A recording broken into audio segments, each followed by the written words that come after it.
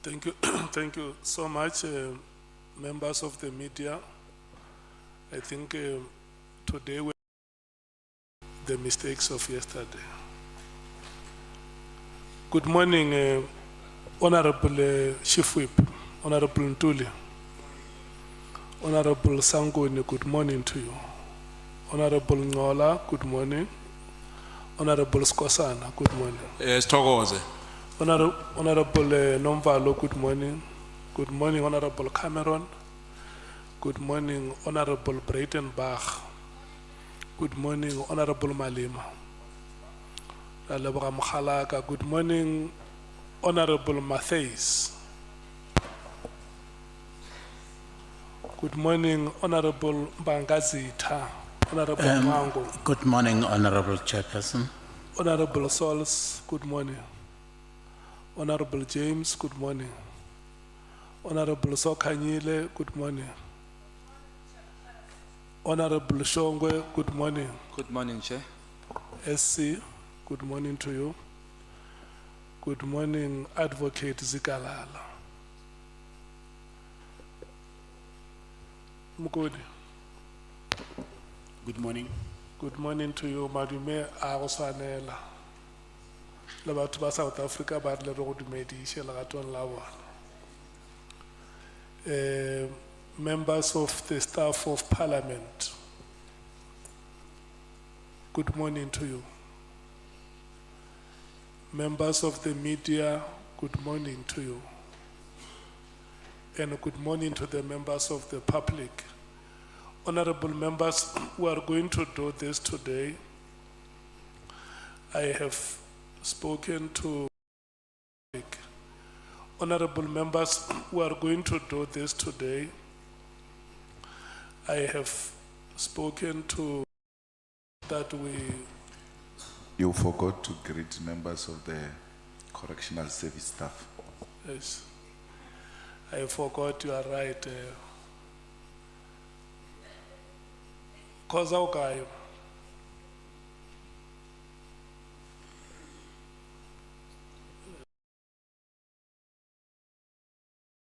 It's a not Sotho expression that goes moeng o naka di mari house.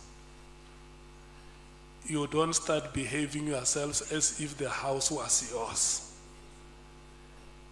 And when we reach a stage where we get used to this facility, we even forget to greet the authorities of correctional services. We have become visitors who have now taken ownership. So we want to greet the authorities of who has been with us from the first day. Yeah, I will come to you, Honorable Nomval.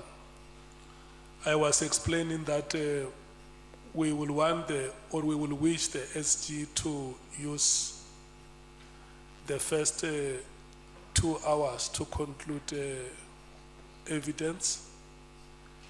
And then from there, we will use the hour between 12 and 1 o'clock for questions. Come back and run for 3 hours, take a break. Today, we will leave here at 19 hours. And then the SC, before he starts, he will explain that part of the statement, how far we are with it. Honorable Nomvalo. We want to disclose, Chair, so that we are not taken to the Ethics Committee. The DA has bribed us by chocolate because they want to start today. They want to ask questions first. So this is a bribe. Guilty as charged, Chair. Listen. Standards are so low. Chair. Yeah, but so low.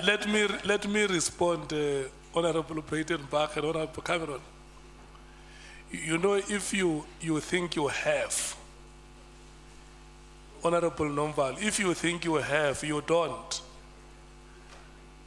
allow us those who have to tell you. They have given me 2. You speak about 1.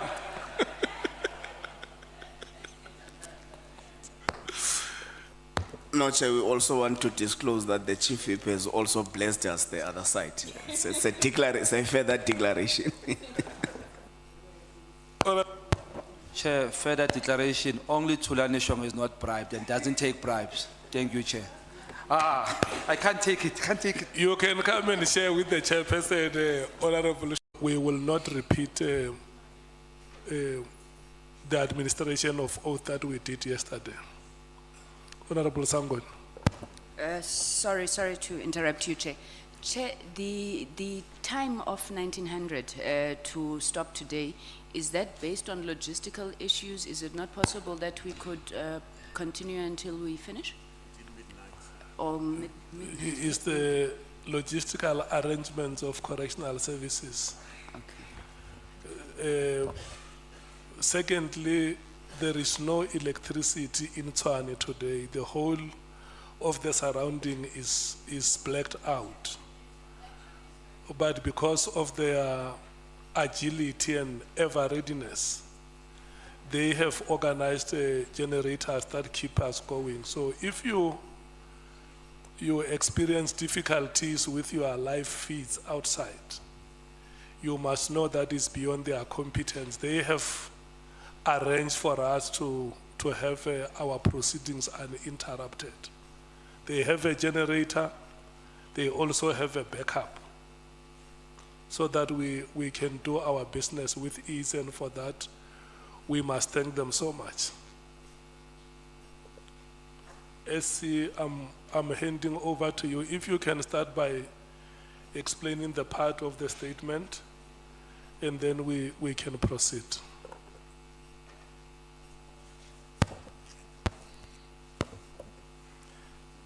Good morning, Honourable Chair, honourable members, my colleagues, members of the media, public, Mr. Nhlanhla and his legal team. We again want to thank them for their cooperation, Chair, in trying circumstances, and for working after we adjourned last night and also this morning. We do have a finalized statement which has been signed, which is waiting for the commissioner who signed the affidavit just to properly initial each page. And then it will be made available to the committee, initially online, and thereafter arrangements will be made for printed copies to be made available. The statement is not that much materially different from the draft we had yesterday, and perhaps with your leave, Chair, can we just wait for the original to be brought back by the head of this facility, who's with the Commissioner at the moment, and then I can better deal with some of these changes that have been made. As I said, they're not major. Some of them we had already dealt with yesterday, and then Mr. Nhlanhla can confirm that under oath. In the meantime, with your leave and the committee's leave, we can, and obviously with Mr. Nhlanhla's concurrence, we can proceed. In the meantime, there isn't anything at this stage anyway that touches on any changes that him and his legal team made to the affidavit, which will prevent us from proceeding immediately. Thank you, Chair. With that having been said, can I check, honourable members, do you agree that we proceed? If there is any objection, you can raise your hand without having to rotate.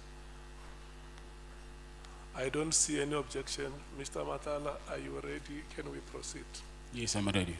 And you agree with the statements that the SC makes? Yes, I agree. Okay, thank you so much. SC and Mr. Matala, good luck in your engagements. We will run until 12 o'clock. We will decide at that time if the SG is, if you are done with the presentation of evidence. If there will be more time, the committee will decide how it allocates. For now, we allocate you between now and 12. Thank you so much.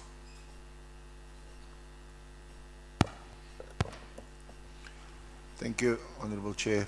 If I may proceed. Good morning, Mr. Nhlanhla. Good morning. Mr. Nhlanhla, I just want to kick off with your allegations regarding former Minister Cele. You made some allegations yesterday which are clearly very serious, that you made 2 payments to him and you deal with that. Do you still have your can we just send in the statement copy? If I can maybe hand you a copy of your signed statement. Thank you. It's so hot. Chair, they're obviously still using the original to print the remaining copies.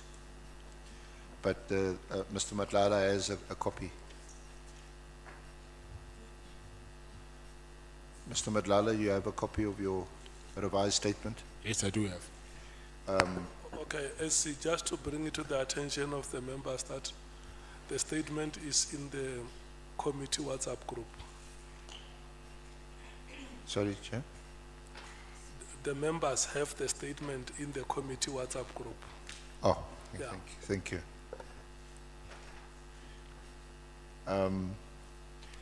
Mr. Nhlanhla, I kicked off with saying that I want to just revisit your allegations yesterday that you paid or made 2 payments to former Minister Cele, and you dealt with that in your statement at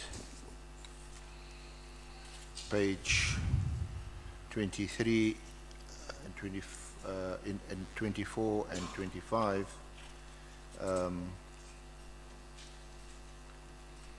Or the cash payments rather is made at page 26 and 27. So can you just go to page 26 and 27? That's where you deal with the payments. You see that? Yes, I see it. An initial payment was made at your residence around January. Do you have a more or less exact date in January that you made this payment? No, I don't have. And you said you handed the money to him while you were in your apartment. Yes. Were the 2 of you alone? No, I said we were with Mr. Mpongose. Sorry, I didn't hear that. I said we were with Bongani Mpongose. So Bongani Mpongosi would have witnessed you making the payment. Yeah, but unfortunately he passed on. So he's passed on. So you don't have a live witness. No, I don't have. So how was this? How did you get this money? Did you go and draw it at the bank or at an ATM? And you would have a bank account. Can you produce your bank statements to show a withdrawal of a cash amount either at the ATM or at the bank?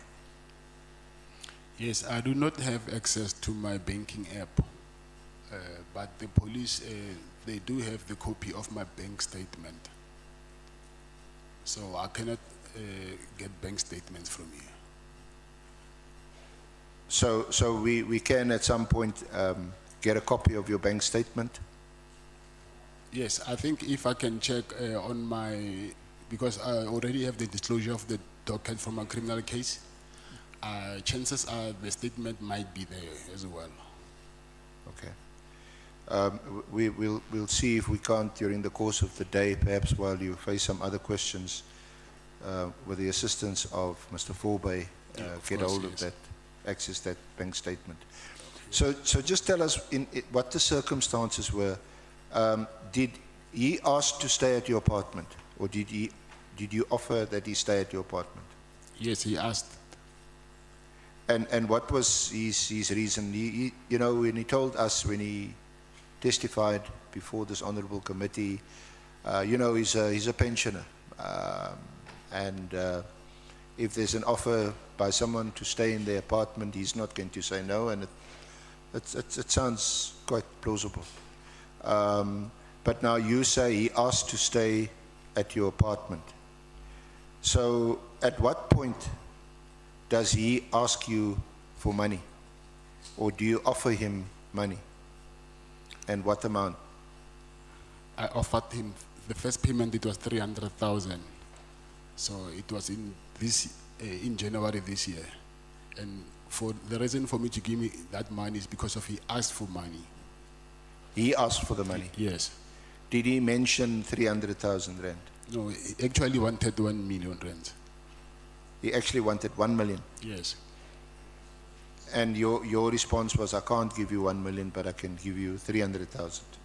No, I didn't give him 300,000. I gave him 3, and then again I gave him 2, like I mentioned. And the day I decided to stop, I was supposed to give him 300,000 again, but that never happened. It's when I decided to stop taking his calls. So just to summarize, he wanted 1 million. Yes. And you made 2 payments to him of 500,000. Yes. And when the balance was demanded, you stopped. Yes. So let's go to the first occasion. When did he make his demand for 1 million? Was it before he came to stay at your apartment?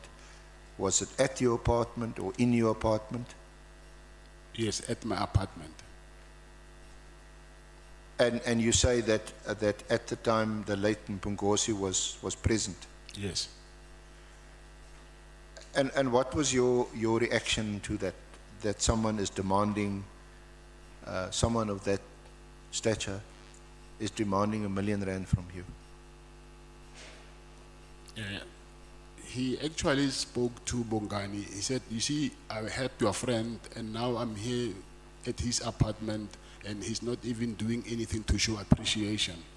And then I said, but what do you mean? Because I even offered you a place to stay. He said, no, but this won't pay my bills. So you know that I've helped you, but in return, you're not doing anything. And then that's when I said, okay, how much do you want me to give you? I said, and then he said to me that if you can give me 1 million, he will appreciate that. Now, why didn't you mention that in your statement? Mention what? In your statement, you didn't mention that he demanded from you 1 million, and that you made only part payment to him of 300 and then 200. There's actually a lot of things that I did not mention. Like I said to you, I forgot a lot of things. The place that I'm in, I cannot remember all these things. Some of them, like I said yesterday, that I just remembered them when I'm lying in bed, that, oh, actually this happened. So I forgot a lot of things. I'm being locked in a cell for 23 hours a day, so I have no contact. I don't have radio, I don't have newspaper, I don't have TV. I'm blocked from the outside world, so my brain is not functioning well. So I forgot a lot of things. So for that, please forgive me. But you would agree that this is a very significant event. It is a significant event. One, it involves a former minister, General Cele. 2, it involves you. You're now in the midst of having to almost fight for your life. You've been raided twice by PKTT. You're a sought-after person. You in the midst of tendering for a huge award, 350 million. Why would you not remember or recall some of these significant events? You certainly do in relation to what you say in your statement, the 300,000 and the 200,000. You're saying, why wouldn't I remember what? Why wouldn't you have recalled that his demand was actually for R1 million? I do not have control of my memory. What my memory decides to forget, I don't have control over that. So I just remembered it. Okay. So all this is said initially in your apartment. Yes. So when he asked to stay at your apartment, you were comfortable with the fact that, well, he did you a favor. The harassment, the alleged harassment of the police had stopped. Your firearms have been returned, and you're quite okay to give him access to your apartment. So up until that point, everything is fine with you. Before the money part. Sorry? Before the money part. Yeah, before the money part. Yes, I didn't have a problem with that. So why did you not tell him, I'm sorry, I'm not going to give you any money. You've done me a favor. Thank you very much. I'm doing you a favor by allowing you to stay in my apartment free of charge. Why must I pay you more money?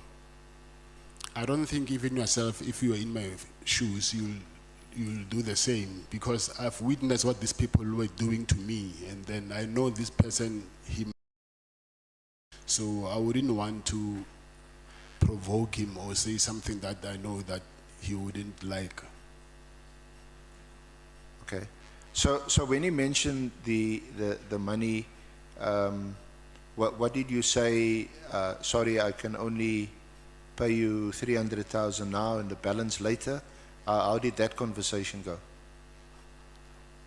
Yes, I said for now what I can arrange is 300,000, because I had other things to do with money, so I can only give you 300,000, and he accepted it. And you have that kind of money in your bank account. Yes. How much money did you have in your bank account at that time? I don't remember. Is that your personal bank account or a business bank account? It's a business. And which of the 5 businesses? It's Medicare business, Medicare 24 business account. So, sorry, the VIP security? Medicare 24 account. Okay. And you say that a bank statement of that account has already been obtained by the police? I believe so. And that you will make it available to us? I'm not promising. I will have to check with my legal team if it's, because what I know is they've pulled bank statements of all my accounts, but I'm hoping even the Medicare one should be there. Okay, so what will those bank accounts show? The withdrawal from the bank? They will show a withdrawal, yes, of cash, yes, at the bank. Yes. Which bank? Which branch? Mainland Main. Mainland. Yes. And which bank? FNB. FNB. Yes. And you went in as an ordinary client or customer to the bank, and you said to them, I'd like to withdraw 300,000. By that time, I resigned as a director, so my sister was the director. She was the one who withdrew the money on my behalf. Sorry, I didn't hear that. I'm saying in December, I resigned as a director. Yeah.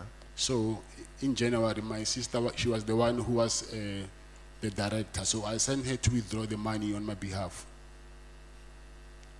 And what's her name again? Repeat it. Claudette. Claudette? Yes. Claudette, and her surname? Masete.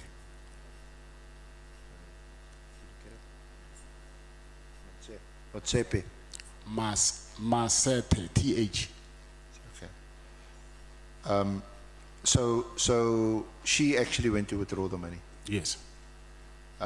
Because you didn't have authority to withdraw that kind of money from the company's bank account?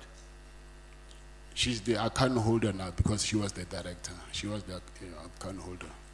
So you make these arrangements with her while you're in your apartment? And did you text her? Did you phone her? I don't remember. I think I called or text. I don't remember. And you tell her, I need 300,000 rand in cash. Yes. So she goes and draw the money. Yes. And how long did this take place, this whole transaction, from the time that you called her or messaged her and she goes to the bank and comes back to the apartment? If you order it today, by tomorrow you can go and withdraw the money. But sometimes if they do have money in the branch, you can get it the same day. So did they have money that day at the branch? I don't remember well whether it was the same day or we went the following day. So what are you now saying, that the transaction, the handing over of the cash of 300,000 to former Minister Cele didn't take place on the same day or the first day that he stayed in your apartment? Yes, I don't remember the exact day, whether it's the first day when he came or the following day. That I don't remember. Well, at least you can remember that, whether it was the same day or the next day. No, I don't remember. You can't remember. No, I can't. And so you also testified that Mkhwanazi was the one who was present, the late Mkhwanazi was the one who was present when General Cele made this demand. Yes. But when the money was actually handed over, was he also present? Yes. Why would he have been present? Is he also staying in your apartment, or did you arrange to have him present so that you could have a witness? Mr. Cele was more closer to him than me. Yeah. So Mr. Mbongos is the one who arranged me to go and meet him in the first place. So every morning when he was in my apartment, he would drive and go and sit with him there. Then if I'm not doing anything, I'll come and join them sometimes. Sometimes I will leave the both of them there together and go do whatever I need to do. Morning when he was in my apartment, he would drive and go and sit with him there. Then if I'm not doing anything, I'll come and join them sometimes. Sometimes I will leave the both of them there together and go do whatever I need to do. So is it the case that the late Mr. Mkhwanazi was a kind of a chaperone to former Minister Cele, picked him up, brought him there, was a kind of a companion to him? Yeah, he was, because at some point I remember they borrowed my car to drop him off at the airport. So he was now and then, when he's this side, most of the times he was with him. So just come back to the cash. So your colleague, the director of the company now, how was this money transported and brought to your apartment? We walked. You walked? Yes. From your apartment to the bank? Yes. So is it within walking distance? Yes. Did she walk? Apartment, yes, with the money. So you went to your apartment with the money? Yes. After picking up the money from her, where, at the bank or some other place? Yes, in the bank, yeah. At the bank. And were you accompanied from the bank to your apartment with such a huge amount of money? No, I was not accompanied. I don't know if you know mainland Maine. You can actually walk from inside the center, the mall. You don't need to get outside the mall and go to my apartment. Okay. So you can just walk right inside and go upstairs with the elevator to the penthouse, so you don't need to get outside. Okay.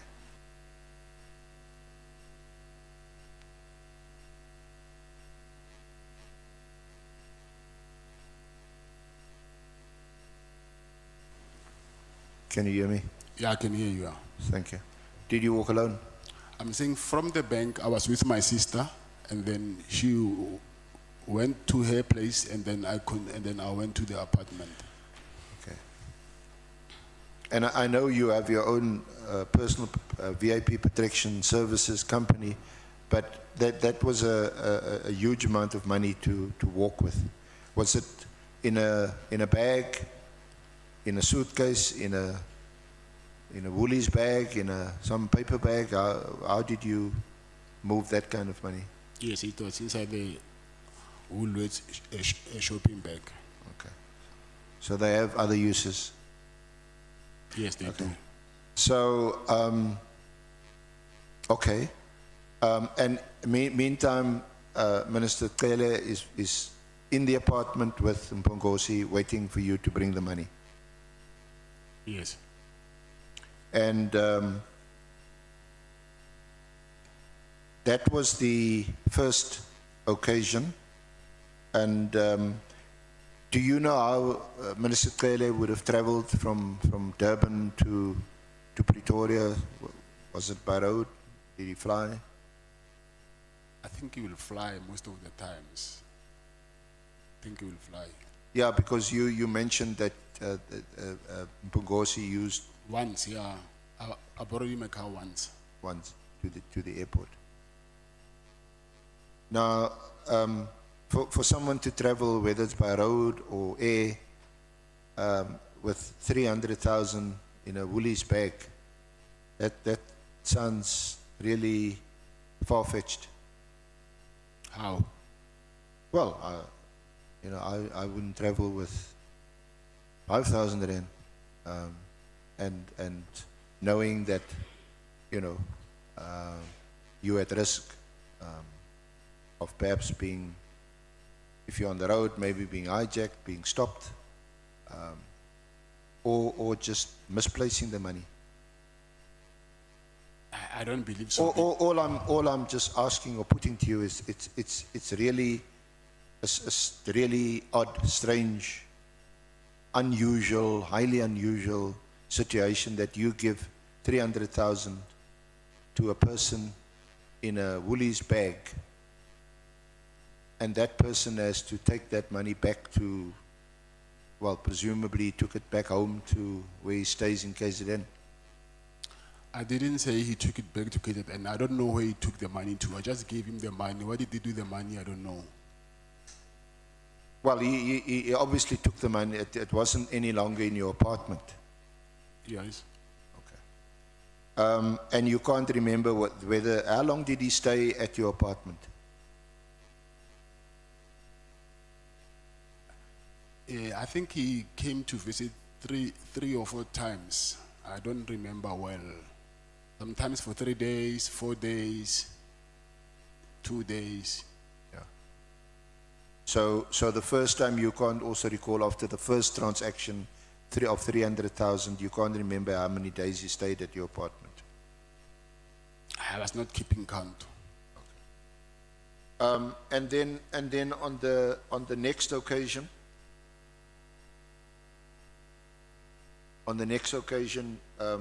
how did that happen? When you paid him made the second payment to him of 200,000, which you say was around about March 2025, that was at the Beverly Hills Hotel. Yes, that's correct. And how did that happen? Was it in your hotel room, or No. did you arrange a room? How did that happen? No, we were having lunch outside at the patio, and then that day I was with my protectors, and then me and him, we walked outside the hotel. There's a parking outside the hotel there, and then I asked one of my protectors to go to my car and give me the bag, and then I took that bag. I went with him to his car. I remember he was driving a red Jeep, and I gave him, then he put the money inside the Jeep and then he drove off. And you say that was his red Jeep? I'm saying he was driving a red Jeep. He Whether- was driving. Whether it's his or not, I don't know. And there at the Beverly Hills, is it that he asked you again for the balance or asked you specifically for 200,000? How did that happen? He wouldn't say the specific amount. He will just say, call and say, do something. Do something. Whether it's 300, 500 or 300, 200, so whatever I had at that time, and then I'll just go and drop it off. And so this happened in March. This is now some 2 months or so after the first transaction, is that right? Yes.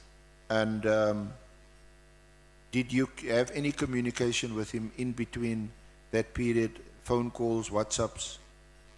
Yes, we had. So these WhatsApp messages should also be Not WhatsApps. not WhatsApp, phone calls. Phone calls, yes. But one should be able to see from your telephone records whether there was some call or others. Obviously won't be recorded. Yeah, I don't know if you can get, but my phone is here. Yeah, if it can be taken to the forensic and then maybe they can check. But I do have my phone, and then even the last calls, his missed calls are still there.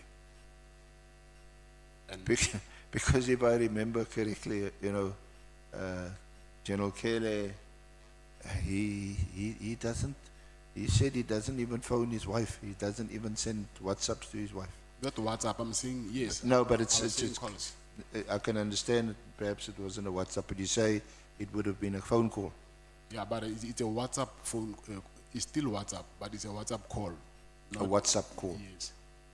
Okay. So that was the second occasion, only in March. And by now you would have been aware that there's been a directive that's been issued by Minister Mkhwanazi to disband the PKTT. You were aware of that by March? Yes, I was aware. Even in January? Yes. Early January, we're going to deal with that. What was the purpose of your meeting with former Minister Cele in March at the Beverly Hills Hotel? It was about me giving him that money, and then obviously when I get there, we'll talk about other things. I was talking to him about. I remember I was talking to him about SAPS not giving me work anymore. My payments getting delayed, being delayed from SAPS. Yeah. Yeah. So it was around the tender, the contract. Yes.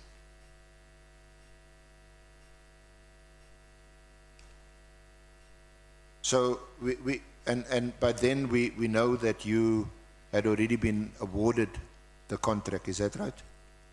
But you weren't getting, your complaint was you weren't getting purchase orders. Yes, yes.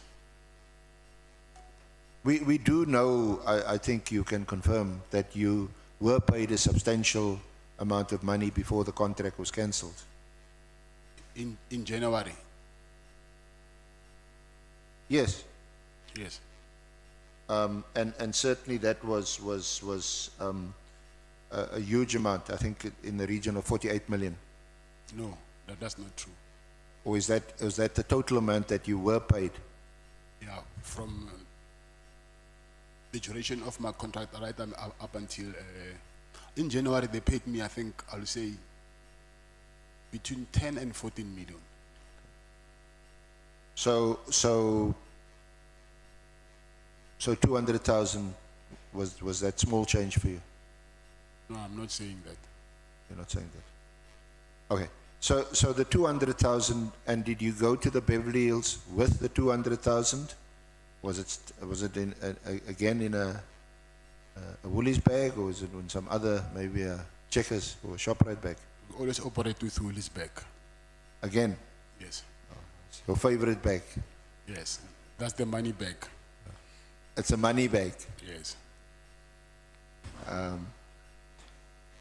So, again, how did you access that cash? Did you come to the Beverly Hills with the 200,000?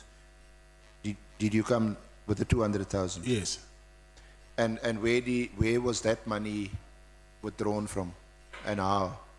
And who? The same process from the bank in Pretoria.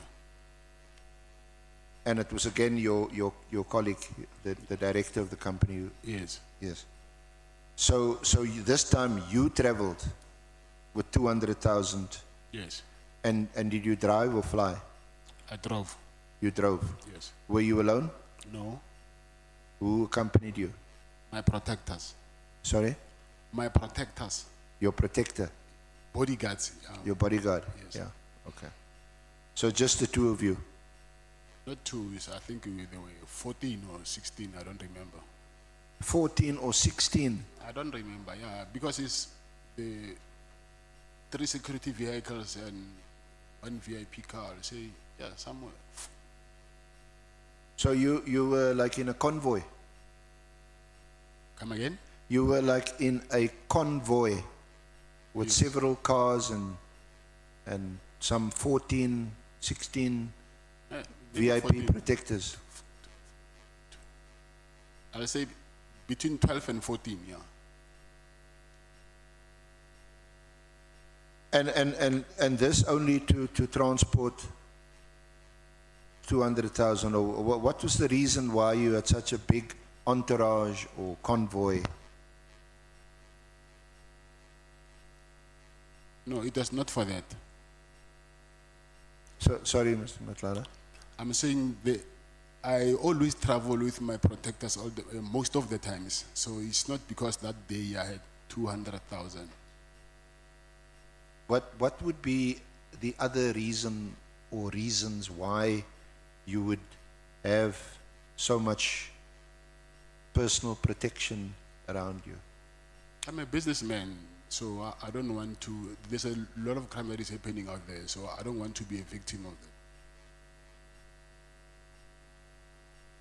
But if you're a businessman, you've been awarded a big contract at that time, not yet cancelled. You've had the 2 raids. You say that the former minister had at least assisted you in calling off the police. They were no longer harassing you, coming to you. Your firearms were returned.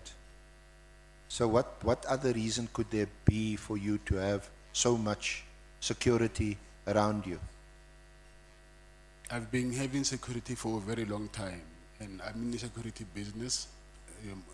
There's maybe various reasons, but the main one is my safety. But besides that, also, it will be for, I'll say, something like marketing to see how my business operates.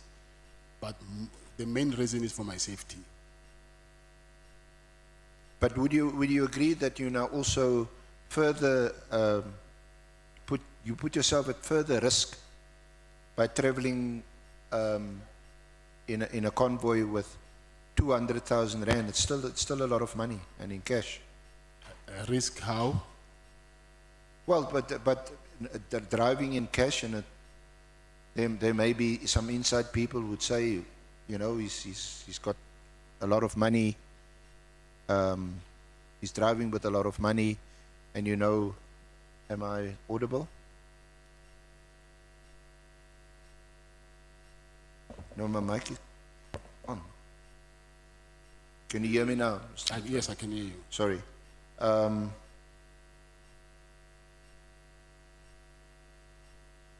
Yeah, we also know, and I'm asking you, since you actually mentioned it about traveling. SC, Sorry. can I take Honorable Nomval?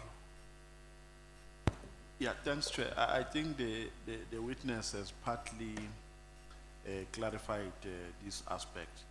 I wanted to confirm with him based on the experience that I have, people who direct companies which deal with security services, that as part of their marketing strategies, they strengthen their security just to demonstrate the strength of their capacity in public. So I wanted to check with him if that is not part of the reasons why he has so much security, apart from the security concerns that we have outlined. I just wanted you to give clarification in that regard. Yes, I think I've just answered that, like he said, that I said it was also part of marketing.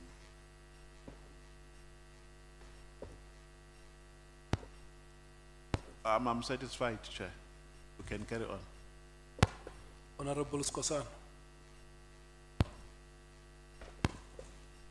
I'm covered, Chair, thank you.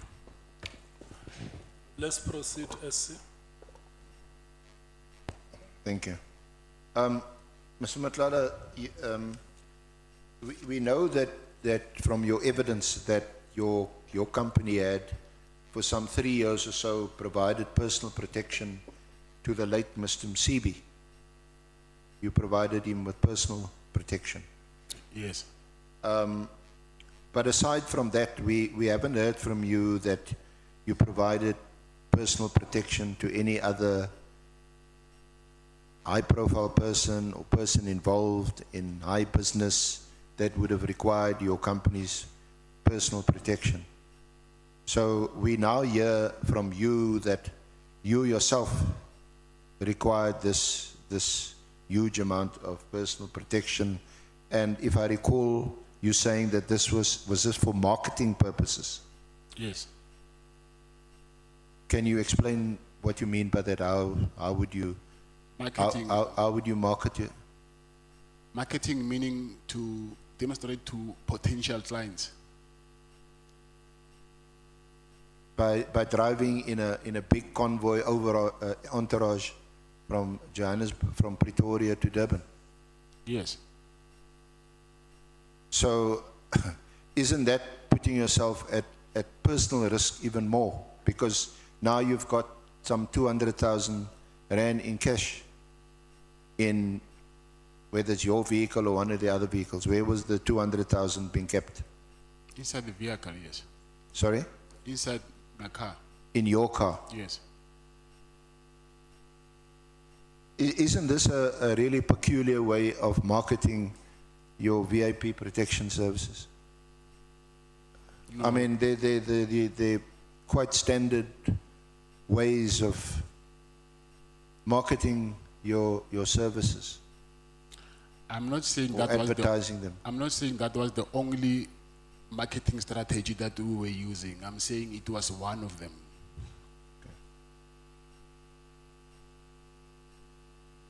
So let's just, I'm sure there'll be some other questions, but let me just wrap up on this aspect.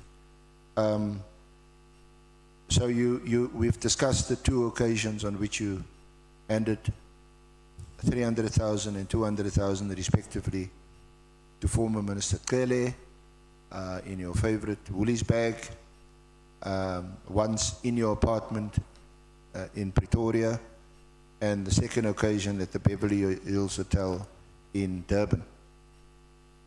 Does that capture it correctly? Yes, that's right. And on both occasions, because you had resigned as a director of the company, the other person that you mentioned, your sister, your sister, Yeah. Claudette, Yes, that's correct. yeah, she would have gone to FNB Bank, Menlyn Park, to withdraw the cash, and you collected the cash and brought it to your apartment. Is that right? Yes, that's right. Okay. And these cash withdrawals will be evident from the bank statement once that is obtained. Yes, that's correct. Okay. And just to round off then, subsequent to the March payment, Did former Minister Cele make further demands? Yes, he did. And how did you do it? Same way that he'll call it, I think I explained yesterday that he called me and said he has money problems. His car and his wife's car, they're giving him problems, so he needed money. Okay. And this occasion that you said you won't forget because it involved you being in Durban for the big game at Moses Mabhida between Chiefs and Pirates, was that there at the March handover, or was it on some other occasion? Some other occasion. And at that, and you can't remember when that was, or what was the date? 9th of May. The 9th of May. Yes. Okay. And is it at that point, and where do you do so, where you tell him, sorry, I'm no longer making any payments to you? I didn't answer him. I just ignored these calls. So when you were at Moses Mabhida on the 9th of May, you... I was not at Moses Mabhida. I'm saying there was a soccer match there. Oh, okay. I was... You were still Yes, in Pretoria? No, I went to Durban, but while I was there, I just decided to not continue with what I was anticipating to. So I just said, no, this thing will never end, actually. Let me just stop, because of, there were other demands that he was making, which I said, okay, this will call for this other one, the other one will call for another one, so rather let me just cut it now. What other demands did you make? It's something which also I just remembered, but I don't know if I should share, because you'll ask that why I didn't discuss it with you before. He said to me that he has a son who most people don't know of. That son, he's in engineering. So that son, he was supposed to send me invoices, and then I was supposed to pay to his son's account. And then he wanted to buy a house. He said he wanted to retire, to buy a house in a place called, anyway, it was the first time hearing that place, called Trafalgar in KZN. So he said he wanted a house there. So that was also some additional demand that, Yes. that he made of you? Yes. And you say, was that all telephonic? No, that was while I was with him. The first time or the second time? The first time being in your apartment, the second time at the Beverly Hills Hotel? I don't remember that thing happened when we were in Beverly Hills or in Pretoria. I don't remember. Okay. Now, these, Honorable Chair, is it okay to continue? Thank you. These demands that you're now telling us about, is that you're only mentioning it to us now because it's not in your statement, also as you recollect? Yes. So there may be other demands, there may be other things that you also may recount at some other stage or later stage? Yeah, there might be. There might be. Yes. So this is not everything. No, I'm not saying if, I'm saying if I could, should I remember something, I don't know whether I should mention it, but, or just because it's not in my statement, I must not mention, I don't know. No, you under oath. What is important is what you say to us under oath. Okay. The statement is there to assist you and to refresh your memory. But if there are things that's not in the statement that occurs to you, then you actually obliged to tell us because you're under oath. Okay. Okay. So let me go to page 30 of your statement. SC, let's take Honorable Malem. No, thanks, Chair. I know the SC answered that question, but I was saying to Mr. Nhlanhla that the affidavit is used to prepare him for this appearance. but anything that he thinks can help this committee to arrive at proper conclusions, he must say it because he's under oath. And no one will say, why didn't you put it, or accuse him of not putting it in the statement. The statement is just to prepare you. And whatever you remember that is going to be useful to this committee, say it freely because you are under oath. So both the statement and your verbal evidence are relevant to these proceedings. Thanks. Okay, thank you. SC, may we proceed?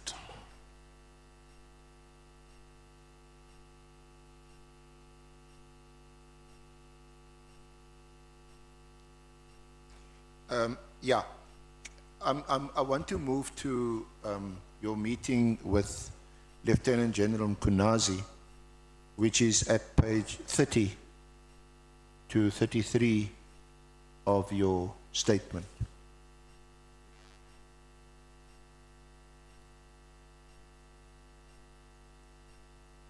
Have you got it? Yes, sir.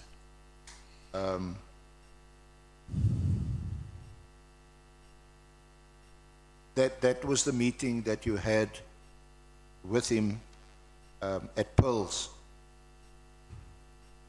At Pearls. Yes, that's correct. Was that his apartment or someone else's apartment? That I don't know. Okay, you don't know. And who arranged that meeting? Was it your good friend Major General Sinona, the head of the Hawks in Durban? It was General Cele. General Cele arranged that meeting. And when did he arrange that meeting? Where did he arrange that meeting with you? Was it when he saw you in person, or was it done telephonically, or what's up? Yes, we spoke on the phone, and then he said he will arrange, because the first time that we were supposed to meet him, he didn't come. He said he's going. Mr. Cele told me that he said he has to meet with the Zulu King, and he made a follow-up meeting, and then that's when he told me that he's fine. He said you can come. And when you met General Mkhwanazi, was General Sinona with you? Yes. And you say that Sinona is an old friend of yours? He is. That's a big brother. What was the reason why General Sinona was also... Did General Sinona accompany you to the meeting, or was General Sinona there when you met General Mkhwanazi at Pearls? Yes, he actually came to fetch me. I was at the hotel next to Beverly Hills at the Oyster Box. He came there to fetch me, and then I remember he was driving a white Polo, a VW Polo. Yeah. And then I drove with him, but it's not far from, I think it's less than 100 meters to the Pearls. Yeah. And then when we got there, we saw General Mkhwanazi. He was waiting outside in a coupe, C-class coupe. And then we followed him. Then he told the security guy to open the boom gate, and then we entered there by the basement. And we parked, and then. And what was the purpose of your meeting?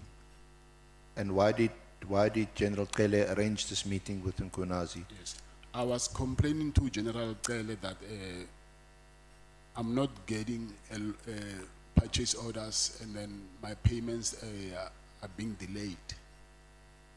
And then he said, and I told him that the head of this contract is General Nkowa. So I suspect that maybe General Nkowa, there's something that she's not happy with the contract or something. And he said to me, he is not close. He knows General Nkowa, but the person who is very, very close with her is General Mkhwanazi. That's when he arranged that meeting with General Mkhwanazi. So for you, the purpose of having the meeting was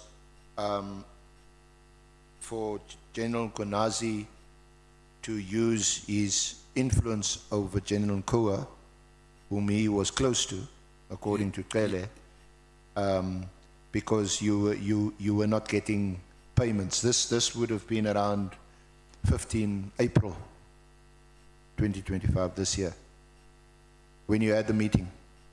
Yeah? I have a date, but. No, you've I given have us a to date. check. It's Yeah, in your, yeah.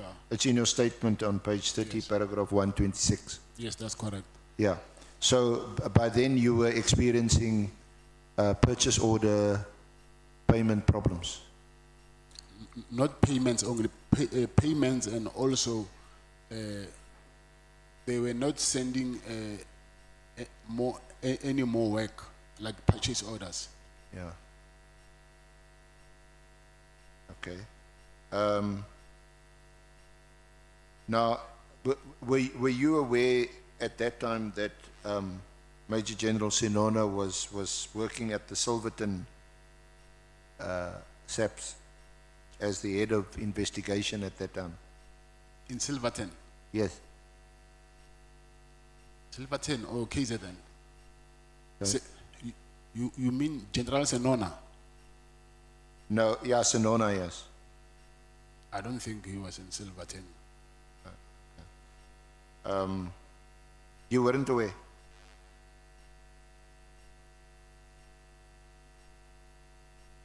What I know is that he was the provincial head of DPCI in KZN, not Silverton. Yeah, he was the head of the Hawks. But General Sinona had previously been stationed at Silverton. I don't know that.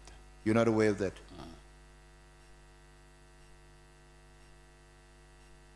Because you would know or should know that there were a number of criminal cases registered against you at the Silverton SAPS.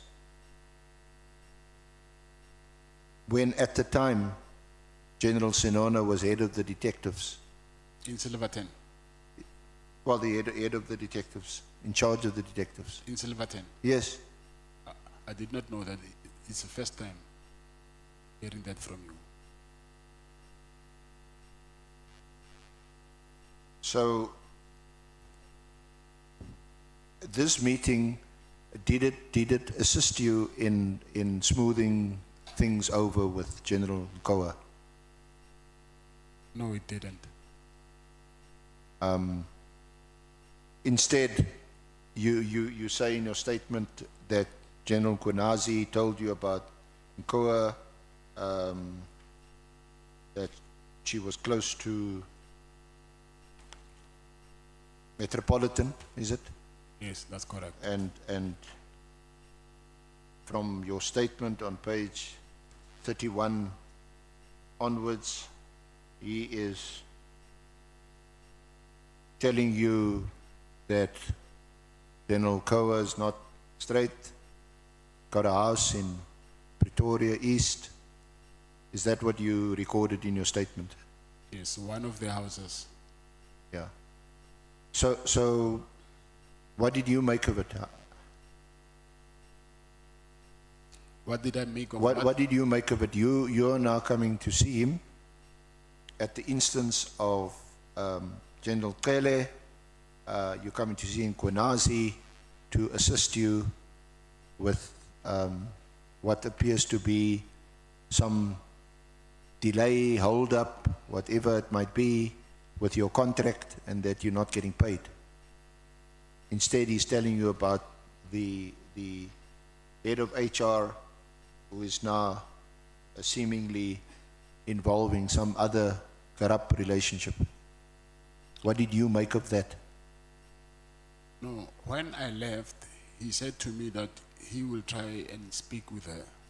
So I left hoping that I'll get a call and he will tell me that, okay, after resolve this thing, she will continue to give you purchase orders. Yeah. And then you said at paragraph 130, Lieutenant General Mkhwanazi provided me with the address of her latest purchase, which was a house in Pretoria East. The message I got was clear. If I wanted my contract to proceed smoothly, I would need to work with her and give her money. or my contract would be terminated. He was indicating that police officers, even generals, could afford these things because they collaborated with service providers like myself.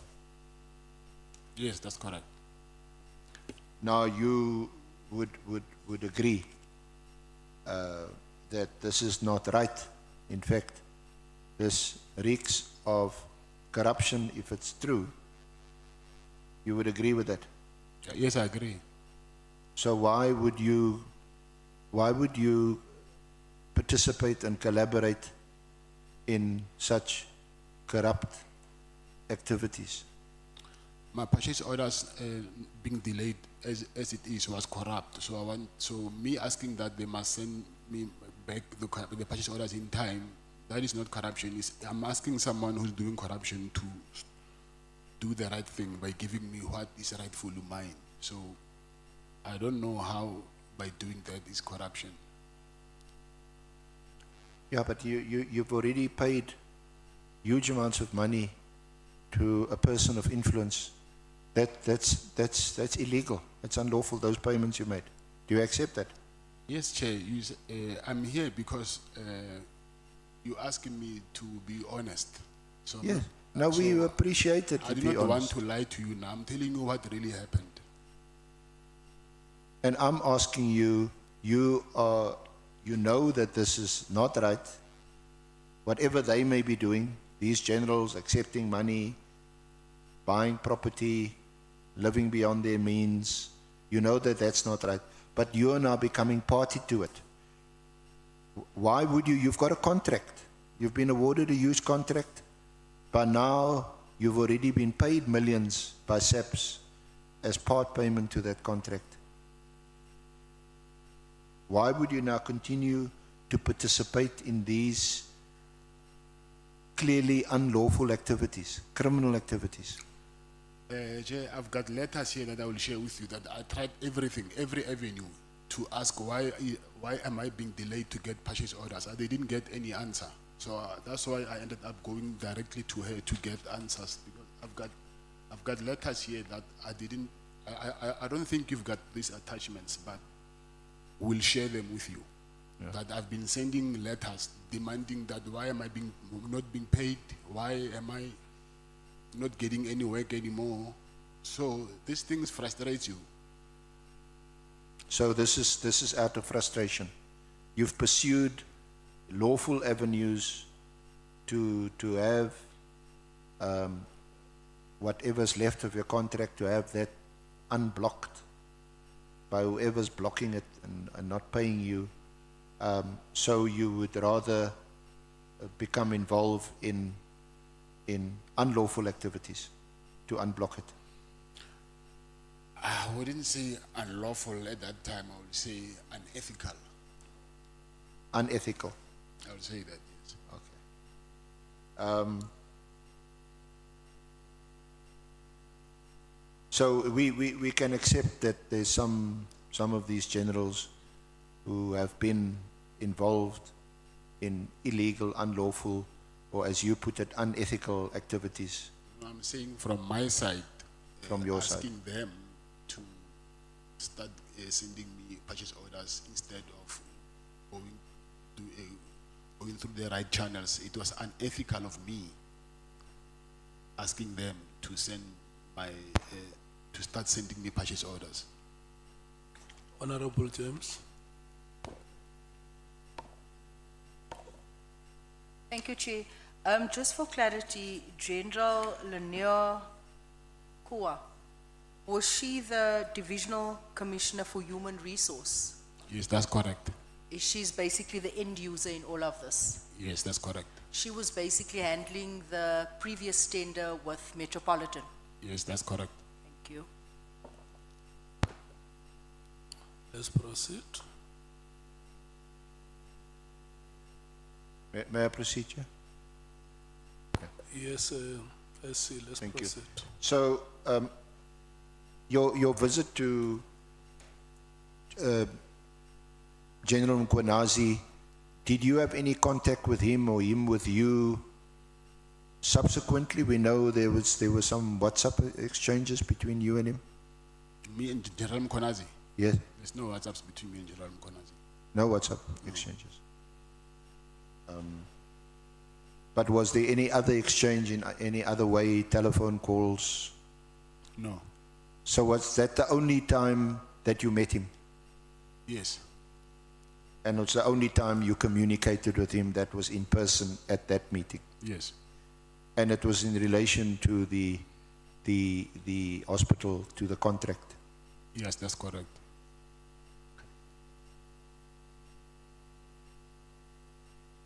But you say that he did use the opportunity of raising this issue of Nagi, which you discussed yesterday. Yes, that's correct. And that was going to be your way of also assisting him if he assisted you, Yes, to get Nagi to withdraw the complaints of torture, and you say he brought a case of defamation, or rather he brought a case against Mkhwanazi, suing him. Okay.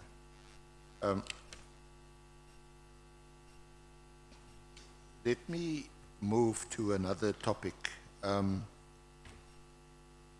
Honorable Chair, can I get a comfort? Okay, the SC is requesting that we have a comfort break. Just 5 minutes, Chair. Yeah, it's fine. All the coffee.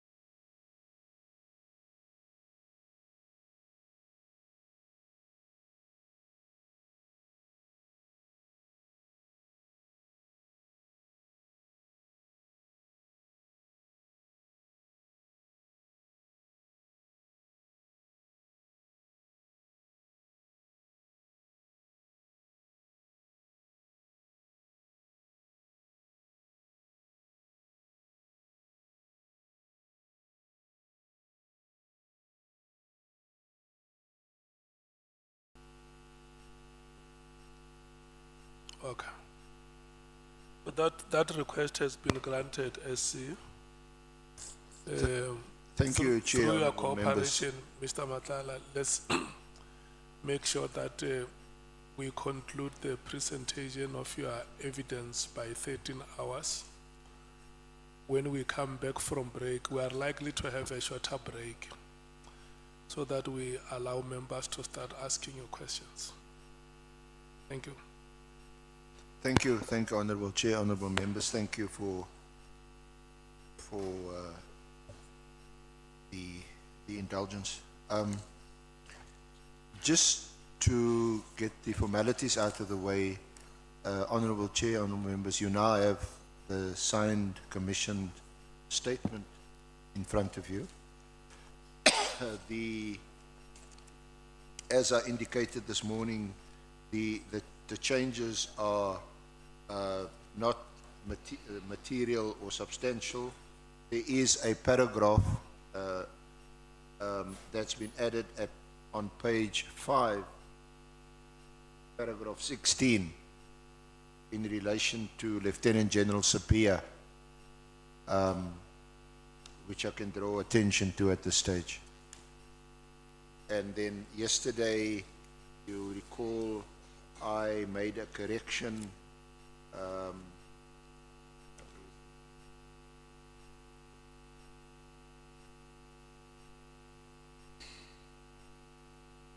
in relation to the Tembisa Hospital.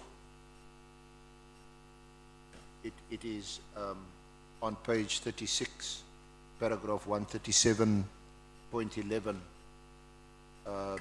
Mr.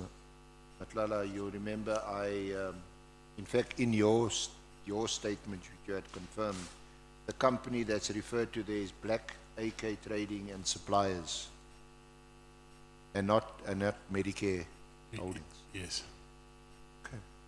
So, Honourable Chair, I'm sure Mr. Nhlanhla is now in a position to confirm his sworn statement, that he has commissioned and signed it, and that it's properly before the committee.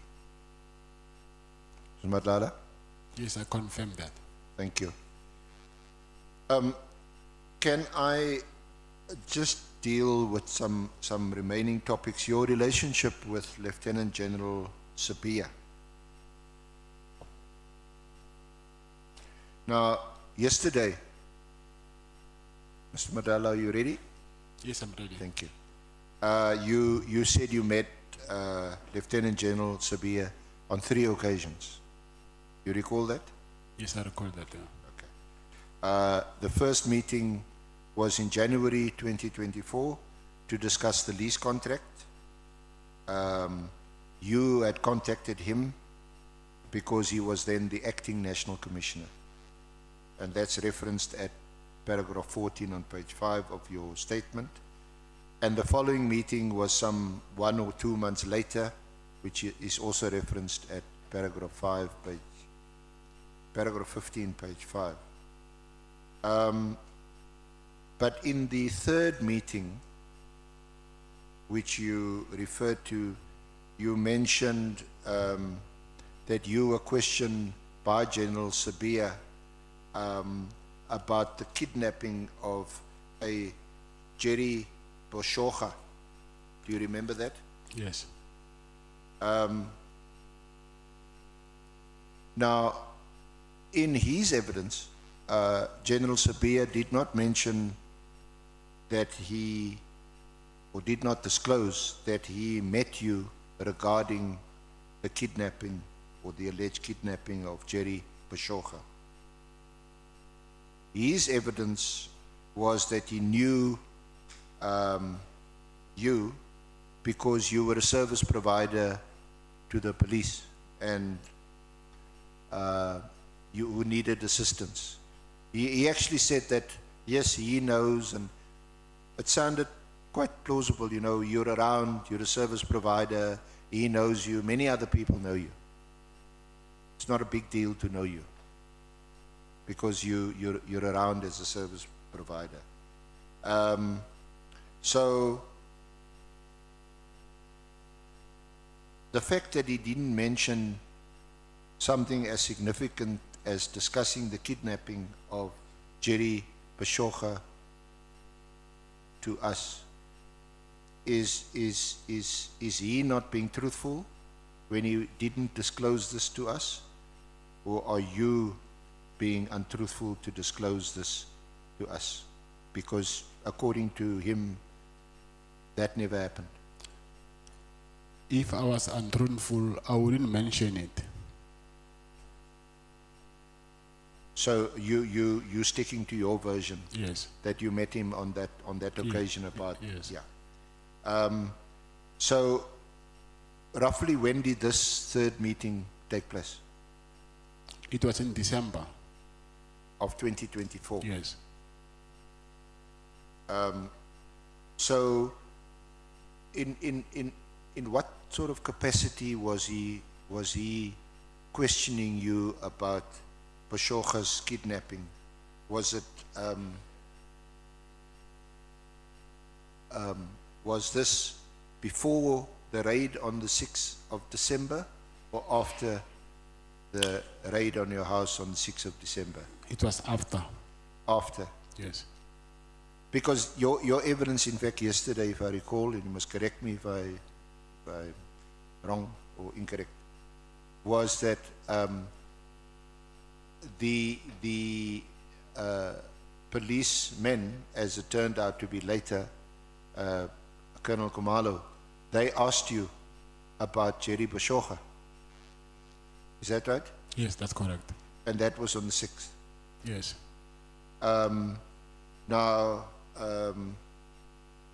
was General Sabia questioning you because you are a witness to the kidnapping, or was it because you a suspect in the kidnapping of Bashogha? No, he was asking me, I'll assume as a witness. So you assume he was approaching you as a witness, but certainly we know from your evidence yesterday, Colonel Khumalo and his team, when they raided your place, they came to search your house for Bashogha. So you were then regarded as a suspect. Must be. Suspect, you mean on the 6th of December? Yes. Yes, yes. Did General Sabia tell you that he was personally investigating the kidnapping of Bashogha? Yes. Did you meet him alone? Were there any other police officers present when you met him? No, he was alone.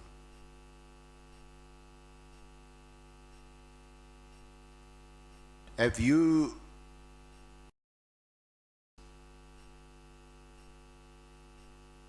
Did you meet him alone? Were there any other police officers present when you met him? No, he was alone.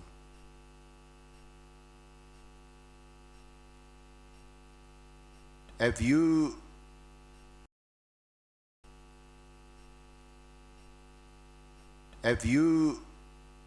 aware that you had been raided?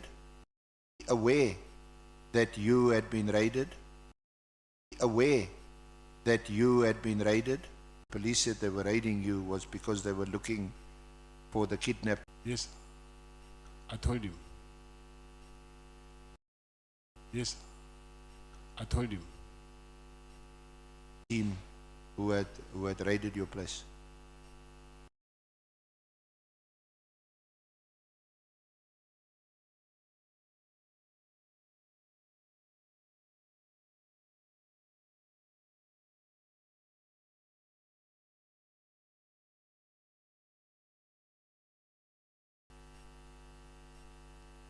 So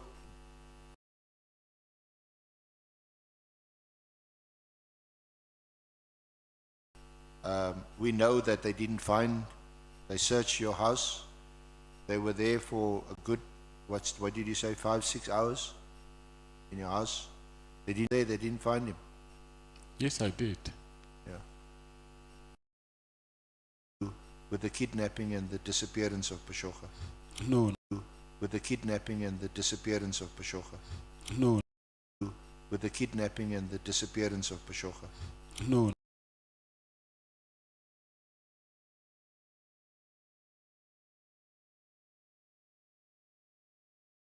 Told me that my name came to his office. Your name, He told me that my name came to his office. your name, tell you who brought your name to his office, how it came to.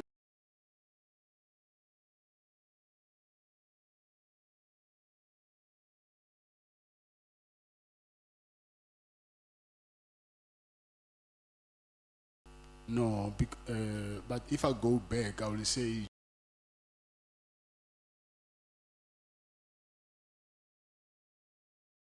but they never came.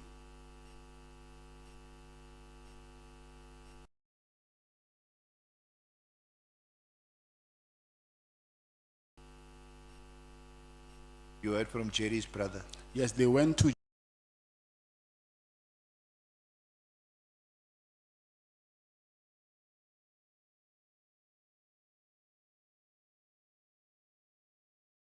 to him and interrogated him, and then they told him that they will come.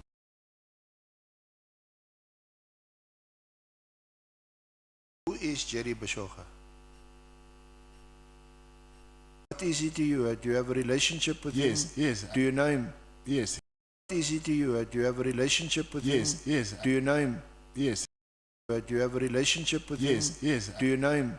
Yes, Do you have a relationship with him? yes. Do you know him? Yes.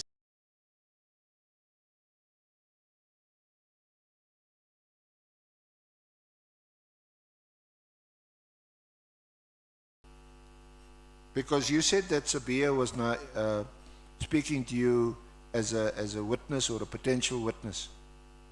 Did you witness anything about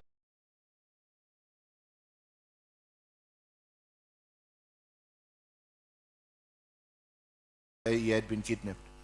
Say that again. Did you know?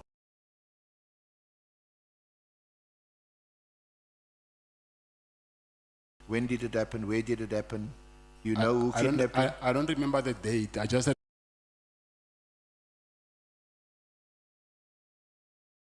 brother is being kidnapped.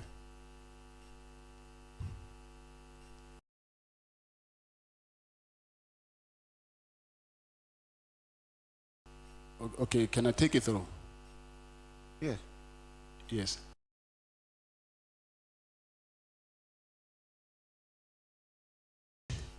And then he said to me, there's some drum.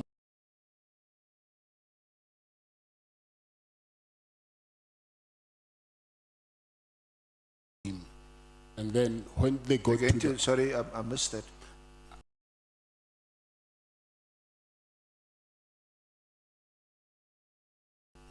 Jerry used to buy to sell to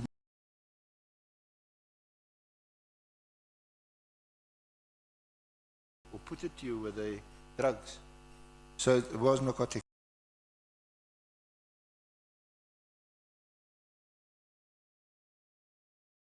Going to fetch narcotics. yes. Yeah. So then he's centurion. And then when he got there, he said he was with his brother in, and then he jumped into the other car. And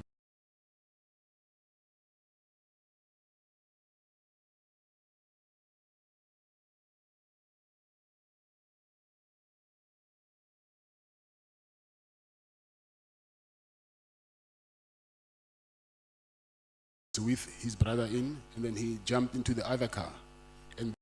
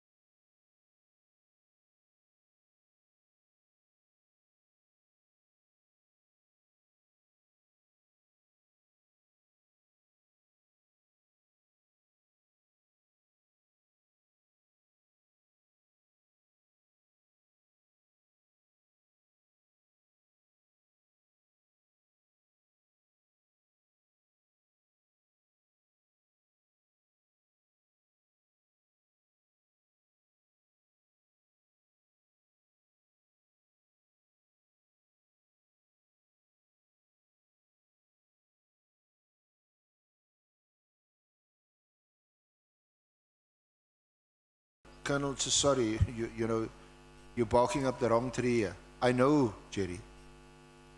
I know what happened because I was told what happened by his wife. I'd gone there and to relate what you're telling us today, that he actually went on some narcotics transaction to fetch a drum, what did you say, 20 kg drum. And it seems as if this was a transaction that went wrong. He was bundled into a Mercedes-Benz. Where did it take place? Where did the brother say it took place? Centurion. In Centurion. Yes. So the brother is a witness, a material witness to what actually happened. Yes. I think did he wave, or his brother still wave goodbye or something when he was in the car? Yes. In the meantime, it's a kidnapping. Yes. So why didn't you tell Colonel Khumalo this? So I don't know his whereabouts. He's been kidnapped. He's not in my house. Oh, of course I told him. You didn't, well, certainly you didn't mention that in your statement. You didn't mention it in your court, in the affidavit in support of your court application, that there was actually no basis for the police to raid your house because you did not have this person in your custody or in a house. Why didn't you mention it in your court application?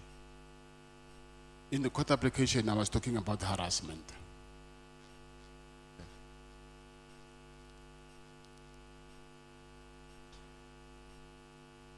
Don't you think it was important to mention in your court application that the police were raiding your house for someone you didn't detain in your house? You didn't keep that person in your house, didn't hide that person in your house? I think it's there in my court application, but I mentioned only Avi's wife and the son. Okay, we'll see if we can Yes. find the. You say you did mention it. I mentioned Avi's wife and the son, I think, yeah. You mentioned, I think it's a Dikhatle. Yes. I think it's there. You talk about Dikhatle and her son. Yes. So Mrs. Dikhatle is that Jerry's wife it's or someone, mother? No, it's someone else. But I'm saying they mentioned two different kidnappings. So I did not, I just mentioned this one, but they mentioned two, Jerry's one and this other one. So what was what did you say there were two kidnappings? Yes. Sure. So because you say, and this is at in the annexure which is your court application and your affidavit attached. It's on page 54, paragraph 17. The officers then asked me if I know anything of the kidnapping of Mr. Abi Dikhate's wife and son, and why I would help someone that I don't know in the kidnapping and aid in the kidnapping. I answered and confirmed that I was requested to assist the Dikhate family to locate the whereabouts of Mrs. Dikhate and her minor son. This is due to the fact that I am the owner of the security company. So was both Mrs. Dikhate and her minor son also kidnapped? Yes. Who's her minor son? Who? I don't know the name of the son. So it's Mrs. Dikhate, her minor son, and Jerry who were kidnapped. Yes. And all three of them is the kidnapping all narcotics, drugs related? No, I know about Jerry's one. This one, they just kidnapped them. So, but they brought them back because I think apparently I hear that he paid a ransom, but I'm not sure about it. I've never met AB after that. What is the status of Jerry's whereabouts now? Has he been found? No. Still hasn't been found. Last time I checked there, when I was from court, they said he hasn't been found. Did Jerry work for you? No? You say he was just your friend. Yes. Did you know that your friend was involved with narcotics and drugs? Yes.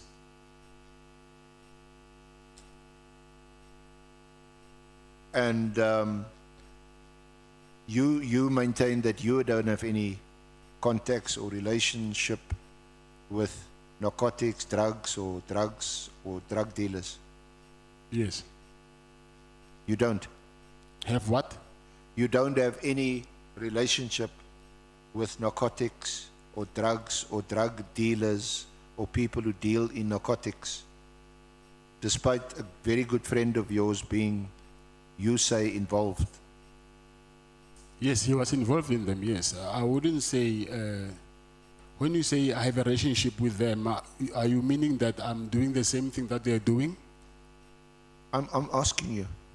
No. Because it is alleged that you are part of a drug cartel, isn't it? Yes, yes, they are, yes.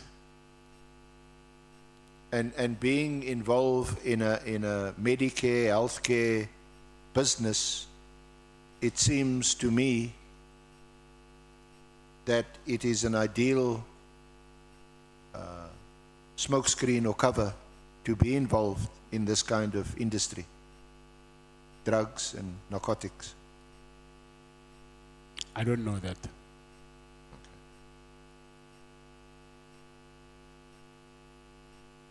Now, just on General Sapia,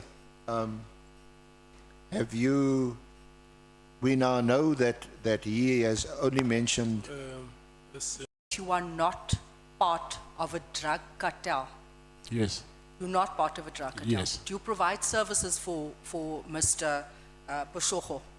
Protection services? No, I don't. You don't, he's just a friend. Yes. And the purpose for them calling on you that evening? He actually had, he's a friend. So they tell him that your friend has been kidnapped. And you're aware that your friend is dealing in drugs, he's a drug kingpin? Yes, I know, but not And you a have king. nothing, you're okay with that? You're okay with your circle? Comprising of drug dealers? Not okay of it, but I wouldn't judge him. You wouldn't judge a drug dealer killing our communities? Yeah, no, Thank you. We will have to proceed, Honorable Member. Honorable Malim. Thanks. So, do we have the address where Jerry left? That fiscal address in Centurion? What I know, they said it was a complex where there was KFC, but I don't know the actual address. And did you borrow Jerry any money, or Jerry is owing you as friends? Have you ever had an exchange of monies where Jerry owed you money? Yes, I used to borrow him money. No, but I'm saying before kidnapping, did he owe you money? Or is he still owing you money as we speak now? Yeah. How much? I think I'll see maybe 100 and something thousand. And when you borrowed the money, it was for what purpose? He said he was also doing cattle farming. So I borrowed him 1 million, but I gave him I gave him first, I think, 500,000 and 4 and 1. Yeah. But he said it was for his business. Okay. Check. We'll come back to you. Okay. Honorable Nhlanhla, can I do this? Can I check if there are honorable members who want to ask questions? Okay, it's only Honorable Nhlanhla. After him, we proceed. Thank you, Chair. Just a second from me. How much did Jerry pay back out of the 1 million rand? That's why I'm saying I'm He was left with 100 and something. So he has paid a sum of the 1 Yes. million. Is Jerry still alive? I don't know. You don't know your friend, whether he's alive or not? I don't know, yes. Okay.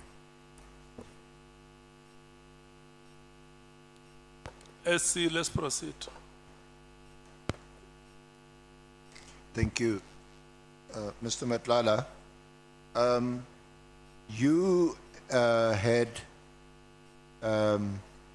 as you've heard some questions already, no doubt that there'll be some further questions on this aspect, which you are revealing for the first time today about Jerry Mkhwanazi and the fact that he had also loaned money from you and that he's a very good friend of yours and he is, according to you, involved in dealing in drugs.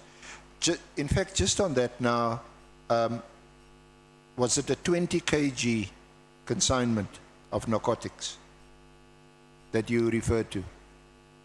No, he said it was a, it's a consignment is of narcotics, but I'm not actual final product. He said it was some product that they were going to use to manufacture, not the actual drugs. So the substance that I'm interested in, this 20 kg, Okay. is it still a substance that's going to be used to manufacture? Yes. So it's a raw material that is going to be used to manufacture other drugs. You can't say what drug it is: cocaine, heroin, drugs that's freely, well, I suppose freely available, but you've got to pay for it, of course, in our communities. No, I don't know.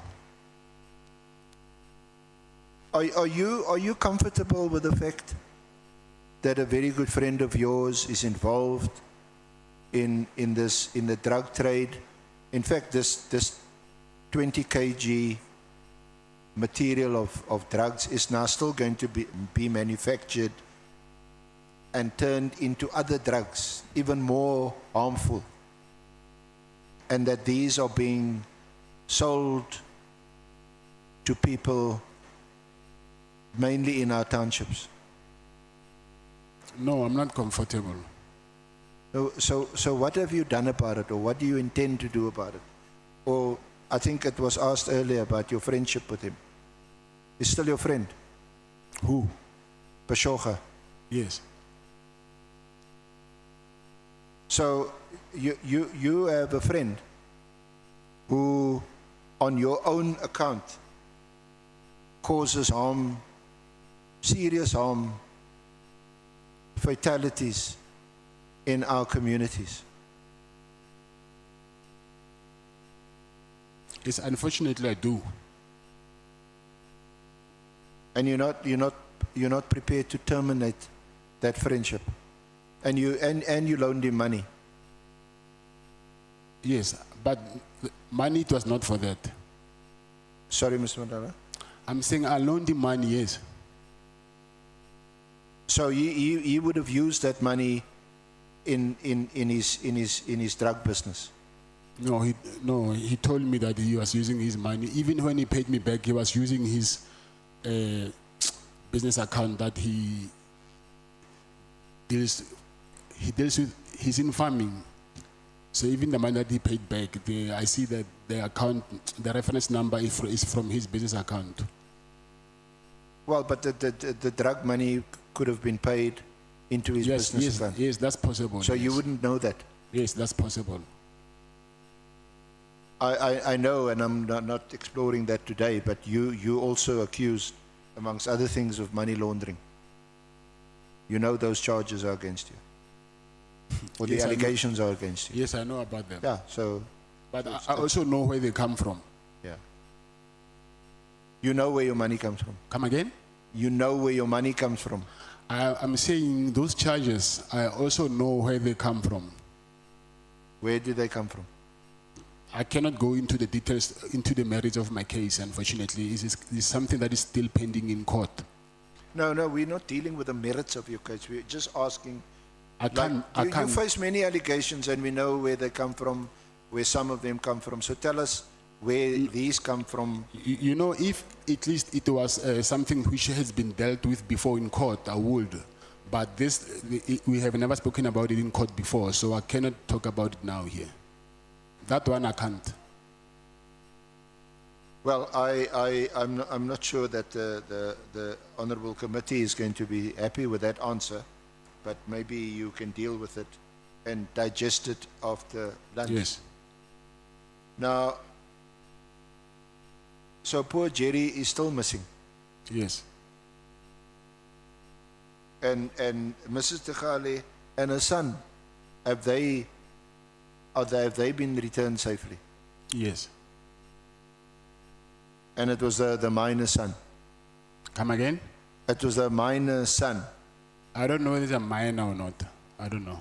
No, that's what you said in your court application. I said minor. Yes, you said minor. Yeah, he's his son, but whether he's a minor son. Is Mrs. Nhlanhla involved in the drug business? I don't know, but I don't think so. You don't know why she would have been kidnapped with her son? It's because of money, because of the demanded ransom.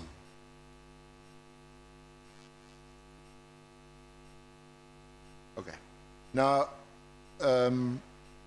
may I refer you to an addition you made to your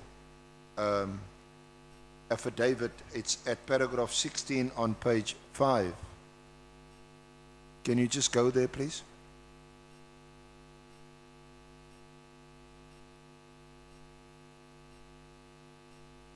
Page 5. Page 5, paragraph 16.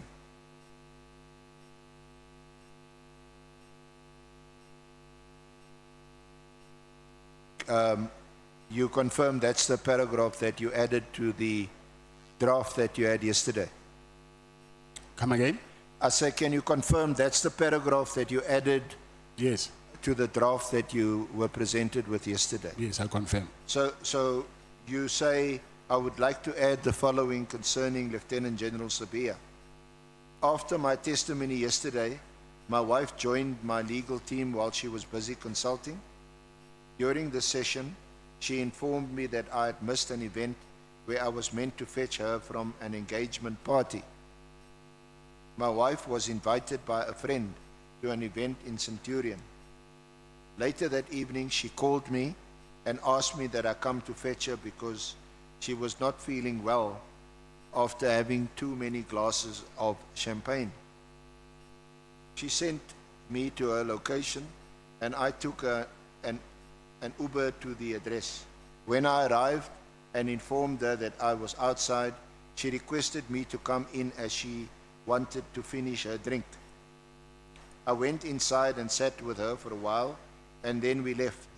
She pointed out that the event was an engagement party for Karabo, the son of Lieutenant General Sabia. That's what you said in your statement? Yes. Now, did she not tell you that she was going to an engagement party in Centurion, which is actually an event for the engagement party of Karabo, the son of Lieutenant General Sabia? You mean before I fetched her? Yes. She told me to fetch, and then I knew that when I was there. But did you know before she went there and before she had a bit too much to drink that she was at a Lieutenant General Sabia's son's engagement party? No, I did not know. Were you not invited to the party? No. Why? Your wife is invited to the party. Yeah, by her friend. Her friends are not my friends. Sorry? My wife's friends are not my friends. But you know General Sabia? When was this party, by the way? When? When, yes? I don't remember. I will ask, I think around October or somewhere there. Also 2024? 2024, yeah. 2024. Some October, November, somewhere there, maybe. And, just excuse me.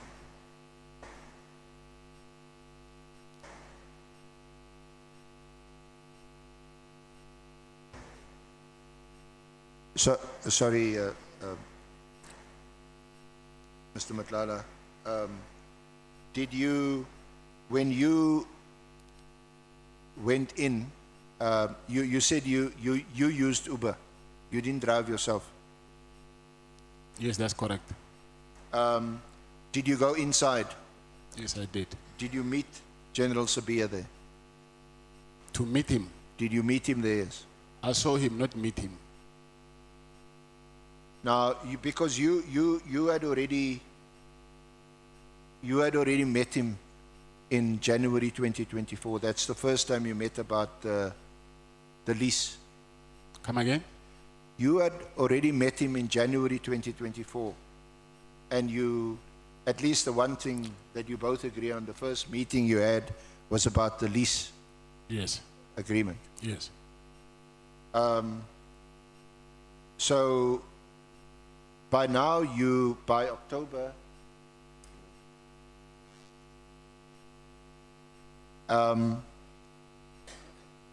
so you didn't see him or meet him or chat to him I at all? saw him. And he saw you, Yes.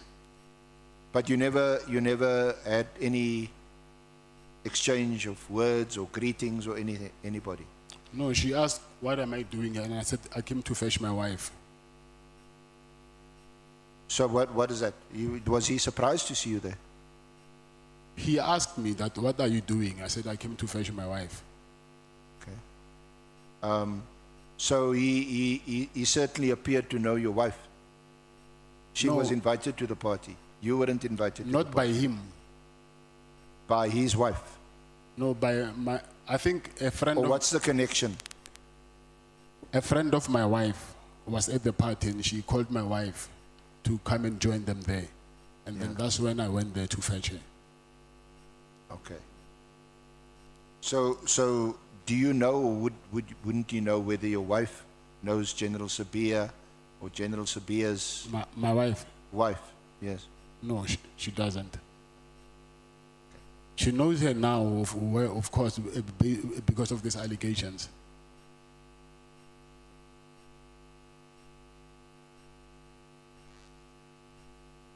Did you see any of your other friends at the party, at the engagement party? My friends? Yes, any of your friends? No. Was Jerry Bashoga perhaps there? No. No. No.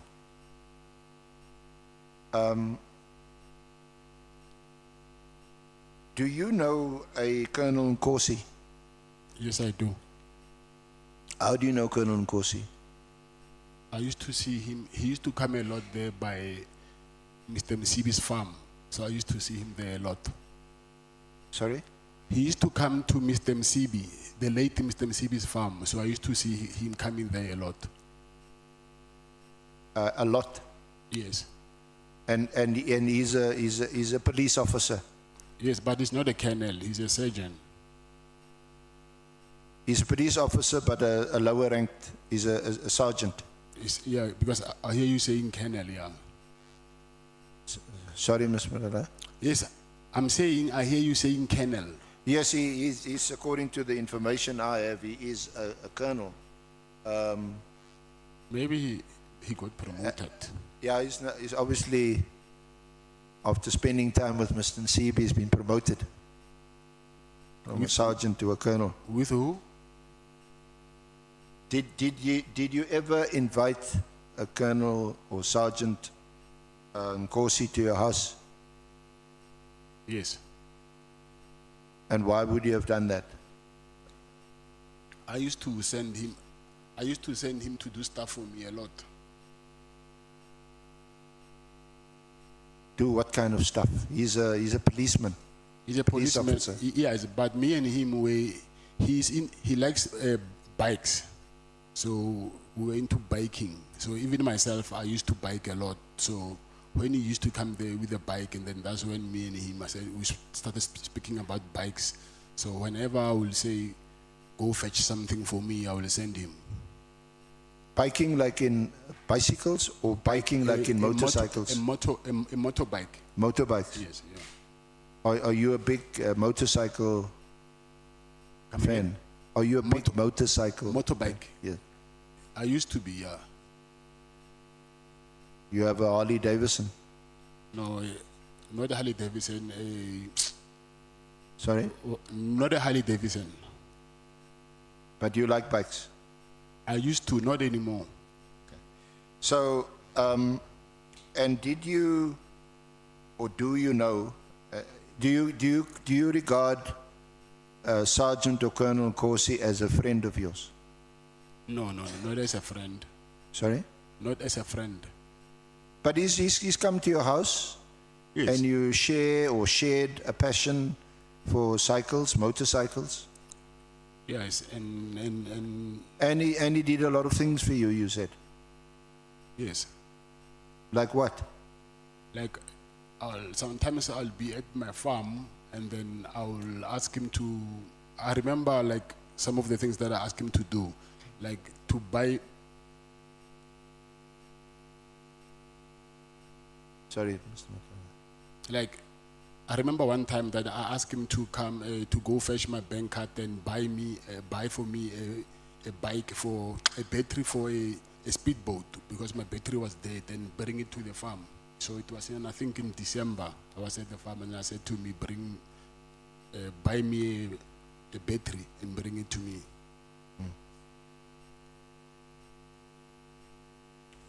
So you mentioned a farm. You got a farm. You own a farm. I used to, yes. You used to. Yes. What were you farming in? No, I was not farming. You got a farm, but you employ people to farm. What No, they farming? they're not farming. It's just wild animals there, and a lake, and chalets. No, I'm just curious to know, because you mentioned a farm, and I know that in some preparation that we've done, we've come across some WhatsApp messages where Farmer Brown is mentioned, or a farm is mentioned. Is that a reference to your farm, or is it Brown Mkhotsi's farm? I will come to that. Actually, I wanted to address Chair about that, but it has nothing to do with that. Okay. Now, did Colonel Nkosi or Sergeant Nkosi, has he ever collected money from you? No. You sure? Yes. Have you ever paid any money over to General Sabia? Money? Money, No, yes. no. Are you aware of the allegations that that Colonel Nkosi is General Sabia's driver? No, it's not true. Are you aware of the allegation that Colonel Nkosi is, and he's been captured on camera in the investigations concerning General Sabia, that he was regarded as what they call the bag man, and he's caught on camera with a bag at General Sabia's property?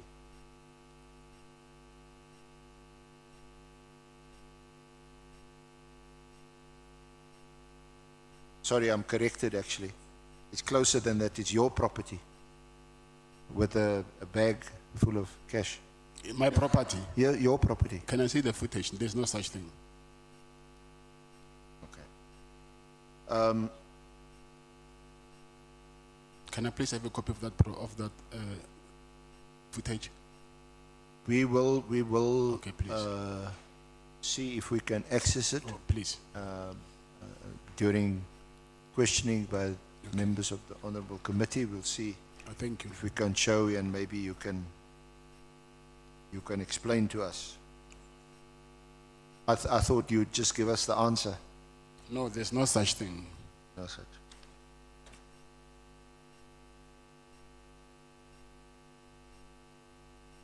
Sorry, I'm corrected that the footage was actually captured at Katie Molefi's house. I asked you about, you knew or you know Katie Molefi, Yes, I said I know him. but your evidence was that you knew him from Katie's association with Mr. Msibi, Yes, that's true. but you don't have any relationship with him. Yes, that's true. Sorry. So apologies about the bag and the money, and it was apparently at his house. You still want to see the footage? It's irrelevant. Okay. Just in case it might be yours. Okay. Let's move on to another topic, the PKTT, Okay. the Political Killings Task Team. Yes. Now, you may be aware, I think we made these statements available to you of Lieutenant General Mkhwanazi. His evidence to this honorable committee was that following the raid on your house, that was on the 6th of December, you took steps through your connections to have the PKTT disbanded, believing that the team that raided your house on the 6th of December was the PKTT. Do you want to comment on that? I don't know what power would I have for me to disband the unit from the SAPS, because from what I heard from my affidavits that I have from, that thing was planned, I think, way back in 2019 for that unit to be disbanded. Now, in the time available, we probably won't get through all the WhatsApp messages. It's been made available to you, the WhatsApps between yourself and Brown. But remember, I spoke with you about the WhatsApp, that some of them, they are not, it's not the WhatsApp, they are fabricated. Yeah. And I told you about it, and that's what I was saying. I wanted to address the chair about that, and at least show you guys, all of you guys, proof now. Yeah. The Chair.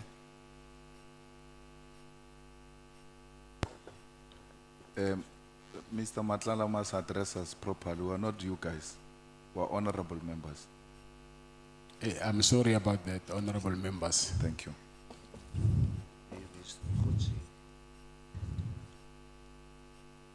Mr. Matala has apologized to accept the apology. Let's see. Thank you. No, the allegation is that through your connections, there's little doubt, Mr. Nhlanhla, that you are well connected, isn't it? You know, and you have met, you've described them to us thus far. You've met a number of high-level people, and they've all been mentioned here. So it wouldn't be unfair to say that you are well connected. Would you agree with that? No, I don't agree with that. Well, you have meetings with General Mkhwanazi, you have meetings with General Sabia. Sonona is your friend, head of the Hawks. You've had meetings with a former minister, General Cele. You also made some payments to him, you say, you allege. These are people that most of us would never ever dream of meeting as ordinary citizens. You've met them. So I'm just putting to you that you are well connected to people high up in SEPS. So will I be wrong if I say even them, when they meet business people, they are well connected? That these are people who are well connected. These police officials, when they meet business people, will I be wrong if I say they are also well connected? Absolutely, that is why you connected to them.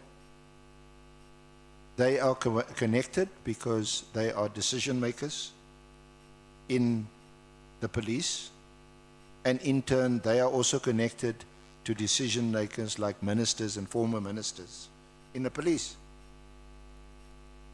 My view is when you in some type of line of business, and then your business gets to a certain level, you'll meet people on a different level. So meeting those people is not of a corrupt nature for you to meet with those people. Whether those people they are connected or not, it does not justify to say that other people cannot, they can only dream of meeting them. So it's the same as them saying they're meeting some highly, I say, businessman or something. So for them also meaning that they might, those police officials, they must be highly connected as well. Well, we don't have time, and I don't think it's appropriate to have some philosophical debate about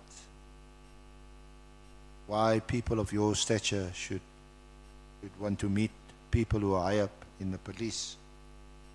Because if you would agree at least with this proposition that if you in business and if everything is above board, it's lawful, and there's no reason for the police to be involved, then there's also no reason for you to be connected to people high up in the police. But it's not only the police. I will know doctors, I will know advocates, I will know, there's different professions, not only the police. Okay. All right. So let's just deal with the PKTT, and we deal with it at page 20 from paragraph 21 of your statement. What page is that? Page 20 at the bottom and page 21.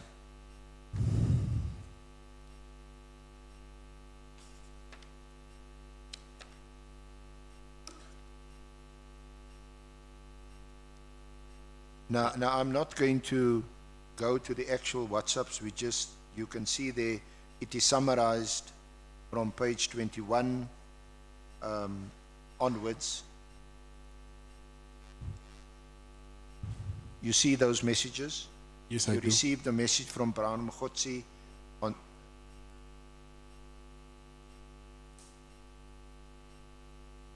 I received a message from Brown Mkhwanazi on 31 December 2024 at 11:32, wherein he wrote the following: outstanding issues. Now this again, today is D-Day. On the other side, I also think you must stand back. Yes, I see it. You received that message, you confirm it? I replied back on 31 December at 11:33, indicating I did not know what the text meant. I sent a text saying, stand back, question mark, I don't understand. What do you mean? Then Brown Mkhwanazi responded at 11:35 saying, for your safety and business. And following a further text at 11:37 saying that we must just fight what comes your way. I sent a text at 11:40 saying, this won't change my contribution towards the minister, though I made a conscious decision that I'm not backing down. Whatever help this minister needs from my side, I'll be happy to assist. I just want to fight losing. So you confirm those exchanges. Yes, I do. Then at paragraph 89, I receive a message from Mkhwanazi on 1 January 2025. Paragraph 39. Sorry? 89. Paragraph 89 Yeah. on page 22. I received a message from Brown Mkhwanazi 1 January 2025 at 22:38 regarding the directive issued by the minister for the disbandment of the PKTT. In the message, Brown Mkhwanazi told me that the task team that came to my house and bothered me has been disbanded. And we reference this all in your bundle of documents. I responded on the 2nd of July at 7:12 saying, oh really? When did this happen? He then said, as we speak now, the dockets have been sent to Sabia. He also attached a copy of the 31 December directive, and that is also in your bundle at page 22. Then you say, I did not discuss the matter further. I do not know whether he was referring to the docket that relates to the incident where the police was harassing me or not.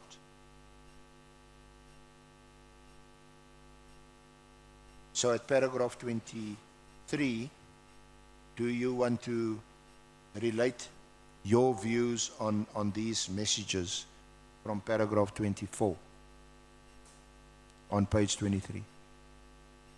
Page? Page 23. Paragraph 94. Yes. So you're saying? Do you want to convey to the Honorable Committee your views on these messages, Okay, which we've summarized because we don't have the time to go through all the messages. Yes, We know that there was a string of messages, a thick bundle of exchanges between you and Mkhwanazi. And we know from your evidence yesterday that from your viewpoint, he was just trying to extort money from you. And we know from your evidence certainly that you said you never met Minister Mkhunu, you don't know him, and you confirmed that in an affidavit subsequently. So we've tried to summarize this. Now your view on these messages that you received from Brown, you deal with it from paragraph 94 onwards. Yes, the purpose of this message is, like I mentioned before, is that Mr. Cele said to me that I must keep on entertaining him. Maybe he will end up leading us to the minister. So I've replied to him and then said what I needed to say to see whether he will end up getting us where Mr. Cele wanted us to get. So you say at paragraph 94, my views in relation to the messages received from Brown was that he was trying to be relevant, and it was his attempt to show me that he is really working with Minister Mkhunu. Yes. And then you say, at that time, I believe that Brown would share whatever he needed to show me that he was doing something useful. I showed the messages I received from Brown to Minister Cele, including the directive. I kept the messages from Brown based on the advice received from Minister Cele. Yes. And you already spoke about that yesterday. You showed it to him at your meeting at the Beverly Hills Hotel in Durban. Yes, that's That true. was in December. Yes. That was before the directive was issued. Yeah, it was issued on the 31st. Yeah, but you met with General Cele Before, yes. before that on the Yes. 20th. 23. 23. 23, yes. So you again repeat at paragraph 96 that Brown Mkhwanazi was trying to be relevant and he tried to show me he was working with the police and he was trying to disband the unit or something. I cannot speak on his behalf, but that was my thinking. Yes, sir. So is it your evidence that you had nothing to do with the decision it was obviously not your decision. But you remember earlier on there was an allegation I read back to you from General Mkhwanazi that you, through your connections, which we've discussed, was instrumental in getting the minister to make a decision to disband PKTT. Yes, I heard about that. So you say you had nothing to do with it. No, I have nothing to do with it.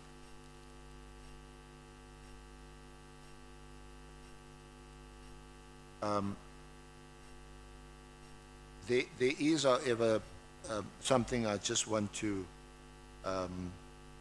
raise with you in that connection. And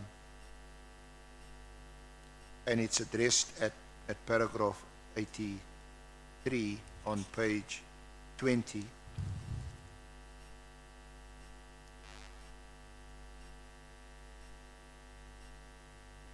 Sorry, it's now, because of the revised document, it's now at paragraph 88 on page 21.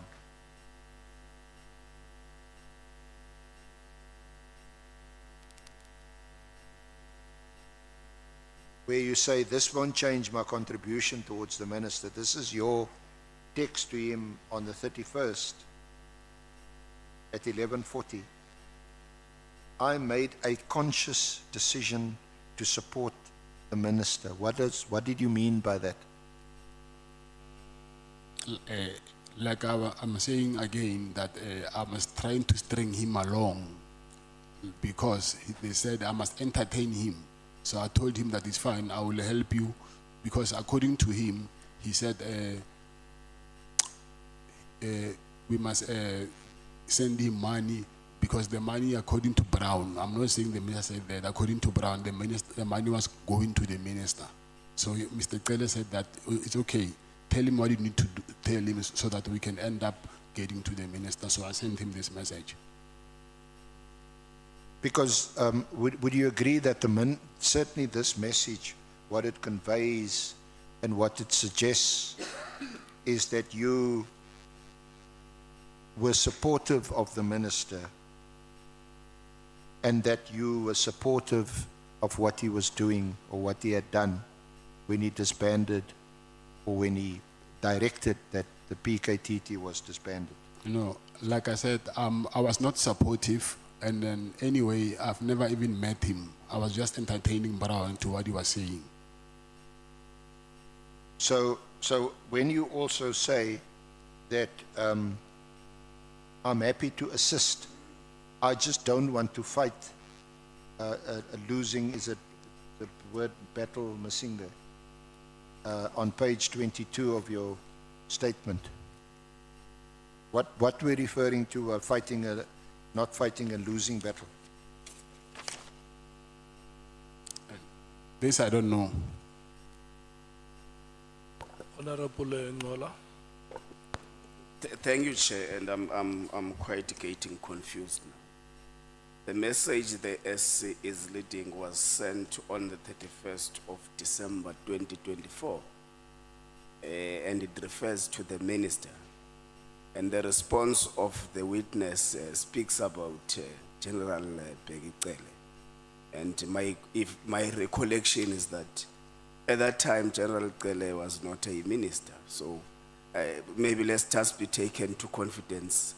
To whom does the witness refer to when he says in the message, this won't change my contribution towards the minister? Because my knowledge is that General Cele was not the minister on the 31st of December 2024. Thank you. It was Minister Senzo Mkhulu, not Minister Cele.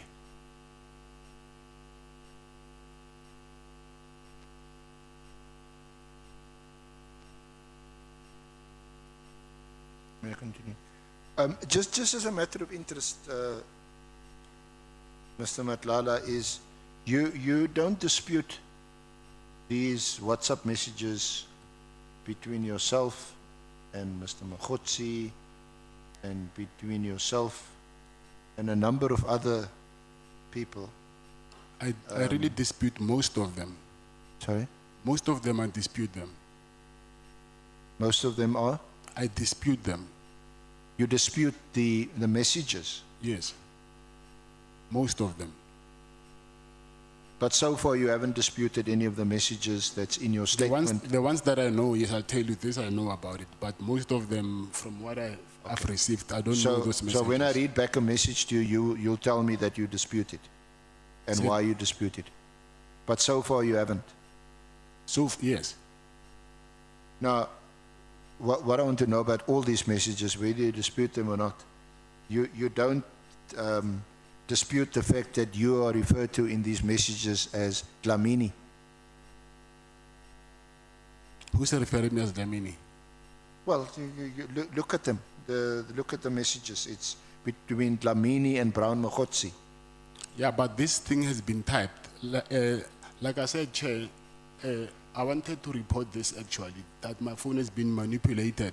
And then I even brought my phone here, so that if maybe the honorable members would like to see that I was arrested on the 14th of May. After the 15, 16, 17 going up there, so my phone was still operating. And then they even took screenshots of WhatsApp chats.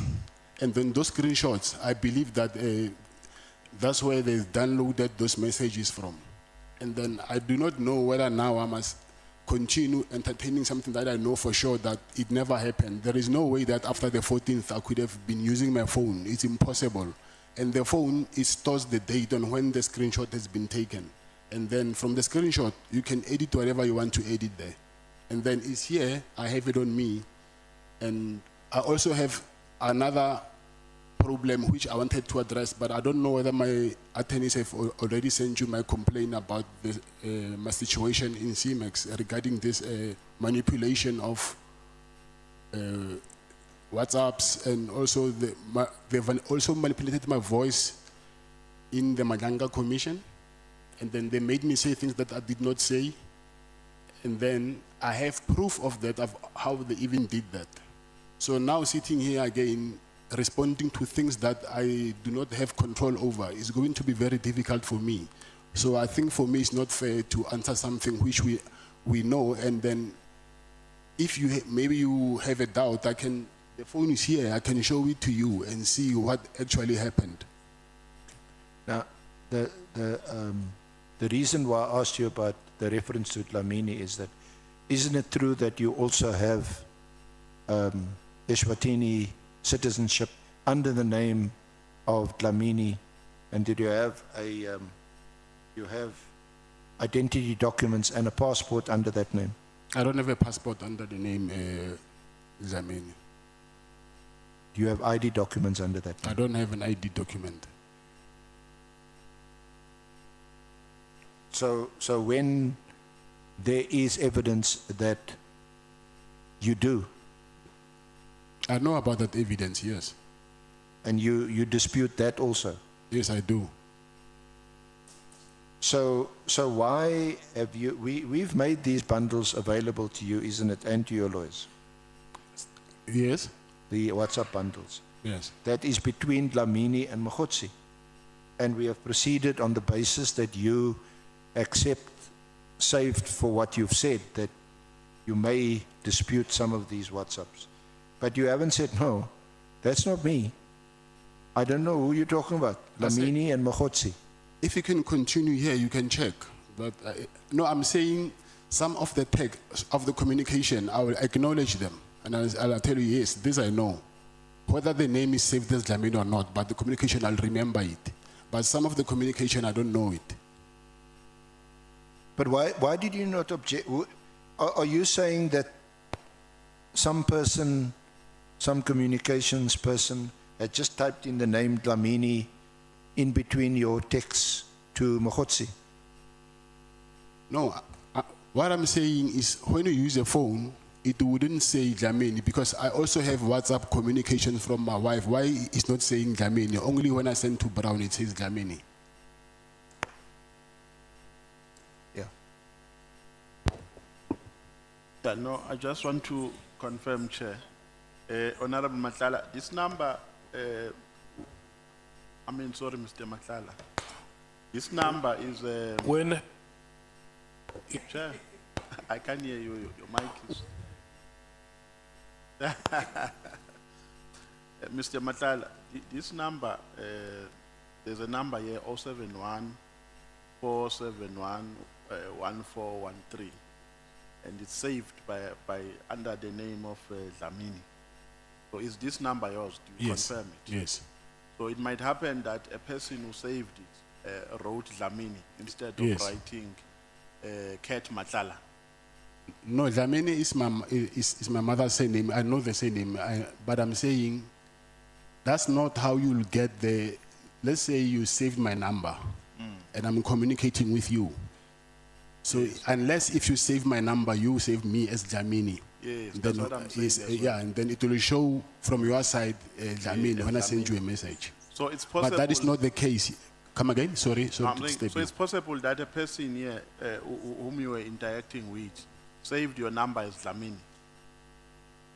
Yes, That's why it appears. Yes, that can be possible. Oh, yes, yes. That's what I wanted to establish. But the number is yours. The problem is that it's saved under Dlamini. It's saved as Dlamini. No, I'm not saying it's a problem. I'm saying it's a problem when I know that you saved me as Vusi, but now it says Dlamini. Then I know that this thing has been manipulated. Okay, no, thanks.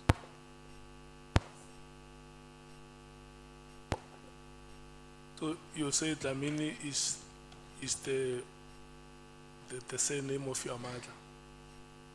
Her grandmother, her mother actually. Is the surname of your grandmother? Yes. So I used to save on my WhatsApp. I will put my grandmother's surname there as Dlamini.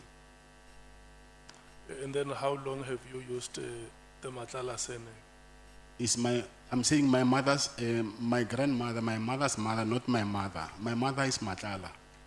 Yes. Yes, I want to know yourself, how long have you used the Nhlanhla surname? Is it from birth? All my life. From the day you are... Yes, I'm 49 years old today. Since I had my ID, I've been using Nhlanhla.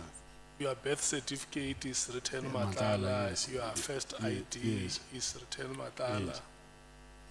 Okay. Can I check honorable members? Honorable Sols. And Honorable Sangoni will follow. Mr. Nhlanhla, just for clarity, these WhatsApps that are being put before us, is the claim that these WhatsApps are taken from your phone or from someone else's phone? Or should I ask that question to the SC? Is these WhatsApps where his name is written as Dlamini, is the WhatsApps from his phone, taken from his phone or somebody else's phone? Yes, from my phone. So, SC, can you confirm? I'm saying from my phone. Yes, Mr. Nhlanhla, I understand, but I want to hear, I would like the SC to confirm because he's presenting the evidence. SC, just for clarity, please. May I proceed, Chair? Thank you. Now, Mr. Nhlanhla, when... No, as the Honorable Sols has asked you a question. Oh, he's asking me a question like Honorable Sols did also when we were sitting in Cape Town. I'm not a witness. I mean, with respect, Mr.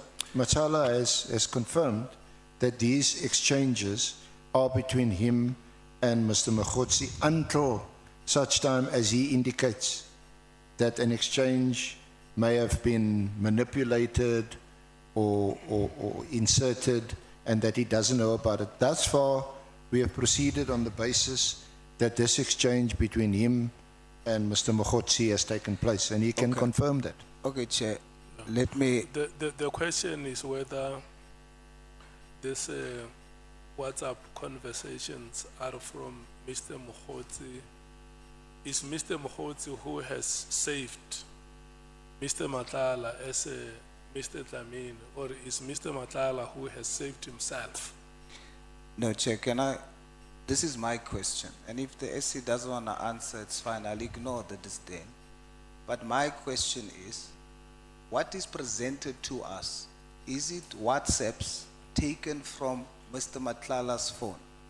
Mr. Nhlanhla says, indeed, these WhatsApps shown to us is taken from his phone. If that's the case, then I would understand what he's saying. He is saying, how can he, on his own phone, save himself as Dlamini?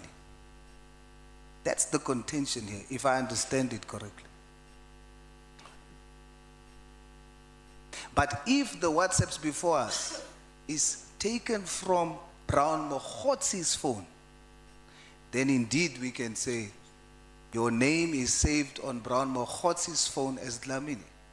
So I'd like to confirm, where is these WhatsApps, whose phone is these WhatsApps taken from? That will give us the answer to this confusion.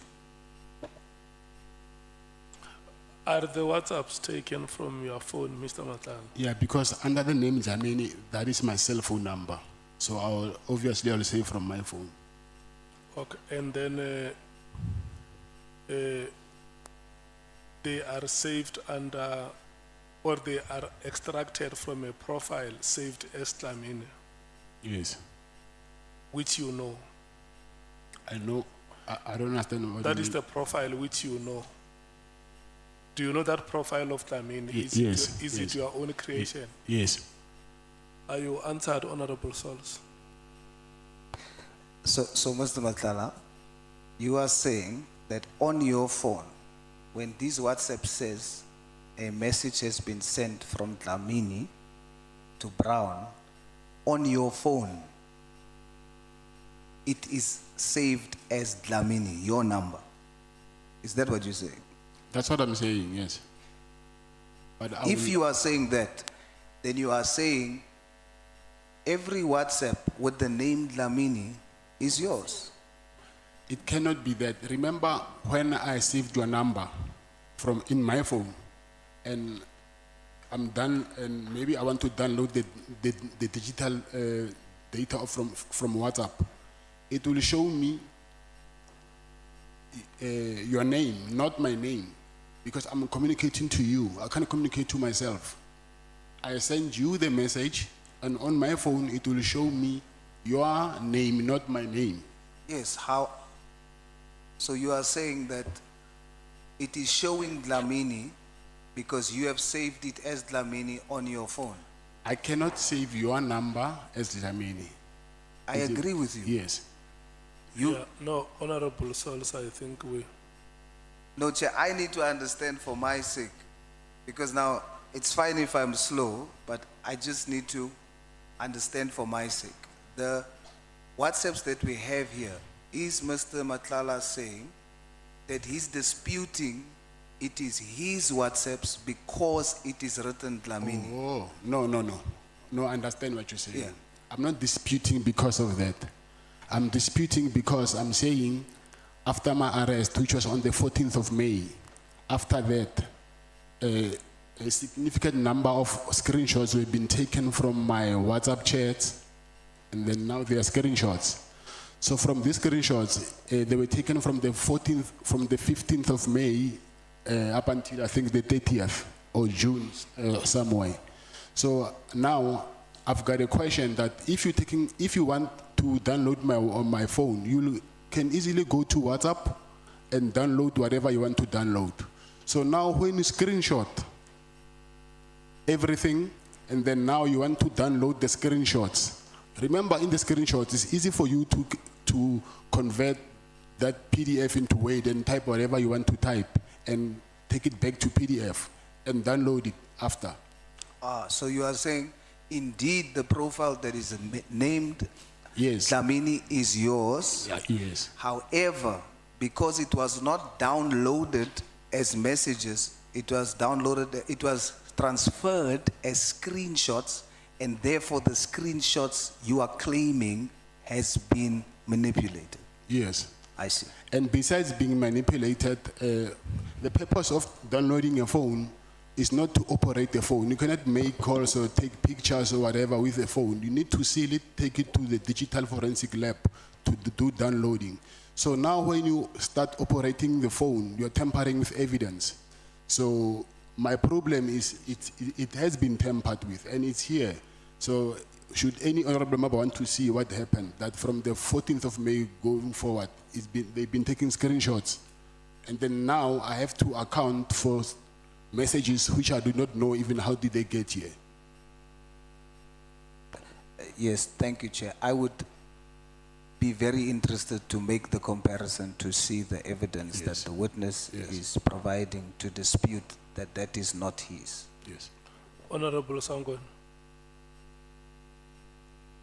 Thank you, Chairperson. Mr. Nhlanhla, who are you accusing of manipulating your phone and why? The police who are investigating my case, my criminal case. Why would they want to do that? I mean, they've got the issues that they're looking at relating to attempted murder have got nothing to do with these messages. Why do you think they'd go to all this, the extent to manipulate your phone? They did it to plant evidence. Okay, and I'm assuming, SC, you will tell us which is this evidence you believe has been planted in your phone. Yes. Thank you. Honorable Nhlanhla. Covered, Chair, thanks.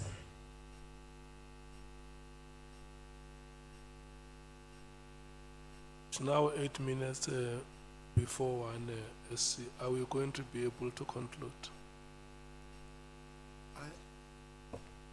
Chair, I'm not done.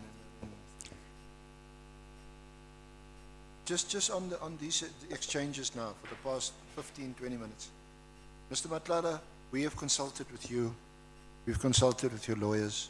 We presented you with a copy of WhatsApp messages, amongst others between Dlamini and Mkhwanazi and Dlamini and other persons which I haven't even had a chance to get to. Nowhere in our consultations, nowhere has your legal representatives contested the fact that these are WhatsApp messages as presented to you. Can you confirm that? I cannot confirm that. Even in my affidavit on paragraph, I said that on paragraph 98, page 23, I said that my phone has been tampered. And even during our consultations, I said that my phone has been tampered. I've been saying it quite a lot of times. Yes, I know you've said that, and you say that in your And which is a concern. Oh, sorry.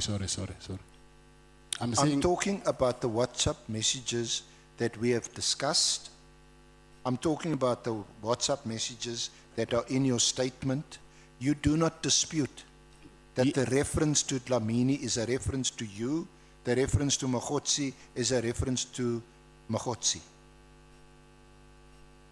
Okay, SC, let me say it like this. I'm saying where I recognize the text, I will say, yes, this is me talking to this person. I remember myself talking to him, saying these things. But some of the things that are there, are things which I've never said, but I can see them, they're here. I don't speak Afrikaans. Some of the things of the messages they've typed in Afrikaans even. I think they forgot to take them out. So those I understand what was this thing for. Some of the message is impossible for me to refer myself as a third person. I cannot say, talking to you, say, that guy who has worn SAPS contract, but I'm talking to I'm referring to myself. I see some of the things which are here. I think it's best, Honorable Chair, if maybe we share this phone so you can see what actually is happening there. So this thing has been tempered. That is a fact. So my problem is now to account for something which I was not even been part of. Mr. Nhlanhla, can we just confine ourselves to what has been shared with you in consultations, what is in your statement, and what we have discussed yesterday and today? You have not disputed any. I know what you're saying, that your phone has been tampered with. But there isn't any message that we've discussed today and that's referred to in your statement. Or today? Yes. Yes. That you've disputed. Yes. No, I agree with you, yes. Yes. Yes. And you've never told us, sorry, on page 99 of the bundle of 145 pages that you've given us, you know, I don't recognize this message. This must have been inserted here by somebody. Yes, if you're talking about today's conference, yeah, then I agree, yes. And that's all. Yes.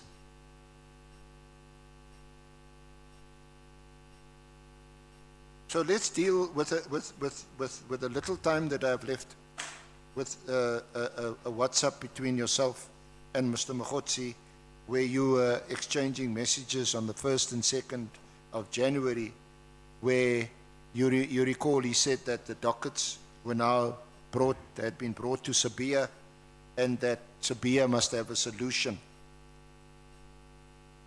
You saw that it is the WhatsApp itself is on page.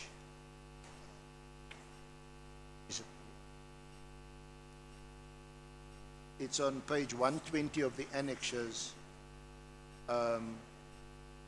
This is a WhatsApp from, and it's on page 22 of your statement.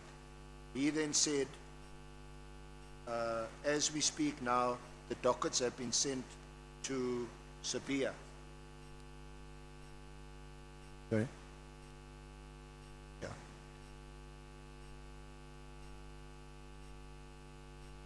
The dockets have been sent to Sabia, must have a solution. What was he referring to you, and what was your understanding? Because the exchange again suggests that you knew Sabia very well, and that Sabia would assist you in finding a solution, and this solution now relates to the disbandment of the PKTT. Your comment? By then, I already had a solution from Minister Cele. So when he was referring to the dockets have been sent to Sabia, knowing that he's the head of detectives, I will assume that he was talking about my harassment case. So your solution for your own particular situation was not the disbandment of the PKTT? No, no. Yeah, I want to be fair to you. Yes. And based it on what you've told us. Yes. Whether the committee, the honorable committee accepts it or not, that's your evidence, is that the solution to your problems was about your tender, the contract that was awarded. You wanted that to stay in place. And the other one is what you allege to be police harassment.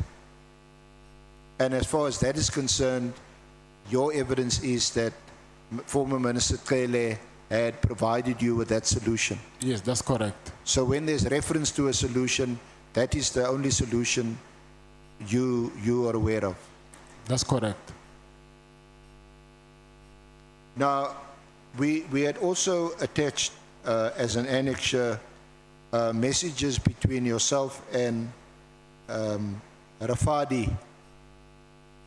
You know Rafadi? Yes, I know I him. think you mentioned yesterday that you actually sponsored him, his studies or something like that. Yes, I know him. Yeah. And he had done an interview with Power FM. Now, you explained to us yesterday that you know Rafadi and that you had also sponsored him because he is or was an academic at UJ, isn't it? That's correct. And again, there is a WhatsApp exchange which is at page 138 of the bundle.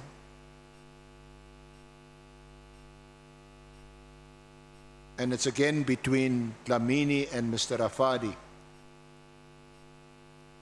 You don't dispute this exchange with Rafadi? What does it say?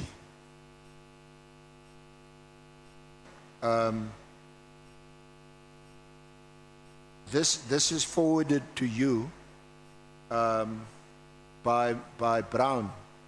He says, "Hello, Mr. Rafadi, good day and compliments of the new year." It's dated the 6th of January.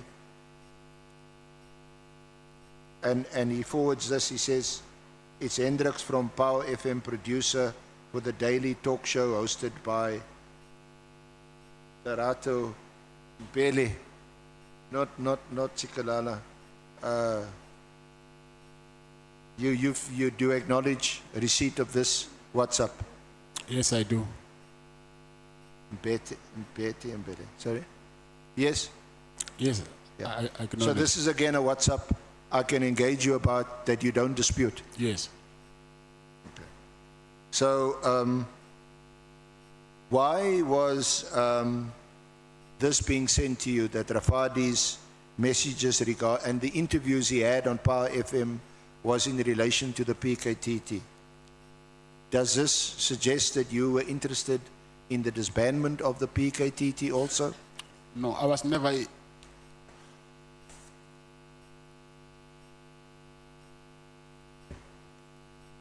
It's at page 138.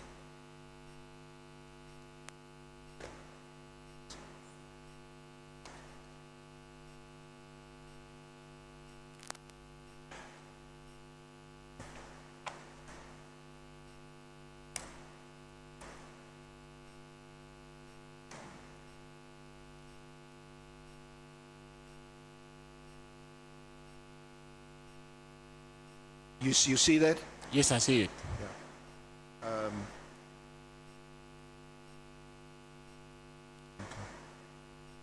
And you don't dispute that text either? Yes, I don't. Honorable Chair, shall I conclude or should I continue? Shall I conclude or shall I continue? If I conclude, will I be given an opportunity, if the honorable committee members does deal with, in their questioning with matters that I've not discussed with the witness, and I'm satisfied that the committee is satisfied with what's before them, I will leave it. But in the event that they don't, may I raise them at the end? Thank you. Okay. Thank you so much, honorable members. We have come to the end of this session, which was the presentation of evidence. Before we break, let me announce the followings. Can I confirm from the African National Congress, who are your first two speakers? Thank you very much, Chairperson. From the African National Congress, we will have Honorable Sokanyile and Honorable Nhlanhla. We have, however, acceded to a request by the DA that they field a speaker first, and we did that understanding that they've got other matters that they need to attend to. So we will allow the DA to go before our first speaker. One speaker from the DA. Thank you, Chair. From the MKP, can I confirm your Honorable Nomvalo and Honorable Shongwe? Correct. The Democratic Alliance. Thank you, Chair. It will be myself and Honorable Cameron. The EFF. Yeah. Okay. Listen here, honorable members, this is what we are going to do. We are going to break now. I will come to Honorable Sols. Let me make these announcements first. So when we come back from break, it will be 14:45. So we were allocating, it will be 13:45. We are allocating 30 minutes to the full member and 15 minutes to the alternate. So we are going to take 2 speakers from the ANC, 2 speakers from the DA, 2 speakers from the MKP, with that arrangement that Honorable Sangoni has spoken about. We break, and then after the 6 speakers, after break, with the 6 speakers having spoken, we will then take Honorable Malema, Honorable Matthys, and Honorable Mkhwanazi. That should lead us towards 19 hours. And if there would still be time remaining, we will then take Honorable Sols or Honorable James, depending on the minutes that will be left. If it's less than 20 minutes or less than 30 minutes, Honorable Sols, it means we are going to take Honorable James to exploit the 15 minutes. Can I then give you opportunity to say what you wanted to say? Yeah, Chair, I would just like to know, how are we going to get the information that the witness has been speaking about for comparison of what we have before us and what he wants to give us, so that we can see the difference of the WhatsApps? You mean the confirmation of the WhatsApp conversations? Yes, sir. SC, Honorable Sols is inquiring about how do they access the material that Mr. Matala says he has here, the gadget that shows the conversations that he would have made from his phone on his WhatsApp profile.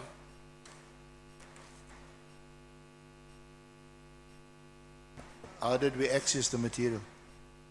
How did we access the material?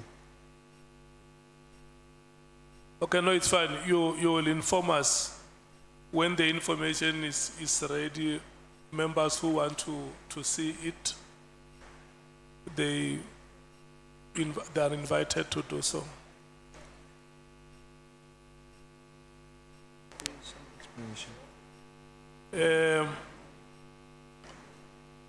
Honorable members, there is nobody who will write me a letter requesting me to instruct you to stand up because it's break. I can only request you to break.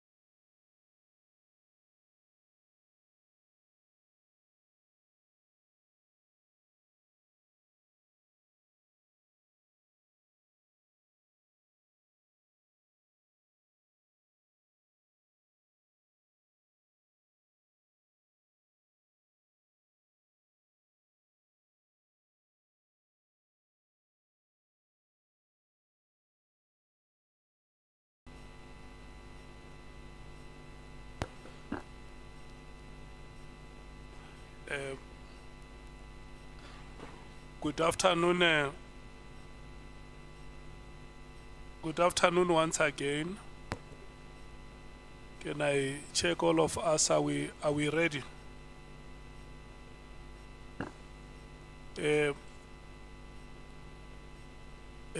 Honorable members, we are going to do this. We are going to try and run and conclude our business tonight. Will that be okay with you, Mkhwanazi? No problem. Okay. Who is starting? Honorable Sangon.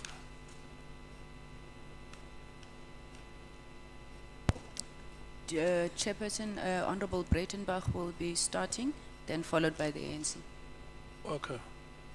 Honorable Sols. Honorable Chair, I had a conversation with the SC, with advocate, and she has advised how we will be able to do what I requested before the break. So perhaps if Chair can just allow her to explain that. Thank you, Chair.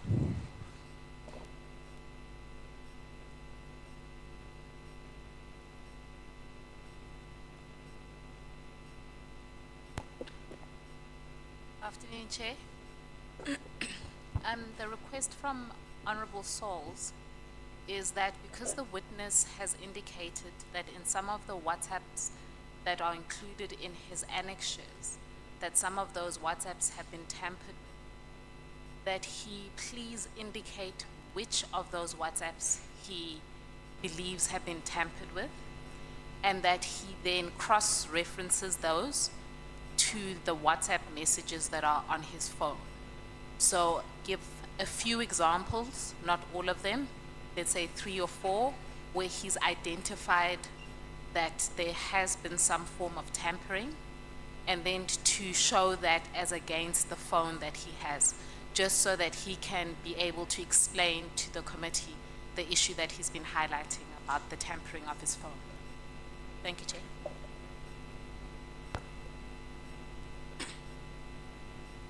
Did you understand that, Mkhwanazi? Yes, I do. Are you able to do exactly that? The problem that we have here is that the WhatsApp says that it needs to be updated. So we cannot access WhatsApp because it needs to be, remember this phone has been off for a very long time, so it needs a new version of WhatsApp. So I think doing that again is going to, I don't know if you can do that, but what I have here is only the screenshots that they took from WhatsApp and the dates on when the screenshots were taken. So we cannot compare the screenshots and go to WhatsApp, and because we cannot open WhatsApp.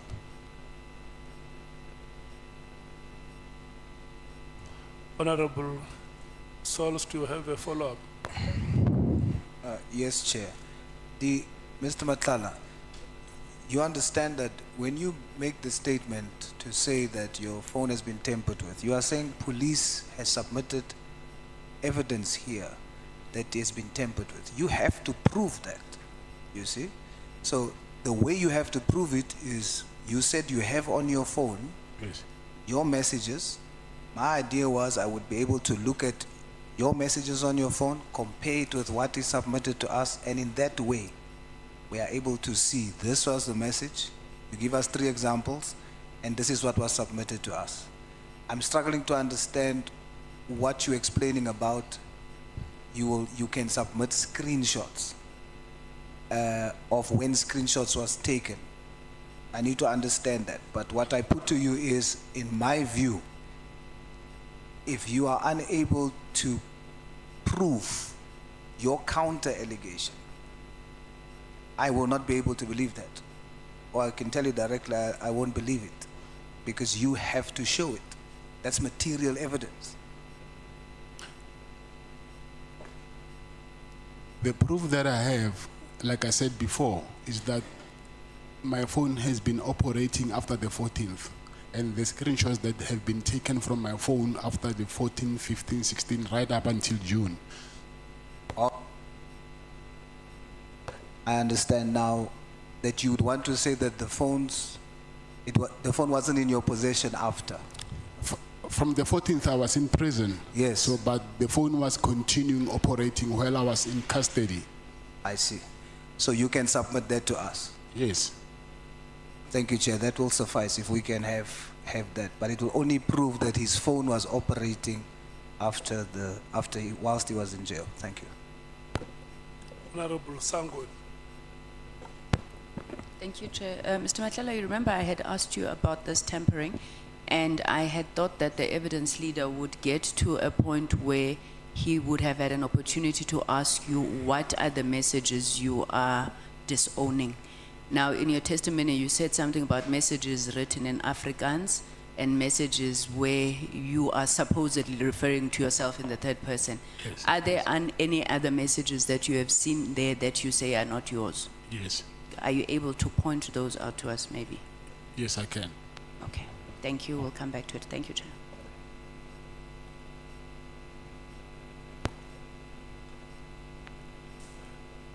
May we proceed, honorable members? Are you satisfied that we can proceed?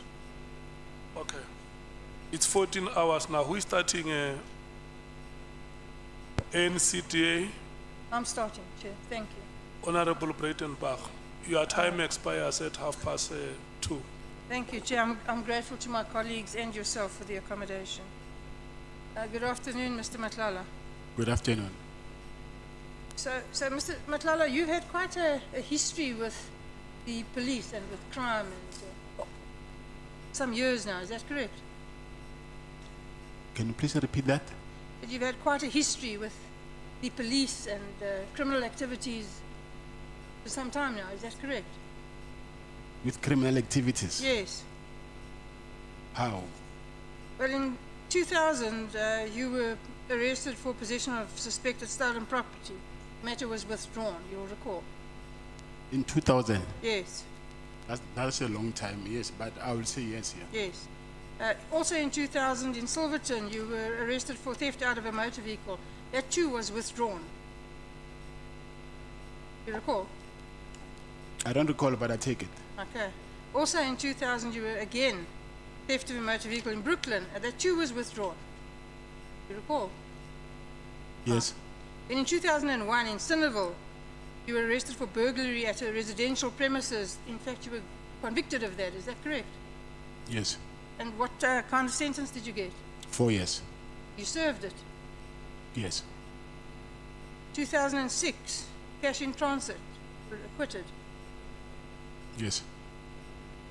2011, theft of a motor vehicle, it was withdrawn.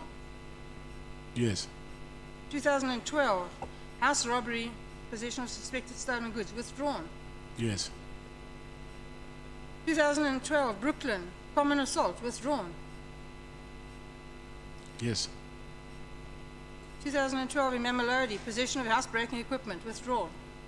Yes. 2013, in Alberton, house robbery, withdrawn.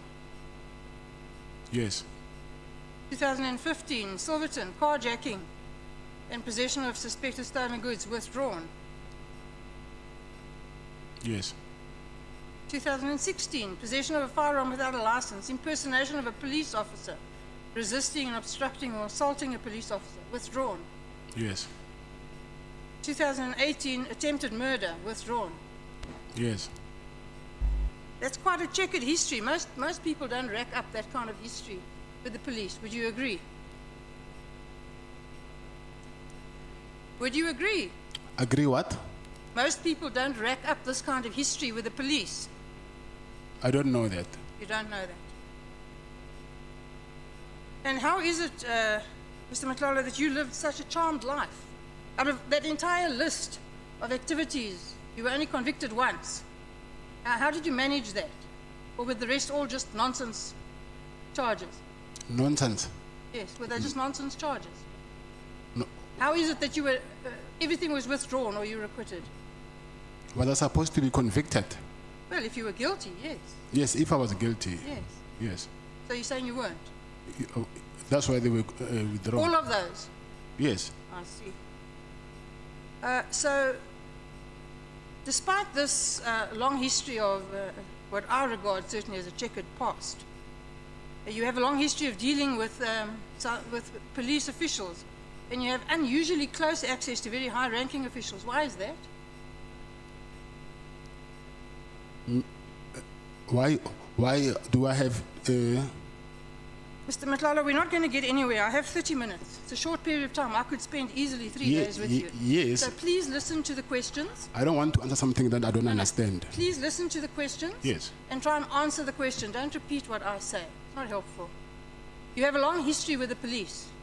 And yet, despite that, you have unusually close access to high-ranking officials. Why is that? I wouldn't say I have close, it's, like I said before, it's not only high-ranking officials, it is different people, so they are part of them. I see. So, you know, I've been a prosecutor for 26 years. I've been in Parliament for 14 years. And I don't have any generals in the police on speed dial. Yet you have an entire list full of them. How does that happen? Some of them is because of the contact that I was having with them. Yeah, and the rest? It's people that I know. You just know them. Yes. I see. So what legitimate basis does an ordinary businessman have to have this level of access to police leadership? I don't understand how I must answer that. It's fine, then we'll move on. Did any police official ever question why a private individual like yourself had such close access, deep connections with high-ranking police? No. No. They took it as quite natural. I said no. You currently hold a license for all the firearms, your personal firearms? Yes. How many?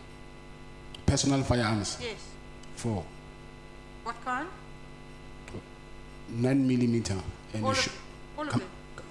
no, 9mm and a shotgun and a assault rifle. That's 3. 2 9mm. And how did you get these licenses? You apply for them at the police station. Did you apply for them in the normal course? Yes. No favors? No. No money changing hands? No. You're quite sure? Yes, those firearms actually they've been.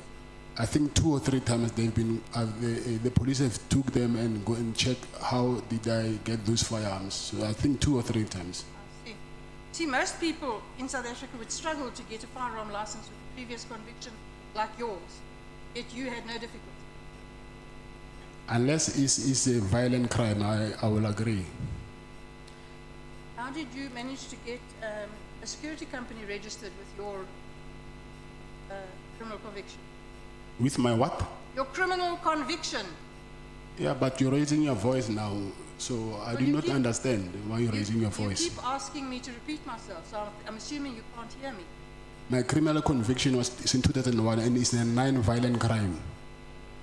Yes, that wasn't the question. The question was, how did you get a security company registered with a previous conviction? That is an answer. A previous conviction that has nothing to do with violent crime, so there's no exception. I see. Now, the tender that you got from the South African Police Service was for the supply of which services exactly? With the SAPS, it was medical assessment Of whom? of the SAPS officials. You weren't a director of the holding company, is that correct? That's what you said yesterday. Yes. Did you disclose that to the police when you applied for the tender? No. So, would you agree that just on the face of it, and I haven't had time to go through all the documents, but on the face of it, that really closely resembles fronting? No, it doesn't. Don't agree. Would the company have been awarded the contract if the police had known that you were the effective contractor? It's Medicaid 2420. Who in the South African Police Service at that time knew that your entity would be performing the work?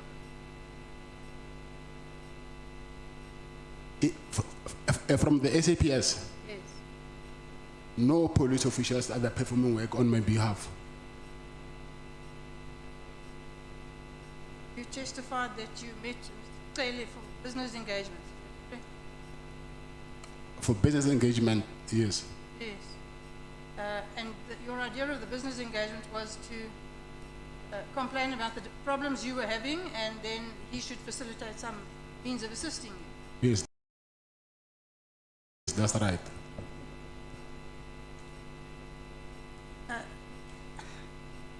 And is getting manicures part of your business protocol?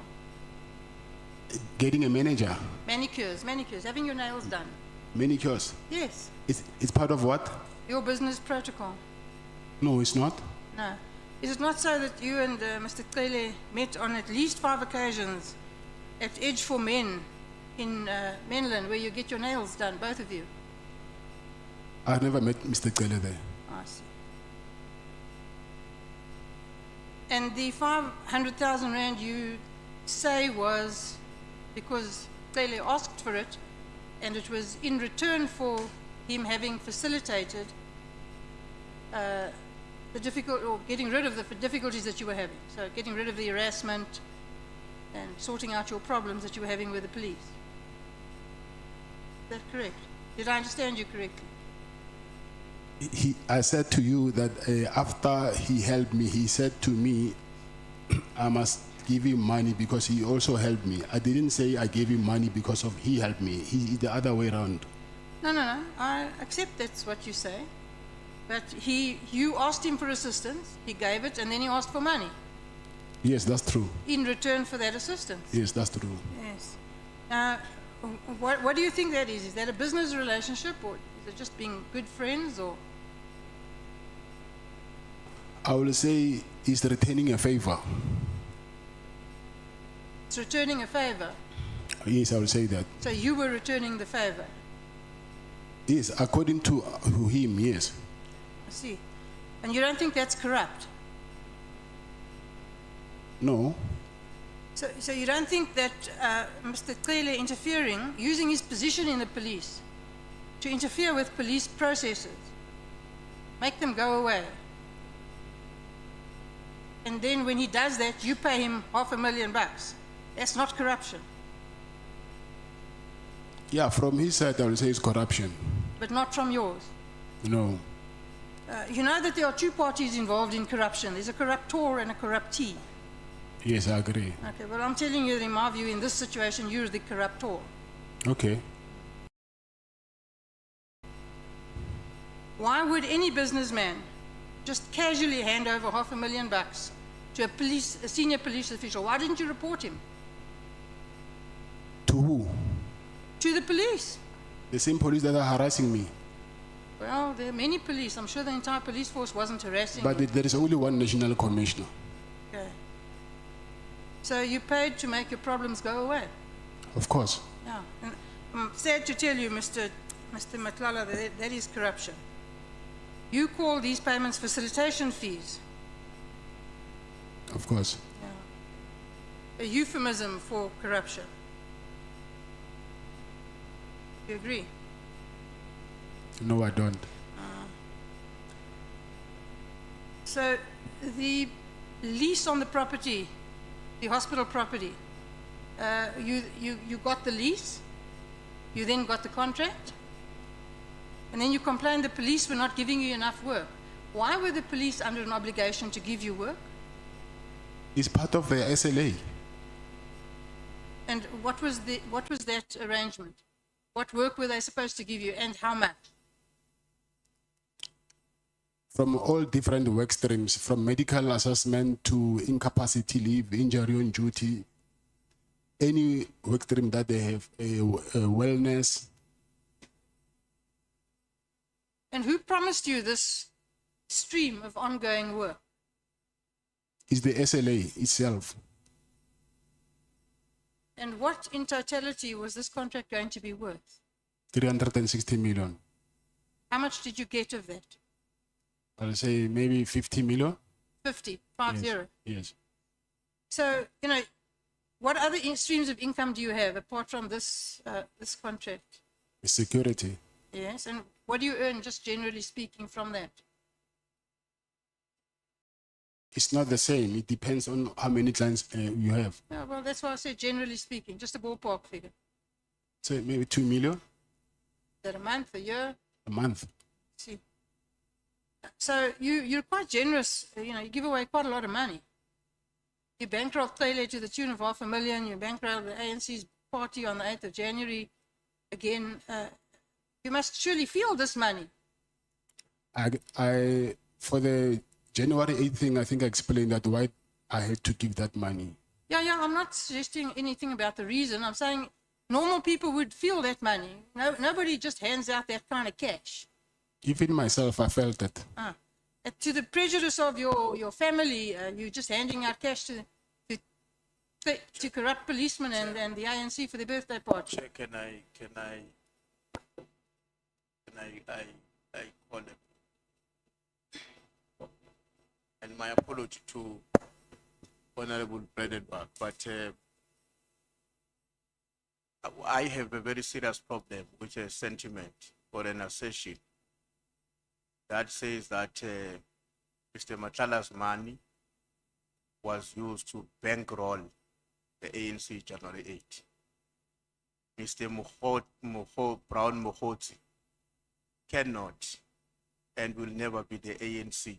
So to say the ANC was bankrolled because the money went to Mkhwanazi is simply to reduce the ANC to an individual who had whatever kind of a relationship with Mr. Nhlanhla. And we don't think as the ANC that is a correct appropriation of what we have understood to have been a relationship between Mr. Nhlanhla and Mr. Mkhwanazi.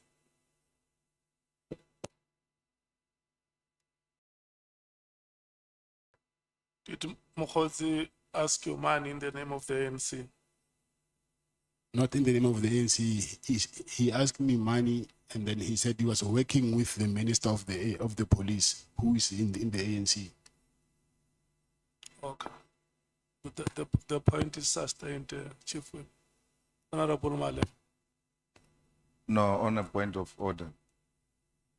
Mr. Nhlanhla made an allegation that money was sourced to pay for people to go to the January 8th celebration of the ANC.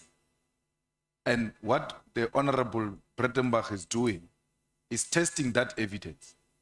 And you cannot restrict her because we want to arrive perhaps at a conclusion that the money was for Mkhwanazi or was for the ANC.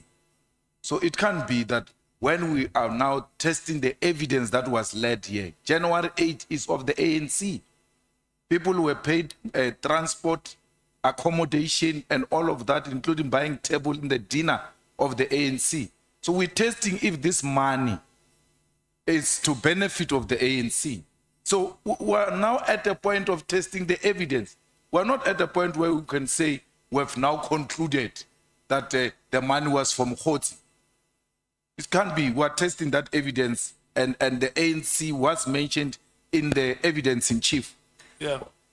I think the witness has said it, honorable members, that he did not give the ANC money. He gave money to Mkhwanazi, who said he was working with the minister. So the matter can be brought further. For now, it has not been proven that the money was used to bankroll the ANC. And that comes from the mouth of the witness. He says, yeah, you can continue testing it if you want to test it. The witness is here, he will respond for himself. But like I said, that point of order was sustained. Thank you. What did you give the money to Mr. Mkhwanazi for? Said he wanted to entertain his friends and book them flights and accommodation. For what?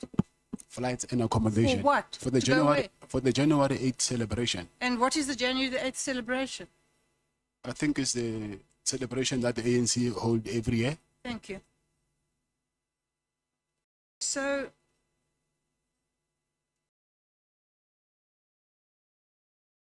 the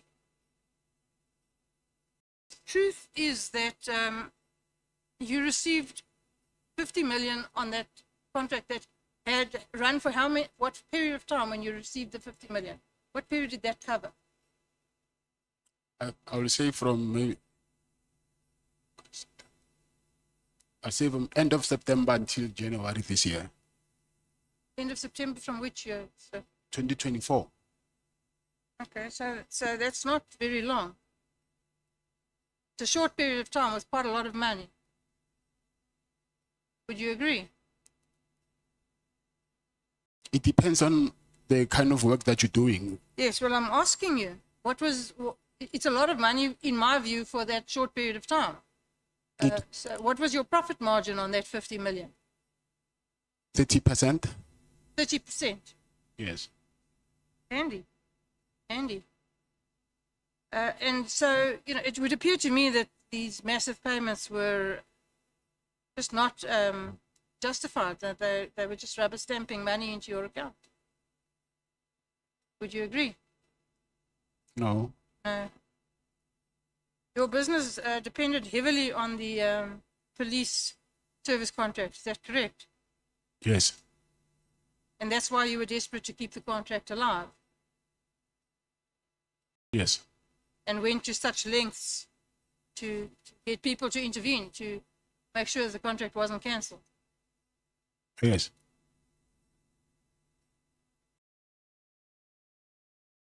And the payments that you made in order to ensure, or to try and ensure that the contract wouldn't be cancelled, are nothing more than bribes in just common parlance. Is that correct?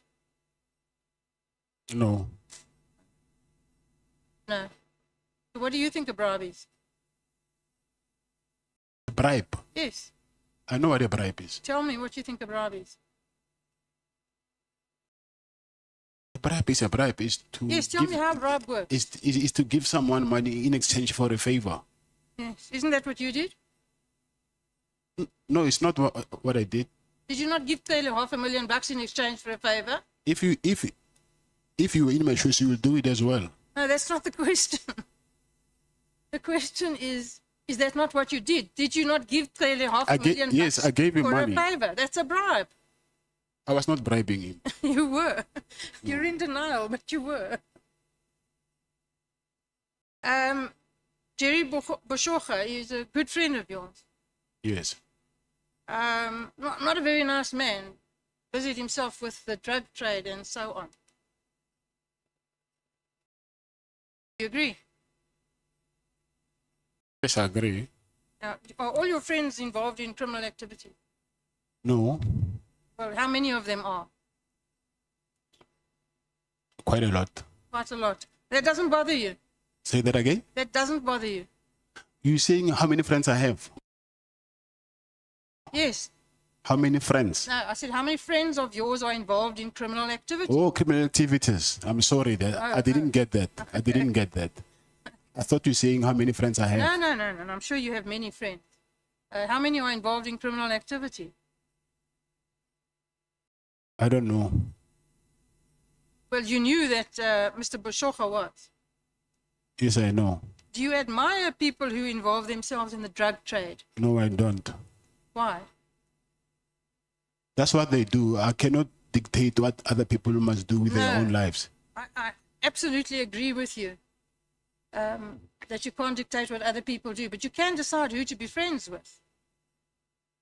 Yes, I can be friends with you today. Next week, I hear that you're doing something which is not aligned with what I like. And then what would you do? I'll let you do whatever you're doing. And you'd still remain friends? Yes, on conditions.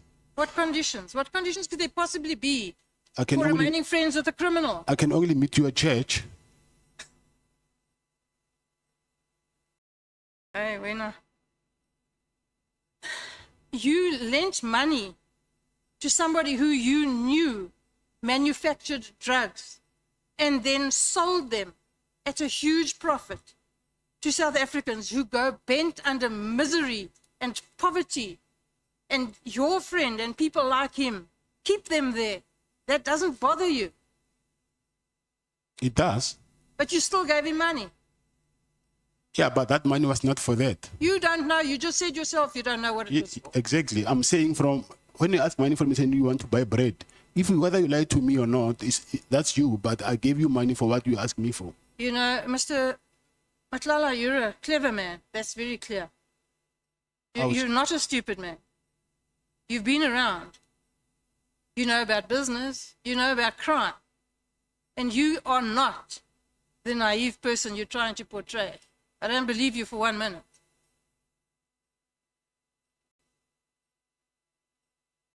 Now, have you ever heard anything about Mr. Boshoga again? Where is he? I don't As know. far as I'm aware, he hasn't been heard of again. Yes, I don't know. And what happened to his business? I don't know. And what happened to the money he still owes you?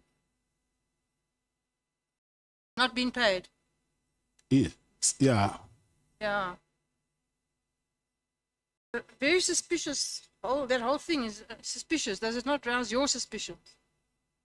This disappearance. It's suspicious. Yes. Of course, it's suspicious. Yeah. Where's his wife and his child? At their house, I think. Have they've returned, just not him?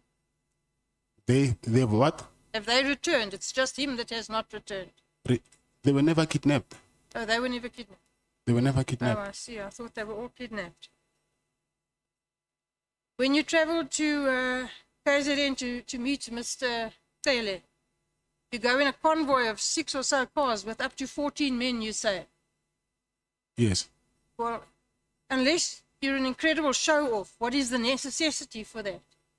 I'm in business. I'm advertising my business. Okay, so are all those cars branded? No, they're not. So then how do you advertise your business? They've got number plates. They've got number plates. Yes. Are they branded? No, they're not. Okay, well, then you'll agree with me that makes no sense. It makes quite a lot of sense. Okay. Do you travel in blue light convoys with this paramilitary style convoy of yours? No, I don't. You used to To do what? travel with blue light convoys? No. Yes. And how did you access those blue light convoys? I never used blue lights. Never ever. Yes. So anyone who says you did is a liar. I'm not saying it's a liar, but I'm saying I've never used them. Okay. The protection that you supplied in Ekurhuleni, you supplied protection to the municipal officers, I think. Correct me if I'm wrong, and also sometimes to the mayor. Is that correct? The mayor is How did that happen? through by then he was a chief of operations. Who? Mr. Julius Mkhwanazi. So he arranged for your company to protect the mayor of Ekurhuleni. Yes. And did you get paid for that? No. Did it free? Yes. Now, that's not a very good business model. It is. Okay. You donated vehicles to the Ekurhuleni Metro Police. Yes, I did. Why?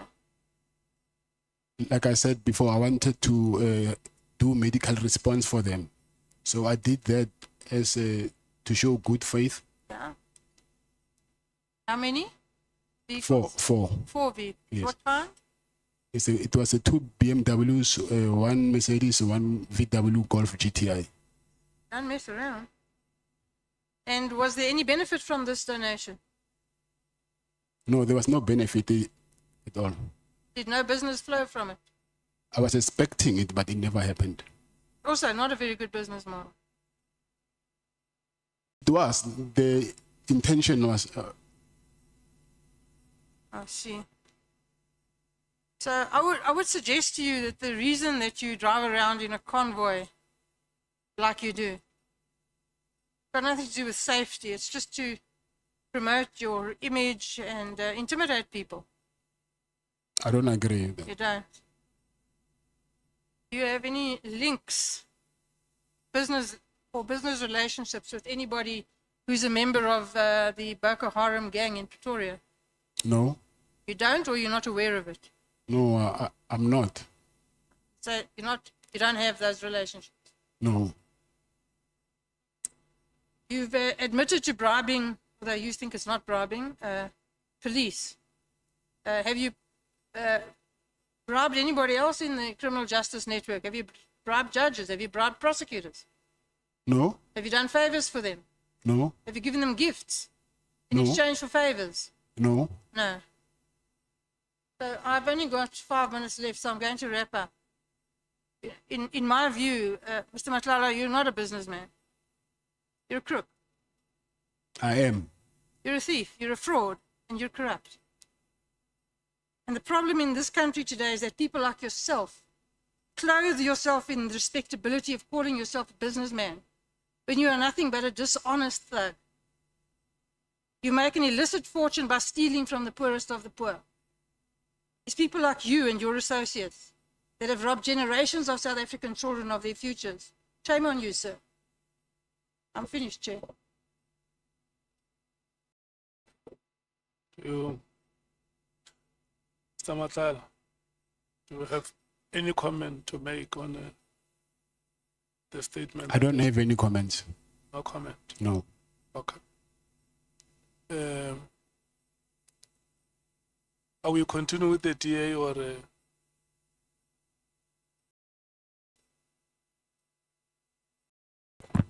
Sorry, Chair, it will be the ANC next, but I wanted to check if there's any follow-ups that you are allowing on Honorable Breitenbach's question.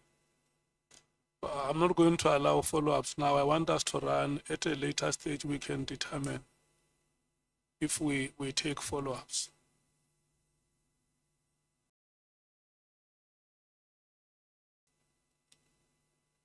Yes, it's 14:30 now. Your time expires at 15 hours. Oh, thanks, Chair.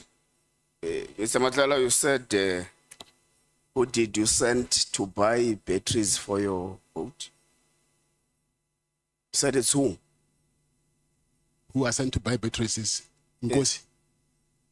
Nkosi. Brigadier Ngosi. No, Sergeant Nkosi. Sergeant Ngosi. Yes. Oh, so around here, you make police officers run your errand. You are in charge. But Policemen here run your personal business. But he's a human being after all, so after work he's no longer. Okay. He is a policeman. Do you agree? Yes, he is. Do you agree that you send a police officer to buy yourself batteries for your boat? Do you agree? Yes, I sent him. Okay. So, do you agree that you send a police officer to run your personal errands? I agree. Okay. Do you know the relationship between Sergeant Ngosi and General Spear? I don't know the relationship. Okay, I put it to you that Sergeant Ngosi is a very, very close person to General Spear. Remember, the SC made an example of a video at Molefe's home. Yeah. But you don't know personally General Spear. You have no personal relationship with General Spear, but his right-hand man runs your errands. You also attend some of his family occasions. How is that possible? It is possible. How? Because I do not think Sergeant Nkosi only knows General Sibia, so he has other interactions with other people besides him. Know what I'm saying? In your statement, you claim not to have a personal relationship with General Shadrach Sibia. Yes. But he says you went to his office once.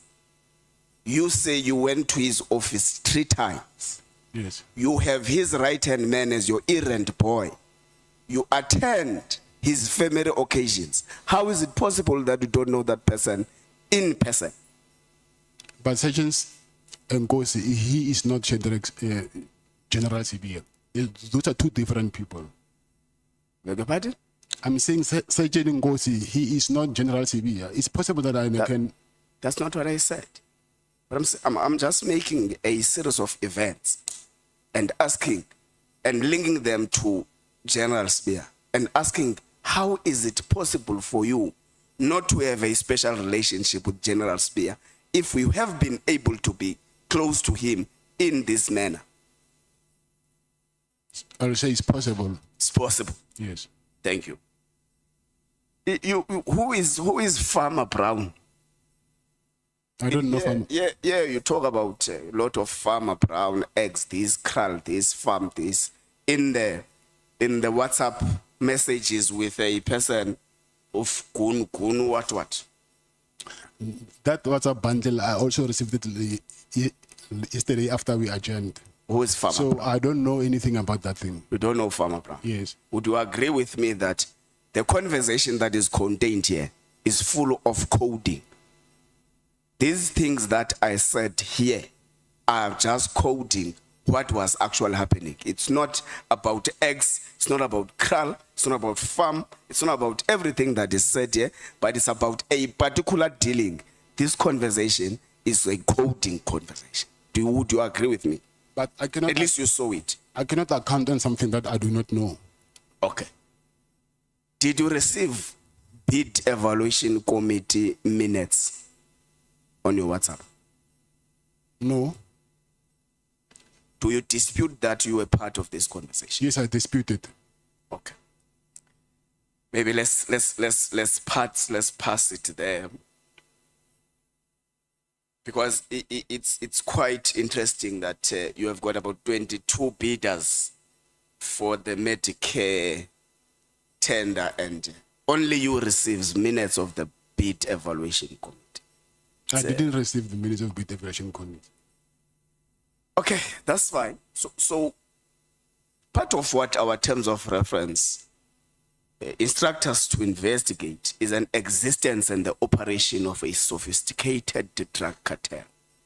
Do you know about any drug cartel operating in Gauteng? I don't know. Do you know anything that is referred to be the Big Five? I've learned. I just learned about it recently. You are not part of any drug cartel? No, I'm not. Is your friend, close friend, as you say, Mr. Jerry, part of the drug cartel? Not that I know of. Okay, let's go to the listing of the hospital. You say you leased the hospital, but you couldn't access it.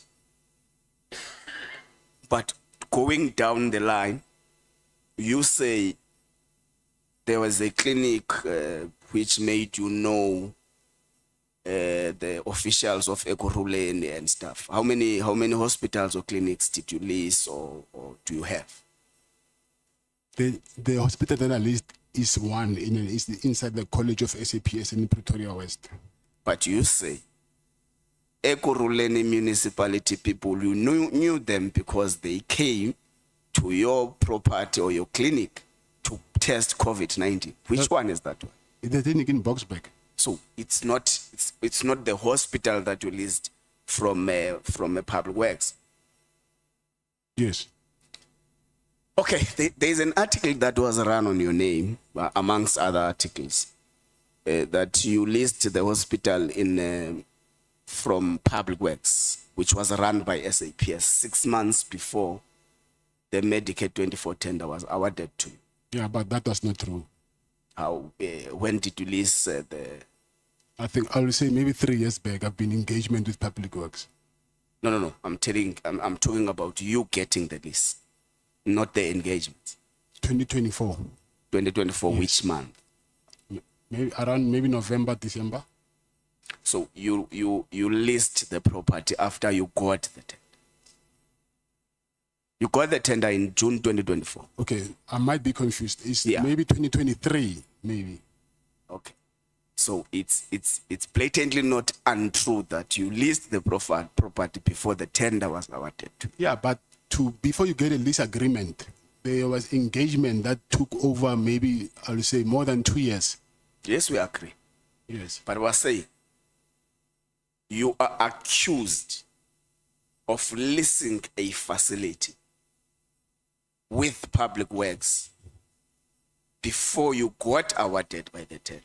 Yes. And you are accused of having been a tender prophet. That you prophesy that you are going to get a tender in the near future, so you need this facility. That's what the media is saying. So we're giving you a right to reply to that. Yes, but first of all, even that hospital was not for that. By then, I didn't even know that I was going to be awarded the tender, because that tender also, I've applied for it before, and then I didn't win it. If I was a prophet, then I knew I could have gotten the first time. 3 years back before I attended for that same thing. So this was my second time bidding for that tender. And then the hospital, I wanted to use it for the students who are inside the college there. So it's two different things. It had nothing to do with the tender. Okay, so General, is it General or Brigadier Lenono or Sergeant? Brigadier, yeah. Brigadier Lenono. Yes. Was part of the bid evaluation committee. Yes. An evaluation committee that evaluated, amongst other things, your tender documents. Yes. And you later offered her a job at your company. Yes, that's true. Why? She resigned from SAPS, and after she resigned, she went to join Metropolitan, the same company that was rendering services for the same thing that I was doing. But no questions were ever raised about that. So after Metropolitan, she came to me. Now it was a problem. So I did not know why there must be double standards there. And anyway, if you talk about association, the head of HR, she went to a wedding of a Metropolitan executive. Here's her photo. I didn't attach it there. I didn't have time. So why she was not... Who is the name of the head of HR? General Nkua. General Nkua? Yes. General Nkua is the head of HR that was coordinating the project that was run by Metropolitan in SAPS. And attended the wedding or what? The wedding of a Metropolitan executive. Yes. General Nkua. Yes. Okay, we have registered that. Thank you for that information. So, why was the tender later cancelled, in your view? I would assume that they wrote you a letter. Yeah, they wrote me a letter. What reasons did they provide to you? They said fronting. Are you a fronter? No, I'm not. Okay. You're not fronting for anyone? If you're fronting, I'm fronting for you. I don't think you'll allow me No, you'll never front for me. No, Don't worry about that. I'm giving you an You're not example. allowed to front for me. I'm giving you an example. Okay, sure. I'm saying when I'm fronting for you, I don't think you'll allow me to also take control of your finances. Oh, yeah. Okay. So I wouldn't... So you dispute that? And even the shares, I own 100% shares. I do not know how that can be fronting. Okay. Then the next one was what?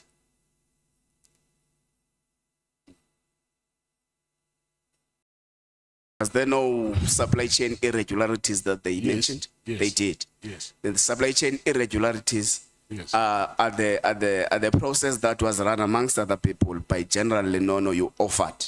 I mean, by Brigadier Lenono you offered a job. Brigadier Lenono, first of all, before I offered her a job, I asked her because of, I saw her when she came to the clinic to do the,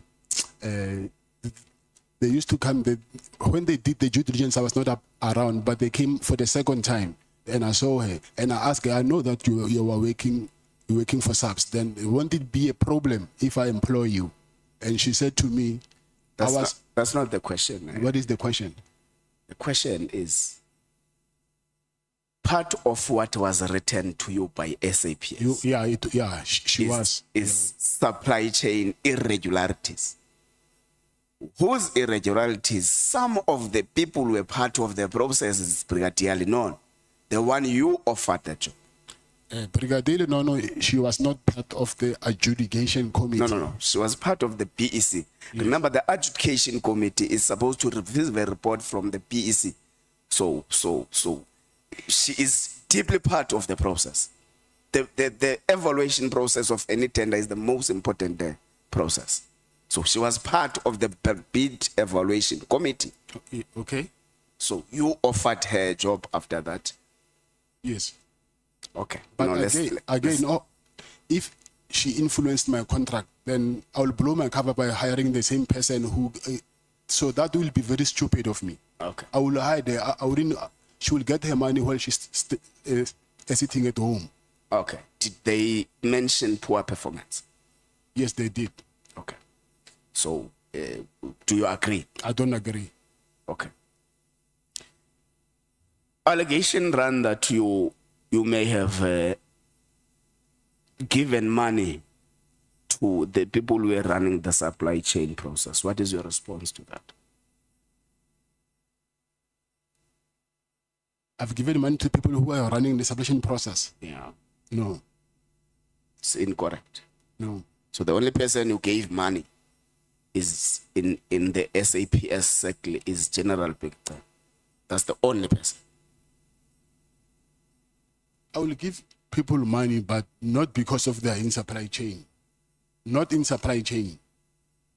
But you gave police officers money, but they are not in supply chain. Yeah, not police officers, yeah, but I'll say maybe people that I know. Oh, okay. Okay, let's take it back to the raids. There were items that were confiscated from your property. There is an allegation that has been set in the committee that part of what happened after the raids in your house was that you were made to go and open a case against the PKTT under the pretense that a Rolex watch was stolen and some other item, a necklace, I'm not quite sure of the, yeah, and all that. But it was alleged in this committee, in this setting, that that was a pretense. There was no such a thing. You're made to open a fake case and all that. What is your response to that? That is not true. It's not true. Yes. Tell me why, if you believed that robbers entered your house and took items, you only went to the police station the next day. Why? It was early in the AMs. I went the first thing in the morning. Okay. They enter your house. They harass you, as you claim. They steal from you. They have balaclavas. Then they leave. It's only the next day where you can be able to go to the police station. Not the next day, the next hours, few hours. Okay, that's fine. So Brown Mkhwanazi pretended to you that he's from the minister's office. He said he's doing what there? He just said he's working from he works from the office of the minister. He didn't tell me his job description. So you didn't ask us? I didn't. Okay. Because usually one would call and say, I'm so and so, I'm this and that in that particular office. So with you, you didn't even bother to check or verify whether the information you are given by this person you claim to not know is correct. Yes. You just moved with the flow. Yes. Okay. Don't you find that funny? No, I don't. You don't? You say in your paragraph 29, you got disturbed by all this when you were starting to pursue a legitimate business. What do you mean? What do you mean you were starting to pursue a legitimate business? Paragraph 29. Yebo.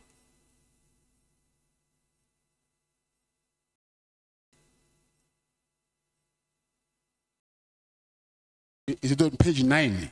29. Paragraph 29. Yeah, but on page 9. Yes. I don't see what you're talking about here. Yeah, then it may have been changed. If that's the case. But let's leave it there. Did you say to your lawyers that this process has caught you when you were trying to pursue a legitimate business? I don't remember. Can't remember. Okay. That's fine. That is not a bad denial. You don't remember.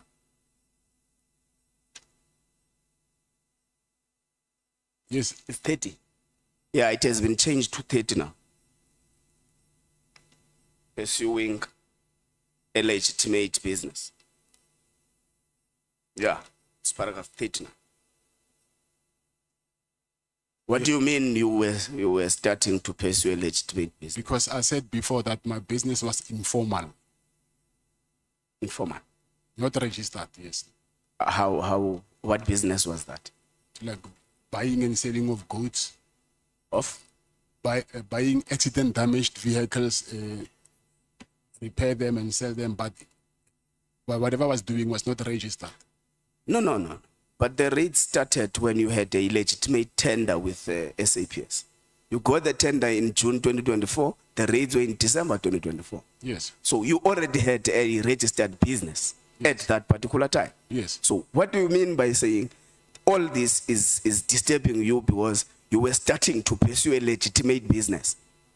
Isn't that a concession that you have been engaged into an illegitimate business? No, I think it's a wrong choice of word. So you apologize for legitimate? Yes, I do. Okay, that's fine. Apology accepted. Part of what you paid Brown for was to pay investigators. Did he tell you what are they investigating? Who are these investigators? Why should they be paid and all that? Not paying them, paying for their accommodation. That's what he told me. No. There's an issue about paying investigators. It was supposed to be Yeah, I a paragraph 35. No, it's supposed, okay, we'll come back to it. It's fine. So, did Brown ask money from you Yes. to pay investigators of your matters? I'm saying he said he asked money from me to pay accommodation for investigators. For investigators. Yes. So he did not give you detail of these investigators. What are they investigating? How much must they be paid? Why should they be paid? I'm saying again, not paying them, paying for their accommodation. That's what he said. You want money for accommodation, not to pay them. Okay. So you also say you don't believe that Brown Mkhwanazi knows the minister is fake. He's trying to make himself important. Yes. Do you know that the chief of staff of the minister came to the committee and said he has been, that he has received the conduct details of Brown Mkhwanazi from the Minister of Police? Contract. Conduct details. I don't know. You don't know that. Do you know that the chief of staff of the minister, Mr. Nkabinde, said he has actually been requested by the minister to arrange meetings between the minister and Brown Mkhwanazi and local leaders? I don't know. Yeah, so according to the evidence that we have, it's not true that Mr. Brown doesn't know the minister. Yeah, that was my suspicion. Okay. I think Honorable Sangoni tried to touch on this matter yesterday, and I didn't really got satisfied with the response. There is a consistent message you get from former Minister Peggy that don't block Brown Mkhwanazi because he may lead you to Minister Mkhu. And what was your understanding of leading to Minister Mkhu? He told me himself that they want to arrest Minister Mkulu with his team. So they wanted to get something that they can use to arrest him for. Then who's they? Minister Cele and his team. Oh, he didn't mention the team. Yeah, but he didn't have to because I already heard when he was talking to one of the team members, like Lieutenant General Kumalo. Okay. So, Brown also sent you a message that we need to fight everything that comes to you. To me? Yes. In part of the WhatsApp conversations, that's part of the things Brown sent to. That we need to fight. Yes, I know the fighting part, but whether it was to me, I don't know. But He says that comes your way. That's what he says. okay, I will take the message as it is, but I don't think it is what you're saying exactly. But anyway, yeah, but anyway, It's on inverted. yes, I'm not commas. I'm not disputing that. Yeah. It's on page.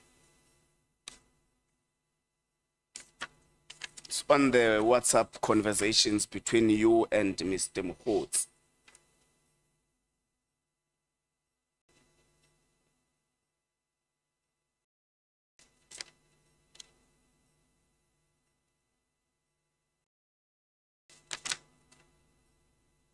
Okay, we'll check it because there are many Yeah, but, texts that are but reflected. anyway, we don't have to check it. I'm not disputing that. You're not disputing it. Yes. Okay, that's fine. What was coming your way?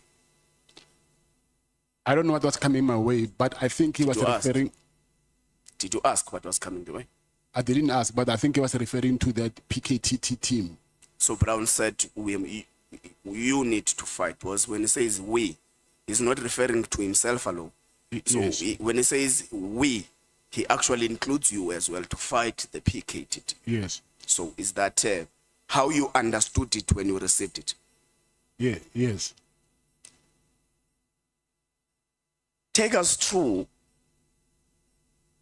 when you say as part of the messages, whatever the minister needs from me, from my side, I will be happy to assist.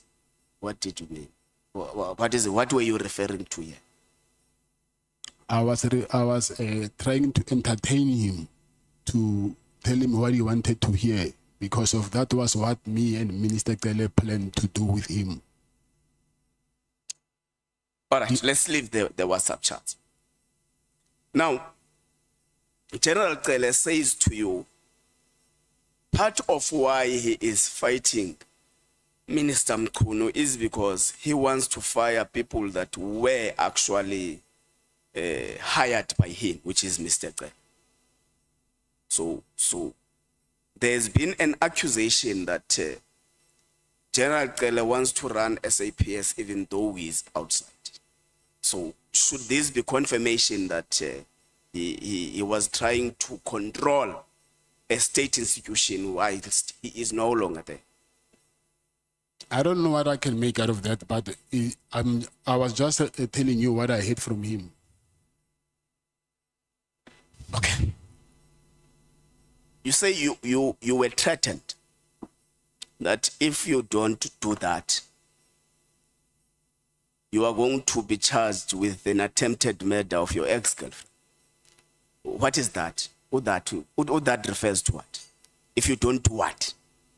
What is it that was required of you to do if you don't want to be charged for your ex-girlfriend's attempted murder?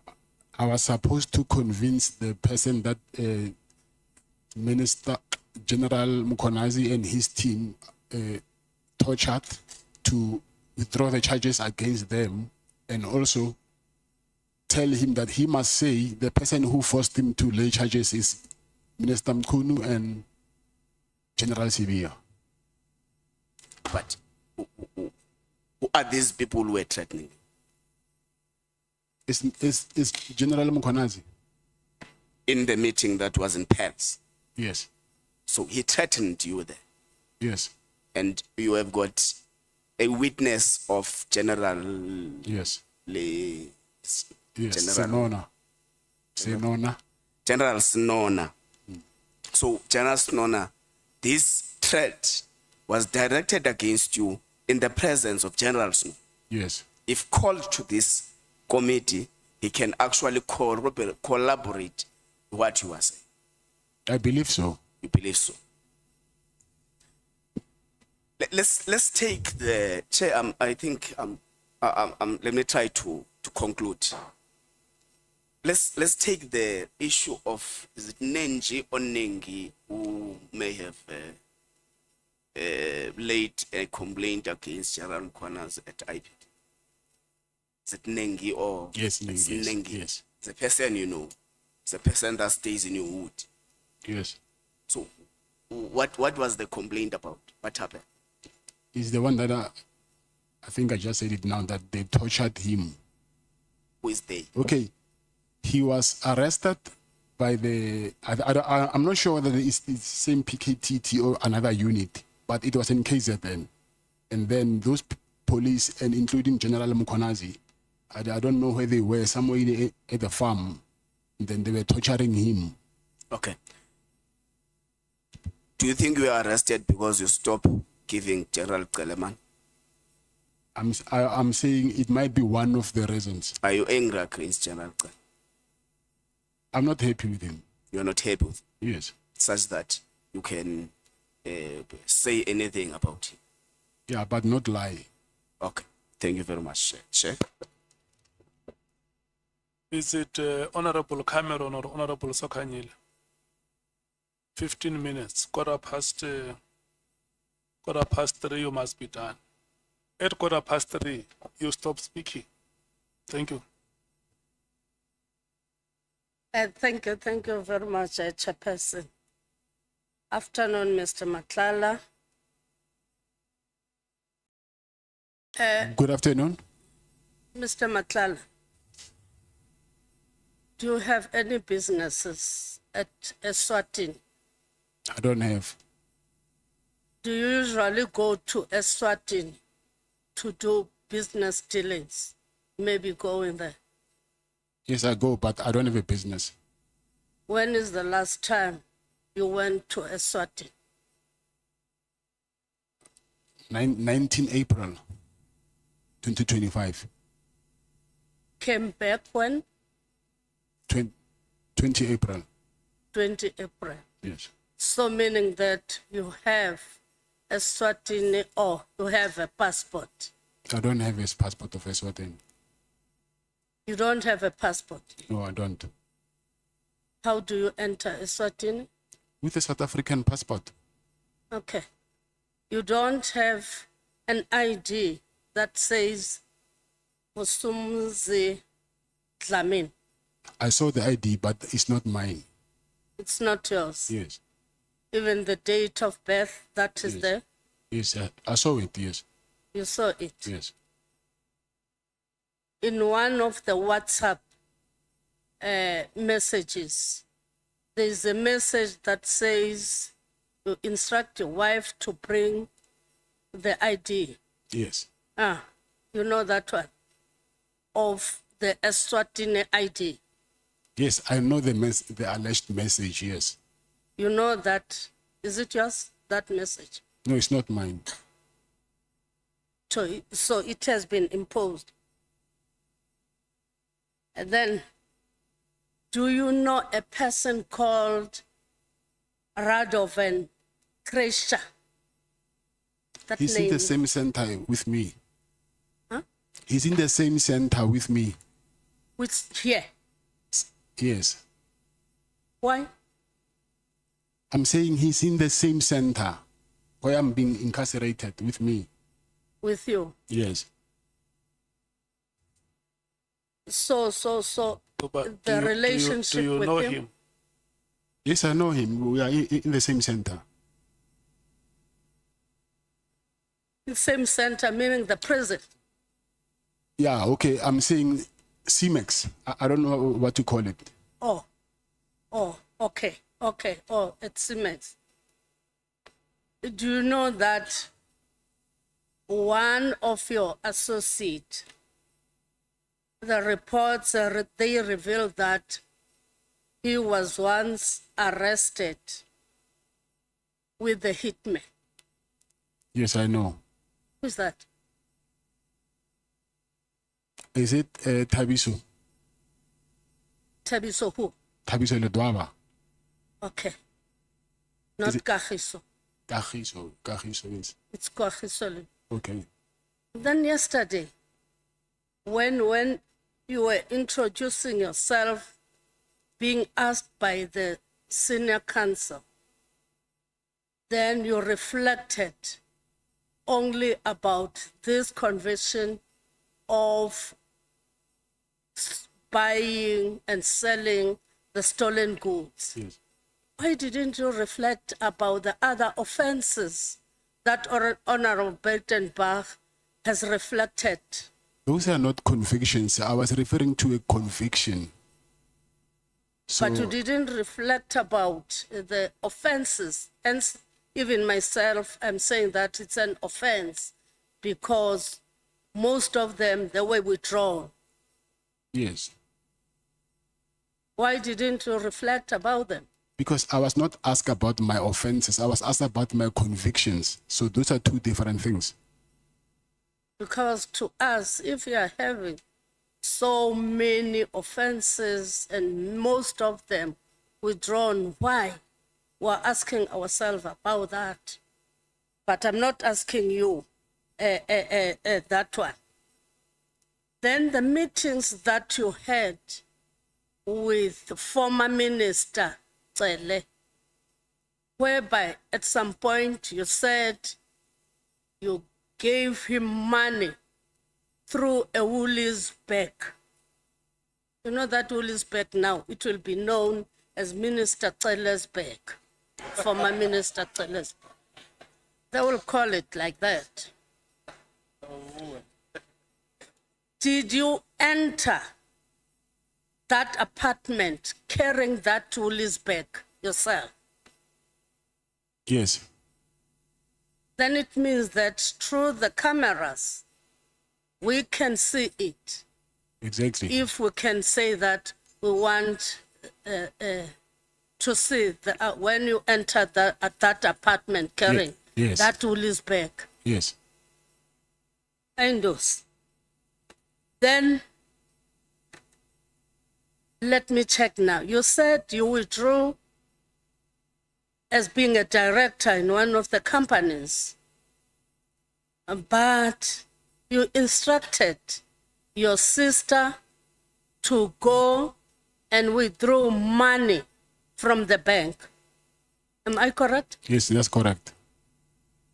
Then is that not saying to us that your sister is engaged in money laundering? Are you not bringing a testimony to us to say that your sister is engaged with money laundering? And the reason for that is because she's withdrawing money from the bank. What is the reason For you. for what is the reason for that? A huge sum amount of money? Then meaning FNB must be charged for money laundering as well. Why do they allow us to withdraw money? So they must first charge FNB for allowing us to withdraw that money. No, I was asking. It cannot be money laundering because that thing is illegal. You go there, you order money, they give you a money. So if it was illegal, I don't think the bank will allow us to get But that money. taking it from your mouth now to say that you went to buy or to give people for what they've done for you, not working for you, not paying salaries, but it's for other dealings that you are thanking the minister and other people.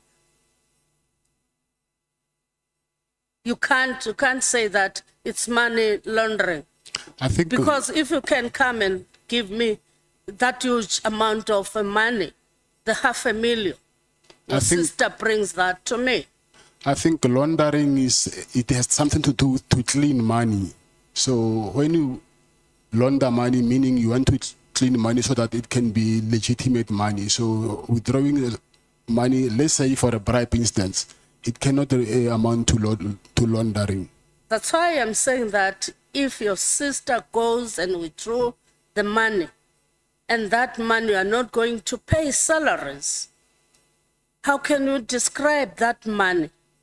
To me, as a layman, I can say that you are giving us an evidence that your sister is engaged in money laundering. I think we don't understand the term. Myself and you, we don't understand the term in the same way, because I'm saying to you, money laundering. When you say laundering, you're talking about cleaning something. It's a laundry, they clean, they wash. So you wash your money. Okay. So maybe it can be another offense, but not money laundering. Okay. So can you say that it can be regarded as an offense? Maybe bribery from my side, not from her side. How can we say that it's a bribery from your side? Because If it has been withdrawn by herself, not you. Yes, but I'm the one who instructed her I'm in control of the money because I'm the shareholder of the company. Okay. No, it's fine. Are there other people whom you have given money, like former Minister Cele? Is it only Minister Cele that you have given the money? I've given money to my wife. No. I'm saying you can give your wife, your kids, and apart from Cele, and this... Yeah, there's some friends that I gave money to. Who are they? I have to remember them. Because Boshocha, you lend him that money. It was not given because former Minister Cele was not given that money. He was not given. He was given that money. Yes. People like what you have done to former Minister Cele, are there other people? Yes, I'm saying there are people who maybe they will ask money from me and then I'll give them money. Like the ones that they say are ANC people. Yes. Because Not those ANC. are not ANC people who Yes. can give other people Yes. some money. And do you know that there are political parties that can go to an ANC gala dinner, an ANC January 8th, just to copy what ANC does or what the ANC has said? Do you know that? I do not know about the affairs of the ANC. Of the ANC, or I don't even know anything about politics as it is. Good.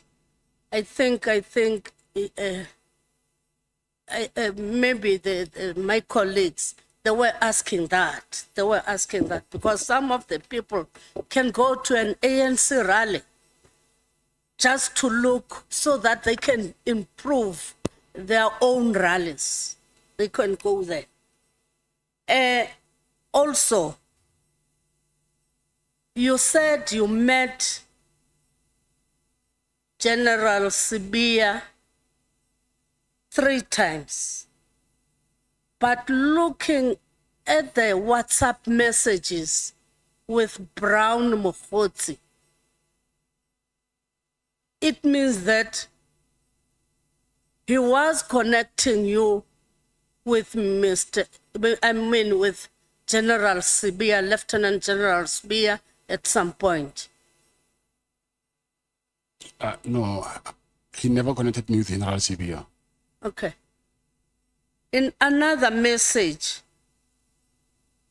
you are very much disturbed to say that you sent a message to Mkhwanazi, to Mr. Brown Mkhwanazi, saying that morning, just to let you know that my contract was cancelled yesterday. I see you have been avoiding me, and you are saying that you are not going to let that thing lying down. You are going to be very much brutal. What did you mean about that? And to who were you going to base your anger? To Brown. I was frustrated and then I was angry. Then I took it out on him because of the cancellation of the contract.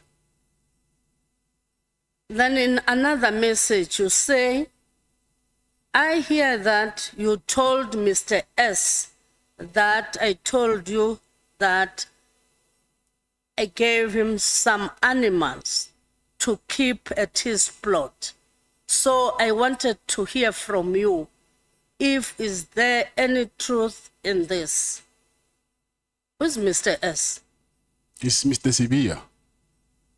Mr. Sibia. Yes. So you were talking with Brown Mkhwanazi, talking about Mr. S, Mr. Sibia, and Yes. yet you are saying that he didn't connect you with Mr. Sibia. Yes, he didn't connect me to Mr. Sibia. You connected yourself with Mr. Sibia. But can you discuss with Brown Mkhwanazi about Mr. Sibia? Because I heard a rumor that I gave him impalas to his farm. Then when I followed the rumor, I heard that the rumor was from Brown. Okay. No, thank you. Let me leave it like that. You are leaving many questions for me. Otherwise, that chairperson will kick me out. Thank you. Honorable Cameron, until 45. Thank you, Chair. Thank you, Mr. Nhlanhla. Mr. Nhlanhla, I want to move to the matter of the 6th of July. You were in possession of a contraband cell phone in your cell, weren't you? Yes. Who gave you that phone? I found it in prison when I got there. Who gave it to you? Some inmate who was there. Who's the inmate? We call him Naga. I don't know his real name. Were there any officials from prison involved? He's an inmate, not an official. But were there any officials that knew about the phone or that were involved in the phone? No. Did you have any other contraband in your cell? That cell is small, so it does not have enough space for other contrabands. It can be small phones. I want to go to the matter of senior SAPS officials. We've heard a lot about it today. I want to speak about your contract with the South African Police Service. To secure the kind of deal that you did, I want to know, who did you pay in order to get the deal done? No one. So you went through the normal tender process. Yes. And despite it not meeting all the necessary requirements according to the supply chain process, you still got rewarded the contract. When you said not meeting all the necessary I think there were requirements, 12 requirements according to supply chain management that that internal audit found your contract didn't meet. I think that they should have picked it up in the adjudication. Yeah, they should. That's why I'm asking who you paid. No one.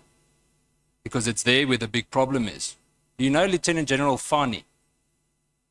I know him because he sent us a letter, I think last year, December. Have you ever met with him in any way No. individually? No. I would understand Lieutenant General Mkhwanazi. Have you ever communicated with him? Yes. Have you ever met with him? Yes. Can you tell me more about those meetings? What were they about? No, it's just casual meetings. It had nothing to do with business. So you met with the previous acting national commissioner and it had nothing to do. It was just a social. Are you friends? Yeah. Come again? Are you friends? No, not friends. So what were you meeting about? I know him through someone else. Where did you meet?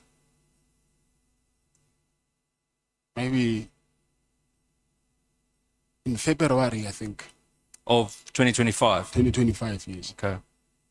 Did you ever pay any middleman or do any kind of a transaction that benefited General Mkhwanazi? No. Not at all? No, And no. no one acquainted to him either? No. Tell me in terms of other payments, I did touch on this yesterday as a point of clarity. Are there any other senior police members that you have gifted or paid in any way or lended money to? No. None? No. And anyone that you assisted like you did with ex-minister Cele? Assisted? Well, assisted, bribed, paid, not bribed. Not that I know of.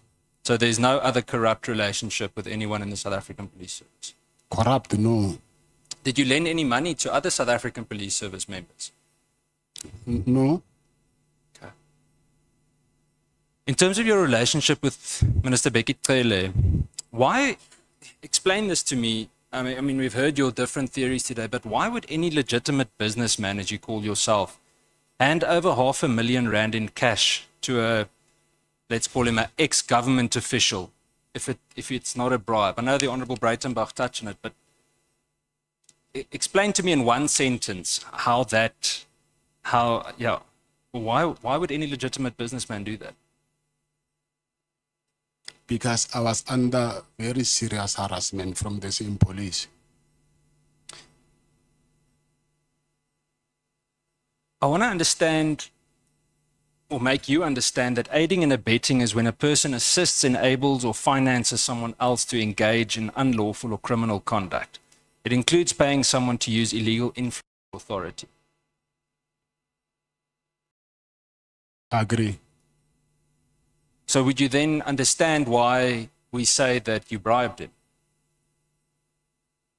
To an extent, yes, I understand. Based on that specific definition and based on what you've told us so far, is that the only money that you gave to Becky Cele, the 500,000? Yes. There was nothing else, no other cash, no Woolies bags.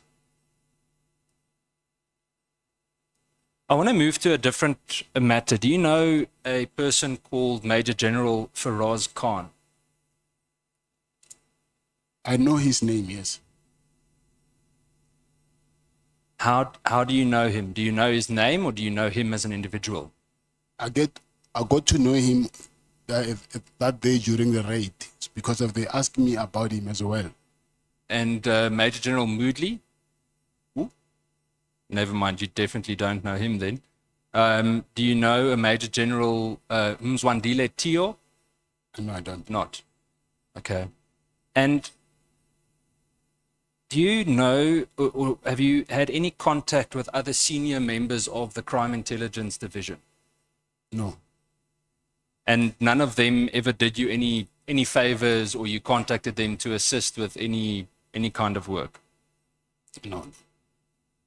Have you ever given money to anyone in crime intelligence? No. Why did you hesitate? I'm not hesitating. I'm trying to think when you say crime intelligence, which unit is that? But I get it. Okay. Is it correct that you have cottages situated at the back of one of your properties in Pretoria? Yes. What are those cottages used for, Mr. Nhlanhla? For staff. And have you ever availed them for police members' use? No.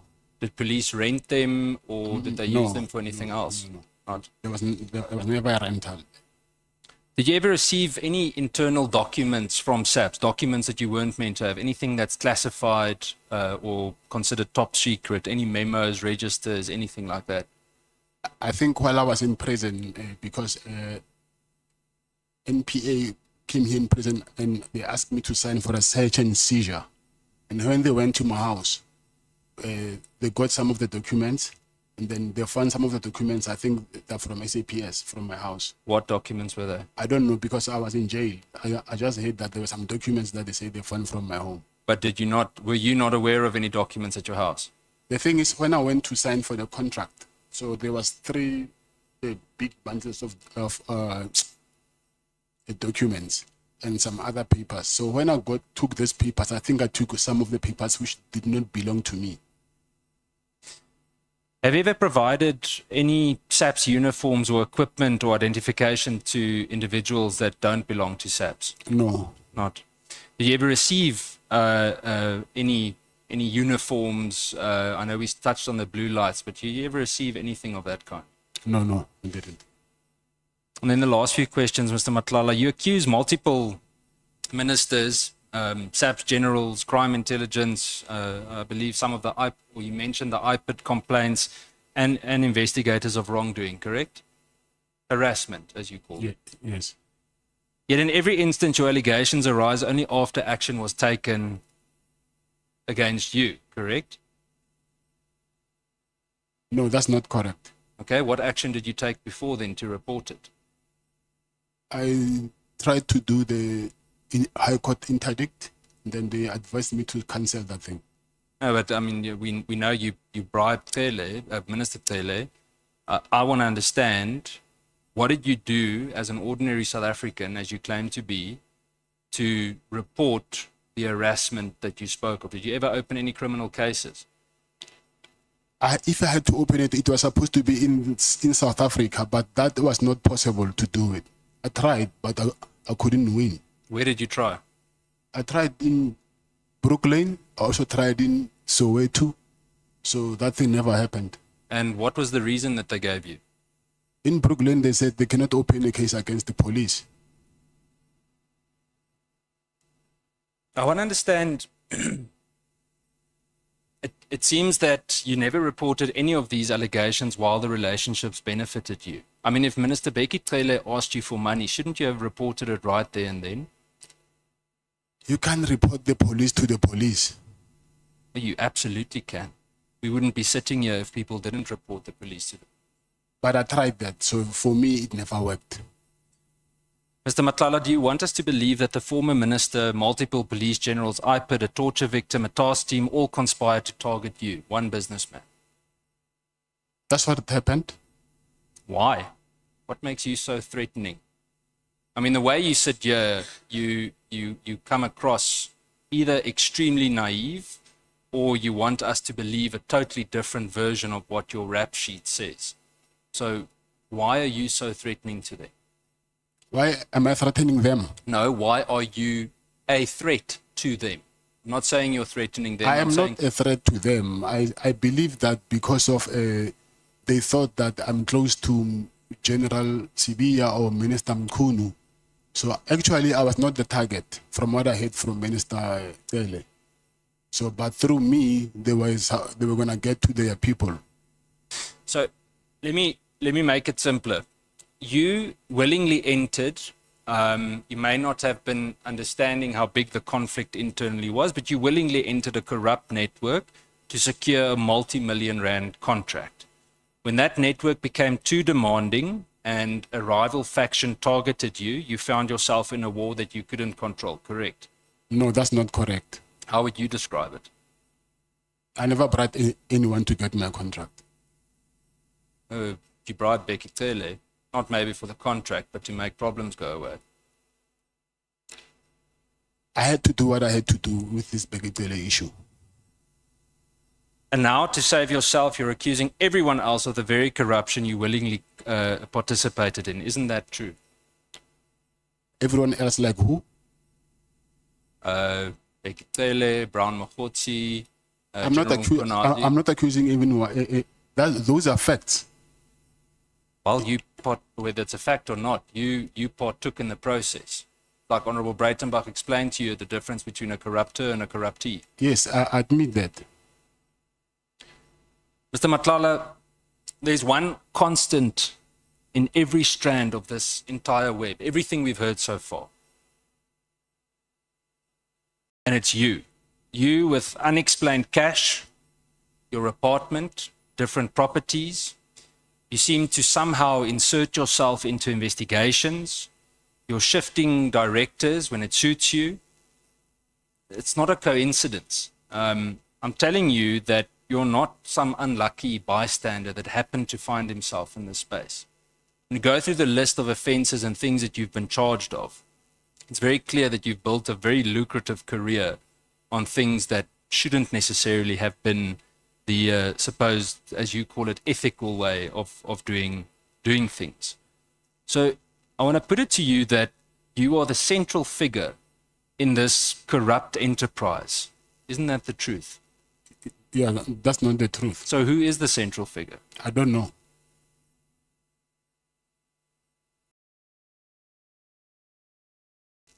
I think, Chair, as a closing statement, I want to emphasize, Mr. Nhlanhla, that you've caused significant damage with your dealings, whether you willingly or unwillingly gave people money and knew or didn't know what they were doing.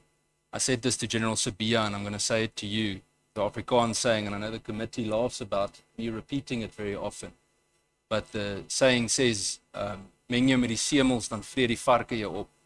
And I said it's very ironic that I'm saying it to you today, because I said it to General Sabia as well.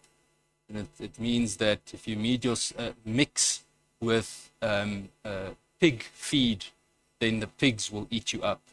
And that is exactly what you're doing. Thank you, Chair. Good. Any comment? I don't know, actually I forgot it, but let me just say no for comment.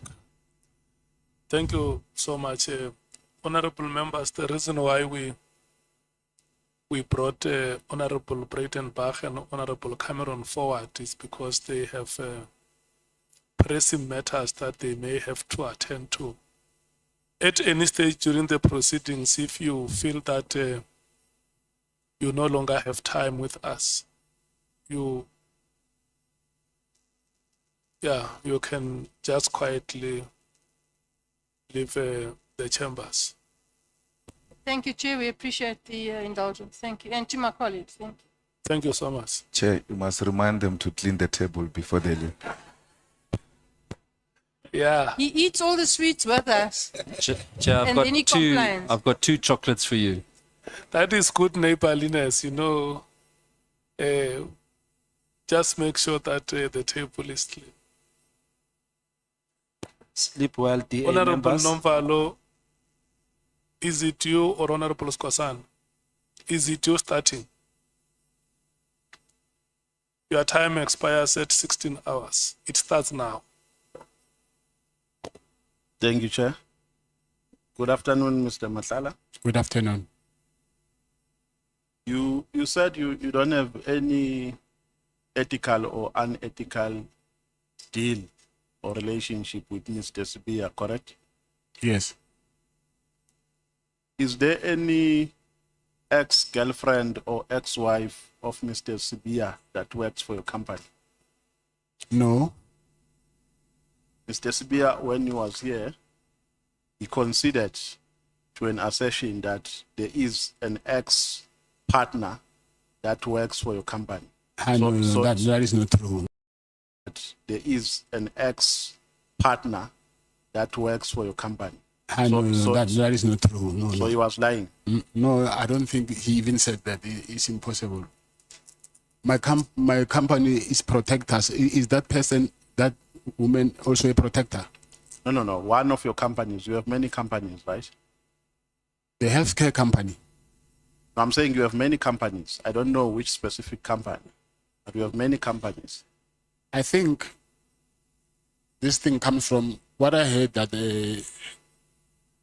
there's a woman. This thing, I think, is the second time that I hear it.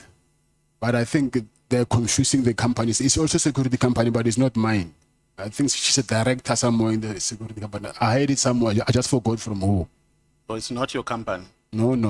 So you are confirming here under oath that 100%, there yes. is no ex-partner of No, Mr. no. Sibia No. that works for your company? No. Okay. Now, the health risk contract gets terminated in May 2025, correct? Yes. When did you resign as the director of the Medicare? It was in December 2024. December 2024. Yes. In May 2024, after the termination of the contract, you wrote a WhatsApp message, correct? 2025. 2025, my apologies. You wrote a WhatsApp message to Mkhwanazi, advising him that the contract has been terminated, correct? Yes. Now, you were writing this message as who? Come again? Were you writing this message as who? You were writing the message to Mkhwanazi telling him that the contract has been terminated between Medicare and SAPS as who? Because you were no longer the director of the company, correct? Yes. Now, when you say, and you went to an extent of threatening him, yes, that if he doesn't fix this, then heads will roll. I'm not quoting you verbatim, but I'm saying in terms of what you said, I view it as a threat. Now the question is, as who? Because you were not the director of the company. Yes, but I still own it. You still? I still own the company. Who is the director in terms of the CICP document? The director is just an appointment, so you don't need to be a director to own a company. So you can own a company even when you are not a director on Yes. paper. Yes. So the director is just there, is just a person, you are fronting with that person. No, I was not fronting. What is the role of the person who appears as the director? What is his role in the company? Executive role?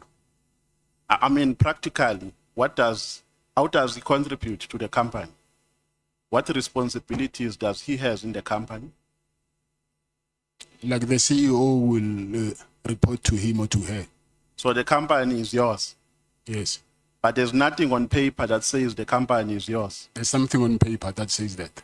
What is that? The shares is the shareholding certificate. So you are a shareholder.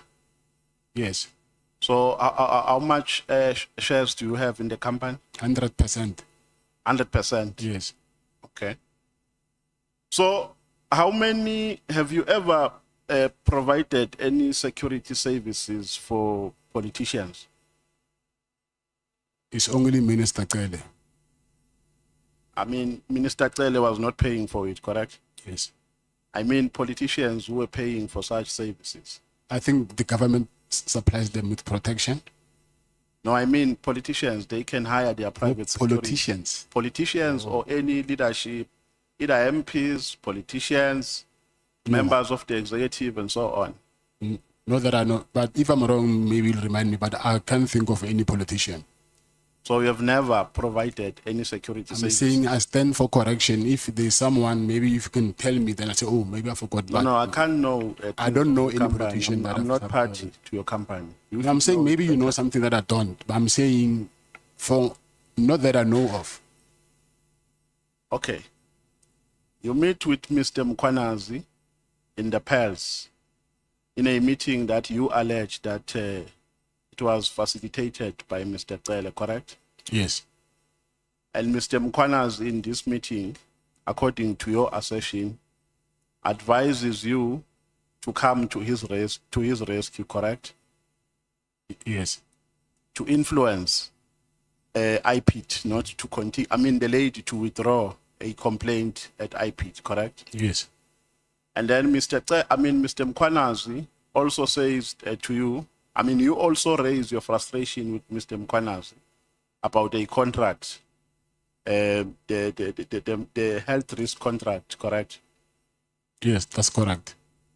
And then Mkhwanazi, after that meeting, he does not return to you to give you progress report with regards to an undertaking that he made, correct?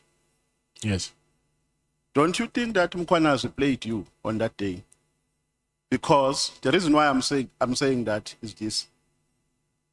The sequence of events, on the 6th of December, they raided your house, correct? Yes. And the team that raided your house is the PKTT, a team which accounts to him, correct? And then on the same month, December 2024, they raided your house. I think the date is the second raid was on The second raid, it was the office actually, not the house. Yeah, oh yes, but they raided you. Yes. And it's the same people, the same PKTT members who raided your house, correct? And then Mkhwanazi meets with you. He makes an undertaking to you that he is going to intervene. He will speak to a person and revert to you, and he never reverted. On the following months, in May, Mkhwanazi's team arrest you. So don't you think that Mkhwanazi was busy with an investigation on that day, but you never realized it? Yes, I don't know. Don't you think that you were trapped on that day by Mkhwanazi?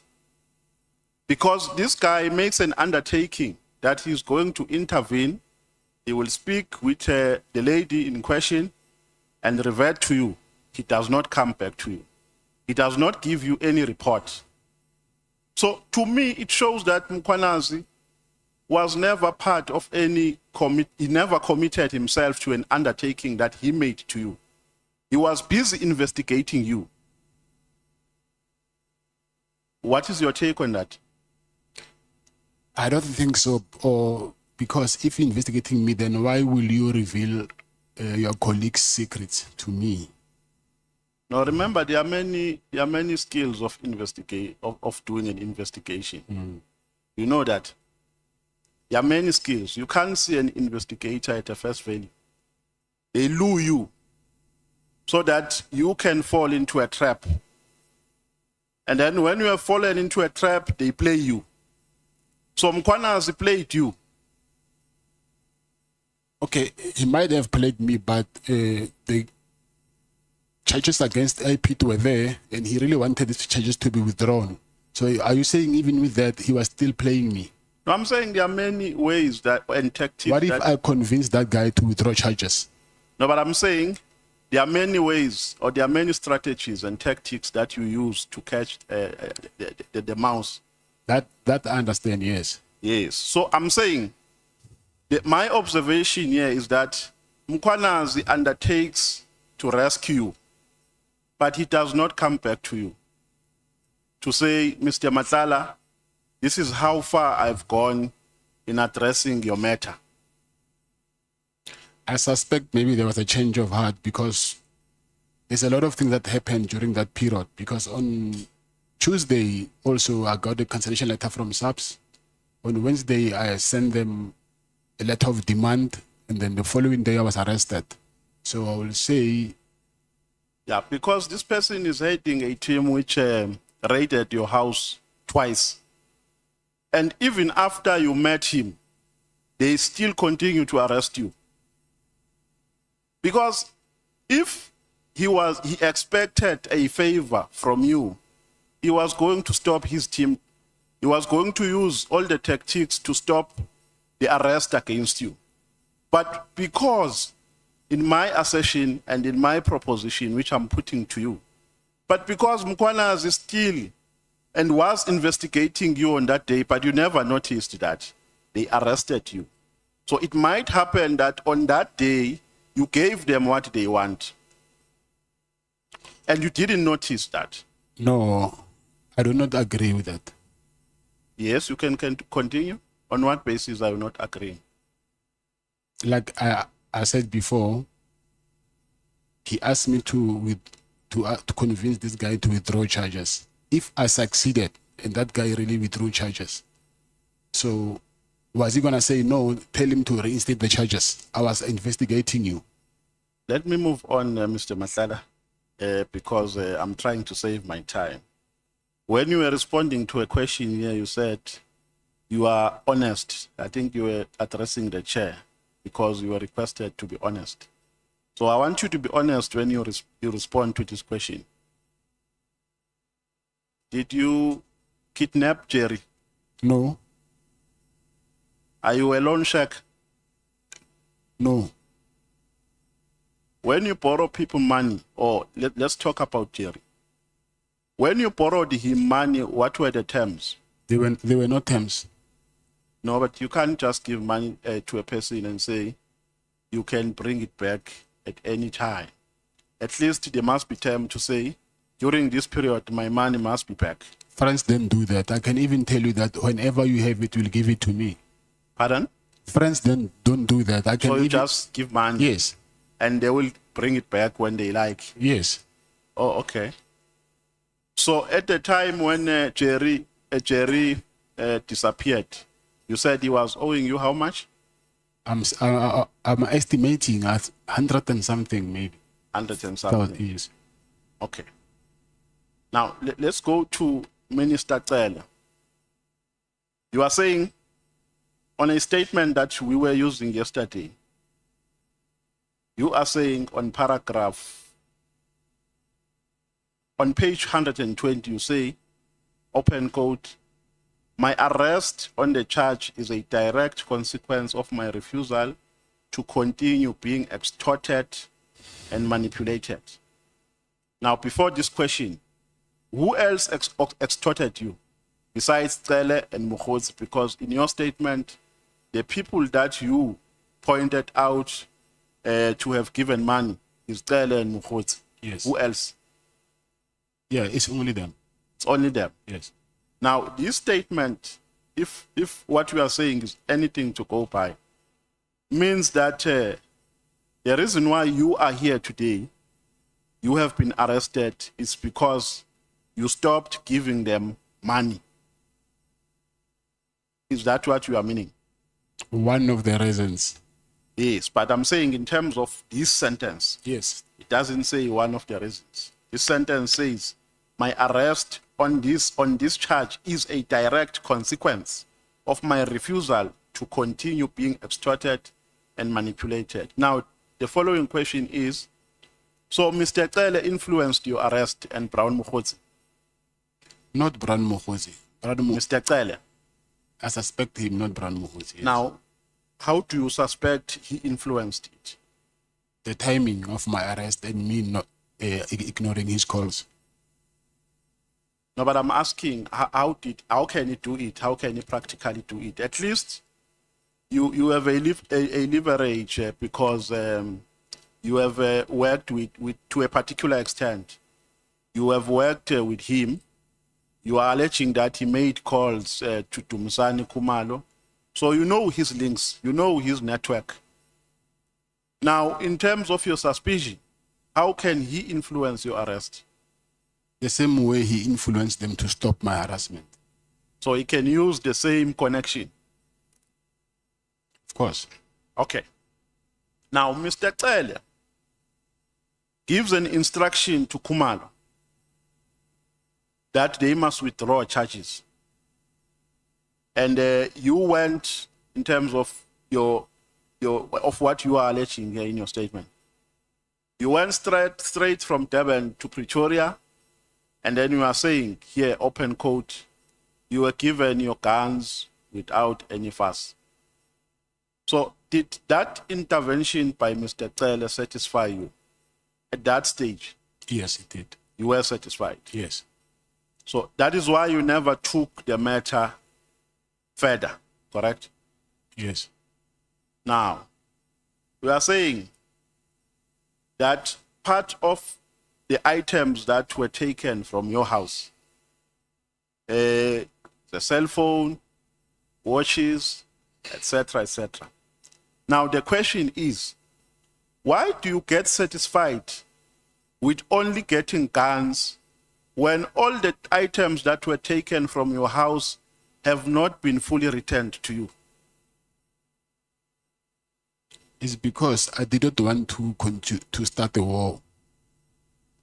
What do you mean you don't want to start a war? Because I have already took them to the High Court, and they told me that I need to withdraw this if I want peace. So, and then I did that. So continuing now, I said I want these things, so I will be opening a can of worms. You see where my problem is, Mr. Nhlanhla? Yes. Is that you don't mention the issue in your conversation with Mr. Cele. You don't mention that your watches, or he must tell Khumalo rather to return your watches and the cell phone. You are only speaking about guns. Why did you not tell Cele that for this matter to be concluded, or for me to be satisfied by your intervention, all the items that were taken in my house, guns, cell phones, watches, must be returned? Must be returned. After meeting Cele, you go to Pretoria, to a police station, you are given guns, you get satisfied, and then it's business as usual. Yes, because I didn't have the bargaining chips. So, guns, cell phones and other items, except guns, they didn't matter. Cell phones, they return them. I think you missed that part. Yes. No. Just leave cell phone. Watches. There are other items which you have listed here, except guns. A laptop and watches. Yes. Yes. So watches were not returned? Yes, and a laptop. And a laptop? Yes. Now, do you regard Mkhwanazi and Cele as extortionists? I will say I will regard Mkhwanazi as a con artist, And Cele, yes, I will say is an extortionist, Mkhwanazi is what? a con artist. Or a con artist. So Cele is an extortionist. Yes. That is the evidence we are putting before this committee. Yes, that was extortion. Yeah, he extorted you. Yes. Okay. And then you say that in your statement that Mkhwanazi requested for money from you for a region, I think in Northwest. And then you decided not to give Mkhwanazi that money because you had no interest in funding his political activities. Am I correct? Yes. But on the 27th, after you rejected Mkhwanazi's request, on the 27th of December, you gave money to Mkhwanazi. Yes. How much? Before the January 8 money that you gave to him. Yes. How much did you give on the 27th of December? I think it's 38,000, right? I need to go back and check, but I think it's 37, 36 or 37, somewhere there. And you further say that the reason why you were not interested in giving him money is because you were only interested in funding affairs which are related to the minister. Yes. Correct? Yes. Now, was that money related to minister's affairs, the one that you sent to him on the 27th of December? When you say the minister, you're saying the former, are you referring to Minister Cele I don't know or whether he's suspended or he's on leave, but Mr. Mkhwanazi. Mr. Mkhwanazi? Yeah. Yes, anything that has to do with Mr. Mkhwanazi, that's what I was entertaining. That's what you were entertaining. Yes. Now, the money that you gave on the 27th of December, what impression, under which impression did you give that money to Mr. Mkhwanazi? I need to check what's that money for, because I made different payments. So for me to answer you, I need to go back and check on that day what was that payment for. Maybe if you can refer me to what the payment, what page is that payment in? Yeah. Now, there's a question here which has been asked by Honorable Nhlanhla, and he did not reach the level which I want us to reach. He asked you about the Medicare. In fact, let's start from the lease agreement between yourself and Public Works. For which activity was this lease agreement obtained? It was for the trainees that were in the SAPS college. For the trainees? Yes. So it had nothing to do with the health risk contract? No. It had nothing to do? No. Now, we are saying on paragraph 4, in fact on paragraph 10, page 4, you say you secured a lease agreement with the Department of Public Works. You further say that as far, okay, you are saying you secured it in 2022. And then, in your meeting with General Spear, according to what you are saying here, you are saying that General Spear advised you to produce the appointment letter. Which appointment letter was he talking about? Not appointment letter, lease agreement. No. You are saying here. What paragraph are you at? No, we are saying, let me look for this paragraph, but we are saying, Mr. Spear advised you that in order for you to not confront problems with regards to securing the building, you must produce the appointment letter. Yes, I'm saying, where is, what paragraph is that? Let me look for the because paragraph. I think you're No, talking about let's the go to lease paragraph. agreement. Let's go to paragraph 10, page 4. Page 4.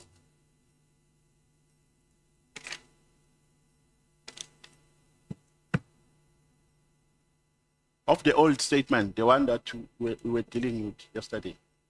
I only have a new one. Pardon? I only have the new statement, but I think it's the same. Or you only have the new one? Yes. Okay.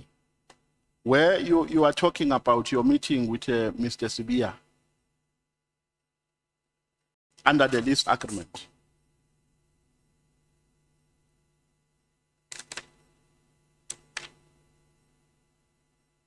Don't you have a new one there?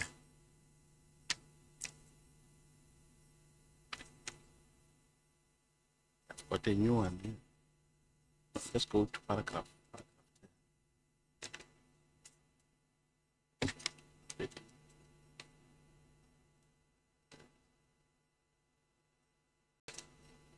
Paragraph.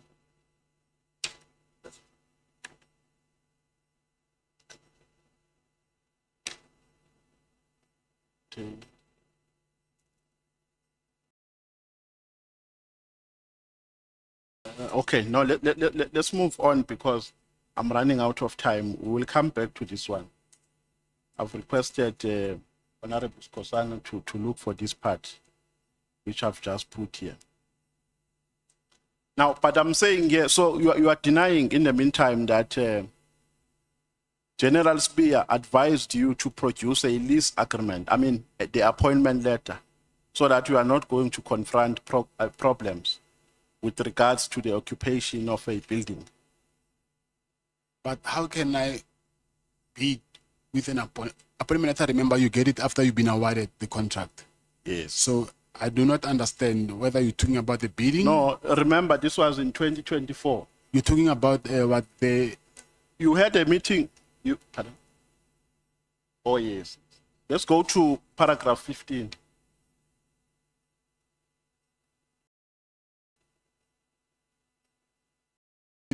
Yeah, this is what paragraph 15 says. About 1 or 2 months later, I met with Lieutenant General Spear again at his office. At the meeting, Lieutenant General Spear told me that it would not be possible for me to take occupation of the hospital, despite that fact that I'm reading it as it is written here.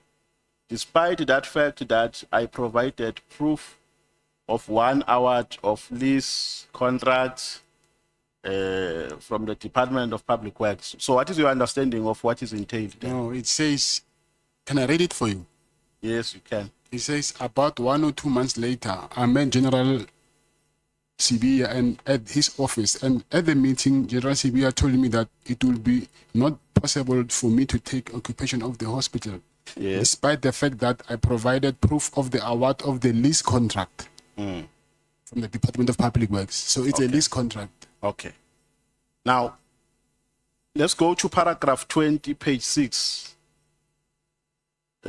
of the old statement. I only have a new one here. Oh, sorry, my apologies if you have the new one. Let me not overly burden you.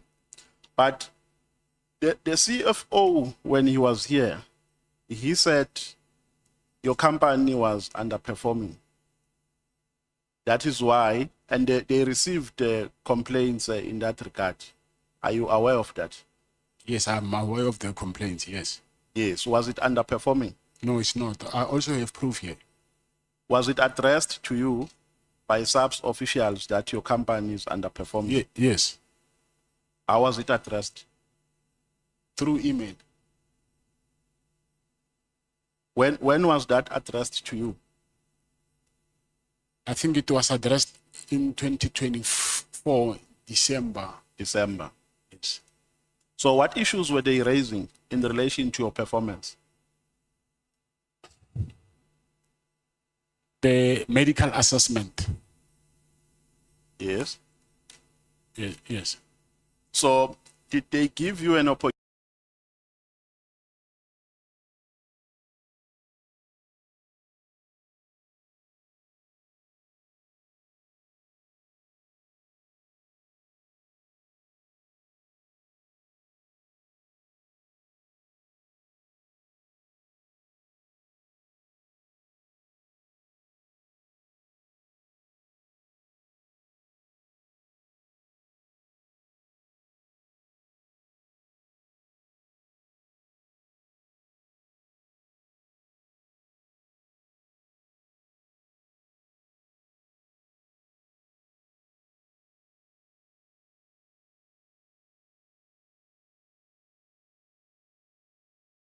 opportunity to cure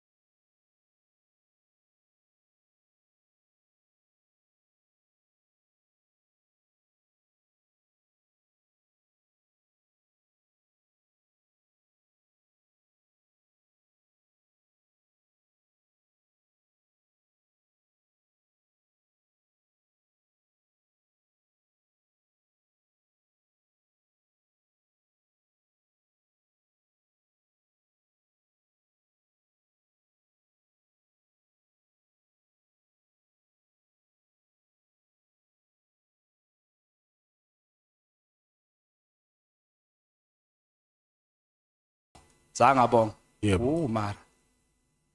Okay. I know. Mawuthi ubheke icela ubongele ngiyabonga mfethu. Do you know any gun laws? Sharp ngama gun laws. Yes. Do you have your competence? Yes, I do have. Did you like go for training yokodubula and all that? Yes, I do. Is that the reason why umkhotsi akubiza ngo John Wick ngoba shy spam?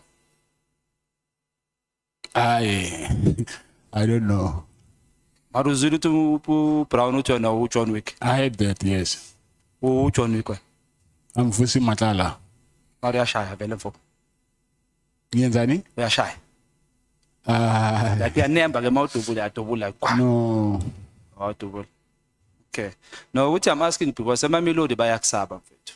Kune rumor lokuthi ayawinsizwa udlala. Why do you think bakusaba kangaka? Wenzani lengaka? Hayi mina ngazi ukuthi bangisaba ngizwa ngawe. Angizwa ngabantu namfethu ngiyisithe ikhona ora yikho ngokwazi kwakho. Yaqala ukuyizwa. What would be a reason yokuthi uhambe nge-security engaka at some stages? Is it because unama enemies or khona abantu oxabene nabo or you were involved in some businesses that put you at risk? First of all, is because of business to advertise your business. That they need to see it to operate kanjani. Okay. That is the main, yeah. What is your educational level? Metric. Metric only. Yes. So if ngabuyele kasi Hotman, you advise intwana ezifuna ukuba uwe because yabo uyakhinda bra wami idlupho yalihlaba awudlali imshana malume indwangu yayishaya strong. But that inspires a lot of kids. Uthi Hotman igcoka kahle and all that and is successful. What would I advise them or how would you advise them to become you ukuthi uqale phi so uthola so successful kangaka? What did you do from metric to be so successful in business? I wouldn't say I'm successful. To your level or? Yes. Does it mean you haven't reached the goal of reach? Is that what you're saying? Yes. But for making more than $1 million a month, you don't regard yourself successful? No, I don't. Okay. But what would you, how would you advise umfana omncane ukuthi hayi kumele wenze kanje or wena wenzeni ufike kanjani la ukhona? How did you get here? And how long did it take you? Through security business. Security business. The business yakho ye security uqale phansi noma wayithenga ku Morgan Mawumela? Ngiqale phansi but mengivula I did not have a Sira.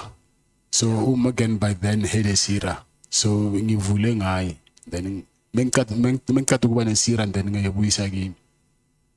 Morgan Mawumela lasikhuluma ngaye yilo obathi umshana ka we-president ANC Mr. Cele Ramaphosa lo wePhalaphala. Yeah, basho kanjalo but akusumshana wakhe.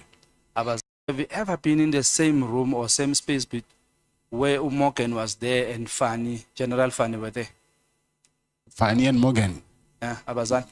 I don't know, I don't think so. I don't think so. Abazali? Yes. Ithi angazi. Okay. When uyamkena Fani? No, angima. Dimpani, General Dimpani? I know her because the CEO bengibhatalwa uye. Okay. CFO, I'm sorry. CFO. Yes. Asibuyele kancane emuva le ndaba yakho yakwaDlamini umswati mina. So if uDlamini mele ngikuhloniphe mele ngithi inkosi Dlamini. Are you Dlamini? Is there my grandmother? WakwaDlamini. Yes. So is that why uzibiza ngoDlamini now? Angizibhizi ngoDlamini. I was just acknowledging my grandmother. The WhatsApp nje babhale Dlamini abhaleke kanjani? It was, you know, sometimes you just feel good you okay, I'm eating. No, nyabuzwa. So sorry for that. I want to establish ukuthi from Swati to Swati, intwana yasekasi to Hotman lasekasi. So it was for me Khotman ukuthi angeke yenzeke into yokuthi according to ama specs afunakalayo for one to get a tender of that magnitude, with what has been said about the company yakho ukuthi at certain stages it didn't qualify. Certain? At certain stages of qualifier for this tender, it didn't qualify, but you ended up getting the tender. And kasi to kasi in fact you know ukuthi hayi azihamba zinombori manje. Does it mean bakuhlanganisele somewhere Khotman? Lento leyo ayikho leyo angibelieve leyo. Should uthole content liqondile? Yes.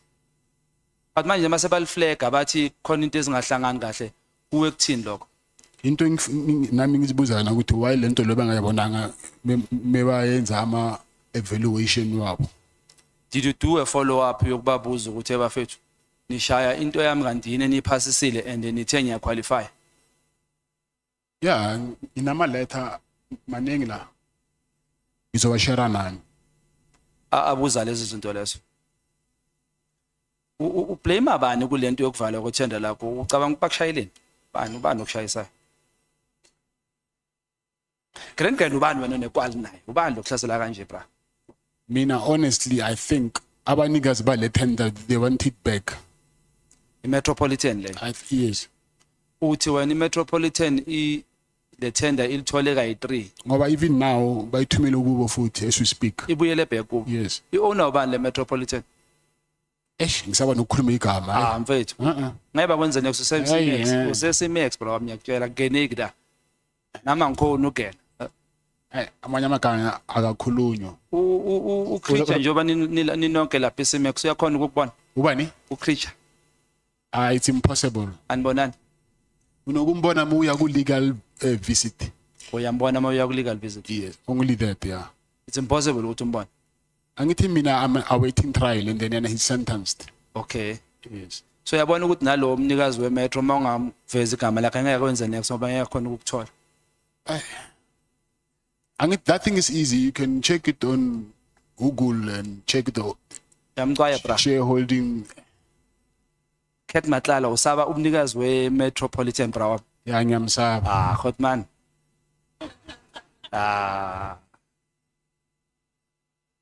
Okay. So ngocabanga kwakho mfethu njengoba this Metropolitan got it, you say they got it 3 times if not 4 times. Do you think babahlanganisele? Asikhulumele phansi. I think he's the preferred, I will say he's the preferred vendor maybe, but prefer yena. Ukuthi uyithole kanjani that I don't know, but into engiyibona ukuthi ba prefer yena. Ngoba mengibheka nama amount lawa they say 360 mara yena bampatale 1.9 billion. Mara do you think ingamla lena ne? Angifuna ukukhuluma ngomuntu lo. Yamqaya Khotman. Yeah. Ngicela ukubona umuntu omsha kanje. So uKhotman uBracele makadaye appointmentini yakho. Uhlale for how many days? Okay, it's different occasions angithi. Akazange kayi1. How? Maybe with him 3 or 4 times, I don't remember well. Okay. But maybe sometimes ulale kayi 2 days, sometimes 4 days kanjalo, so akazange kayi1. And all this time makaza lapha kwakho uvane fro or uphethe stock? Yazi uze nefro kayi1 mara mina angazi ukuthi stock or fro mara ngizwe ngalomfana lo washonile ukuthi unomfazi lapha. That day azangayi. The day uya wena mawuthi awukho busy uyomchecka bekabambile. Bekafasile. Bengafasanga. Bekayi1. Udla nje bahleli lapha ya. Angithi angithi lapha kune restaurant phansi and then bamlethela ukudla ya. Order from your room service. Yeah. Yonke lento ibhadala uwe. Aphinda acela imali makaceda lapho futhi. Injalo. I have out yo. I have akho. uColonel Nkosi lo othumekayo. Lo othumeka kakhulu lo bomthuma ibattery. Umthemba kangakanani? Angimthembi. Sorry? Angimthembi. Manje Khotman mawumgaya ikhadi nephini ukuthi ayothenga ibedroom kaya kanjani phela? Angithi I can control ukuthi asebenzise malini ngefoni. Oh, amazes. Angimazisi ngiyazi ukuthi uzosebenzisa imali engaka and then that's it. So wena kahle kahle uyamnika noma ubani umuntu ikhadi lakho awuna stress. Vele kunezinye izinto I can't do them myself. I understand. But why ungamtransfereli mhlambe ke? Yini? Ikhadi. Le card leli momgaya lona. Ulithathe nini le card? Angisakhumbuli. Like behleli kuye so or uyeza zolithatha ahamba yothenga bese uyabuya lethe. No ngithe alande ngithe bamdropele lona beliphethe iPA yami actually. Yeah. Ngithe iPA yami amnika icard and then ayothenga and then ayenze. Uyalibuyisa kodwa yena ubuyisela kuwe or ku PA. Yeah. Okay, ibike yakho uthe yini lebova ngayo? Mina bengiva ngevi road mfethu. Imasi lokho nje. Night special. Beku GSXR 1000. BMW. Isuzuki ngithi. Suzuki yeah. Okay. So naye uyiride Nkosi. Yeah. Oh okay. So nitibane emabhayikini. Kwenzani? Nitibane ku mabhayiki noNkosi. No ngithi ngihlangana naye kuba bomsibi. Mara bekathanda ukuza kakhulu ngebike ya. Oh okay. But uyathumeka yena ne? Angazi ukuthi moya thumeka nangithi abantu abafani sometimes umunye angamtshela into ukuthi ayenze into angayenzi. Umthumeka yi1. Ngimcela that time ukuthi angizele into le ibattery ya.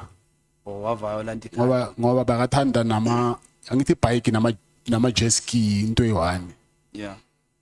Do you have a sister or shade na somebody or relative minister? Pink sister. Ubani? Minister Pink. Do you have a sister or? Oh yeah, uye lo buku director lo. Mara awutaqise nje yonke ngoba angikho mnandi kahle bo. Buku boyfriend akusiya abashadanga. Buku boyfriend. Yilo mfana lo kudlala ibhola lo wathi ubani? We Sundowns. Grand Kekana. U try no sister lakho. Yeah. So have you met the minister through Awukazi? When have you met minister? Bahlukene nokuhlukana. Bahlukene? Yeah. Ubani wrong ile out or umntana kini? Anguzwa? Ubani beka wrong ile out or umntana kini obe wrong? Angazi angizingeni. Awuzingeni. Nonyabuza hotman. No, mfethu lilonke mfethu.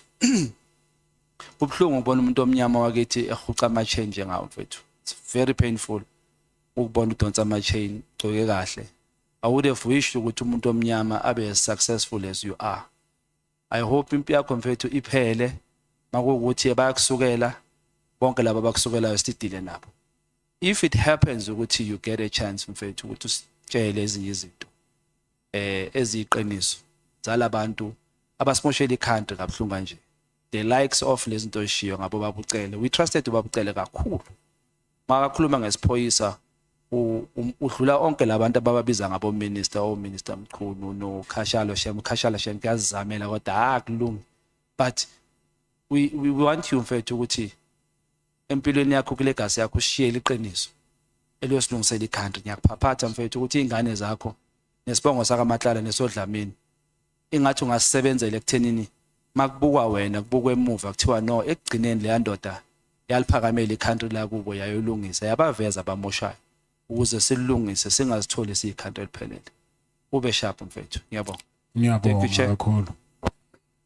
Thank you so much, the EFF. Until 5 minutes past 5 for the two speakers. Thank you very much, Chairperson. Mr. Matlala, I wish to, before I ask my questions, send my sympathy to your kids and your wife. Thank you so much. Because no one, even a hardened criminal, must have police coming into their house and making their kids to sleep on the floor. No one must ever do that to our kids and to our wives. If they've got an issue with you, they must take you on. Because the procedure would have been, once they arrive, they should have isolated the kids and put them with a female police officer in one room who's reassuring the kids that everything is fine, we are going to be fine, while police are interrogating you or doing their business. If this happened, it deserved to be condemned, Chair, because it was brought to our attention that kids were made to sleep on the floor. As black people, we have inherited trauma, and no one must pass that trauma to our children. And no one must take advantage of our wives. Whatever we do on the streets is between us and the streets and has got nothing to do with our children. And police must understand that wherever they are, that no one must ever take advantage of young kids. How do you put a child on the floor and point a child with a firearm? It is uncalled for, even if they are looking for the most dangerous criminal. That must never be done to children. I thought I must make that statement before I proceed. Mr. Nhlanhla, just tell me your place of birth. I was born in Seshowe, but in Petersburg Hospital, Provincial Hospital. Where were you born? I was born in Mamelodi. Yeah, which hospital? It's no longer there. They used to call it a nursing home, but it's no longer there. You have a birth certificate from there? Yes, I do have. And then the primary school you went to? It is called Uwani Primary School. Was a principal there? Principal, it was Serudu. And then were you baptized? No, I was never baptized. And then high school? You said it yesterday. Leshabile High School. Who was a principal there? Ngwe, Mr. Ngwe. After high school, you didn't proceed to tertiary education? No, I didn't. And then you never worked in any formal employment or? No, I never had any formal employment.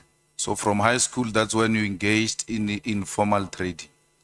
Yes, I will say before even high school, my mother disappeared on me, then I had to raise myself. I was actually a street kid. So I grew up in the street for a very long time. So I just realized after when I grew up that my mother passed away, but she was an albino. And I heard later that she was raped because there was this myth that if you can rape an albino, then you can get cured for whatever. Then that thing traumatized her a lot that she disappeared. And when I found her, she was terminally ill. Then I think it was 2002 when I found her through her friend. It was very late and then she passed on. But all along, I was street kid. I'm sorry to hear that. Now, Dlamenis have got some roots in Swaziland. Yes.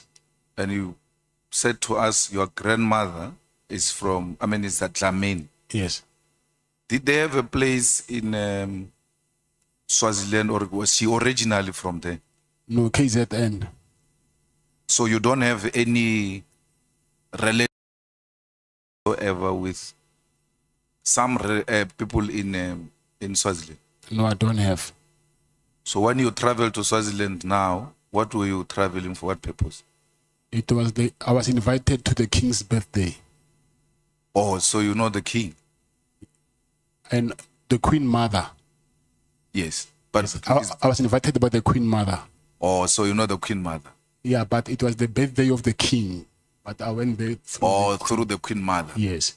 You were a guest of a queen mother? Yes. So this ID that has got your picture and the ID number that is similar to yours and all of that, what is the story there? I don't have an ID for Eswatini. So that thing was fabricated so that they can deny me bail. Yes, but in the judgment of the appeal or something, it looks like that judge didn't consider that as the grounds that must be used to deny you bail, because he says police did not produce the original ID.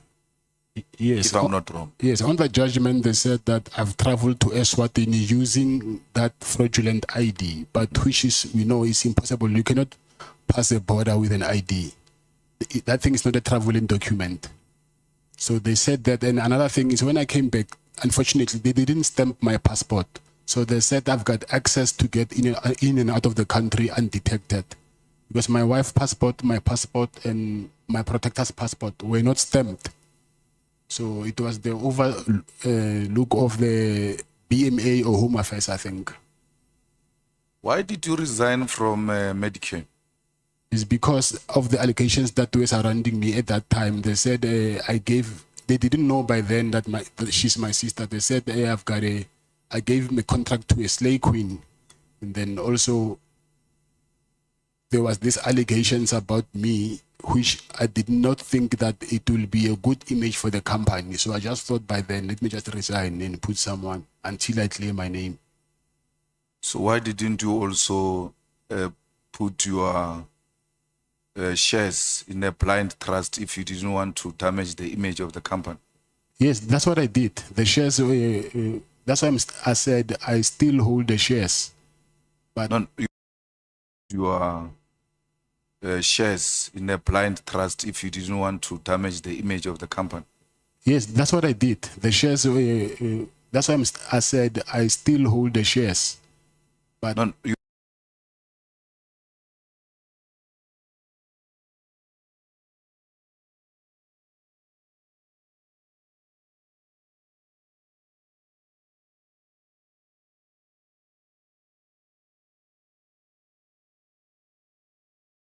I was just avoiding me being the director of the company.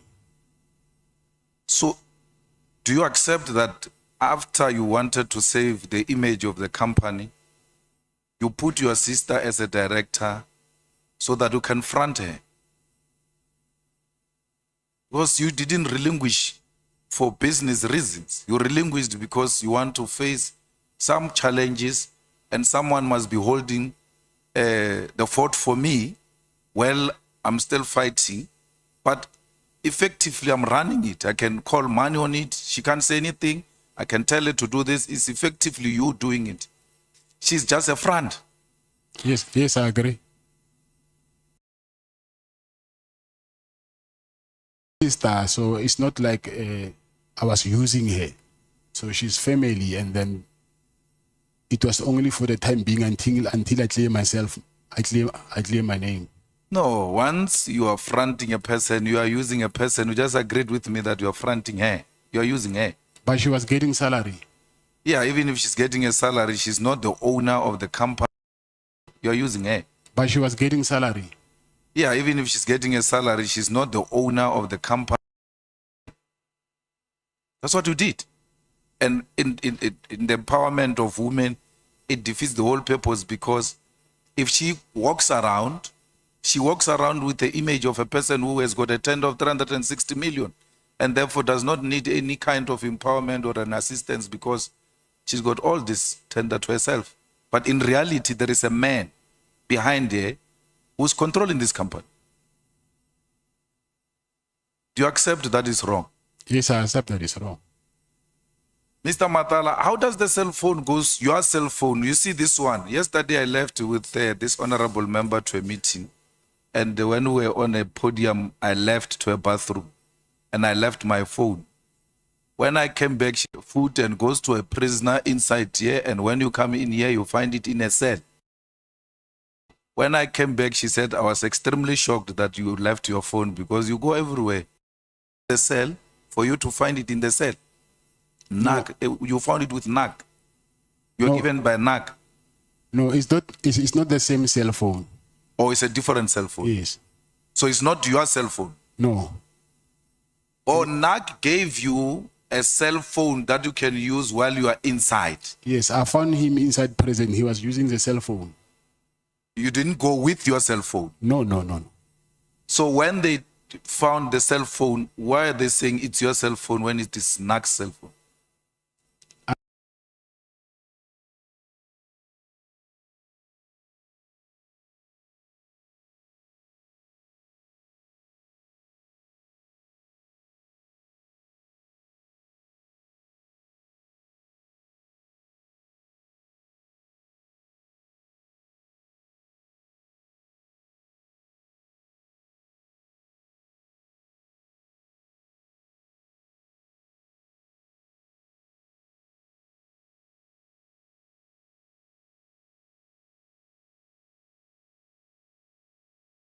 saying I got the cell phone from him, but because they found it on me, you know, if I was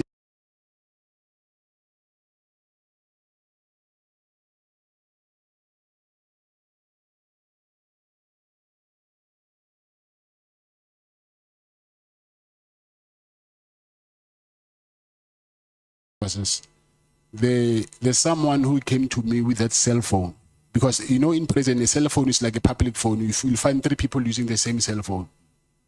So, someone said, "Hey, check, they're talking about you in the media." It was that day when Mr. Mkhwanazi was doing that press briefing. So when I held that cell phone, that boy left. Immediately the members of the task force of EST, they came to my cell, and then the same day, those guys from intelligence and PKTT, they came to prison. So I asked myself a question, that if this thing was found in prison, how did these guys knew that I was found with a cell phone? So I thought maybe it was something which has been organized for me to be found with a cell phone. That guy who was arrested and sentenced for killing Bozwani, what's your relationship with him? I'm forgetting his name. Keke. Yes, I don't have a relationship with him. You have never worked together? Work? Yeah? No. But he's also from Mamelodi. Yes. Mkhwanazi believes that you are John Wick, and everybody else there believes you are a John Wick in Mamelodi, that you have been killing people in Mamelodi. Yes, I heard that. But what, are you John Wick? No, I'm not. Do you kill people? No. Have you ever been accused of murder before? No, never. So what effort have you taken, the same effort you have taken in saving the image of the company? Yes. To save your image from being called a John Wick and being called a dangerous murderer in Mamelodi? What effort have you taken? That thing I heard it from Nhlanhla Commission, but I was in CMEX. There we don't have access to anything. So there's nothing I can do at this moment. My main focus now is to fight to get myself out of this place. No, but you're called John Wick before you came here. No. I don't know about that. You are not called John Wick before you came here. Now, in your detail of 14 security or personal protectors, how many are former task force members? It's not task force, it's from the defense, it's special forces. Yeah. Yes. No, I'm asking about the task force, the police task force. Oh, task force is 1. It's 1. And then the special forces? I'll say maybe 8. 8. Yeah. Out of 14. So it's special forces, 8 plus 1 task force. 9. That is paramilitary. It's not VIP protection to have such dangerous, the highest form of defense of the country in one unit. How much does that cost per month? I was paying them 100,000 a month each. Yeah. So what is your personal security detail budget per month? Because remember, it's food, it's petrol, it's convoy, it's hotels, it's all of that. My budget is 2 million. No, you said the security company makes 2 million. You can't budget 2 million. So the whole 2 million, when it gets in, it goes to those people. Yes, but I don't have one company. Oh, so you source from different companies to maintain that lifestyle. I've got a message. You know, Jerry's mom called me and asked me that I must ask you to return her son, because she believes very strongly that you kidnapped her son. Yes. And she cries in tears because she says she knows you. And she has given you a plate of food to her, you are a child. If we were to talk to her now, as she's listening, what will you say to her? I will say that they are misleading her. And I think the people who are misleading her are the people who put me here in prison. Because I think they even went and told this same thing before the mother, to Jerry's wife. So I will say she's being misled, because they know very well that I'm the first person who woke up at night there, and then I was the first person who was looking for Jerry everywhere. So when they say I kidnapped her, it's because maybe of my suggestion that rather let's tell the police the truth. And then they were not comfortable with that. And I said to them, it's either we do that or we never find him, because if we don't give them a clue, then how are we going to know, how the police, are they going to know where he is? So they were emphasizing that we need to save their image, his image. So me and them, we ended up not agreeing on one thing, because even myself, I was tired of looking for someone, but we must lie to the police on the other side. Yeah, but I'm saying I'm given some limited time and I'm allocating it to you. Speak to her. Talk to Jerry's mom. She's listening to you now. She's watching you. Talk to her. Her son has been missing for so long. Yes. And she feels very strongly that you took her son. Yes. The same way they felt very strong that you took AB's wife and AB's son. Yes. So before you speak to AB, speak to Jerry's mom. AB knows that. I think wherever he knows that thing he knows very well that I've never. No, leave AB. I'm saying, yes. AB, Jerry's mom is watching. Talk to her. I will say, Mama, you know very well me and your son. We are very, very, very close friends. We've done a lot of things together, traveled together, me and his wife and my wife. And there was nothing that I will do to harm your son. Actually, your son was like a young brother to me. So there are people who are getting between us, trying to convince you that I took your son so that you might think of me as this boogeyman that people paint me to be. But from the bottom of my heart, I've never and I will never, ever do anything to harm your son or your family. Thank you, sir. I'm sorry. Thank you. Now, did you have a business deal with Jerry in some comfort installing solar system? Yeah, but it was his business, but I'm the one who got it for him. So you worked together and whatever the money is that you were supposed to transact at that level, yeah, you sorted each other out? Yes.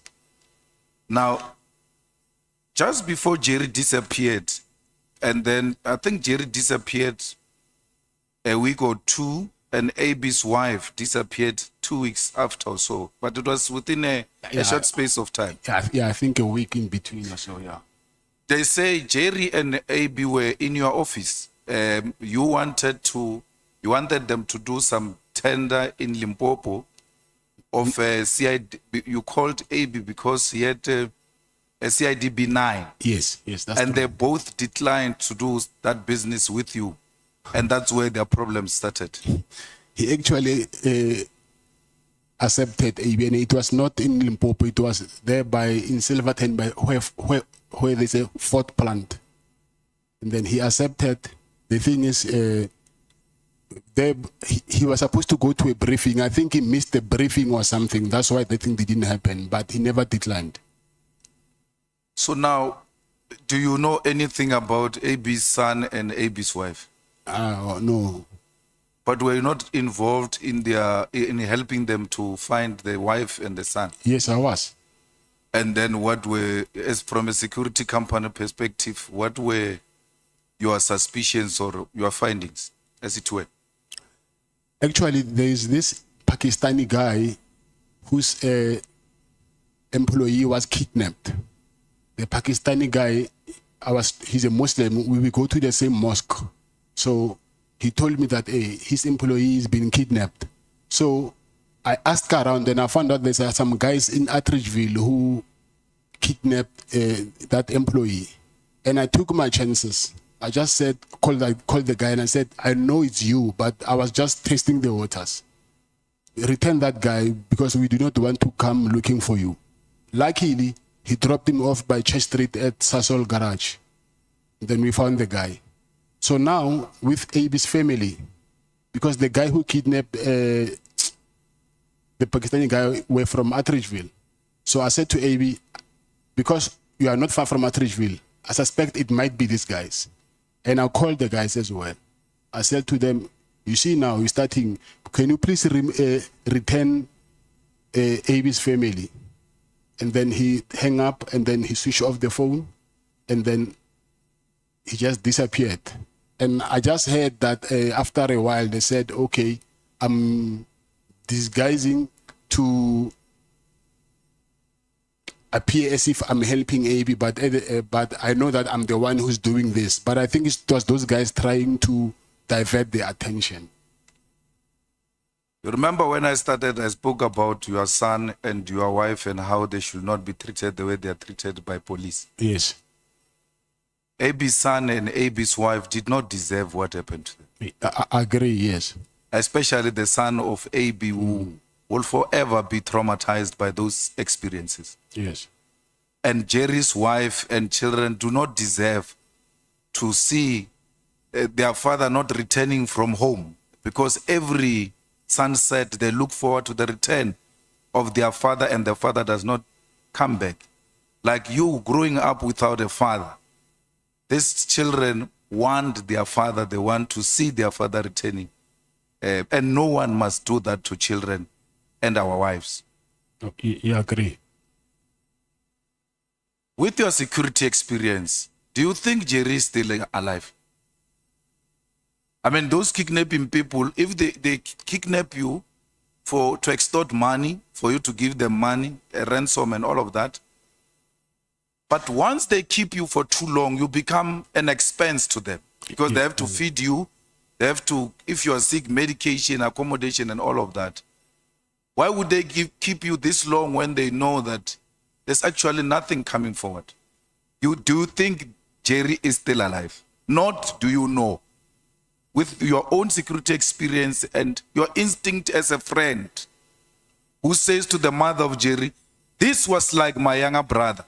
Something in you should tell you that this guy is no longer there or is still there. Honestly, I agree with you. At some point, he will end up being a liability to his abductors.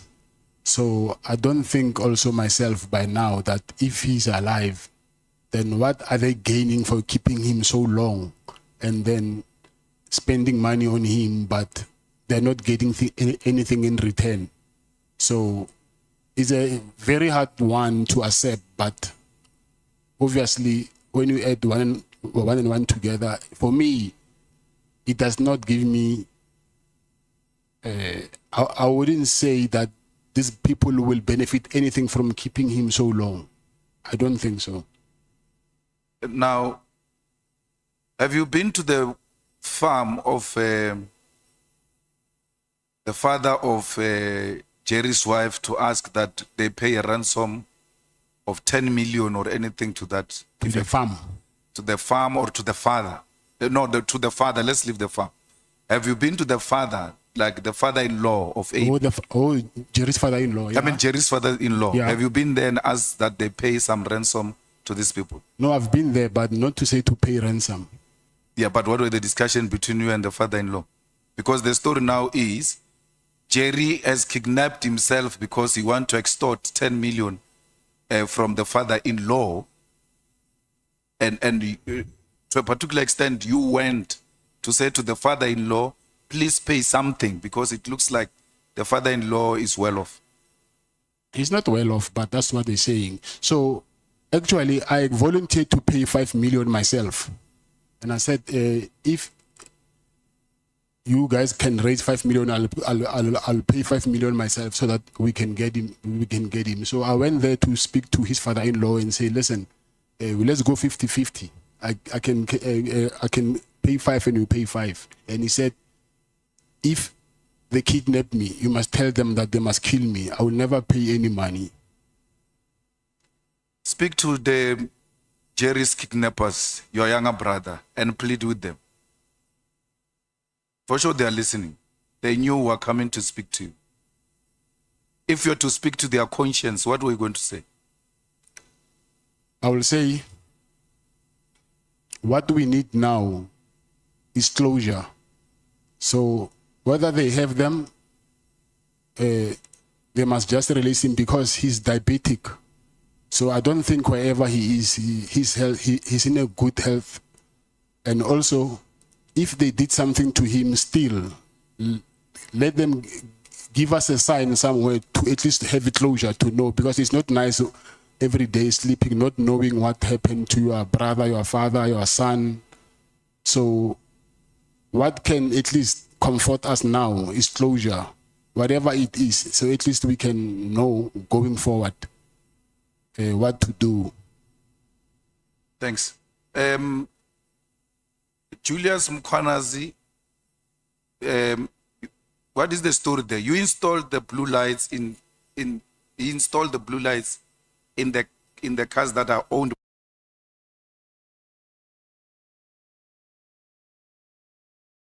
Julius Mkhwanazi,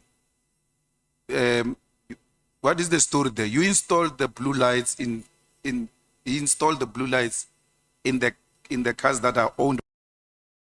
What is the story there? You installed the blue lights he installed the blue lights in the cars that are owned. I donated cars to his to EMPD to him. So they took them belonging to you? No. But there was a News 24 article that showed a lady saying Mama Cat is taking his kids to school in style, and they were playing with blue lights like they are playing with yo-yo. Yes, I'm divorced with my first wife, so I was not in relationship with my first wife. And Mama Cat is the media saying that. It's not her saying Mama Cat. So she's living her life, and then I don't even, and those are not my cars. So my cars are BMWs. I think everybody knows. I use BMWs. So those. So she's got cars also with blue lights, without your involvement. She don't have cars. Maybe she sourced a security company or what she did. I don't know. Because me and her, we don't have that relationship anymore. We divorced. What is your relationship with Julius Mkhwanazi? Julius Mkhwanazi, I will say, he was a friend. Was. Oh, so you donated because you had a friend who was in the position of authority? No, it's because I proposed to him when he was an operations manager that, listen, I want to donate the cars, but with conditions that we do brand awareness, and then I will also send proposal to... Protected by you? No, not by me. I went there when it was only once, and it was when it was state of the city address. It was only once. Yeah, but you went to fetch the mayor of the DA with your cars, yes, and they had blue lights. I don't know if they put blue lights on because I was not there. Was it not your protection that was driving the cars? Yeah, on that day. They came as backup. She had her own cars, so they only came. She needed backup. Or the DA mayor needed a backup from you? Yes. How does she need a backup from you when the Metro Police there is even as some sort of a task force? Yeah, sort of. I think Mkhwanazi convinced them that my guys are special forces. Okay. That recording we heard about it in the thing there, do you say it's not legitimate? No, it's not. It's not. I even have proof of what happened. So you never gave Sibia money? No, never. You never said Sibia is a criminal? You stop speaking. But what if I'm taking a time? We pass the microphone to Honorable Matthys. I'm on, Chief. I'm in charge. No, yes, I'm the one who is running the meeting. But I'm in charge. Yeah. I'm the one who is running the meeting. I want to hear her speak. Honorable Matthys, this your is time. our arrangement. We won. Honorable Matthys, it's your time. I see you speaking. Okay, Thanks. thank you. Now, she's fronting, Chair. She's fronting. What? I didn't hear that. No, the person who's saying you're fronting, they will never even speak in the presence of their president. You see now what you did to me, Chair. So, the meeting with Mkhwanazi, if we're to go to Lieutenant General Senona, will he give us or give you a confirmatory affidavit that you actually brought back the report from the guy who was tortured. Because you said you didn't go back to Mkhwanazi. You actually told Snona that the guy has declined. Yes. Is Snona, the head of works in KZN, prepared to depose an affidavit to this committee, confirming that you gave him that feedback, and also confirming that he was part of the meeting where Mkhwanazi made those kind of requests to you? I think he will, but I've never spoke with him since I'm here, so I need to contact him, but I think he will. So why would Mkhwanazi think that you are the best person to talk to people who are accusing him of torture? Because he didn't know your relationship with those people. Yes, because of he found out that me and the guy, we are in the same estate. So he asked me first that if I know the guy in this estate, because he heard that I'm from Midstream as well. So, and it was Minister Begicele who arranged a meeting? Yes. And Minister Begicele is the one who said, Mkhwanazi can make these problems go away that you are confronted with. Yes. And to that effect, then arranged a meeting. When he arranged a meeting, were you present like the time he was calling Kumano? No, I was not. And so how did Minister Cele know about your penthouse? You are meeting for the first time. He doesn't know you and all of that. The next thing, there is penthouse staying there and all of that. How did it come up? It's the guy that he introduced me to him. He said, hey, this guy's got a nice penthouse. I assume the guy knew that Mr. Cele traveled a lot to Pretoria, and then he was struggling with accommodation. Not struggling, he had to pay accommodation. That guy said to him that actually Cat has got a nice penthouse there, so I think you can talk to him, he can offer you.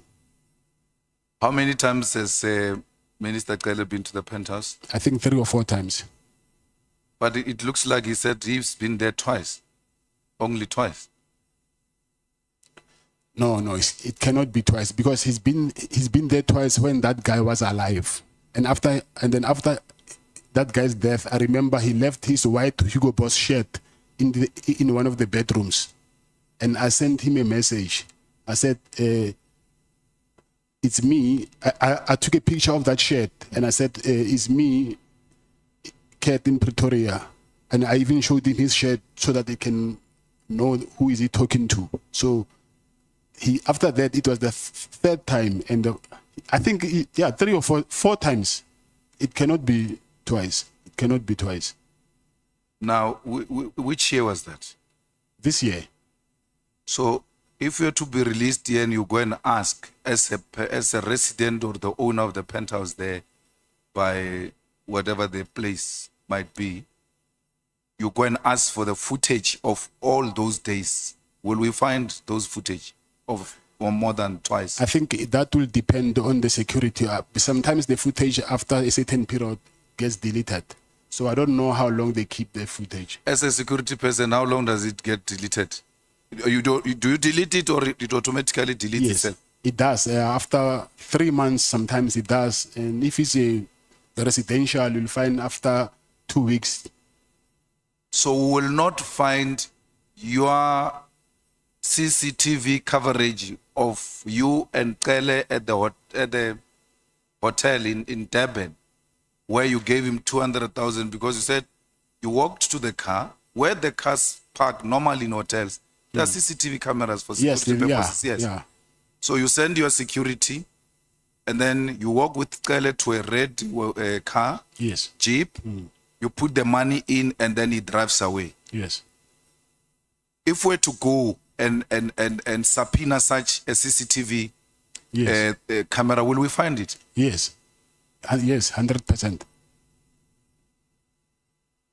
And then that day when I'm happy because you and Minister Cele are agreeing that you went to Durban to deliver the last, the other portion, the second last, I suppose.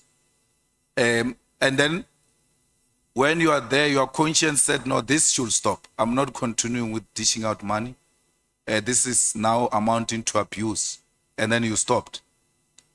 but he kept on calling you. So where you and him agrees that you were supposed to meet in Durban. Yes. That's why he gave you 20 calls. And you are saying, yes, I drove to Durban for purpose of giving him money. And that day, I took a decision, I'm no longer doing it anymore. And he gave you 20 missed calls. And we asked him, why did you call him so many times? He says, we were supposed to meet. Yes. So on the meeting part, you and him are agreeing.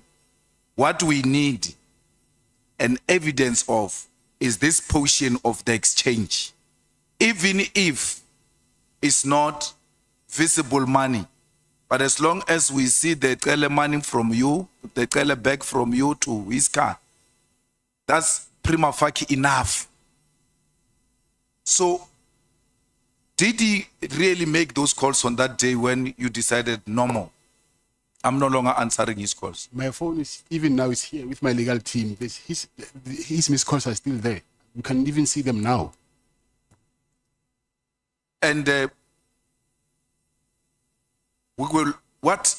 we need some, even if it's smallanyana evidence that demonstrate that you indeed exchanged money, because the problem is that Mabonga is dead. Yes.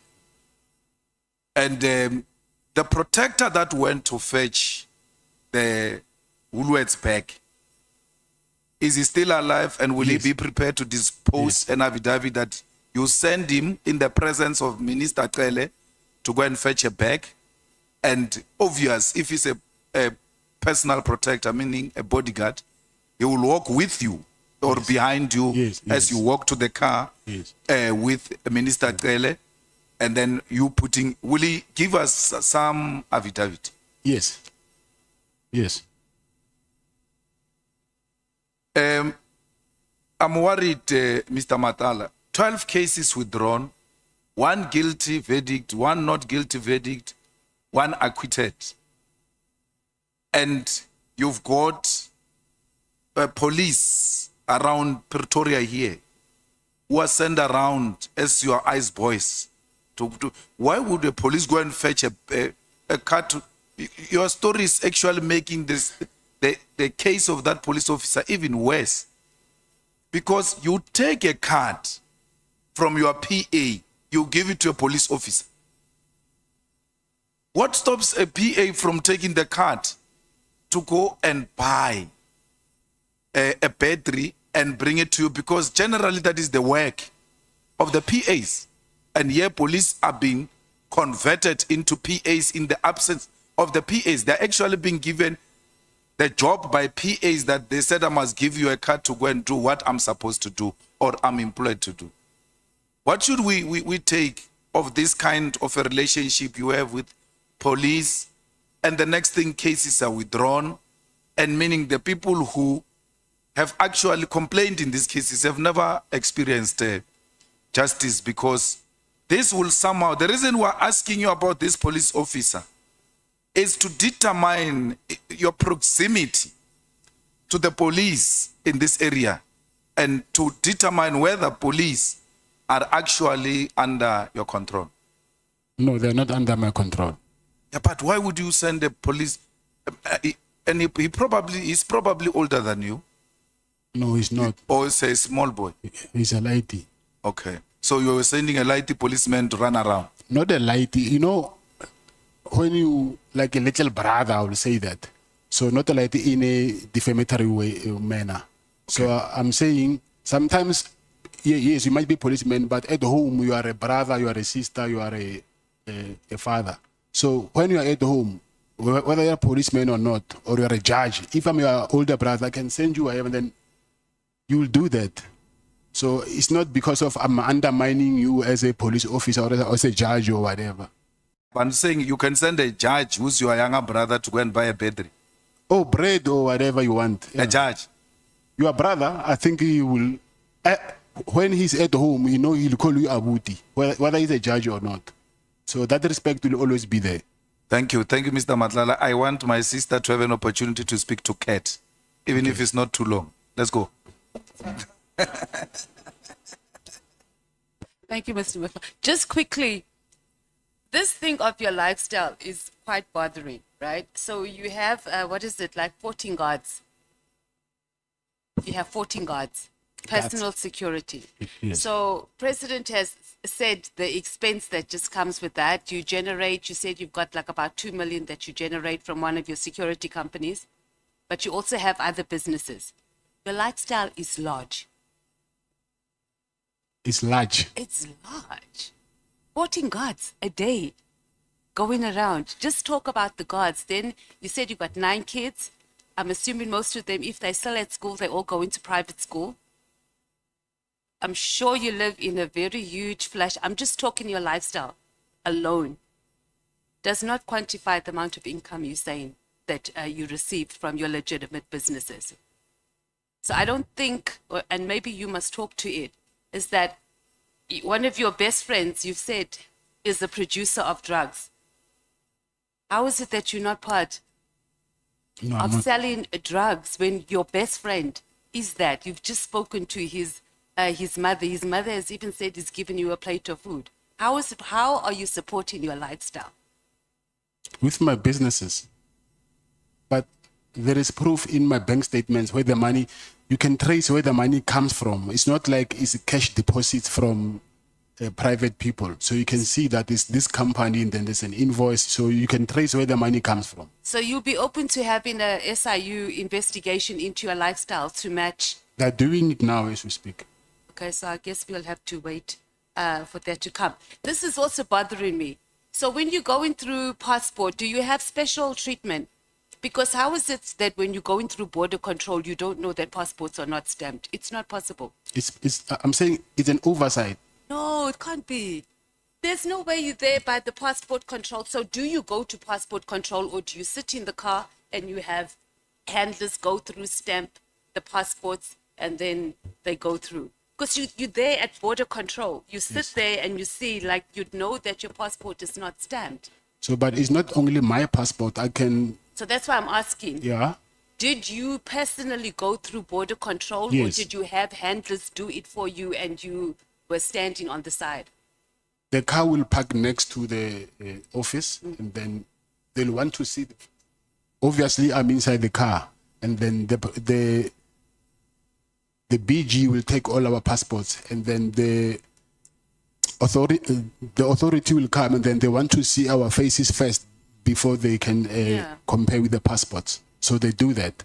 So what happened, I really don't know. On both sides, both the South African border Yes. side and the Lesotho border side. No, both it's of them only, just didn't. they've noticed it on the 19th when I went to Eswatini, and when I came back, it does not show me coming back to South Africa, From whose So- side? Exiting or entering? Because you have to get to. entering South Africa.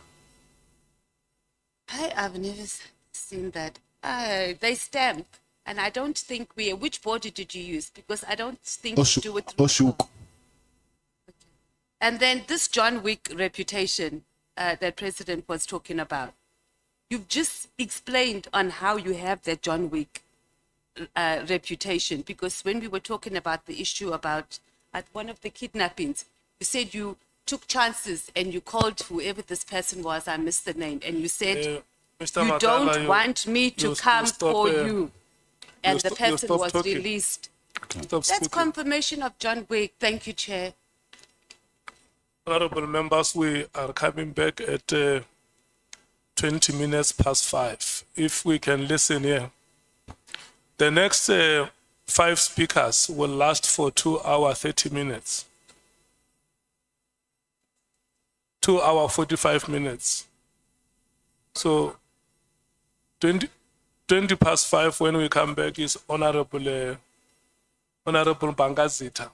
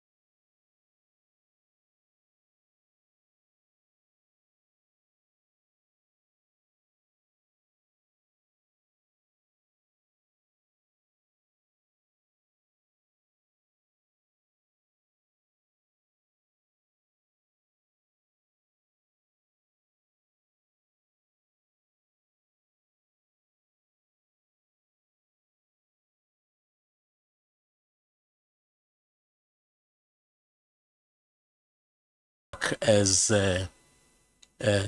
the Deputy National Commissioner. You were discussing issues that were actually relevant to the supply chain management division. Why specifically you chose to meet General Spee? I think if you can check also on his affidavit, if you have it, his statement, it actually falls within his department because of I wanted him to do investigations of the corrupt nature of police officials who don't want me to occupy that hospital. So investigations falls under his department. Because when he was here, he actually did not say that you were there to ask for his assistance in investigating. In fact, he said you had actually solicited his assistance to persuade the finance section to actually pay your invoices because they were not paying you. No, I have his affidavit. He does not say so. In his affidavit. I beg your pardon? I'm saying I do have his affidavit. He does not say so. Okay. I think maybe the committee also has his affidavit. We can share it and check what you are saying.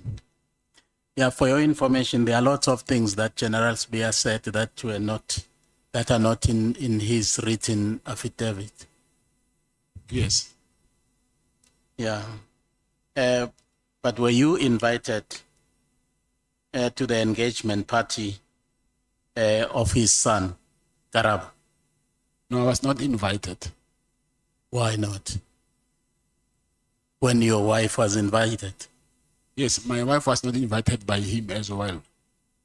Was the invitation specifically for your wife, not for you? No, I'm saying even my wife was not invited by him. I didn't get that. I'm saying, can you hear me? Can you hear me? Yeah, can you hear me now? Yeah. I'm saying even my wife, she was not invited by him. My wife was invited by her friend who was attending that event. Invited to attend somebody else's party. Yes. Okay. All right, can we actually look at the harassment that you actually suffered under the hands of the police? In fact, after your unsuccessful attempt to open a case in Brooklyn Police Station, you then suddenly received a call from a gentleman who introduced himself as Mr. excuse me, Brown Mkhwanazi, wanting to assist you. Where did he get the information from that you were in trouble with the police?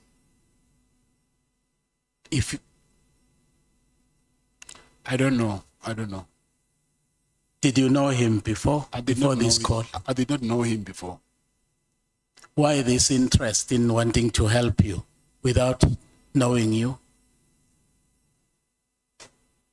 I think he, obviously from what I learned later, that he had his own disputes with the police, then he wanted to use me because he was also pushing the fact that I need to report the matter to IP a lot. So I realized later then that he wanted to use me to fight his own battles. And another thing is he also used me as his cash cow. Did you say in your affidavit that he said he was phoning from the minister's office? Yes.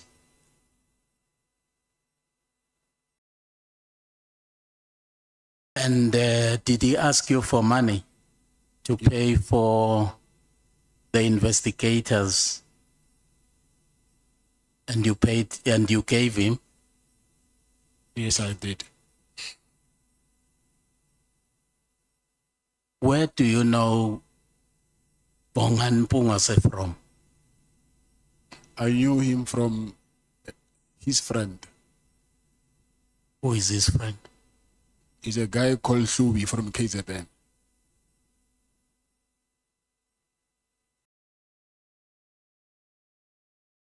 And how did he know that you had a brush with the police? Because immediately after you have had a discussion about your predicament with Mr. Mkhwanazi, he also came into the picture through a telephone call, offering his assistance to a point of wanting even to facilitate a meeting between you and Minister Cele. I think the matter is because I will assume that he saw it from the media because of it was all over the media. Did you pay him for this facilitation that he actually did for you? Mr. Cele or Bongan? Oh, I mean Bongan. Bongas. Yes, I did. Because I didn't see that in your affidavit. Because I was going to complain because Bongani is actually my homeboy. That why did you not pay him? Because you are generous, you pay others and you don't pay. Mkhwanazi, on the 19th of December, you sent him pictures of the raid that actually had taken place in your office. What was the purpose of this? Why did you send Mr. Mkhwanazi pictures? What did you want him to do with the pictures? At that point, I believed that he was working from the office of the minister. So I wanted him to check if they can find out who these people are and then what do they really want from me. Can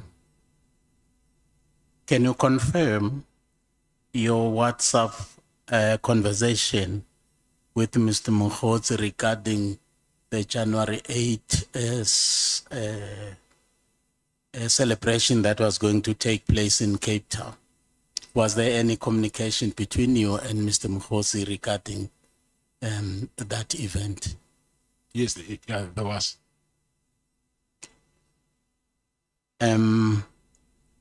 Mkhwanazi actually wanted you to assist in actually providing finance for some people or a group of people who had wanted to attend that function in terms of transport and their upkeep when they were in Cape Town. How much did you pay for that? Because there is a certain amount of money that was actually bandied about by one of the witnesses. How much did you pay? Can you remember? Yes, I will. In total, I think I'll pay between 150 and 200,000. Okay.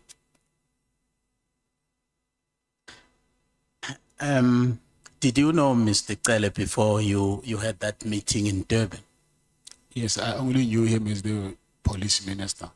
Okay. Where was this meeting held? Was it in Beverly Hills or in Zimbabwe? In Beverly Hills. Sorry? In Beverly Hills. Beverly Hills, okay.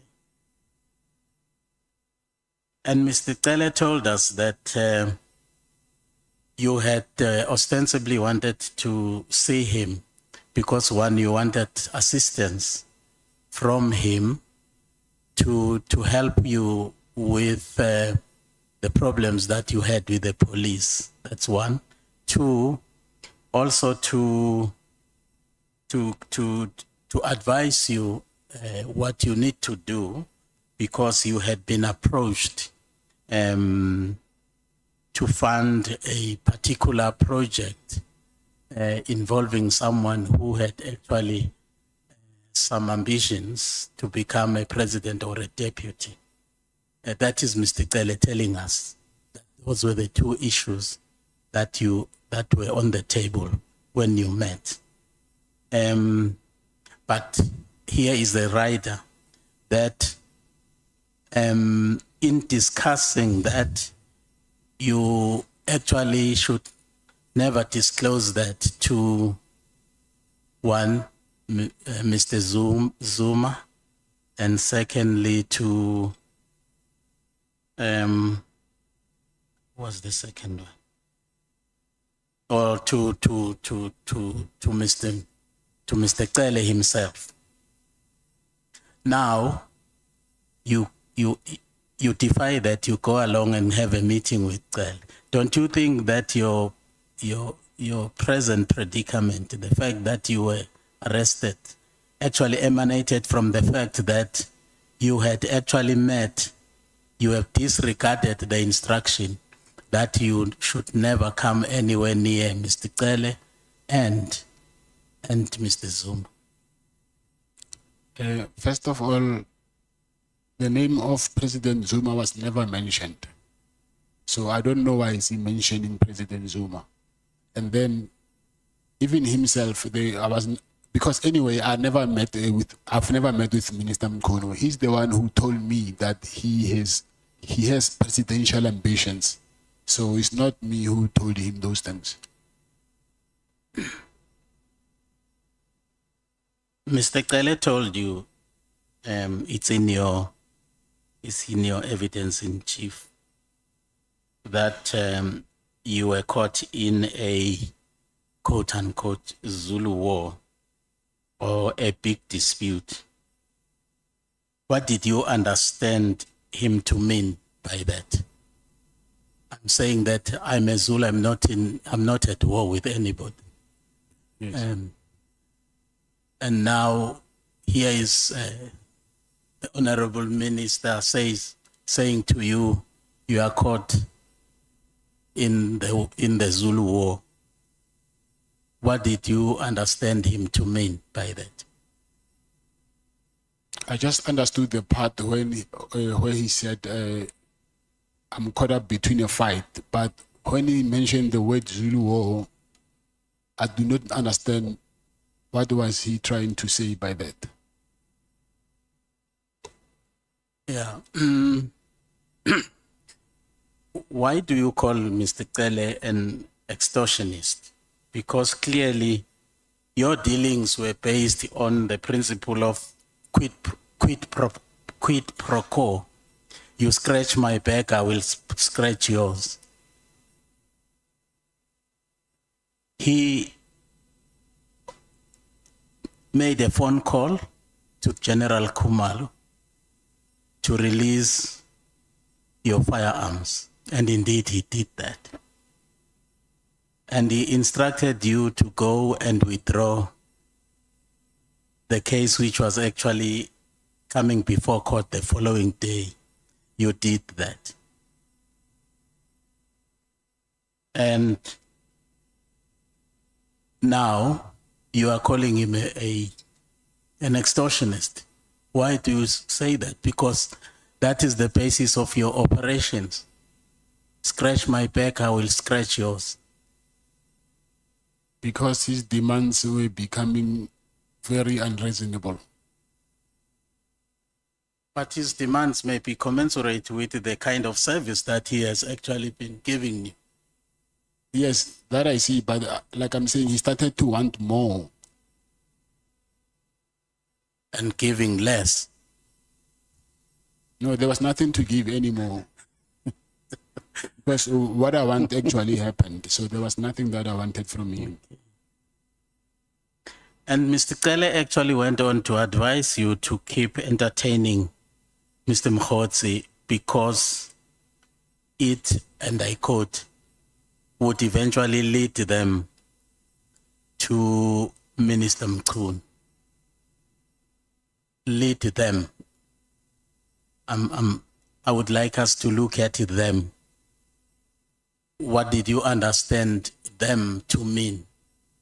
Who is them? Is the team that he was working with, the PKTT. Oh, okay. Now, did you realize that Mr. Cele was actually recruiting you?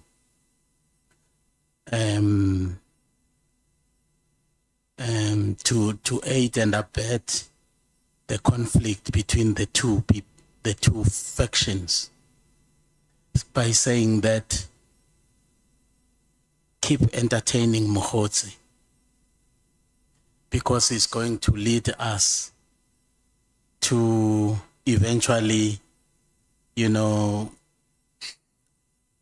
to reach the minister in whatever way. So you were now becoming a participant, active participant in the fanning of the flames of that conflict between these two powers. Don't you think that you are now an active participant? Yeah, I believe so. Okay.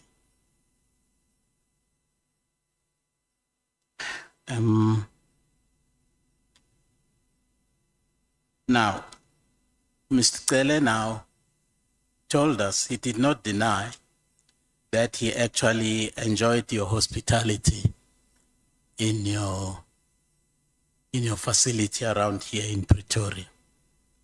And in fact, he told all of us that it was really nice. How many times have you actually extended that kind of hospitality to Mr. Cele to utilize your facility here in Pretoria? I would say maybe 3 or 4 times.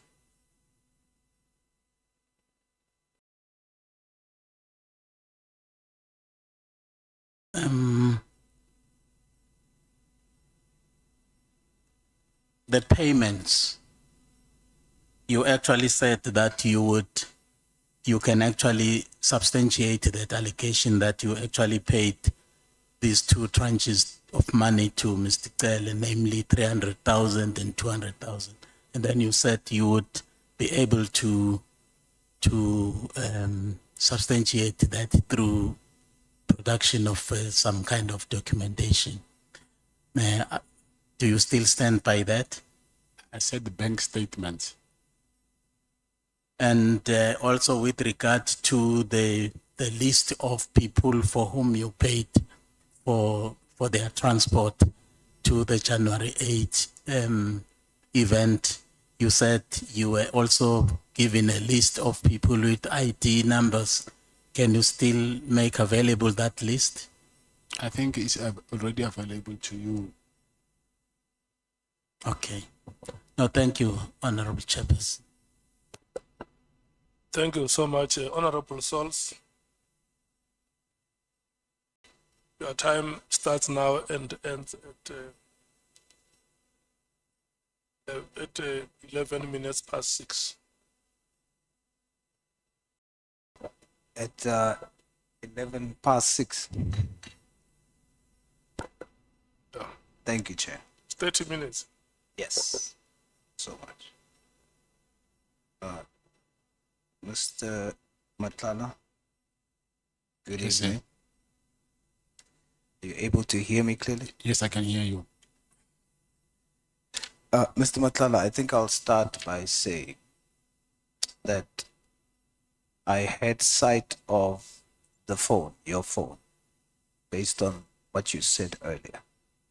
So I want to state for the record, I did see the library on the phone dated 15th May and screenshots taken on that day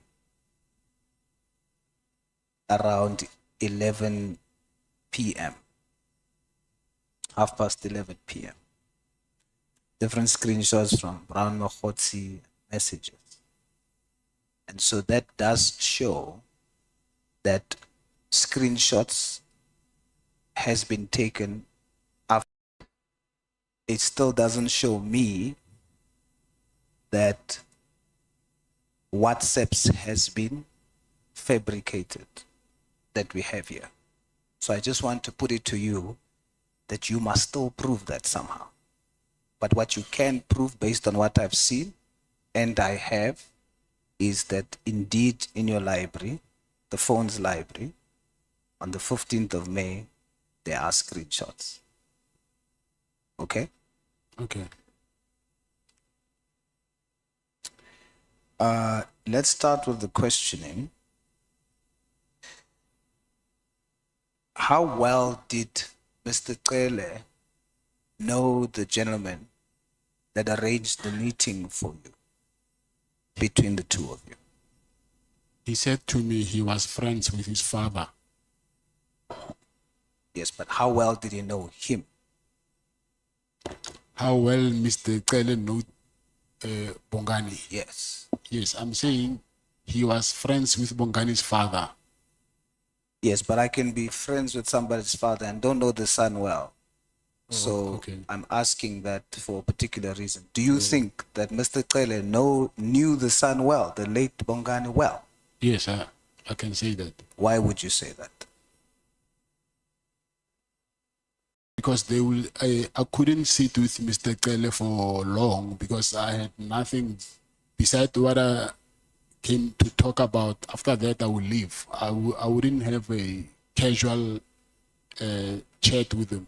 But he will stay long, and when he came to visit here in Pretoria, he will stay long with him, bring alcohol for himself, Bongani, and then maybe he will come with two of his friends, and then they'll leave at 10, 11. So I assume that for him to stay that long with him, obviously they had things to talk about, which I didn't have that relationship with him. So you are testifying that they had a very close relationship?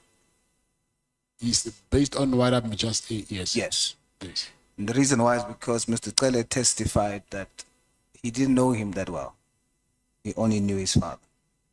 You testified that you sent a text message to Mr. Cele with a picture of his shirt. It was a WhatsApp message? Yes, it was a WhatsApp message. Did Mr. Cele reply to that WhatsApp message? No, he didn't reply.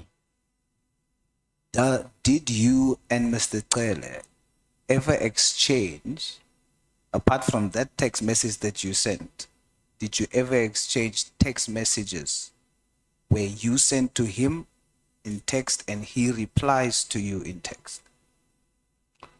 Yeah, I think he did once. Only once? That's what I can remember. Yeah. That I can say in certainty that this really happened. So you are testifying that there was a time when Yes. Mr. Cele sent you a text. I'm asking that because Mr. Cele testified that he never sent WhatsApp messages or text messages, so he would never have sent you a text. But you testifying he did send one. I remember that because I think if you can remember, I said at some point he was in Senten Hotel and he asked me to send my protectors to take him and the wife to the wedding. So that day, that's when he sent me the text of the where he was. So I can forward it to the guys. But as soon as I saw the text, I knew the place. So I just told them that they knew the place as well. Yeah. All right. I want to jump on the Zulu war thing as well. When Mr. Cele called General Khumalo, you testified that he said to General Khumalo, he's not a danger to us. He's just caught up in a Zulu war, correct? Yes. Who do you think he was referring to when he said us? We already know us would mean himself and General Khumalo. Who else do you think he would refer to? I think maybe that whole unit. Which whole unit? The PKTT unit. Are all of them Zulus? No, I don't think all of them are Zulus. So the war is some of them within them. Yes. Would you think potentially that the war would be because you testified that Mr. Cele told you to continue talking to Mr. Mkhwanazi so that you can get information that they can use against Minister Mkhwanazi, correct? Yes. And by they, it is himself, General Khumalo, and General Mkhwanazi, correct? Yes.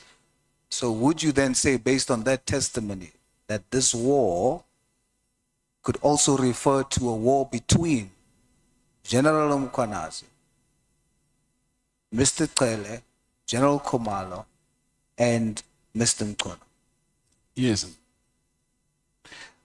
Based on that, would you say that all of this that we are doing here now, possibly, all of this taxpayers' money that we are using to deal with this, your testimony would mean we are doing all of this because we too are caught in the middle of a Zulu war? I don't know about that. But would it make sense? I can say that you're caught up in a Zulu war. Okay. You testified that after that call was made, you got your firearms back. Did you get your jewelry back too? No, I didn't. So as we stand now, the call just ensured that you got your firearms back, but not your jewelry. Yes. Yes. Why do you think it's that? Why do I think that I didn't get? You didn't get your jewelry. Didn't you want your jewelry back? I wanted it, but I saw that I will now start to irritate the guys that I'm fighting with. I see. Do you think that when the meeting between yourself, Mr. Cele, and General Mkhwanazi, that meeting, do you think on arrival of that meeting, General Mkhwanazi knew what your problem was? Yes, he knew. You think Mr. Cele told him about your problem? Yes, he did. And he agreed to meet? Yes, he did. So, Mr. Cele, at the time, had the power to instruct or call General Khumalo, and he followed the instruction. And he had the authority to call and set up a meeting with General Mkhwanazi. So both of them listened to Mr. Cele.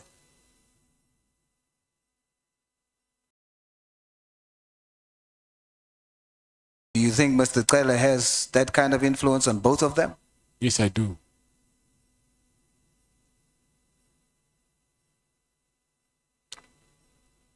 So we know that you were going to get something in exchange for what you were asked to do in that meeting, to go and speak to the guy that was tortured. In return, you're going to get your contract saved. We know what you were going to get. But the guy whom you went to talk to withdraw the case, what was he going to get in exchange for withdrawing the case? Nothing. So General Mkhwanazi sends you, ask this guy, and the guy must just withdraw the case. He gets nothing in return. Nothing. Nothing.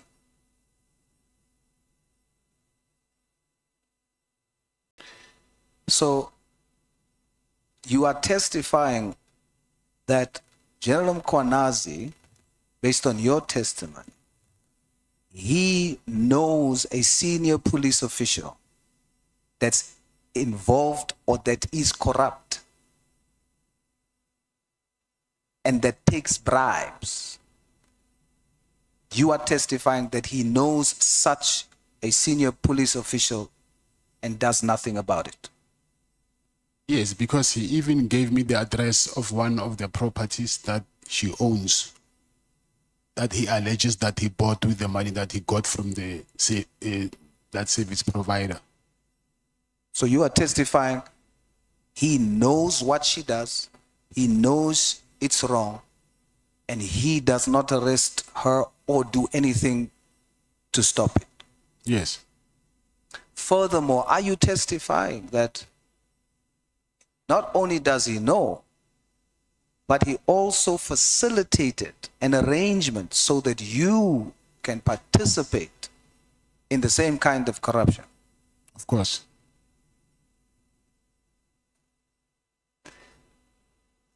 Are you testifying that the request for you to go and speak to the gentleman who was tortured to withdraw the case, are you testifying that General Mkhwanazi was asking you to defeat the ends of justice? Yes. And you agreed? Yes. So would you say, based on your testimony, if your testimony is true, would you say that you are corrupt, General Mkhwanazi is corrupt, Mr. Cele is corrupt? Is that what you would be saying? When you say I'm corrupt by trying to influence this guy to withdraw the case. When you agree to assist in defeating the ends of justice, you are participating. But I was not given much of a choice because he said he's going to charge me with the case of my ex-girlfriend. And it actually happened. That's why I'm here now, because of that case. In your world, yes. In your world, yes. You are found in a rock and a hard place. But in terms of the fact, you would be participating in defeating the ends of justice. Yes, in that context, I agree. So it's all of you. Yes. So then, when that didn't assist, when you didn't succeed in getting the gentleman to withdraw the case, when you didn't succeed, you are testifying that because you failed and because you stopped or refused to pay what Mr. Cele wanted, you are saying, are you testifying under oath that that's the reason you were arrested? I'm saying those two reasons. And also, the third one is I sent them a letter of demand after they cancelled my contract. So I sent the letter of demand on Tuesday, and on Wednesday I was arrested. So the answer is yes. Yes. General Mkhwanazi testified that you are part of the Big Five. He only named two in his statement, yourself and Mr. Malife. And he says there are three others, but you are two. Are you part of the Big Five? No, I'm not. Do you know Mr. Malife? Yes, I know him. You know him? Yes, I do.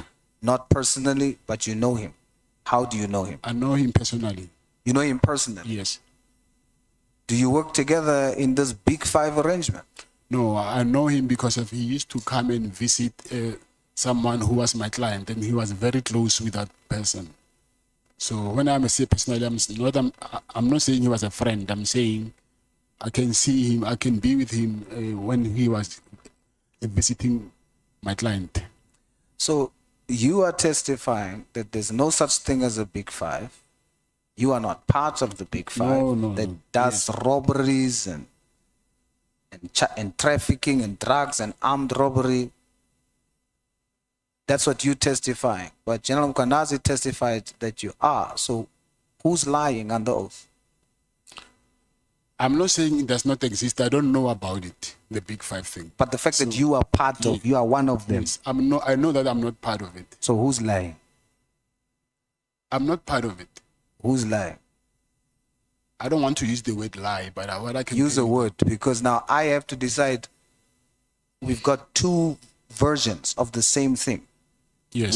We can't take both. So I need to hear for the record, are you saying that General Mkhwanazi is lying, or are you saying you can't say he's lying? I'm saying if it's not a positive, then it must be a negative. So I'm saying I don't know anything about that. I'm not part of that. So he's lying. What he's saying, I don't know how. I think he's the one who needs to prove that. Based on is it untrue?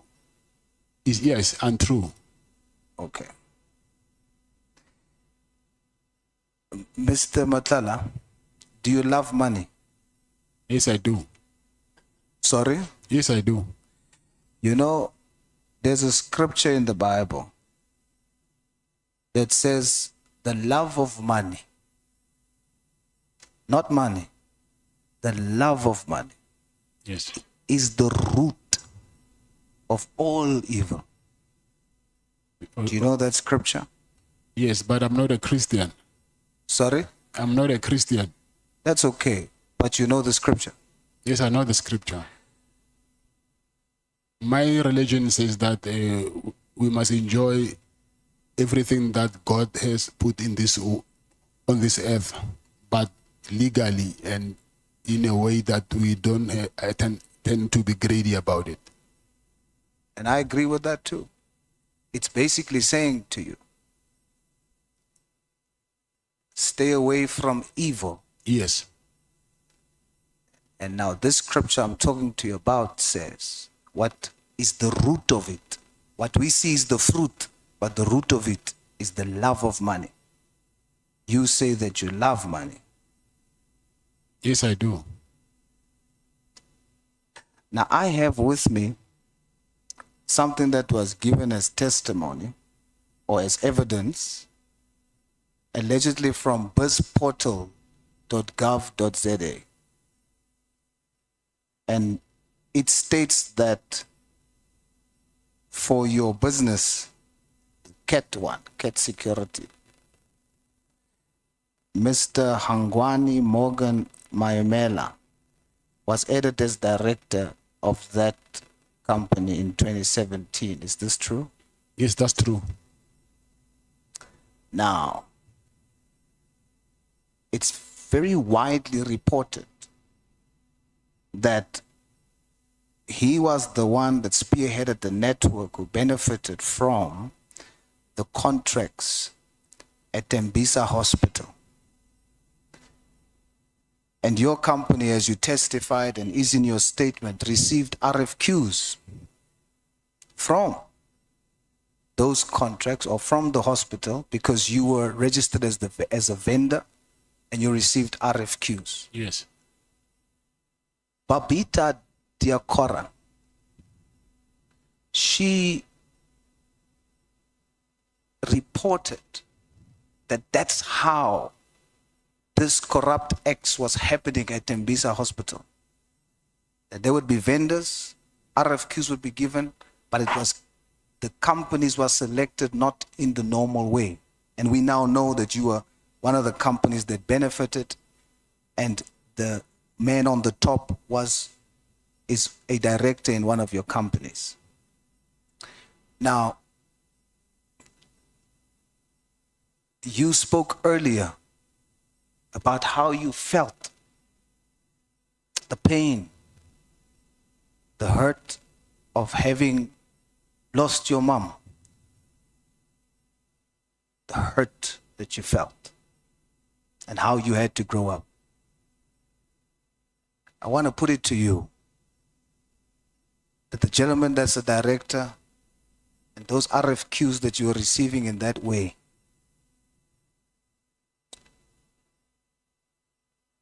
Obita was shot 12 times in front of a yard. You see that feeling that you had, or maybe still have? She has a 12-year-old daughter who's now going through exactly the same thing.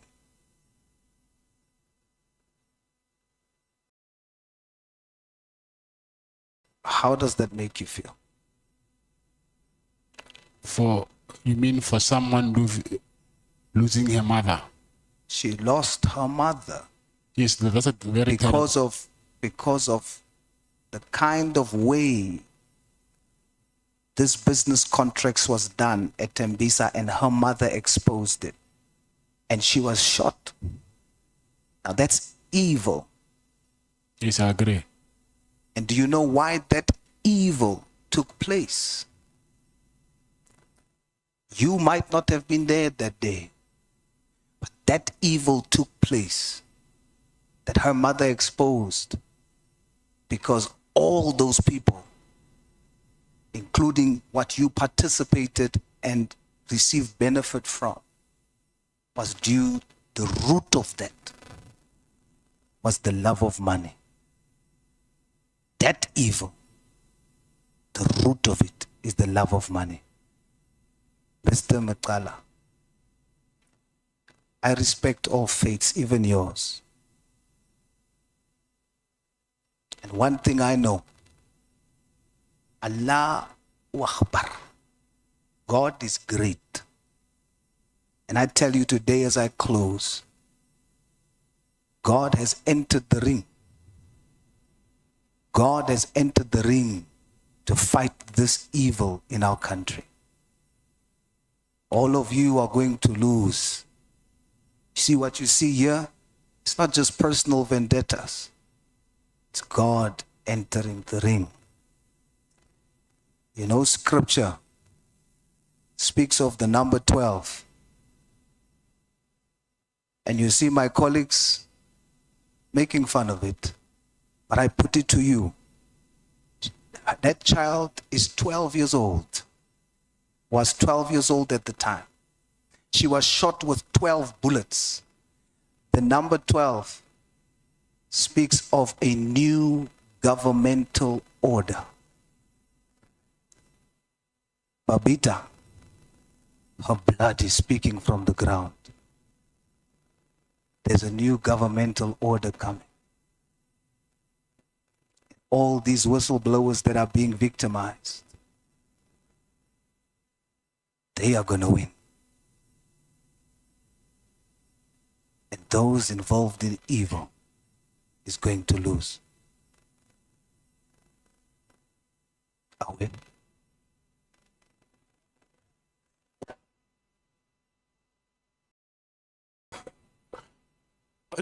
So much, Honorable Cele. Mkhwanazi, do you have any comments that you may want to make? No, I don't have any comments. Not even hallelujah?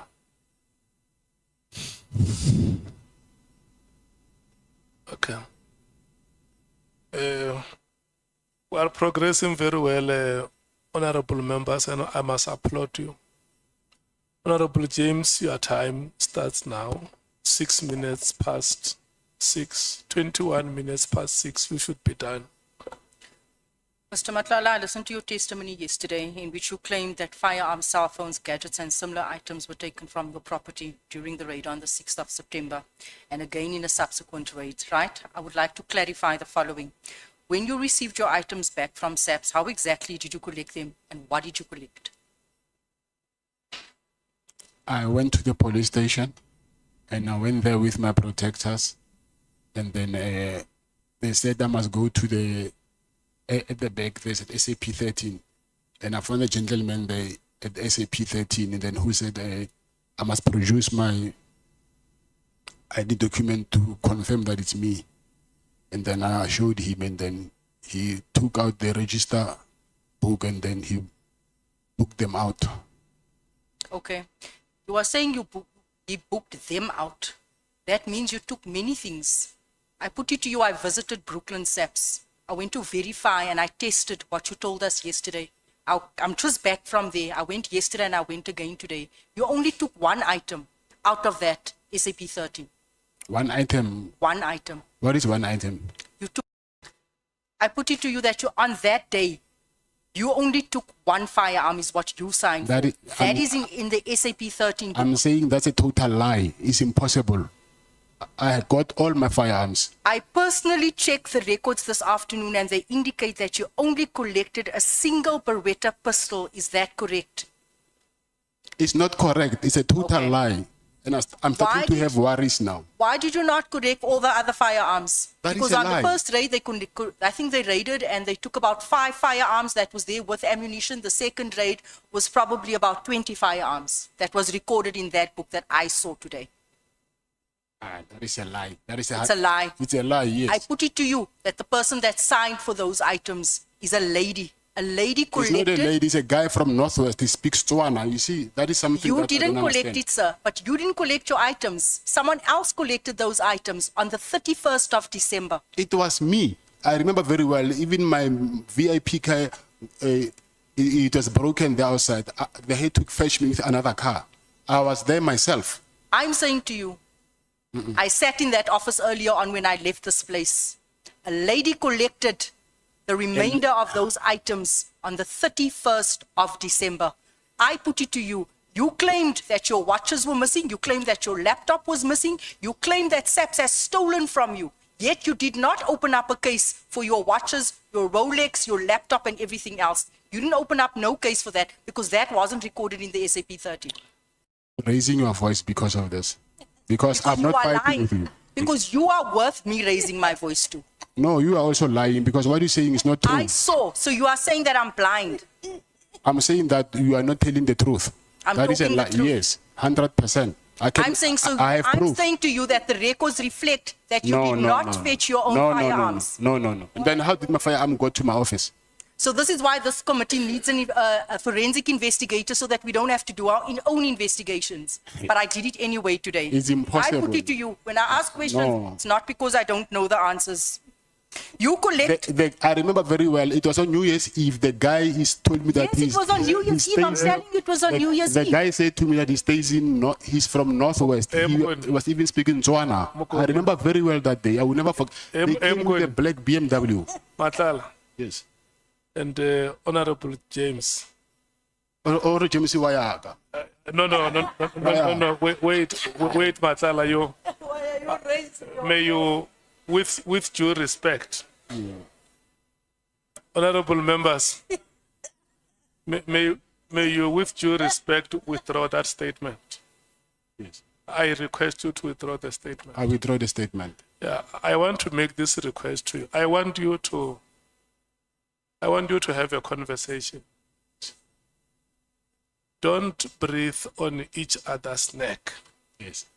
Because you are going to make each other uncomfortable. Just relax, take your breath, ask your questions. I've been relaxed all along, but you can see where this comes from. I'm talking to the two of you. I have made an observation. That's why I talk to the two of you. And I want to make this request to you that please have a conversation. You can proceed, Honorable Chair, James. I came here because I was invited and I've honored the invite. So I don't appreciate when someone is raising a voice at me. Whether she takes my testimony or not, it's okay. I understand that. But there is no need for her to raise my voice. I'm not a child. I don't even think she's older than me. But even if she is, still here we treat each other as equals. So I don't think she's at the right to raise a voice on me. That I'm not comfortable with. Mokodi, kgoši le ge e ka ba e nyane go wena ke You are not my equal. You are definitely So- not my equal. Say Can't say we treat each other as equals. We are sitting on two different sides of the Honorable fence. James, Honorable James, listen. You know, let's tell the South African public that when we are here, we are the supreme leadership of this country. There is no institution in the Republic of South Africa bigger than Parliament. Parliament is the highest locus of power in this country. And it will become a very sad day if a member of Parliament will appear on television or on any media platform toe to toe with an ordinary citizen. That's why, without passing any judgment on either of you, I request you to have a conversation. And it's unfortunate, Mr. Nhlanhla, for the statement that you made. And I'm once again going to request you to withdraw it. This part that says she may even be younger than you, it's unfortunate, and I humbly request you to withdraw it. No, I'm sorry and I withdraw it, Chair. Yes. Listen now, as we are going to proceed. I don't want to invite honorable souls to pray for you for peace to reign. I just want you to have conversation. Your time is guaranteed, Honorable James. You will have it. No need to panic. Just have a conversation with Mr. Nhlanhla. And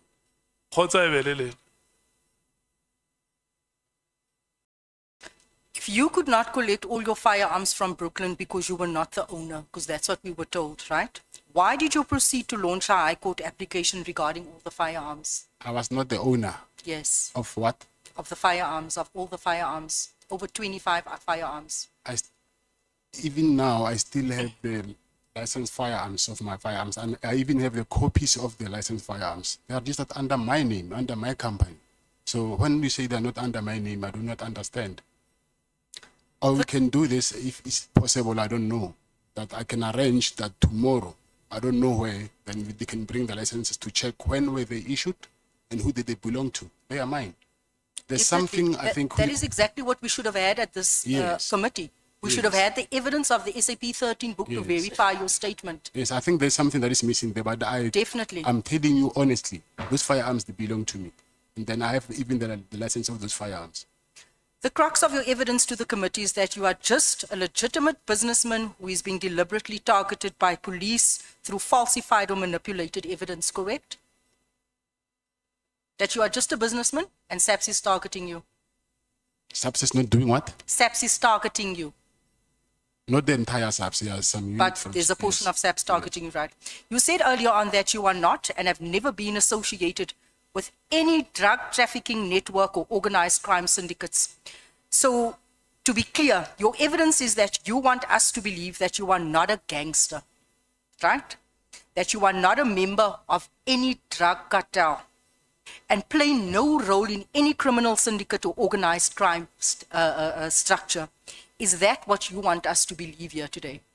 It's what I'm telling you. For you to believe that's something else, but that's what I'm telling you. Okay, very well. Now let me test the credibility of that denial, right?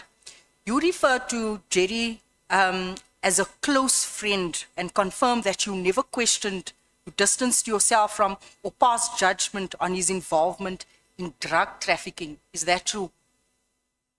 Yes. Can you tell Jerry's mother also today, can you tell Mama that Jerry was a drug dealer, a drug kingpin? Did you tell her that? No, Do you think she needs to know that her son was a drug dealer? I didn't tell her that. I'm saying, do you think that it's time she gets to know that her son was a drug dealer? I don't know about that. You don't think that she must know that her son is a drug dealer, and when you destroy people's lives, ultimately this is what happens? Because Jerry's mom has nothing to do with us. She's a mother. She's a mother. Whether Jerry's a drug But I dealer think or it's not, time that she knows her son is a drug dealer. that's what you're saying.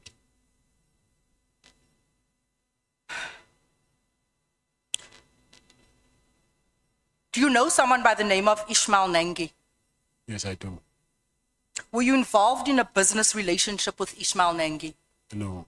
You weren't Yes. involved? Business. Yes. Any dealings? Do you have any dealings with him? No, I don't. You don't.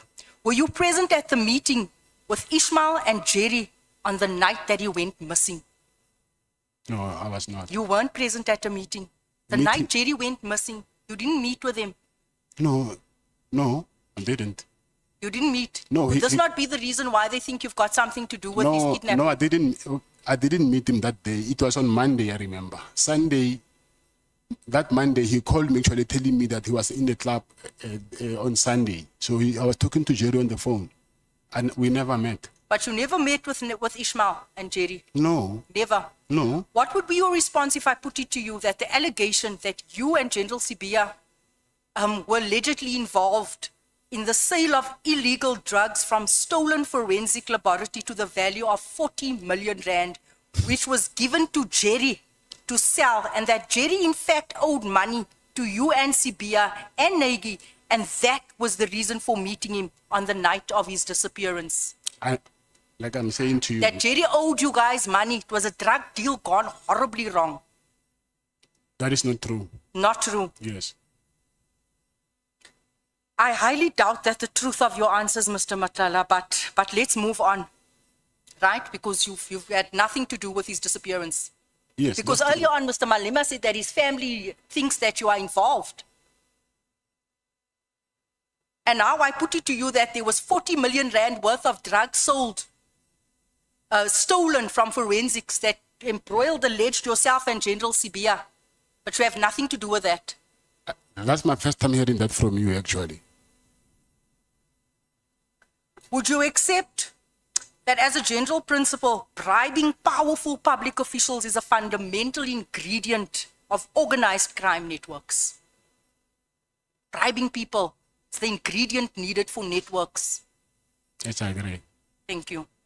Besides the 500,000 that you bribed former Minister Becky Cele, have you ever given money, gifts or financial assistance to any senior SAPS members? Besides that 500, have you ever given anyone, because we need to track the money? Have Not- you ever given money to anyone, paid for anything in SAPS? Think very nicely. Not that I can think of. Not that you can think of. Let me try and refresh your memory. Have you ever personally paid for cosmetic procedures, namely a BBL, a Brazilian butt lift, right? For a senior member within South African Police Service? No. You've never paid? No. Okay.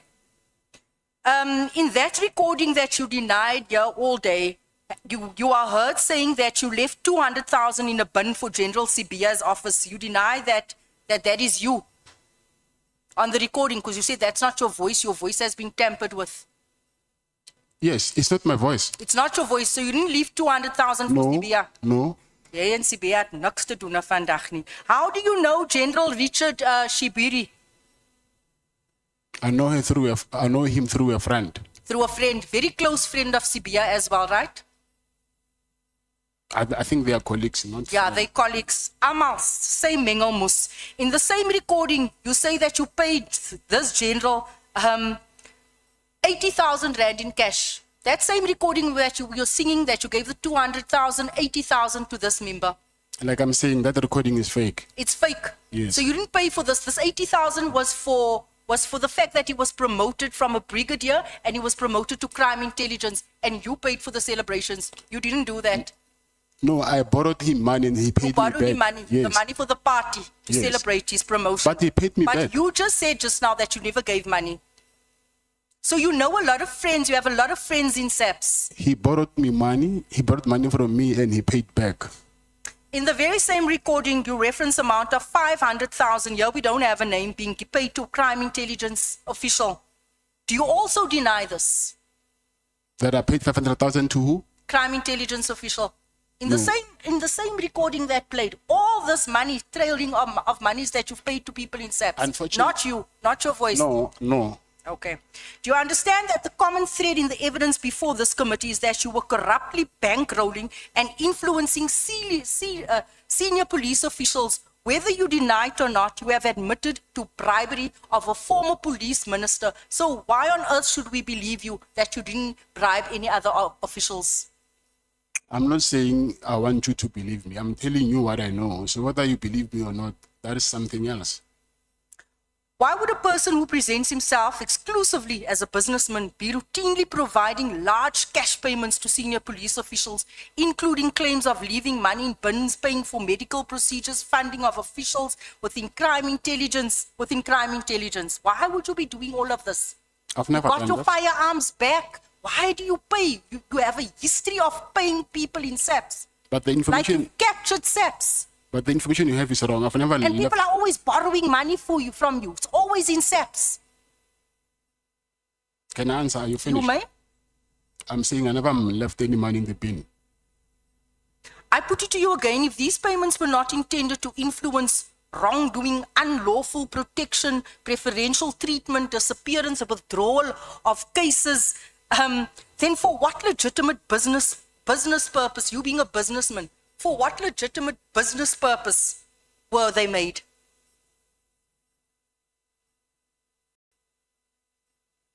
You presented yourself as a businessman. All these transactions, what business value did it have in it for you? Business value meaning giving Mr. Cele money.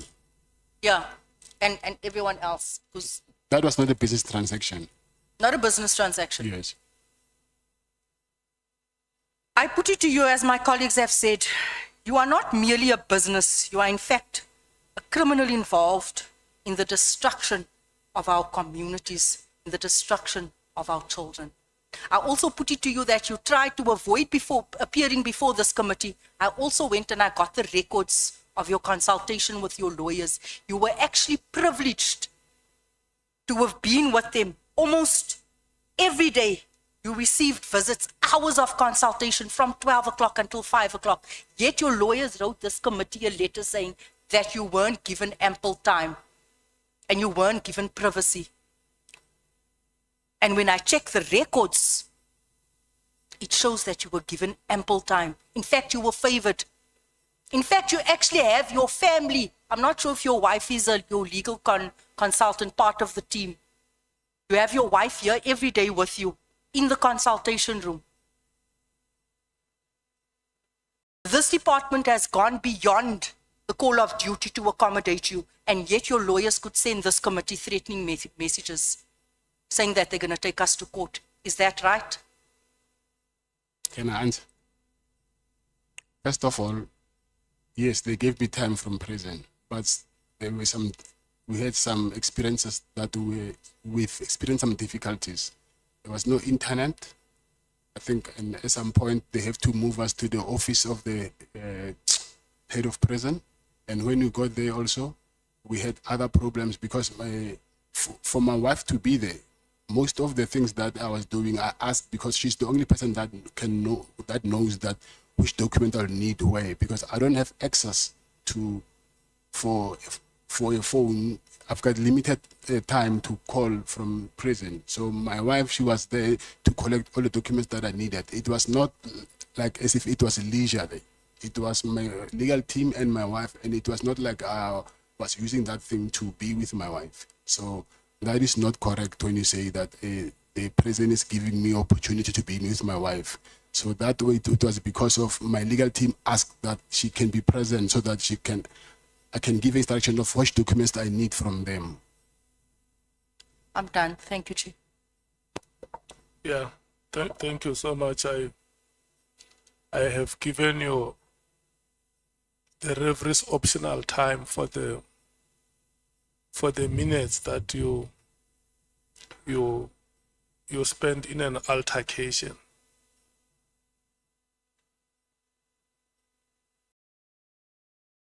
Honorable Chief Whip, Honorable Sangun, who is speaking. I will go first. Thank you very much, Honorable Chairperson.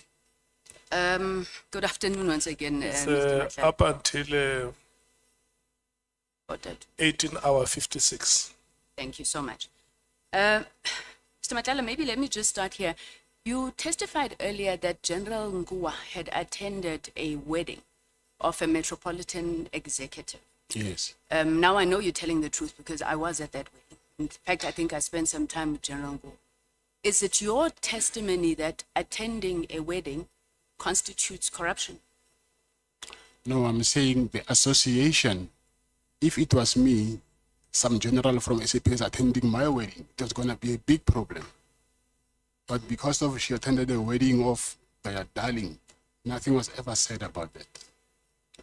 Okay, I'll come back to that because you make some other claims around that. Mr. Nhlanhla, are you an honest man? Yes, I am. You're sure you're an honest Yes, man? I am. Okay. Yesterday when you were testifying, you told us you had 9 children. Yes. Are these children with your wife? Yes, some are with my wife and some are not. Okay. After you told us you had 9 children, you then said, I take care of all my children. Is that true, Mr. Nhlanhla? Yes, it's true. So why did Miss Dora Ledile Papo have to get a maintenance order for you to maintain your child? Because she was making some demands which I couldn't agree with. Okay, and the maintenance order was granted, right? Yes. Are you fulfilling the terms of that maintenance order? I can't fulfill when I'm here because of my bank is closed. No, but it was granted. You were supposed to start paying from the 1st of January. I was paying even You was paying until you got here. I was paying even upfront and I was paying even more. And then the child of Miss Lerato Kola, are you maintaining him? Yes, I am. Are you maintaining him? Yes, I am. Okay, so it is not true then when we hear that you told Miss Kola that she may as well just kill that child. You are never going to maintain the child. You don't see the child or anything of that kind. That is not true. I cannot say that with my child. So both Ms. Papo and Ms. Kola would not be accurate that you are not maintaining children. Say that again?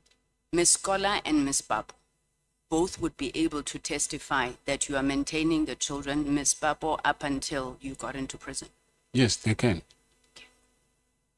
You also testified that your VIP protection service only had one client, Mr. Msibi. Yes. Now, I went to the Instagram page of your VIP protection service. There, the company posts happily, Miss Lolo Mpepi, happy client. There's another beautiful happy client in a fur coat. Miss or Mr., I don't know, Yasir Bells and EJ Matthews, happy clients. Were those not clients of your VIP service? Yeah, first of all, that is not, my company does not have Instagram page. I know that page it's a fake page. So I don't have Instagram page. I cannot post my clients on Instagram because what we're doing does not even allow us to do that. So you ran a company, a protection service, separate from the security firm, that literally just ran on one client.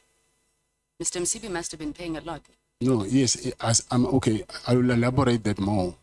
When I say client, remember I think I've disclosed that I've got clients which are like shopping malls, but that is not VIP protection. That's something else. Schools, construction sites, and other things. But is VIP protection part of it, or it's a separate Part company of security, yes. within the same company?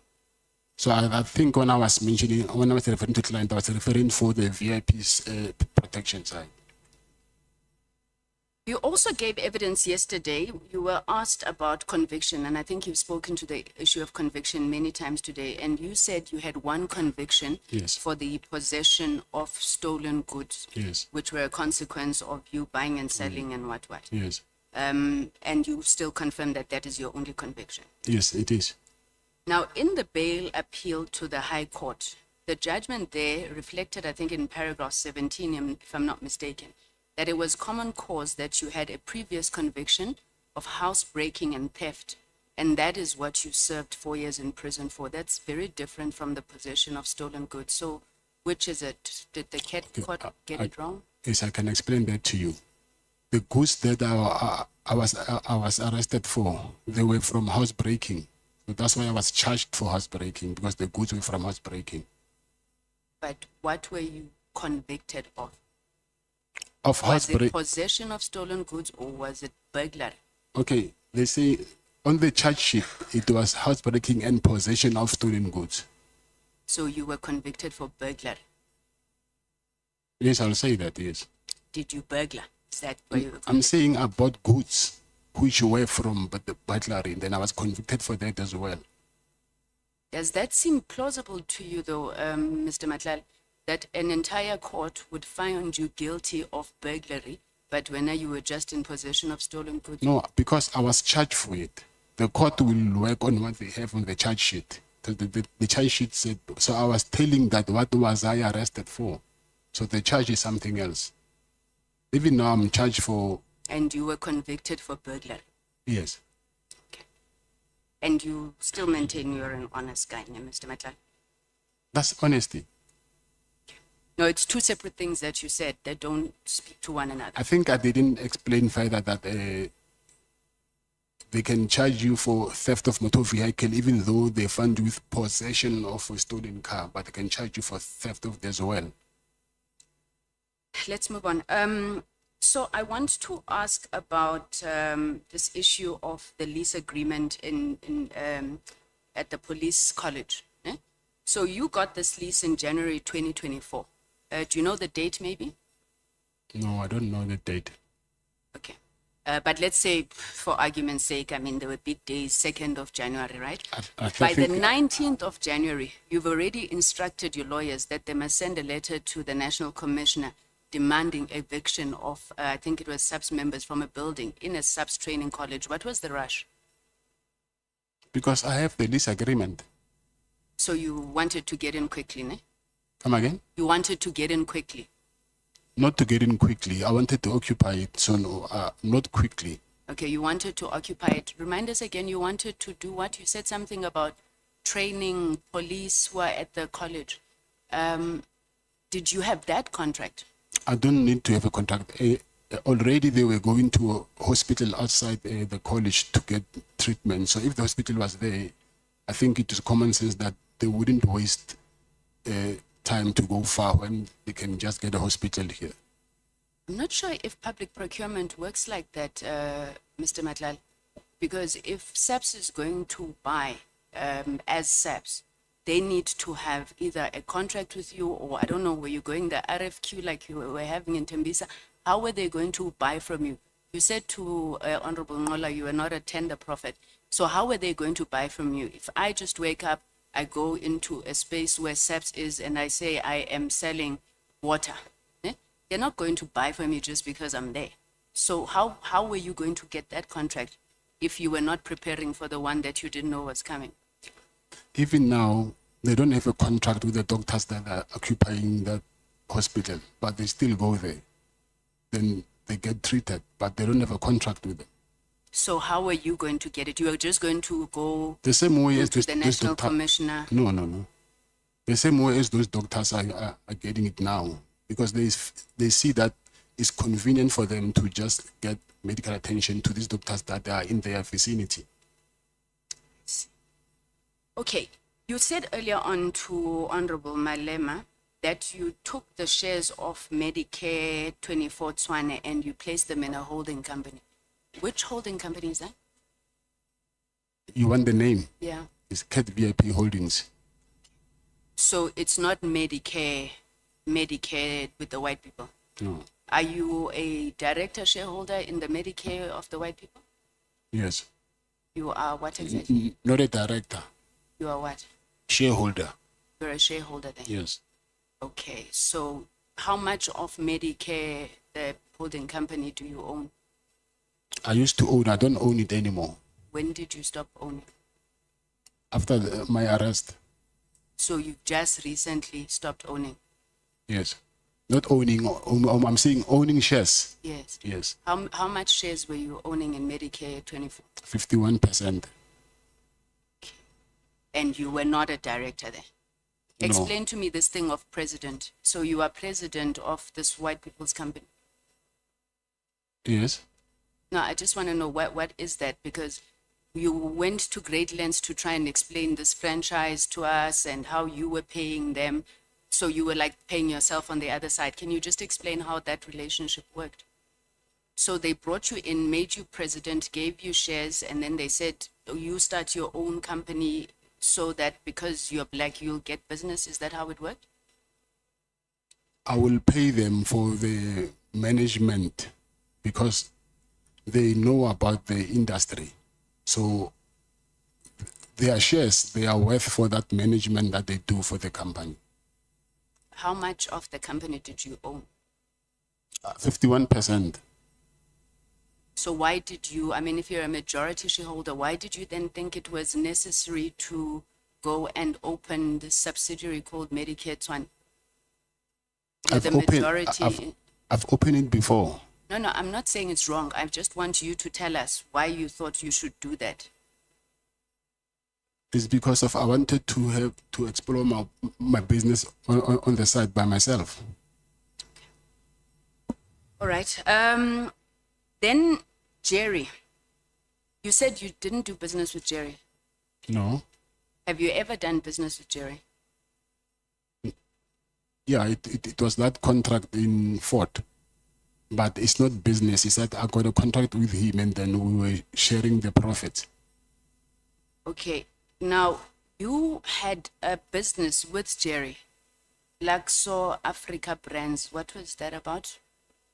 Yes, but now I own it myself. Him and it was not only him, it was him and the other friend of Kaloku, you ours. said you've never done business with Jerry. So I'm just trying to understand. You register a company. Yes, we were planning to do business. We opened a company because we wanted to do business. But that thing never materialized. And then they resigned. And then it was only me. So we've never done any business.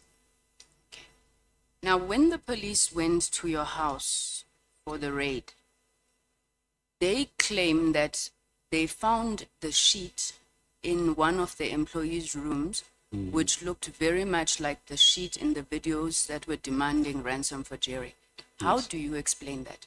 I don't need to explain it. I do not even understand how is that possible. Because first of all, this drug kingpin that they claim that I am, I will go to an extra mile of kidnapping someone, but somehow I forgot to arrange a safe house and end up putting someone in my own house where there is staff, there is children, there is my wife. What if they see that person there? So it's easy, it will be easy for them to go to the police. So that thing that they're saying, I see what they are up to, but it does not make sense to me. So the correct way to do it would have been to put him in a safe house. But it does not make sense. How can you kidnap someone and stay with him in your own house?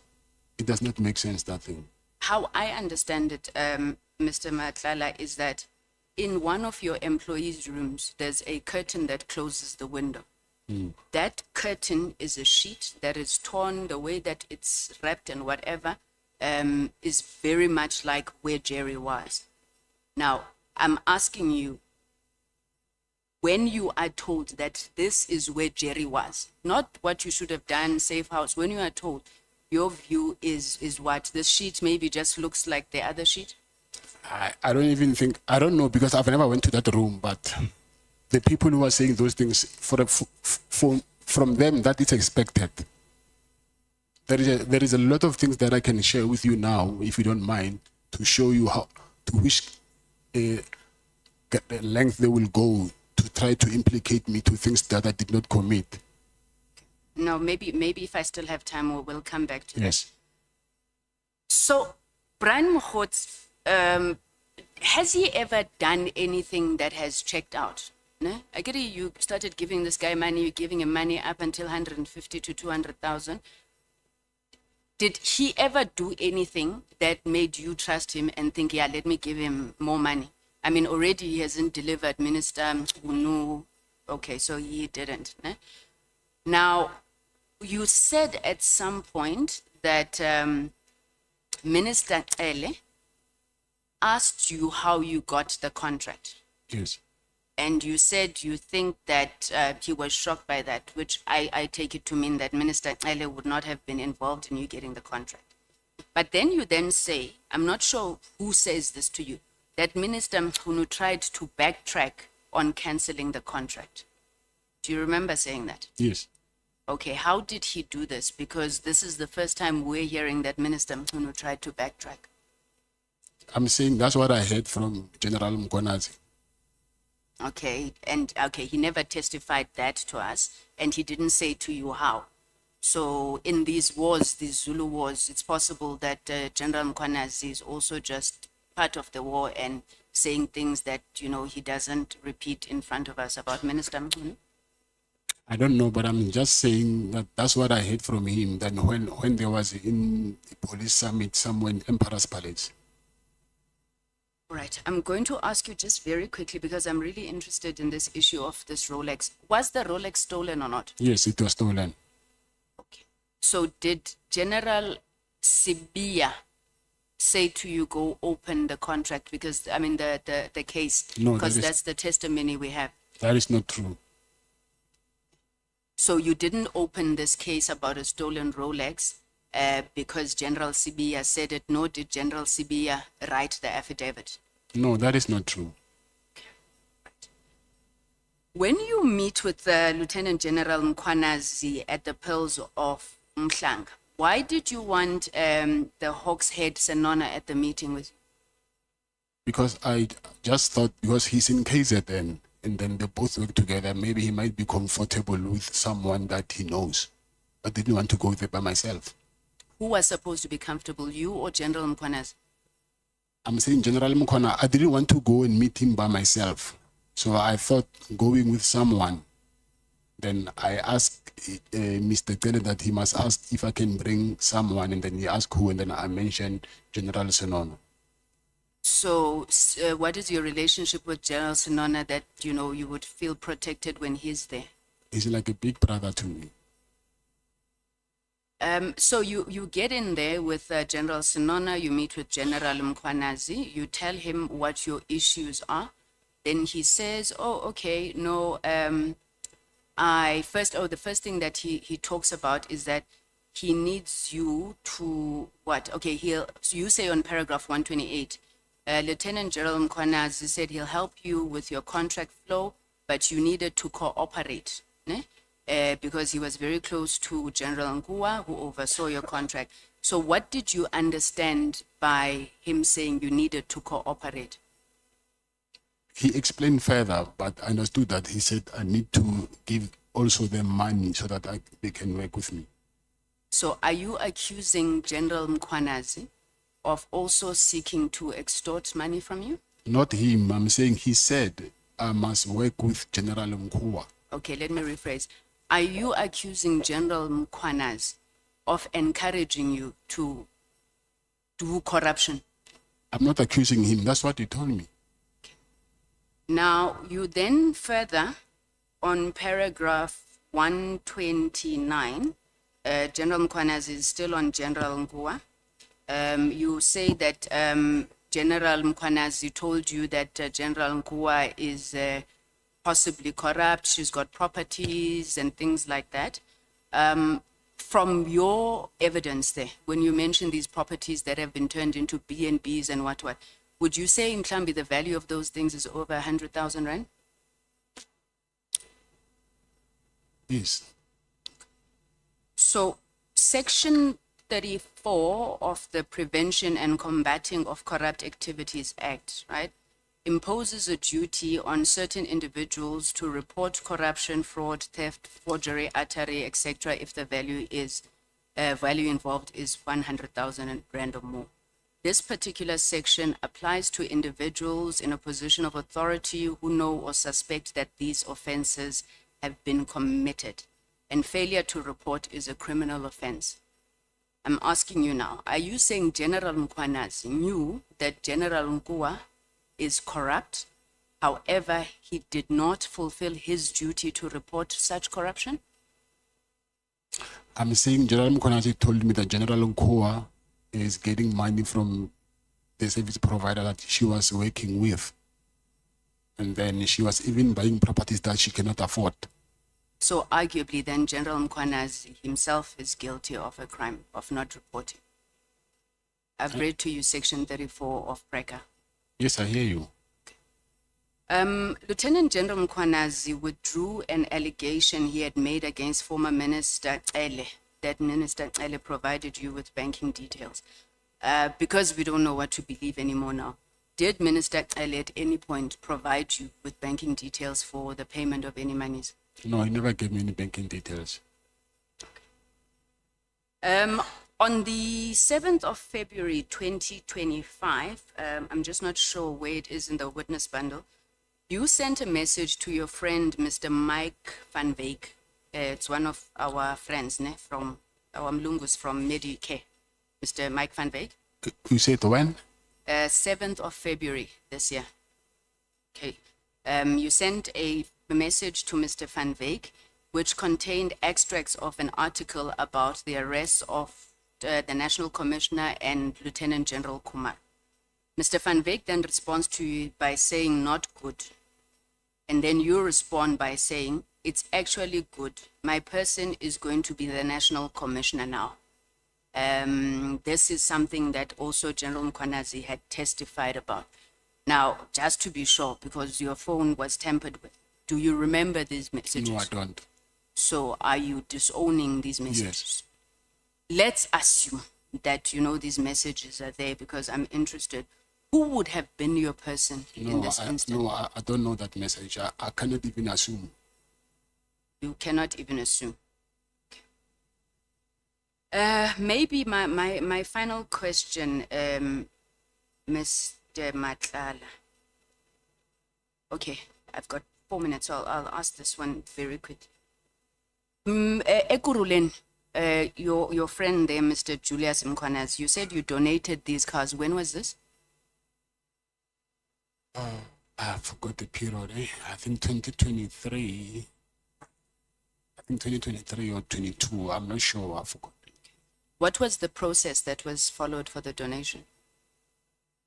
I sent a letter of donation, and then they accepted the letter, and then that's when I donated the letters.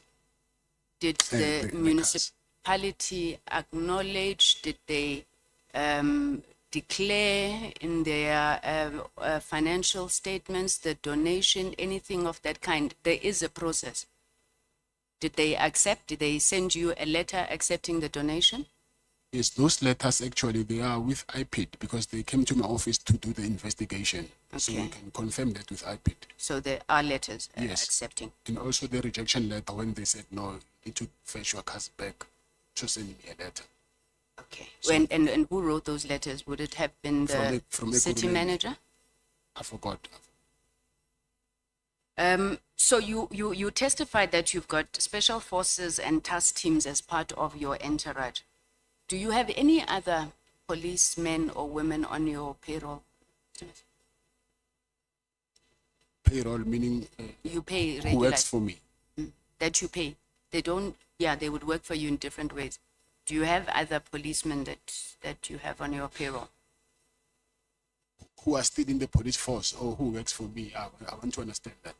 Who are still in the police force that you regularly give money to? Okay. Let me stop there. Thank you very much, Chairperson. Thank you, Mr. Nhlanhla. Thank you. No, thanks, Chair. Until 7:20. Until 20 past, thanks, Chair. I think, Mr. Nhlanhla, I want us to start by dealing with what appears to me, and I'm sure maybe other South Africans, as very strange coincidences. You know, coincidence is possible, but some of the coincidences become very strange when they assume a particular pattern. I'm going to enlist those coincidences and ask you to comment on them. The first one is that you have a problem with your tender, whatever the nature of the problem was. And then you decide to Google the details of Lieutenant General Spear. And you get hold of him and you arrive, the man is an acting national commissioner. That's coincidence number one. The second coincidence is that your wife attended a party that you don't know. You don't know he's going to the party. And then suddenly she becomes unwell.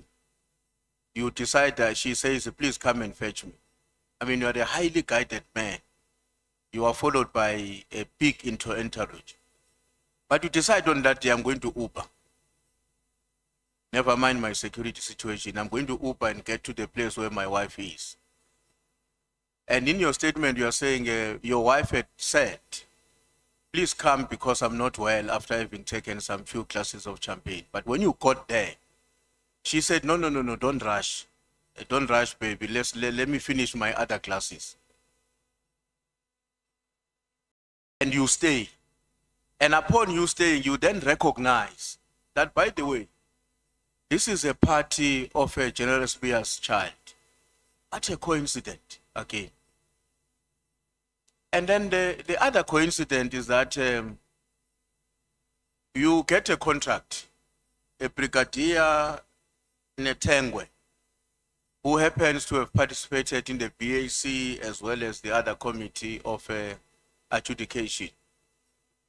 A day after you are awarded, he walks into your company. And then he says, you know, my niece is in deep crisis. Please employ my niece. You employ the niece immediately.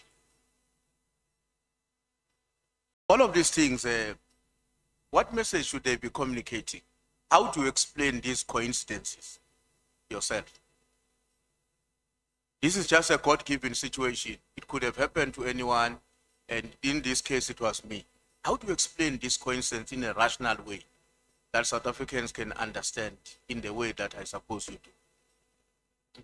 Okay, the first one is I didn't have a problem with a tender. It was a lease agreement for the hospital. It was not a tender when I went to meet him with General CB. So it had nothing to do with the tender at that time. So, and then he was the head of the detectives. So if it, I don't think it could be a coincidence because of you'll only find one head of detectives. So it was him. So whether he was acting as a national commissioner by then, it didn't change that he was still a head of the detectives. And my wife, when I said I went to fetch her, it was very late. So my protectors had already knocked off. To call them to come back, I think for me it will waste time. So that's why I just decided to take an Uber to go fetch her. And Mr. Ntengwe, I wouldn't even mention him in my affidavit if I had something to do with me, if I'm the one who initiated to hire his niece. So I mentioned it because of also, it came to me as an instruction more than a request to hire his niece. Why would it be an instruction?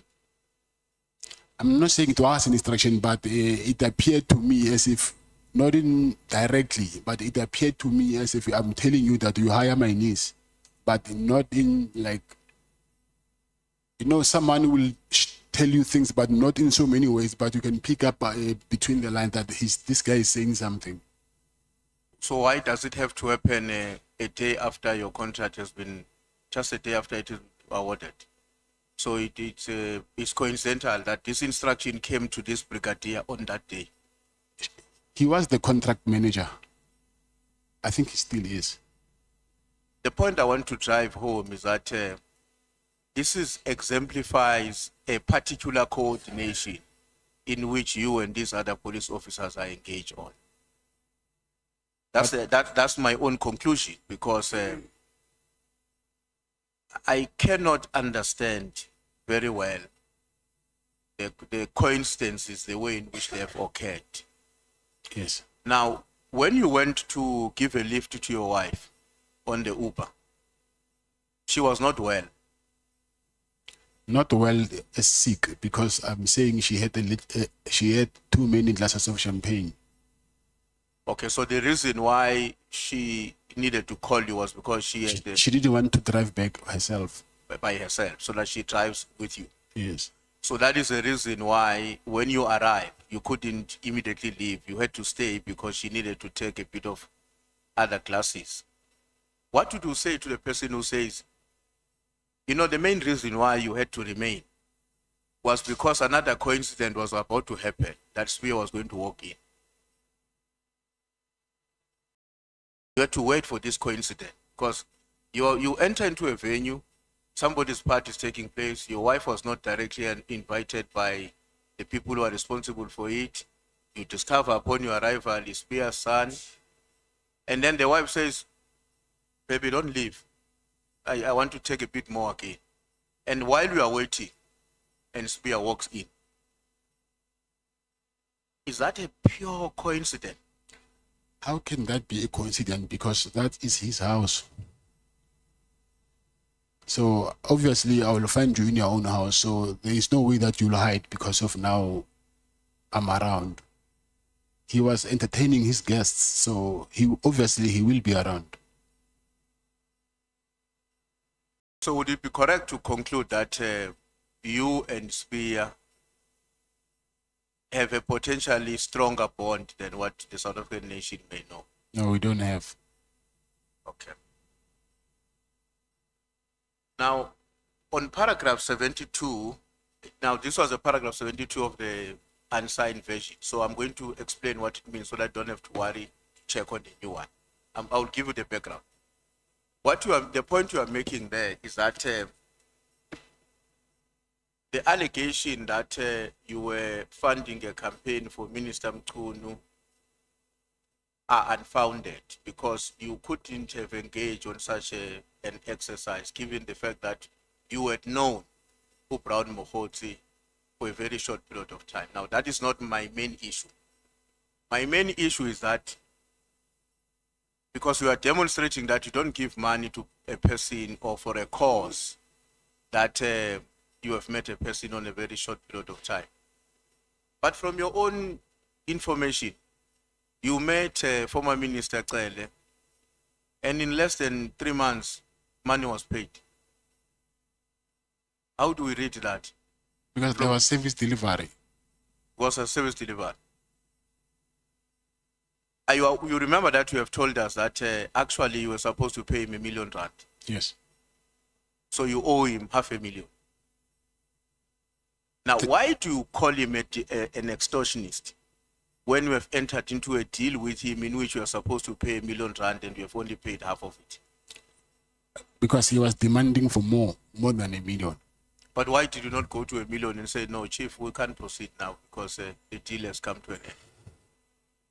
And then instead you're calling him an extortionist.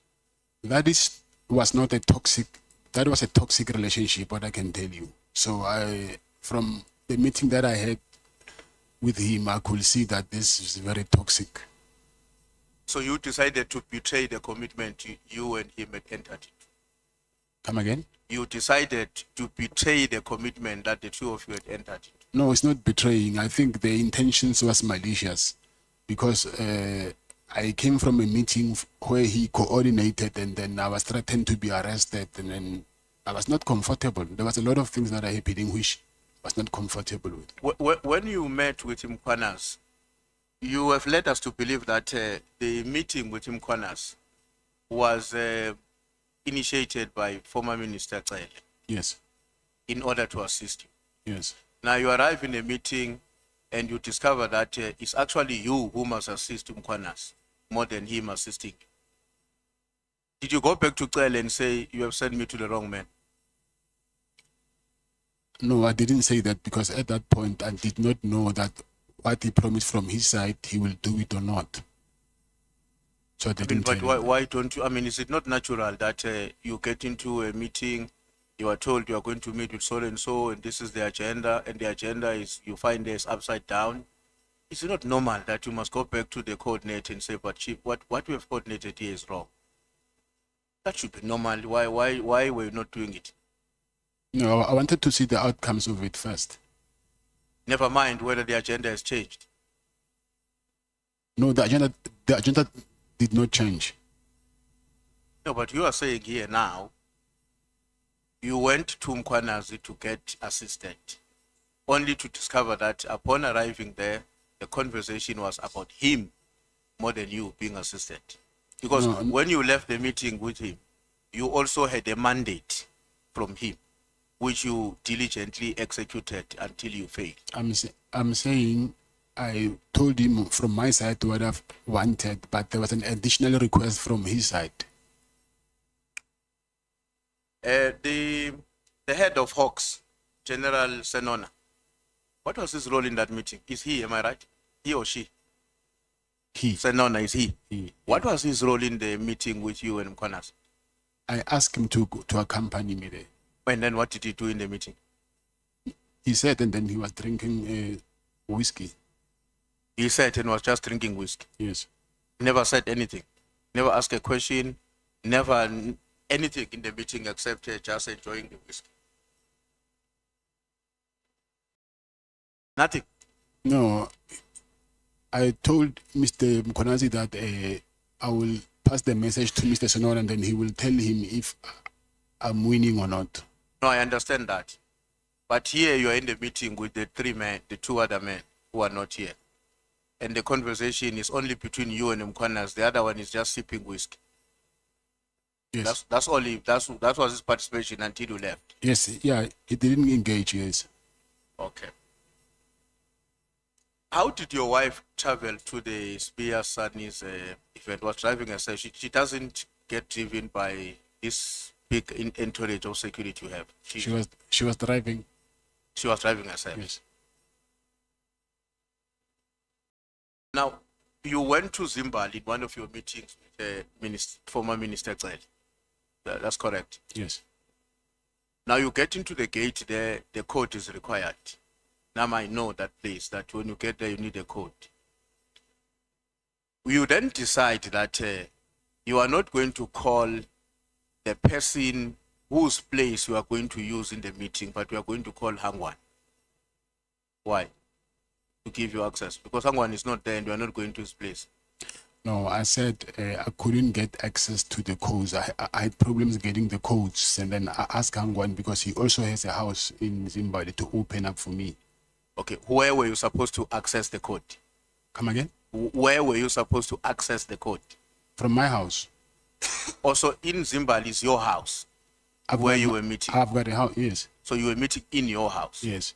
Oh, I thought you were saying you were meeting at somebody's house. No. And then Hangwan has a house as well, but got the details from him. In paragraph 146, I'll summarize it as well for you. You don't have to go there. You are talking about a visit in Cimex here, and where the police officers are said to have engaged in a wrong practice. From what you are saying, I'm paraphrasing you, to engage a particular man, and they came with a computer. You know that story? Yes, yes. Are you comfortable to tell us who's that man? Yes, I am. Who's that man? His name is Jermaine Prim. Jermaine? Jermaine Prim. Is he serving a sentence or still attending? Today he went to court, but he's on a waiting trial. He's on a waiting trial. And then is the one who came to you to give you this report? No, after I heard that voice recording, I was complaining. Then I said, hey, you know, I heard this thing. And he said to me, hey, you know, actually, this is strange. There are people who came here, ask me how this voice manipulation technology works. And then Why? Have you had any dealings with him before? With who? Jermaine. Dealings? Anything. He's a person you know very well and trust. And No, I know him because I met him there. so it's another prison. Yes. But only on this matter, because it's talking about you, you trusted him wholeheartedly. That those people who came are actually from the police. They are from the police? They are from the police? Yes. They are the people who are investigating my case. So I'm saying you took his word on that. Or the police have also confirmed that actually we did come. No, they did not confirm, obviously, but I know, and I can give the date, and then if the committee wants to, they can go and check with the video footage from CMX. There's 24 hour surveillance camera there. Okay.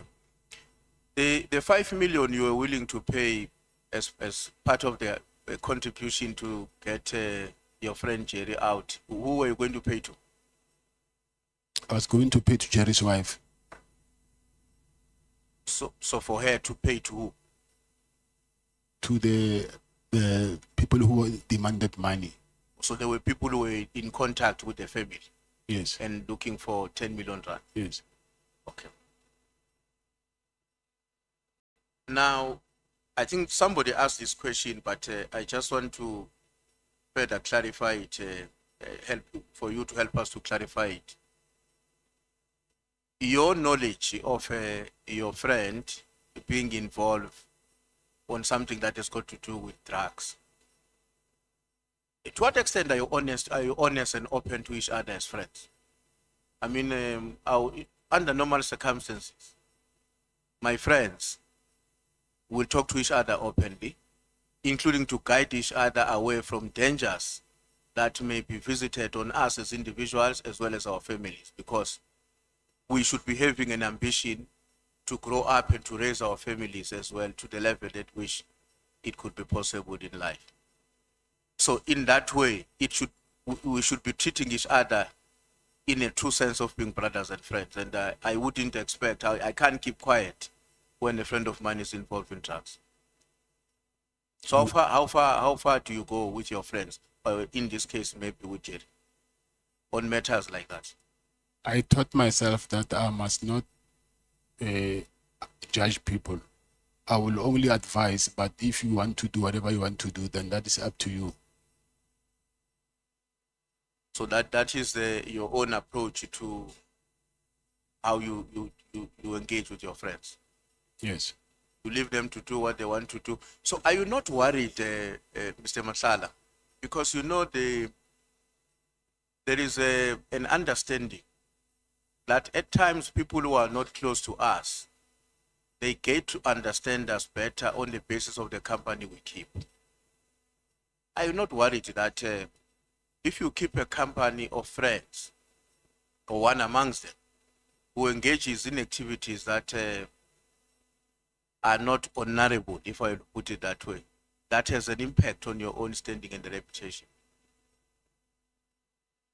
Yeah, but I do not understand. Is that a question? Yes. Are you not worried? My question is, are you not worried that the company you keep might have a negative impact on your image and standing? No, I don't think people who are mentally matured enough, they will judge me based of my association. Do you think so? Do you think that's how a normal life works?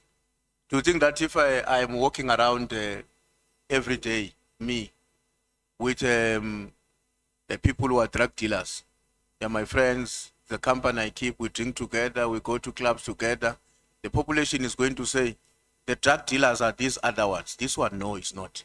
Is that how society functions? I'm saying this because of they might not know what are you saying to this guy. Maybe you are trying to rehabilitate him or something. They don't know that because of what you say. When you talk to him, they are not there. So they don't know what is your business with him. Yeah, they would not know. But in your case, we know that your business with him was to keep quiet and not to advise him against doing something that places his life and maybe that of his family at a greater risk. In your case, we know. You know what?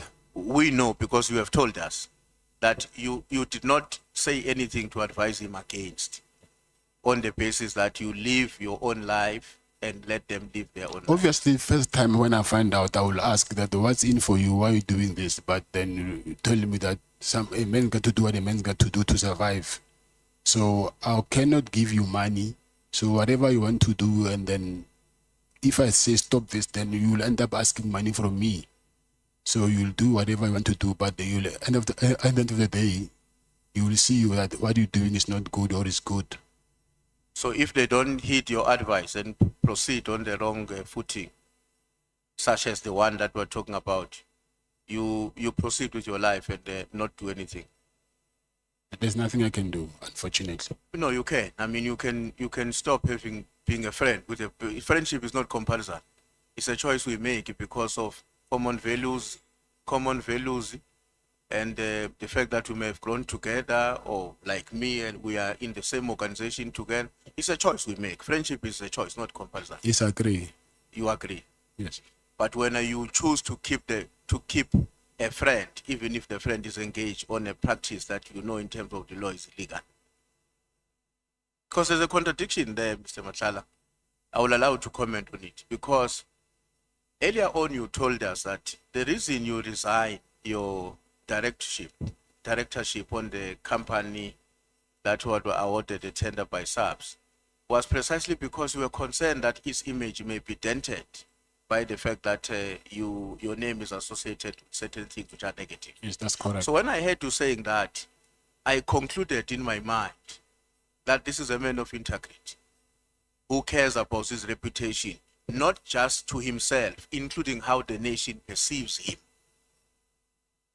But now how do I reconcile that with the fact that the same man, same sentence, how do I square a cycle on that issue? Same man, same sentence, I will stay with you, my friend. Never mind your drug dealing, but you are my friend. But I cannot compare a person with an entity. Then an entity, I have a choice to resign and then sort whatever I need to sort out. But a person, I wouldn't say he's a bad person because of what is. Sorry. You can go ahead. Now I'm saying I wouldn't now want to judge you because of what you're doing. But my business, I have a choice that I can, because it's my business, but I cannot tell you that stop doing this because of now you will tell me, okay, I'm stopping this, give me the same money that I was making. And then that's not a good friend. The next thing I will say, I'm stopping the friendship. Because if we are honest to one another and we are good friends, we are family mates, I mean, you're a family man, you've got a wife, got kids, you've got profound responsibilities, not just to your own, to yourself, but to the family in its entirety. So it's incumbent upon you to say to somebody that drags your name into a direction that will endanger that future, to say, no, I can't stay with you. It's not compulsory for me to be a friend with somebody. Never mind, even if we grew up together, we'll spend years together. But if you take a route that is the one that we are talking about, I'm perfectly entitled to say, no, let's stop. Now, I'm asking myself, because we can't even get evidence where you would say, no, I went to a common friend. We've got a common friend. We realize that this friend of ours is engaged on a dangerous terrain. I went to this other one to say, help me to persuade this man away from this thing. Why would two friends not do that to one another? Yes, I hear you. You agree with me that it's not normal that two friends would not do that to one another? No, I agree with you. Okay. Now, the other issue that kept me worried, Mr. Nhlanhla, and it kept me worried because it communicated a message of a person in you who has a capacity to falsify information without pressure. Cele comes to visit your place. He's going to stay there. There's no pressure there. There's no pressure for you to say to people, that's my business associate. I mean, somebody's coming to my place. Whoever that is going to be at the gate has got nothing to do with that. They must give the key to the person themselves. Why would you have a pressure to cook up a particular relationship with Cele? It was not pressure. Yes, I know you were not under pressure. That's what worries me. Because on these other things you have explained to us and we have understood. You have acted in certain instances on the basis of pressure that you are subjected to. You remember you've been saying that. But here there's no pressure. Why do you make a choice of for a lack of a better word and with respect, of telling a lie? And I'm saying that with respect. Yes, yeah. Why does that? I think that's what came out of my mind at that moment. Even without any pledge? Come again? Obviously, without any pledge. You just decided that I'm just going to falsify this information. No, I didn't want them to ask questions that why is the former police minister doing here? No, I mean, that's what I'm saying, but this is your house. In any case, they will see him, that is him. No matter how you have classified the relationship, yes, they will still see it's him. So I would have expected that you will say, give the key to Mr. Cele is going to be there, and leave it at that point. You know why that issue about the ability to change things without pressure, you know where it becomes a problem. At some point, we are going to have to interact, as Mr. Malema was asking earlier on. At some point, we are going to have to contend with two versions of the information before us. You having given General Cele money, him saying that I didn't get it. And without us having the recordings, as you were saying, you answered the question, some of them get deleted after some times, without us getting that information to firm up your evidence. It means our conclusion will be based on probabilities, among others, on the basis of the extent to which we think we can rely on your evidence because of your ability to say things right and wrong. Do you see that we'll have to take that position? Do you think it would be fair for us to take that position? Yeah, I hear you, but unfortunately, I do not have any evidence that I can back my statement. So I think maybe my witnesses for in Beverly Hills, because I was with my protectors at that day. So I think that maybe, or even maybe you can check maybe the footage that side. So it means you will forgive us if we conclude that we've listened to Cele, we've listened to you, you gave him money, he says I didn't get money. So you'll forgive us when we come to a conclusion that based on other things that Mr. Nhlanhla said, and his ability to communicate false information even when not under pressure, it's possible that even in this case, he's not telling us the truth. You'll forgive us if we make that conclusion. I think at the end of the day, it's your choice to whether you believe or not, but I'm just telling you what happened, and then I do not have a reason to lie over that. So if I wanted to lie, I would have said I've also paid General Mkhwanazi money, and I've never said that. So I was saying what actually happened. So if I wanted to lie, I could have implicated other people. Yeah, but I'm just asking, you will understand us if we make a conclusion like that based on our interaction with you on other matters. Yes, that's what I'm saying. That at the end of the day, the choice it needs to come from you. Okay. My last question, Mr. Nhlanhla, has to do with your security. The former task force or the ones who are from the South African National Defence Force. Do you recruit? Okay, were they recruited while still in service of the nation and abandoned that part to come and work for you, or you got them when they've retired from the South African National Defence Force? Some I got them when they retired from the Defence Force, but now these people, they will recruit each other because hey, there is good money there. Let's go there. Then you'll find that someone say, hey, I'm going to resign from my job and come here. Thank you very much, Chair. Thanks, Mr. Nhlanhla. Thank you so much. It's exactly 20 past. Honorable Skosana, your time runs until 10 to 8. It starts now. Thank you very, very much once again, Chair. And good evening, Mr. Nhlanhla. Good evening. I just want to say to you that the other witnesses who came in here, like General Mkhwanazi, is still going to come back here. And the evidence which you have given us today as well, has to be tested. Yes. As I said earlier, I think I said this is not a court of law. We are probing here. We are not crucifying anyone. Now, I'm going to start by asking you, do you know Major General Sinona from the DPCI is the Hawk boss in KwaZulu-Natal?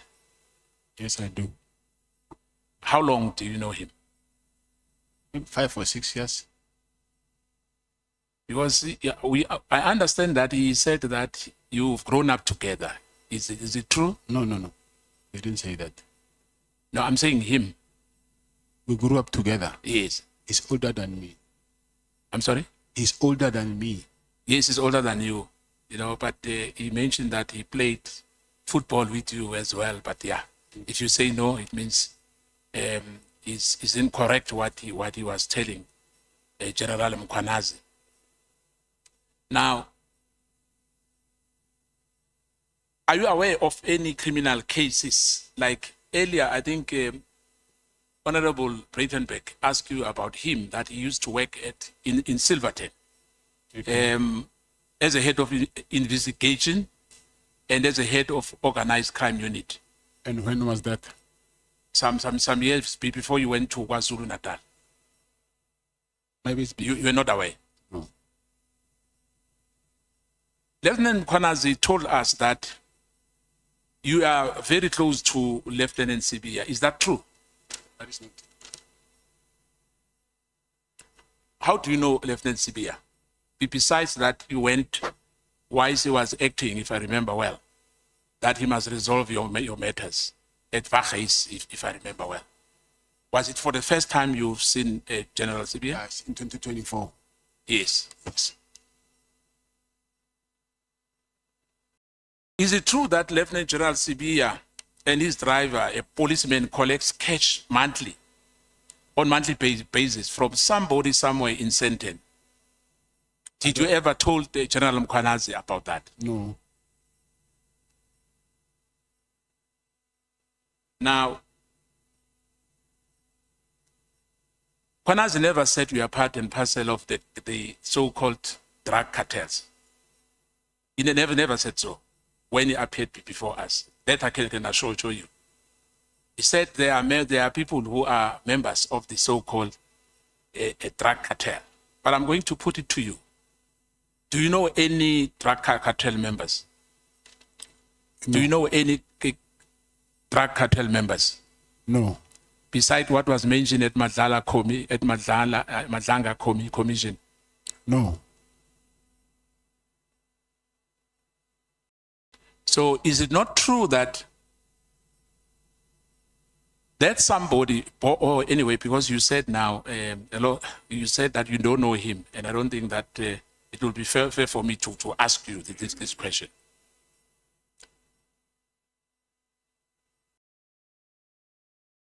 Lieutenant General Mkhwanazi is a provincial commissioner. Do you know that? Yes, I know. General Mkhwanazi said that the meeting where you met him in Durban, I think you ended up at Pels. Yes, that's true. He said that meeting was not organized by former Minister Cele. It was organized by Major General Sinono. I'm the one who organized Mr. Sinono. Yeah, I'm just putting to you what he said, because he'll come back and respond for himself. He corroborated what you said, that you arrived, you were at Oyster Box next to Beverly Hills. And then he said, when the call came,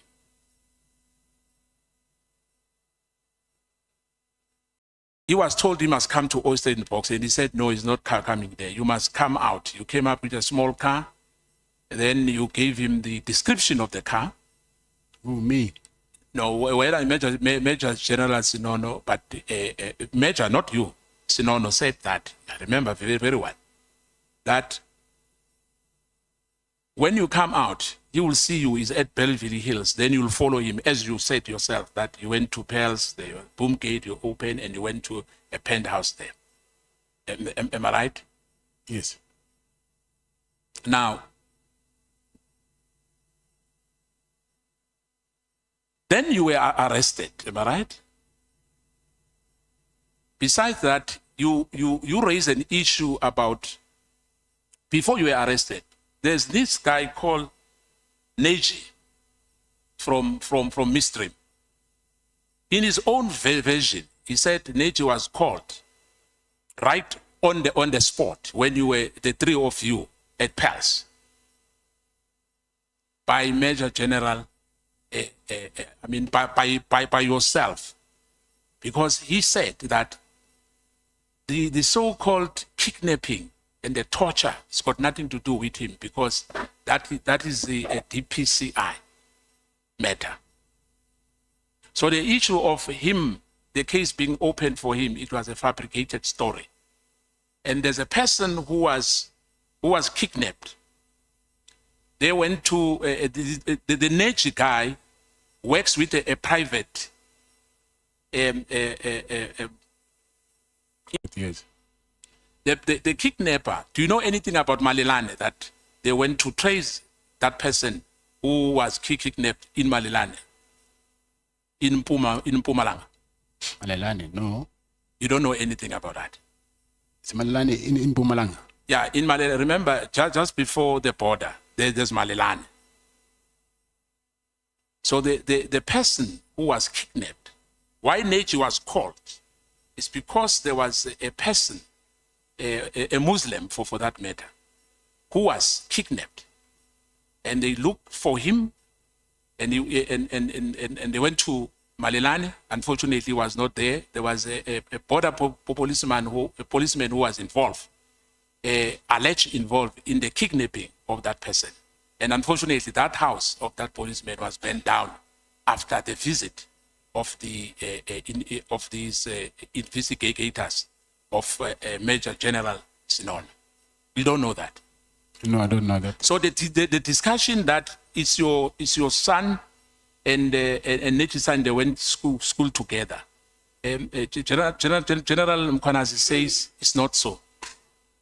because he was called. You called him on the same day. I called who? You called that Neji because it resides in Midstream, where you've got a house there in Midstream. That's what he told us. First of all, why would I call him? Because by then I did not even know. I knew him after that because I had to go and look for him. So I did not call him there. But anyway, I'm just putting that to you, that he's going to tell us that you called that gentleman on the same day when you were at Pals. Okay. And you know him before that. Now, the issue that he asked you to call him to withdraw the case, that's your version, am I right? Yes. But he said that he doesn't even know who was tortured. Because the DPCI, hence I'm saying the truth will be revealed at the end of the day. That who's telling the truth. I think there's also a video of that. That's fine, thank you. Now, I think that you were allude to, in fact, you were brought into Durban for one reason only. One reason only. Because you know that the disclosing operational engagement with investigative subjects prematurely will have violated the 3 substanding orders on sensitive matters. In other words, Major General Sisinono brought you to Durban for you to give, like an informer, like an informer in a way. You were being under investigation by General Mkhwanazi. What would be your take on that? They brought me as an informer. What I'm saying, Major General Sinono, the one you said is your brother, brought you to General Mkhwanazi, not in good faith.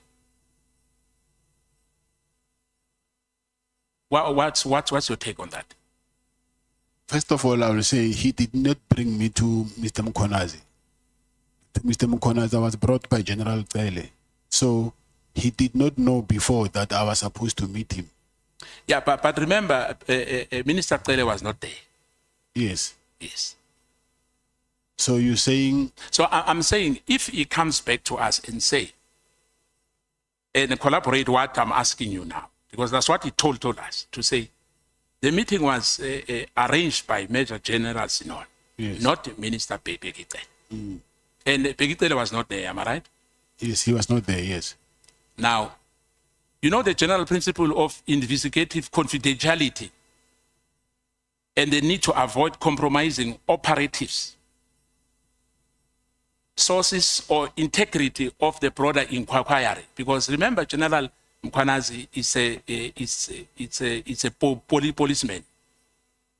Now, the purpose of that meeting, I'm putting it to you, had nothing to do with favor, benefit, inducement, or corruption. Do you agree with me? Your meeting between yourself and General Mkhwanazi. I don't know about that. No, remember, you met him. You spoke and you told him your problem with your payment from the national office. Am I right? Am I right? Yes. And then he told you that he knows one general, Lieutenant General Kono. Yes, Nkoa. Yes. Now, he did not request that meeting, General Mkhwanazi. Am I right? Yes. He received no benefit of any kind from you. Am I right? He did not receive any benefit from you of any kind. After the meeting? Yes, after the meeting. He requested me to convince that guy to withdraw the charges. Yeah, but I'm saying to you, he did not receive any benefit of any kind from you.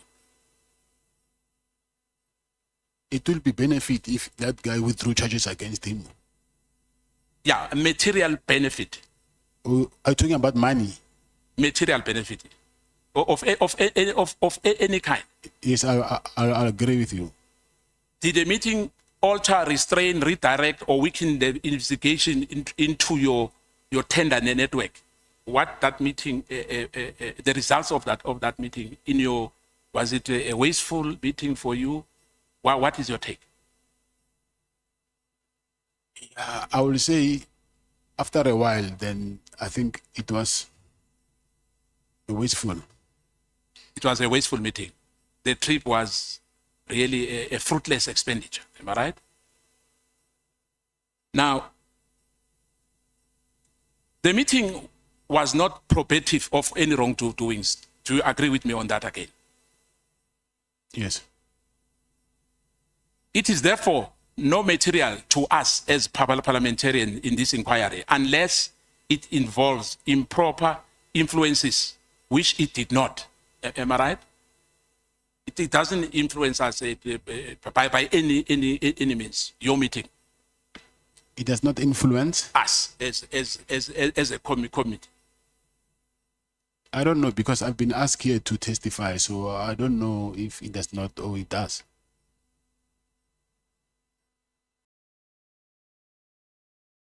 There might be a strongest factual defense by General Mkhwanazi when he appears before us again. Now,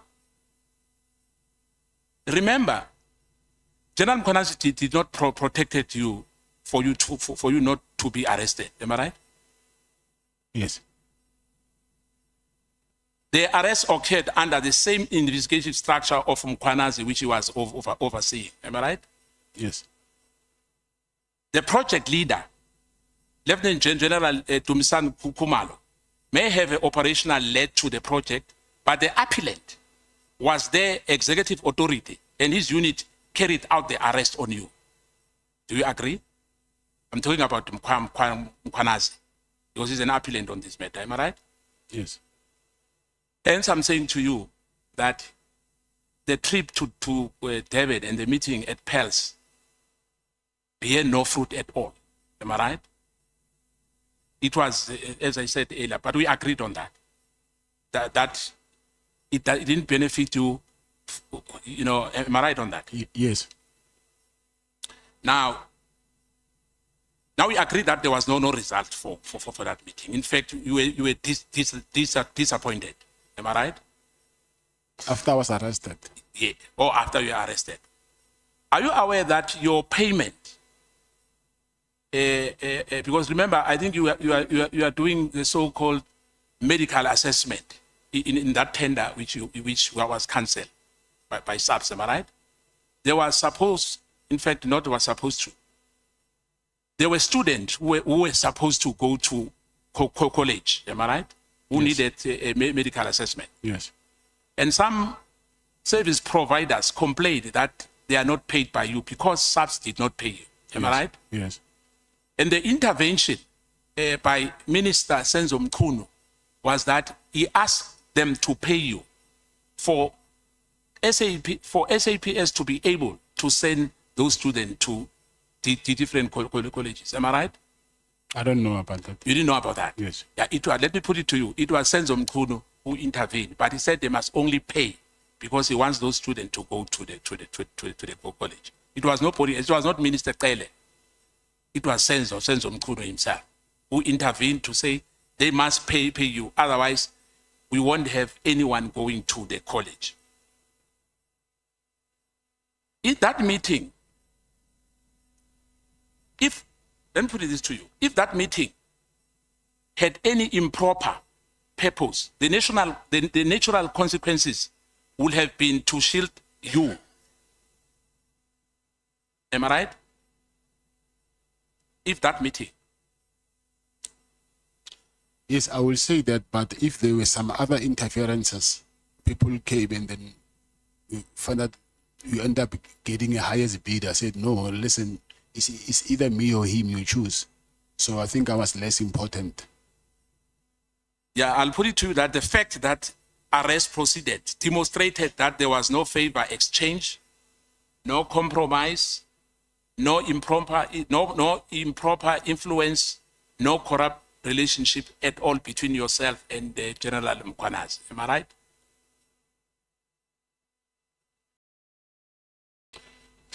I have my doubts there.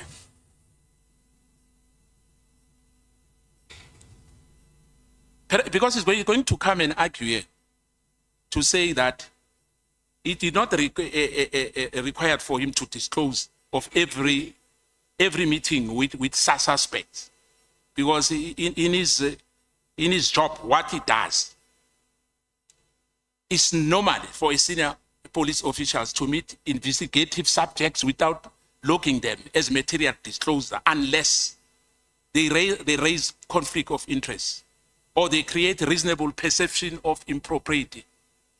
Do you agree with me on that? I do. Thank you. If neither of those criteria applied, in this case, it did not, or on that meeting which you had, it was not relevant to the committee for us to ask him about your meetings with him.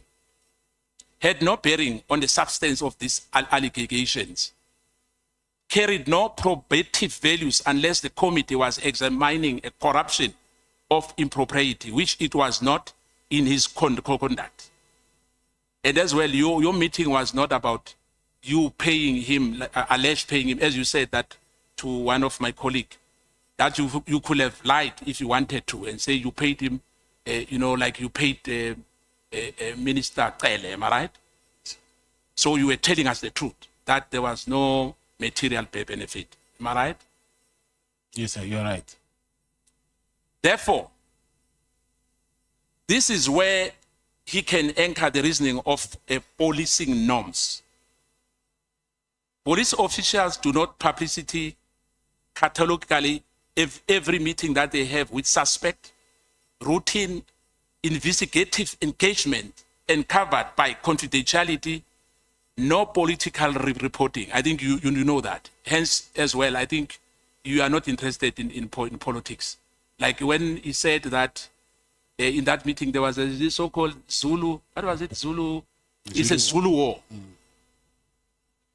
To publicity list such meetings in parliamentary, in a parliamentary evidence will have compromised the informants, expose investigative methodology, undermine parallel inquiries, allow suspect to map up investigative strategy.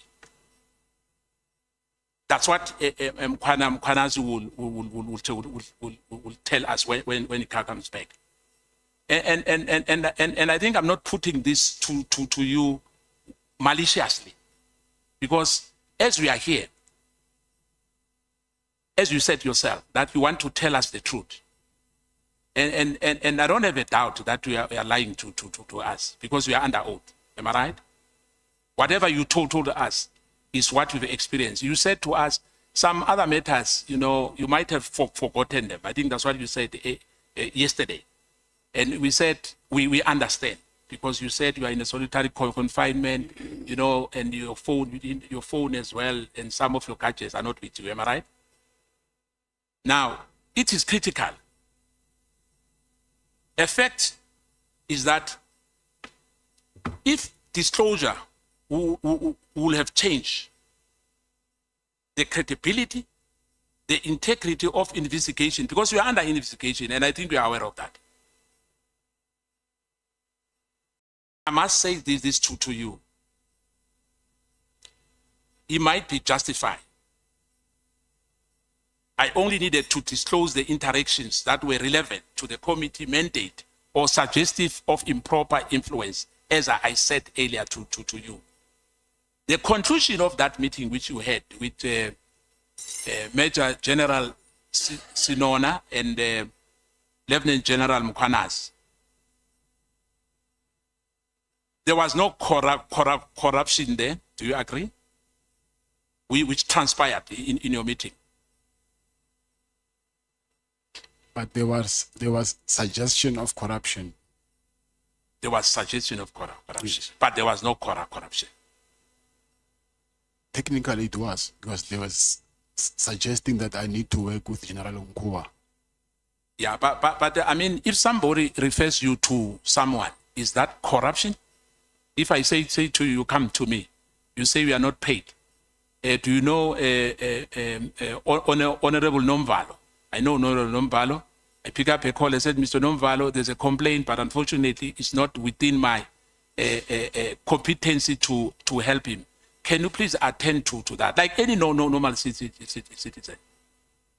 Yeah, but when you tell me that this person, they've been paying him this much, so for you to get your things sorted, you also need to pay him this much. Isn't that corruption? To pay who? I'm saying if he suggested that I needed to work with General Nkwa the same way and manner that she was working with the previous service provider for my stuff to be sorted, I'm asking, yeah, isn't it that some sort of corruption to suggest that I need to work with someone and pay them in order for my stuff to be sorted?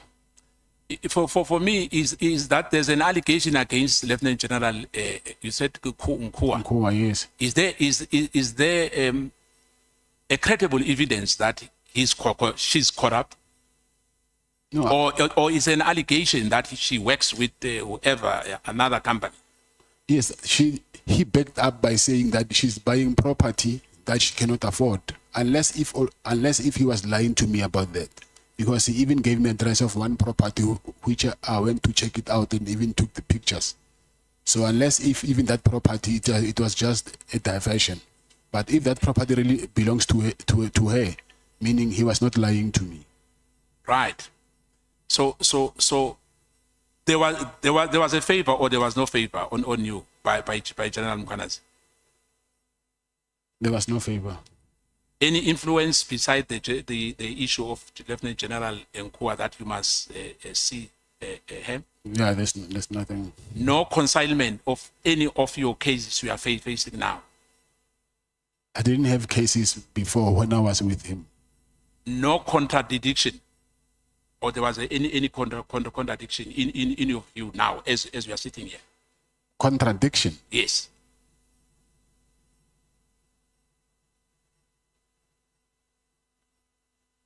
Contradiction meaning that we didn't agree on something. Yes. Yes, I didn't agree on the fact that he was saying that if I do not do what he wanted, he will charge me for attempted murder. But for me, from where I'm sitting, I think the investigation proceeded to the arrest of you. Hence we are here today, am I right? By the same man. Yes. But the reasons for that, I don't know what led him to do that. My last one will be, I think it will be like a follow-up because I didn't get it clear about, what is it, Jermaine? Jermaine? Yes. Who's Jermaine Brin?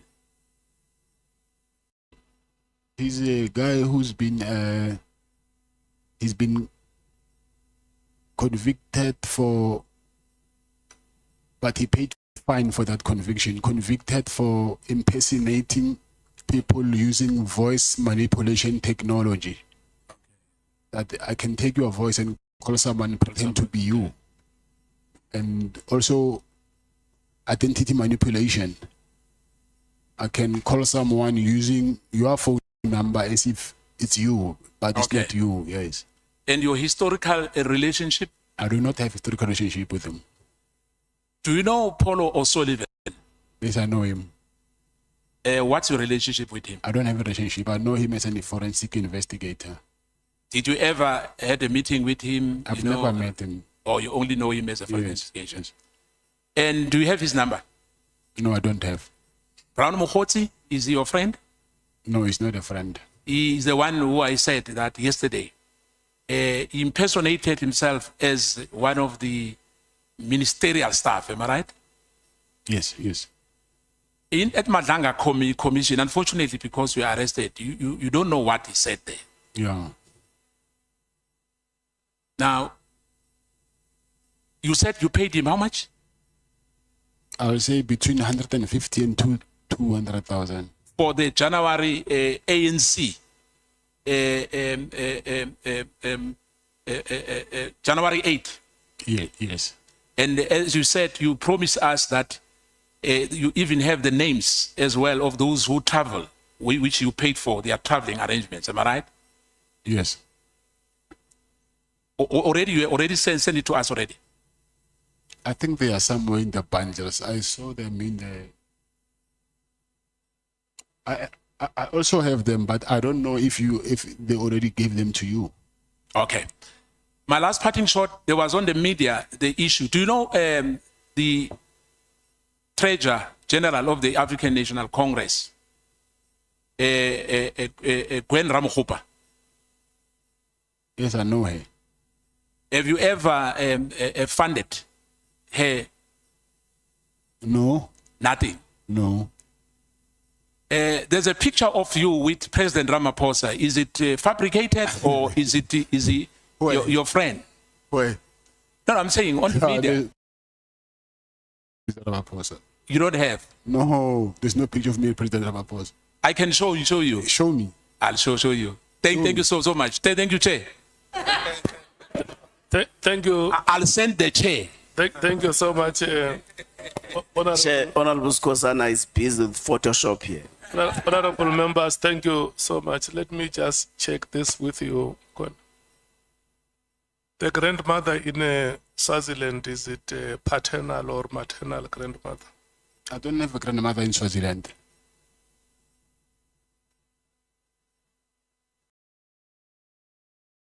I never said, maybe you didn't hear me nicely. I said KZN, not Swaziland.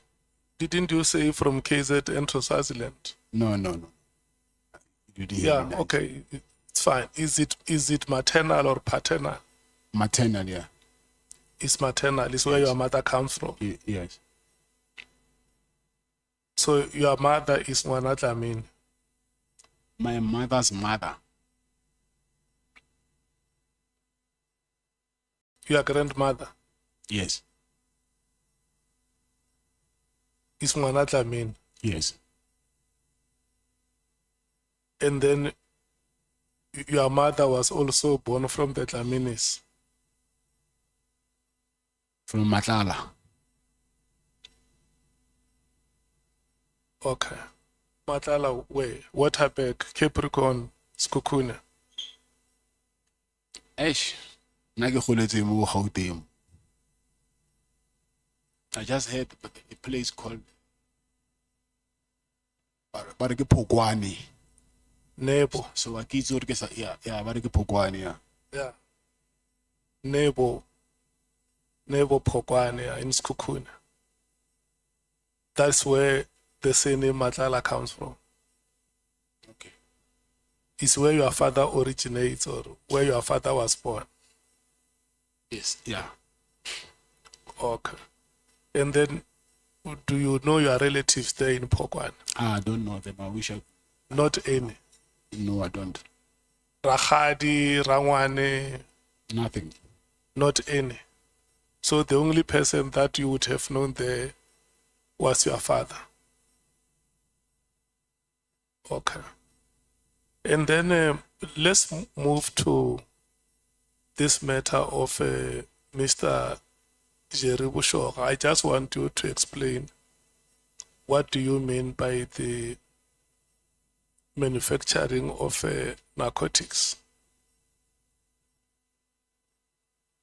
To make them, to manufacture them. Yeah, can you explain further? Because narcotics can be understood in two ways. They can be understood in the sense of medicine and in the sense of them being illegal drugs. Illegal drugs, yes. But I do not know the process, so I don't know how to explain that. So when you say illegal drugs, you mean that he was manufacturing those drugs illegally? Yes. And for how long have you known that, or when did you come to befriend him? I've known him for a very long time, but we just became close. I think now it was 2 years, 2 or 3 years. But I've known him for a very long time. When did you come to know that he's manufacturing narcotics?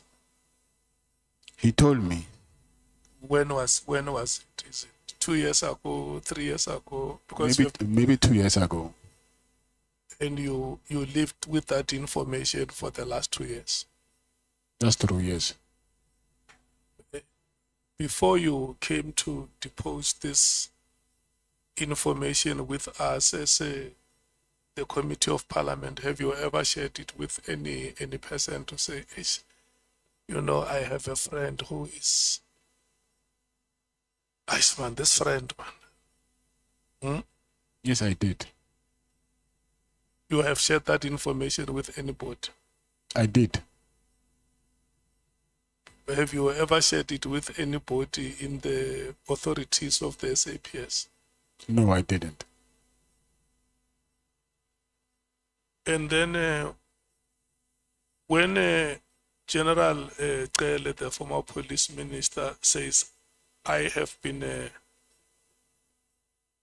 helping you and you are not doing anything," how did you understand his expectation? That he wanted money. And then when you started to give that money, were you describing it as a bribe or what?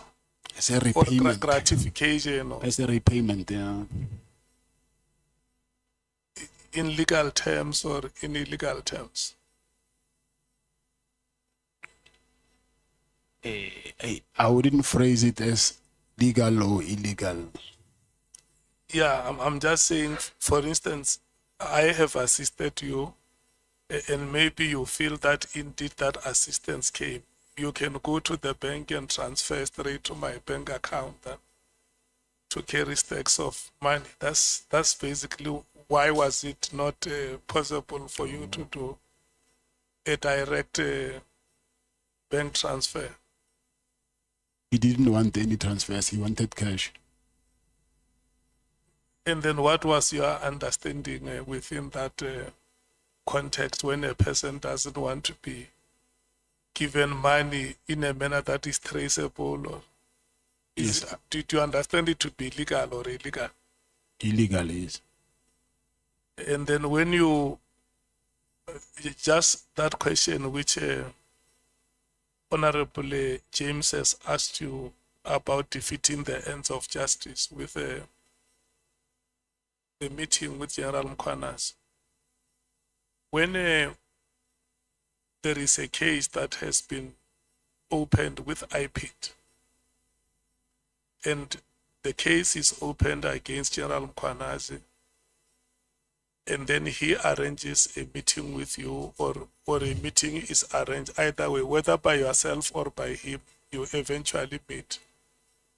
And then he says to you that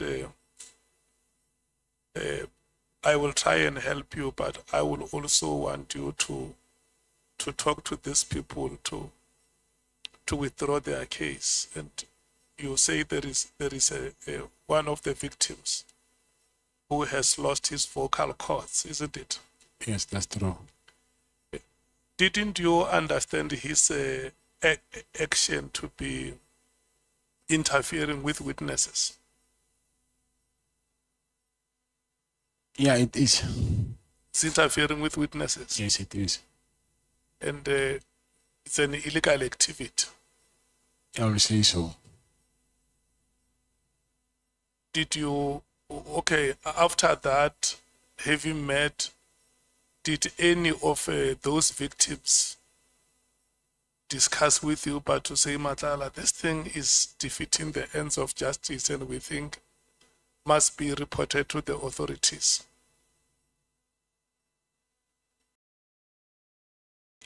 Yeah, but I didn't have any reason to go and report it to the authorities. No, just one of them. I'm a victim. I have lost my vocal cords. I can no longer speak, like you say. And then the person has now opened a case with the respective authority, which is IPIT. But then the alleged perpetrator comes and says, no, let's talk this matter out and withdraw it. I'm saying one of those victims, didn't they ever think of reporting the matter of interference with the witnesses to the authorities? No, they didn't. Let me go back to that question that Honorable Sangoni asked you and Honorable Julia about your honesty and integrity. Do you still hold to that pillar of honesty and integrity? Yes, I do. And how do you explain these activities that shroud your honesty and integrity, that put a dark cloud on your integrity and honesty, where you know about a person who manufactures drugs which is illegal? You know about payments that are done which cannot be traceable. You know about activities of defeating the ends of justice. If you stand here as an honest man, how do you explain that within the context of this series of activities that appear to be attracted to you? Yes, I will say that I'm striving to be an honest man, but obviously there and there will be some challenges. So I'm not a perfect man. You want us to understand that you are not a perfect person. No, I'm not a perfect You will person. always have your own weaknesses. Yes. And then we must understand that No, I'm not saying. you are not an angel. That's what you are saying. Yes, I'm not perfect. Okay. And then you spoke about General Kua, and when you mentioned her name, you said, if people have a problem with me associating with these other characters, what do you say about this one who also attends an event of a metropolitan executive? Did I hear you correctly? Yes, yes. Were you saying that her attending that event of the metropolitan executive is wrong? That is a client of SAPS, and she is the end user of that contract. So Yeah, so you are saying that there could have been a conflict of interest? I'm saying if it was me, it will be a very different story. And then maybe your conclusion or your suspicions might have been informed by the fact that you have been tipped that she's probably a beneficiary from the contracts that happened in the department with the previous service provider. I knew that before that. You had always known it? The information, I had it before. I had it when I was hiring that Brigadier Lenono. She's the one who gave me the information. Or you have, even before General Mkhwanazi Yes, told you, you already knew? Yes. Or you already had this information that... Yes. So this part as well, didn't you see it as an act of illegality? What part? This information that you have, that there is this employee of the SAPS who happens to have a relationship with a service provider in the department, and which may represent a conflict of interest. But I don't think I'm the only one who knows about it. Even Honorable Sangoni said that she knew about that thing. But you said you knew about the wedding. Yes. Chair, I have to put on record, I did not say any such thing. I said I was at the wedding. And I was asking you then, her being at the wedding, is that a corrupt act? Okay, no. I just want us to move to the last question. It may have a follow-up depending on how you respond to it. This case that you are dealing with now, your greatest conviction is that you are a victim of circumstances. Yes. And it emanates from you having refused to accede to certain demands. Yes, that's correct. And then the many other cases that you would have been charged previously, do you hold the same view that you could have been hounded? No, I'm not saying that. If those cases, if you were to be called to one day to say, there is this matter which was withdrawn, we think it must be brought back, we would want you to come and share with us what you know, will you gladly welcome that? Yes, I would.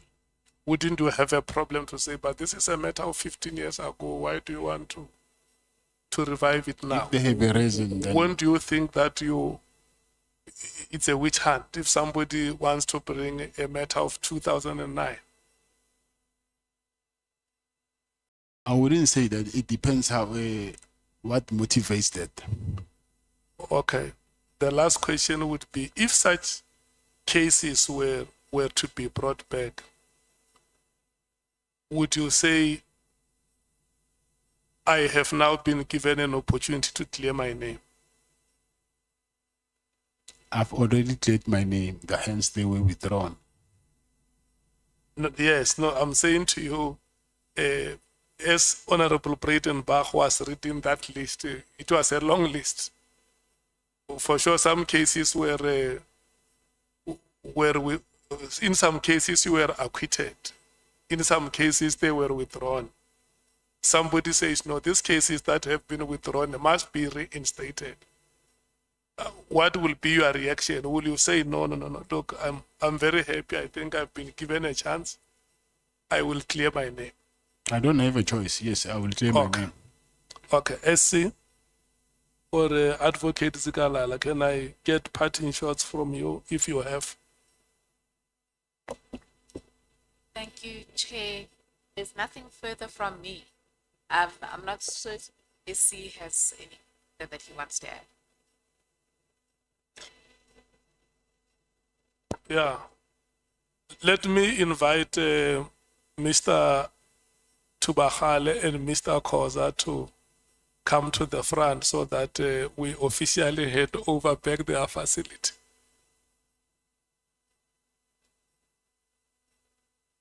Yeah. No. We have given you enough time, honorable members. We have given you enough time. We must thank this gentleman, Nhlanhla.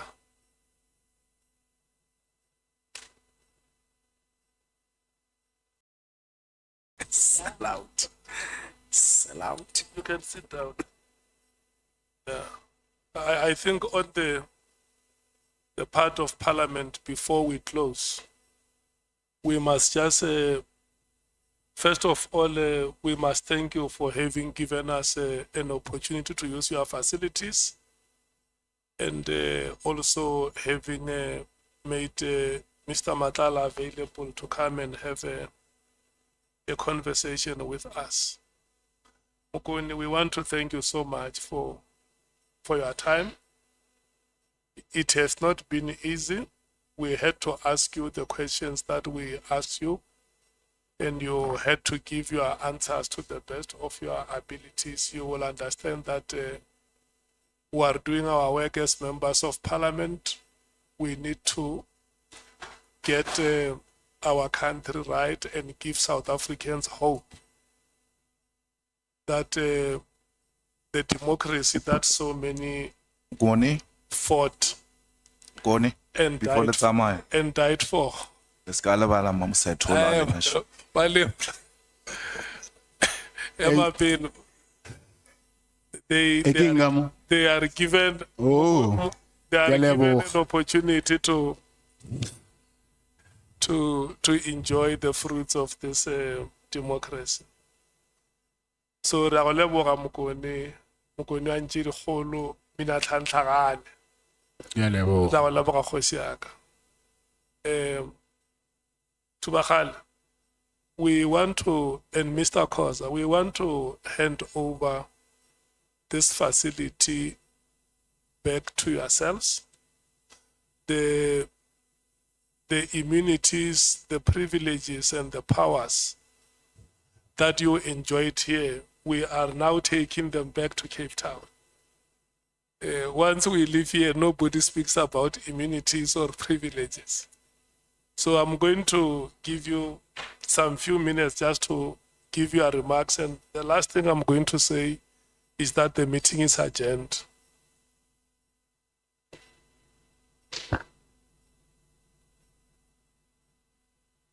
Thank you, Honorable Chairperson of the Ad Hoc Committee. Let me also thank honorable members of the committee and also Parliament for affording us an opportunity to provide our services as a department of government and host this very important city.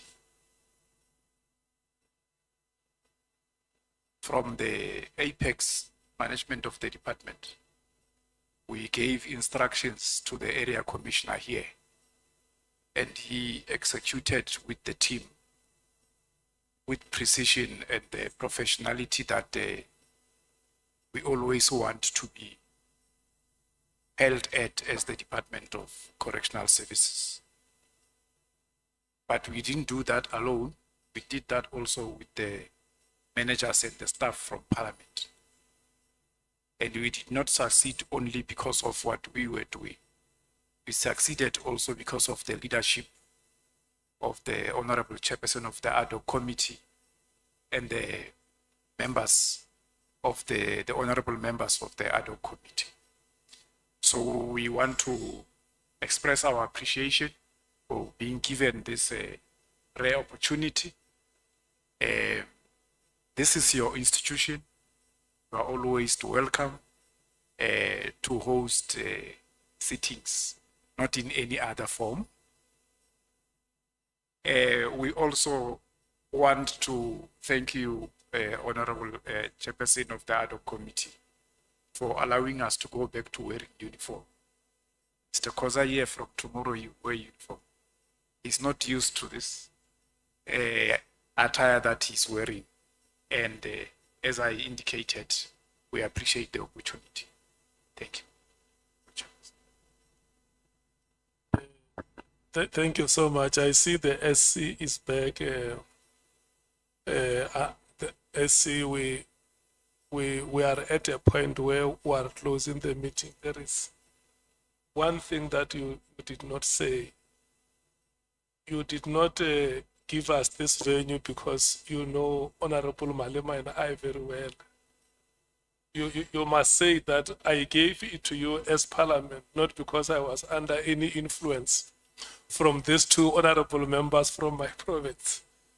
But we want to thank you so much and wish you good luck in your responsibilities at the helm of the correctional services in the country, and we hope that you will continue to do your best. Honorable members, the proceedings of this week here at Kgosi Mampuru were probably the last for this year.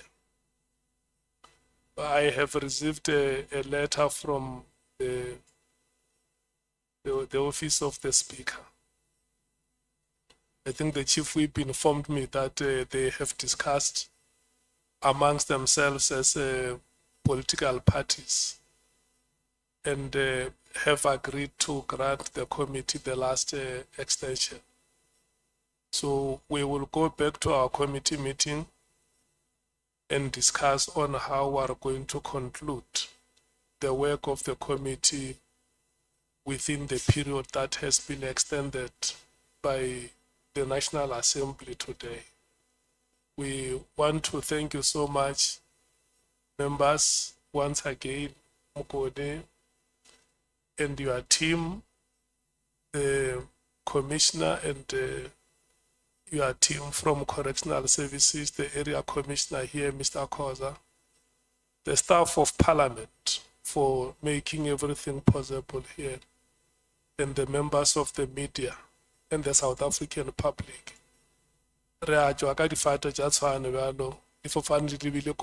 Thank you so much. God bless you.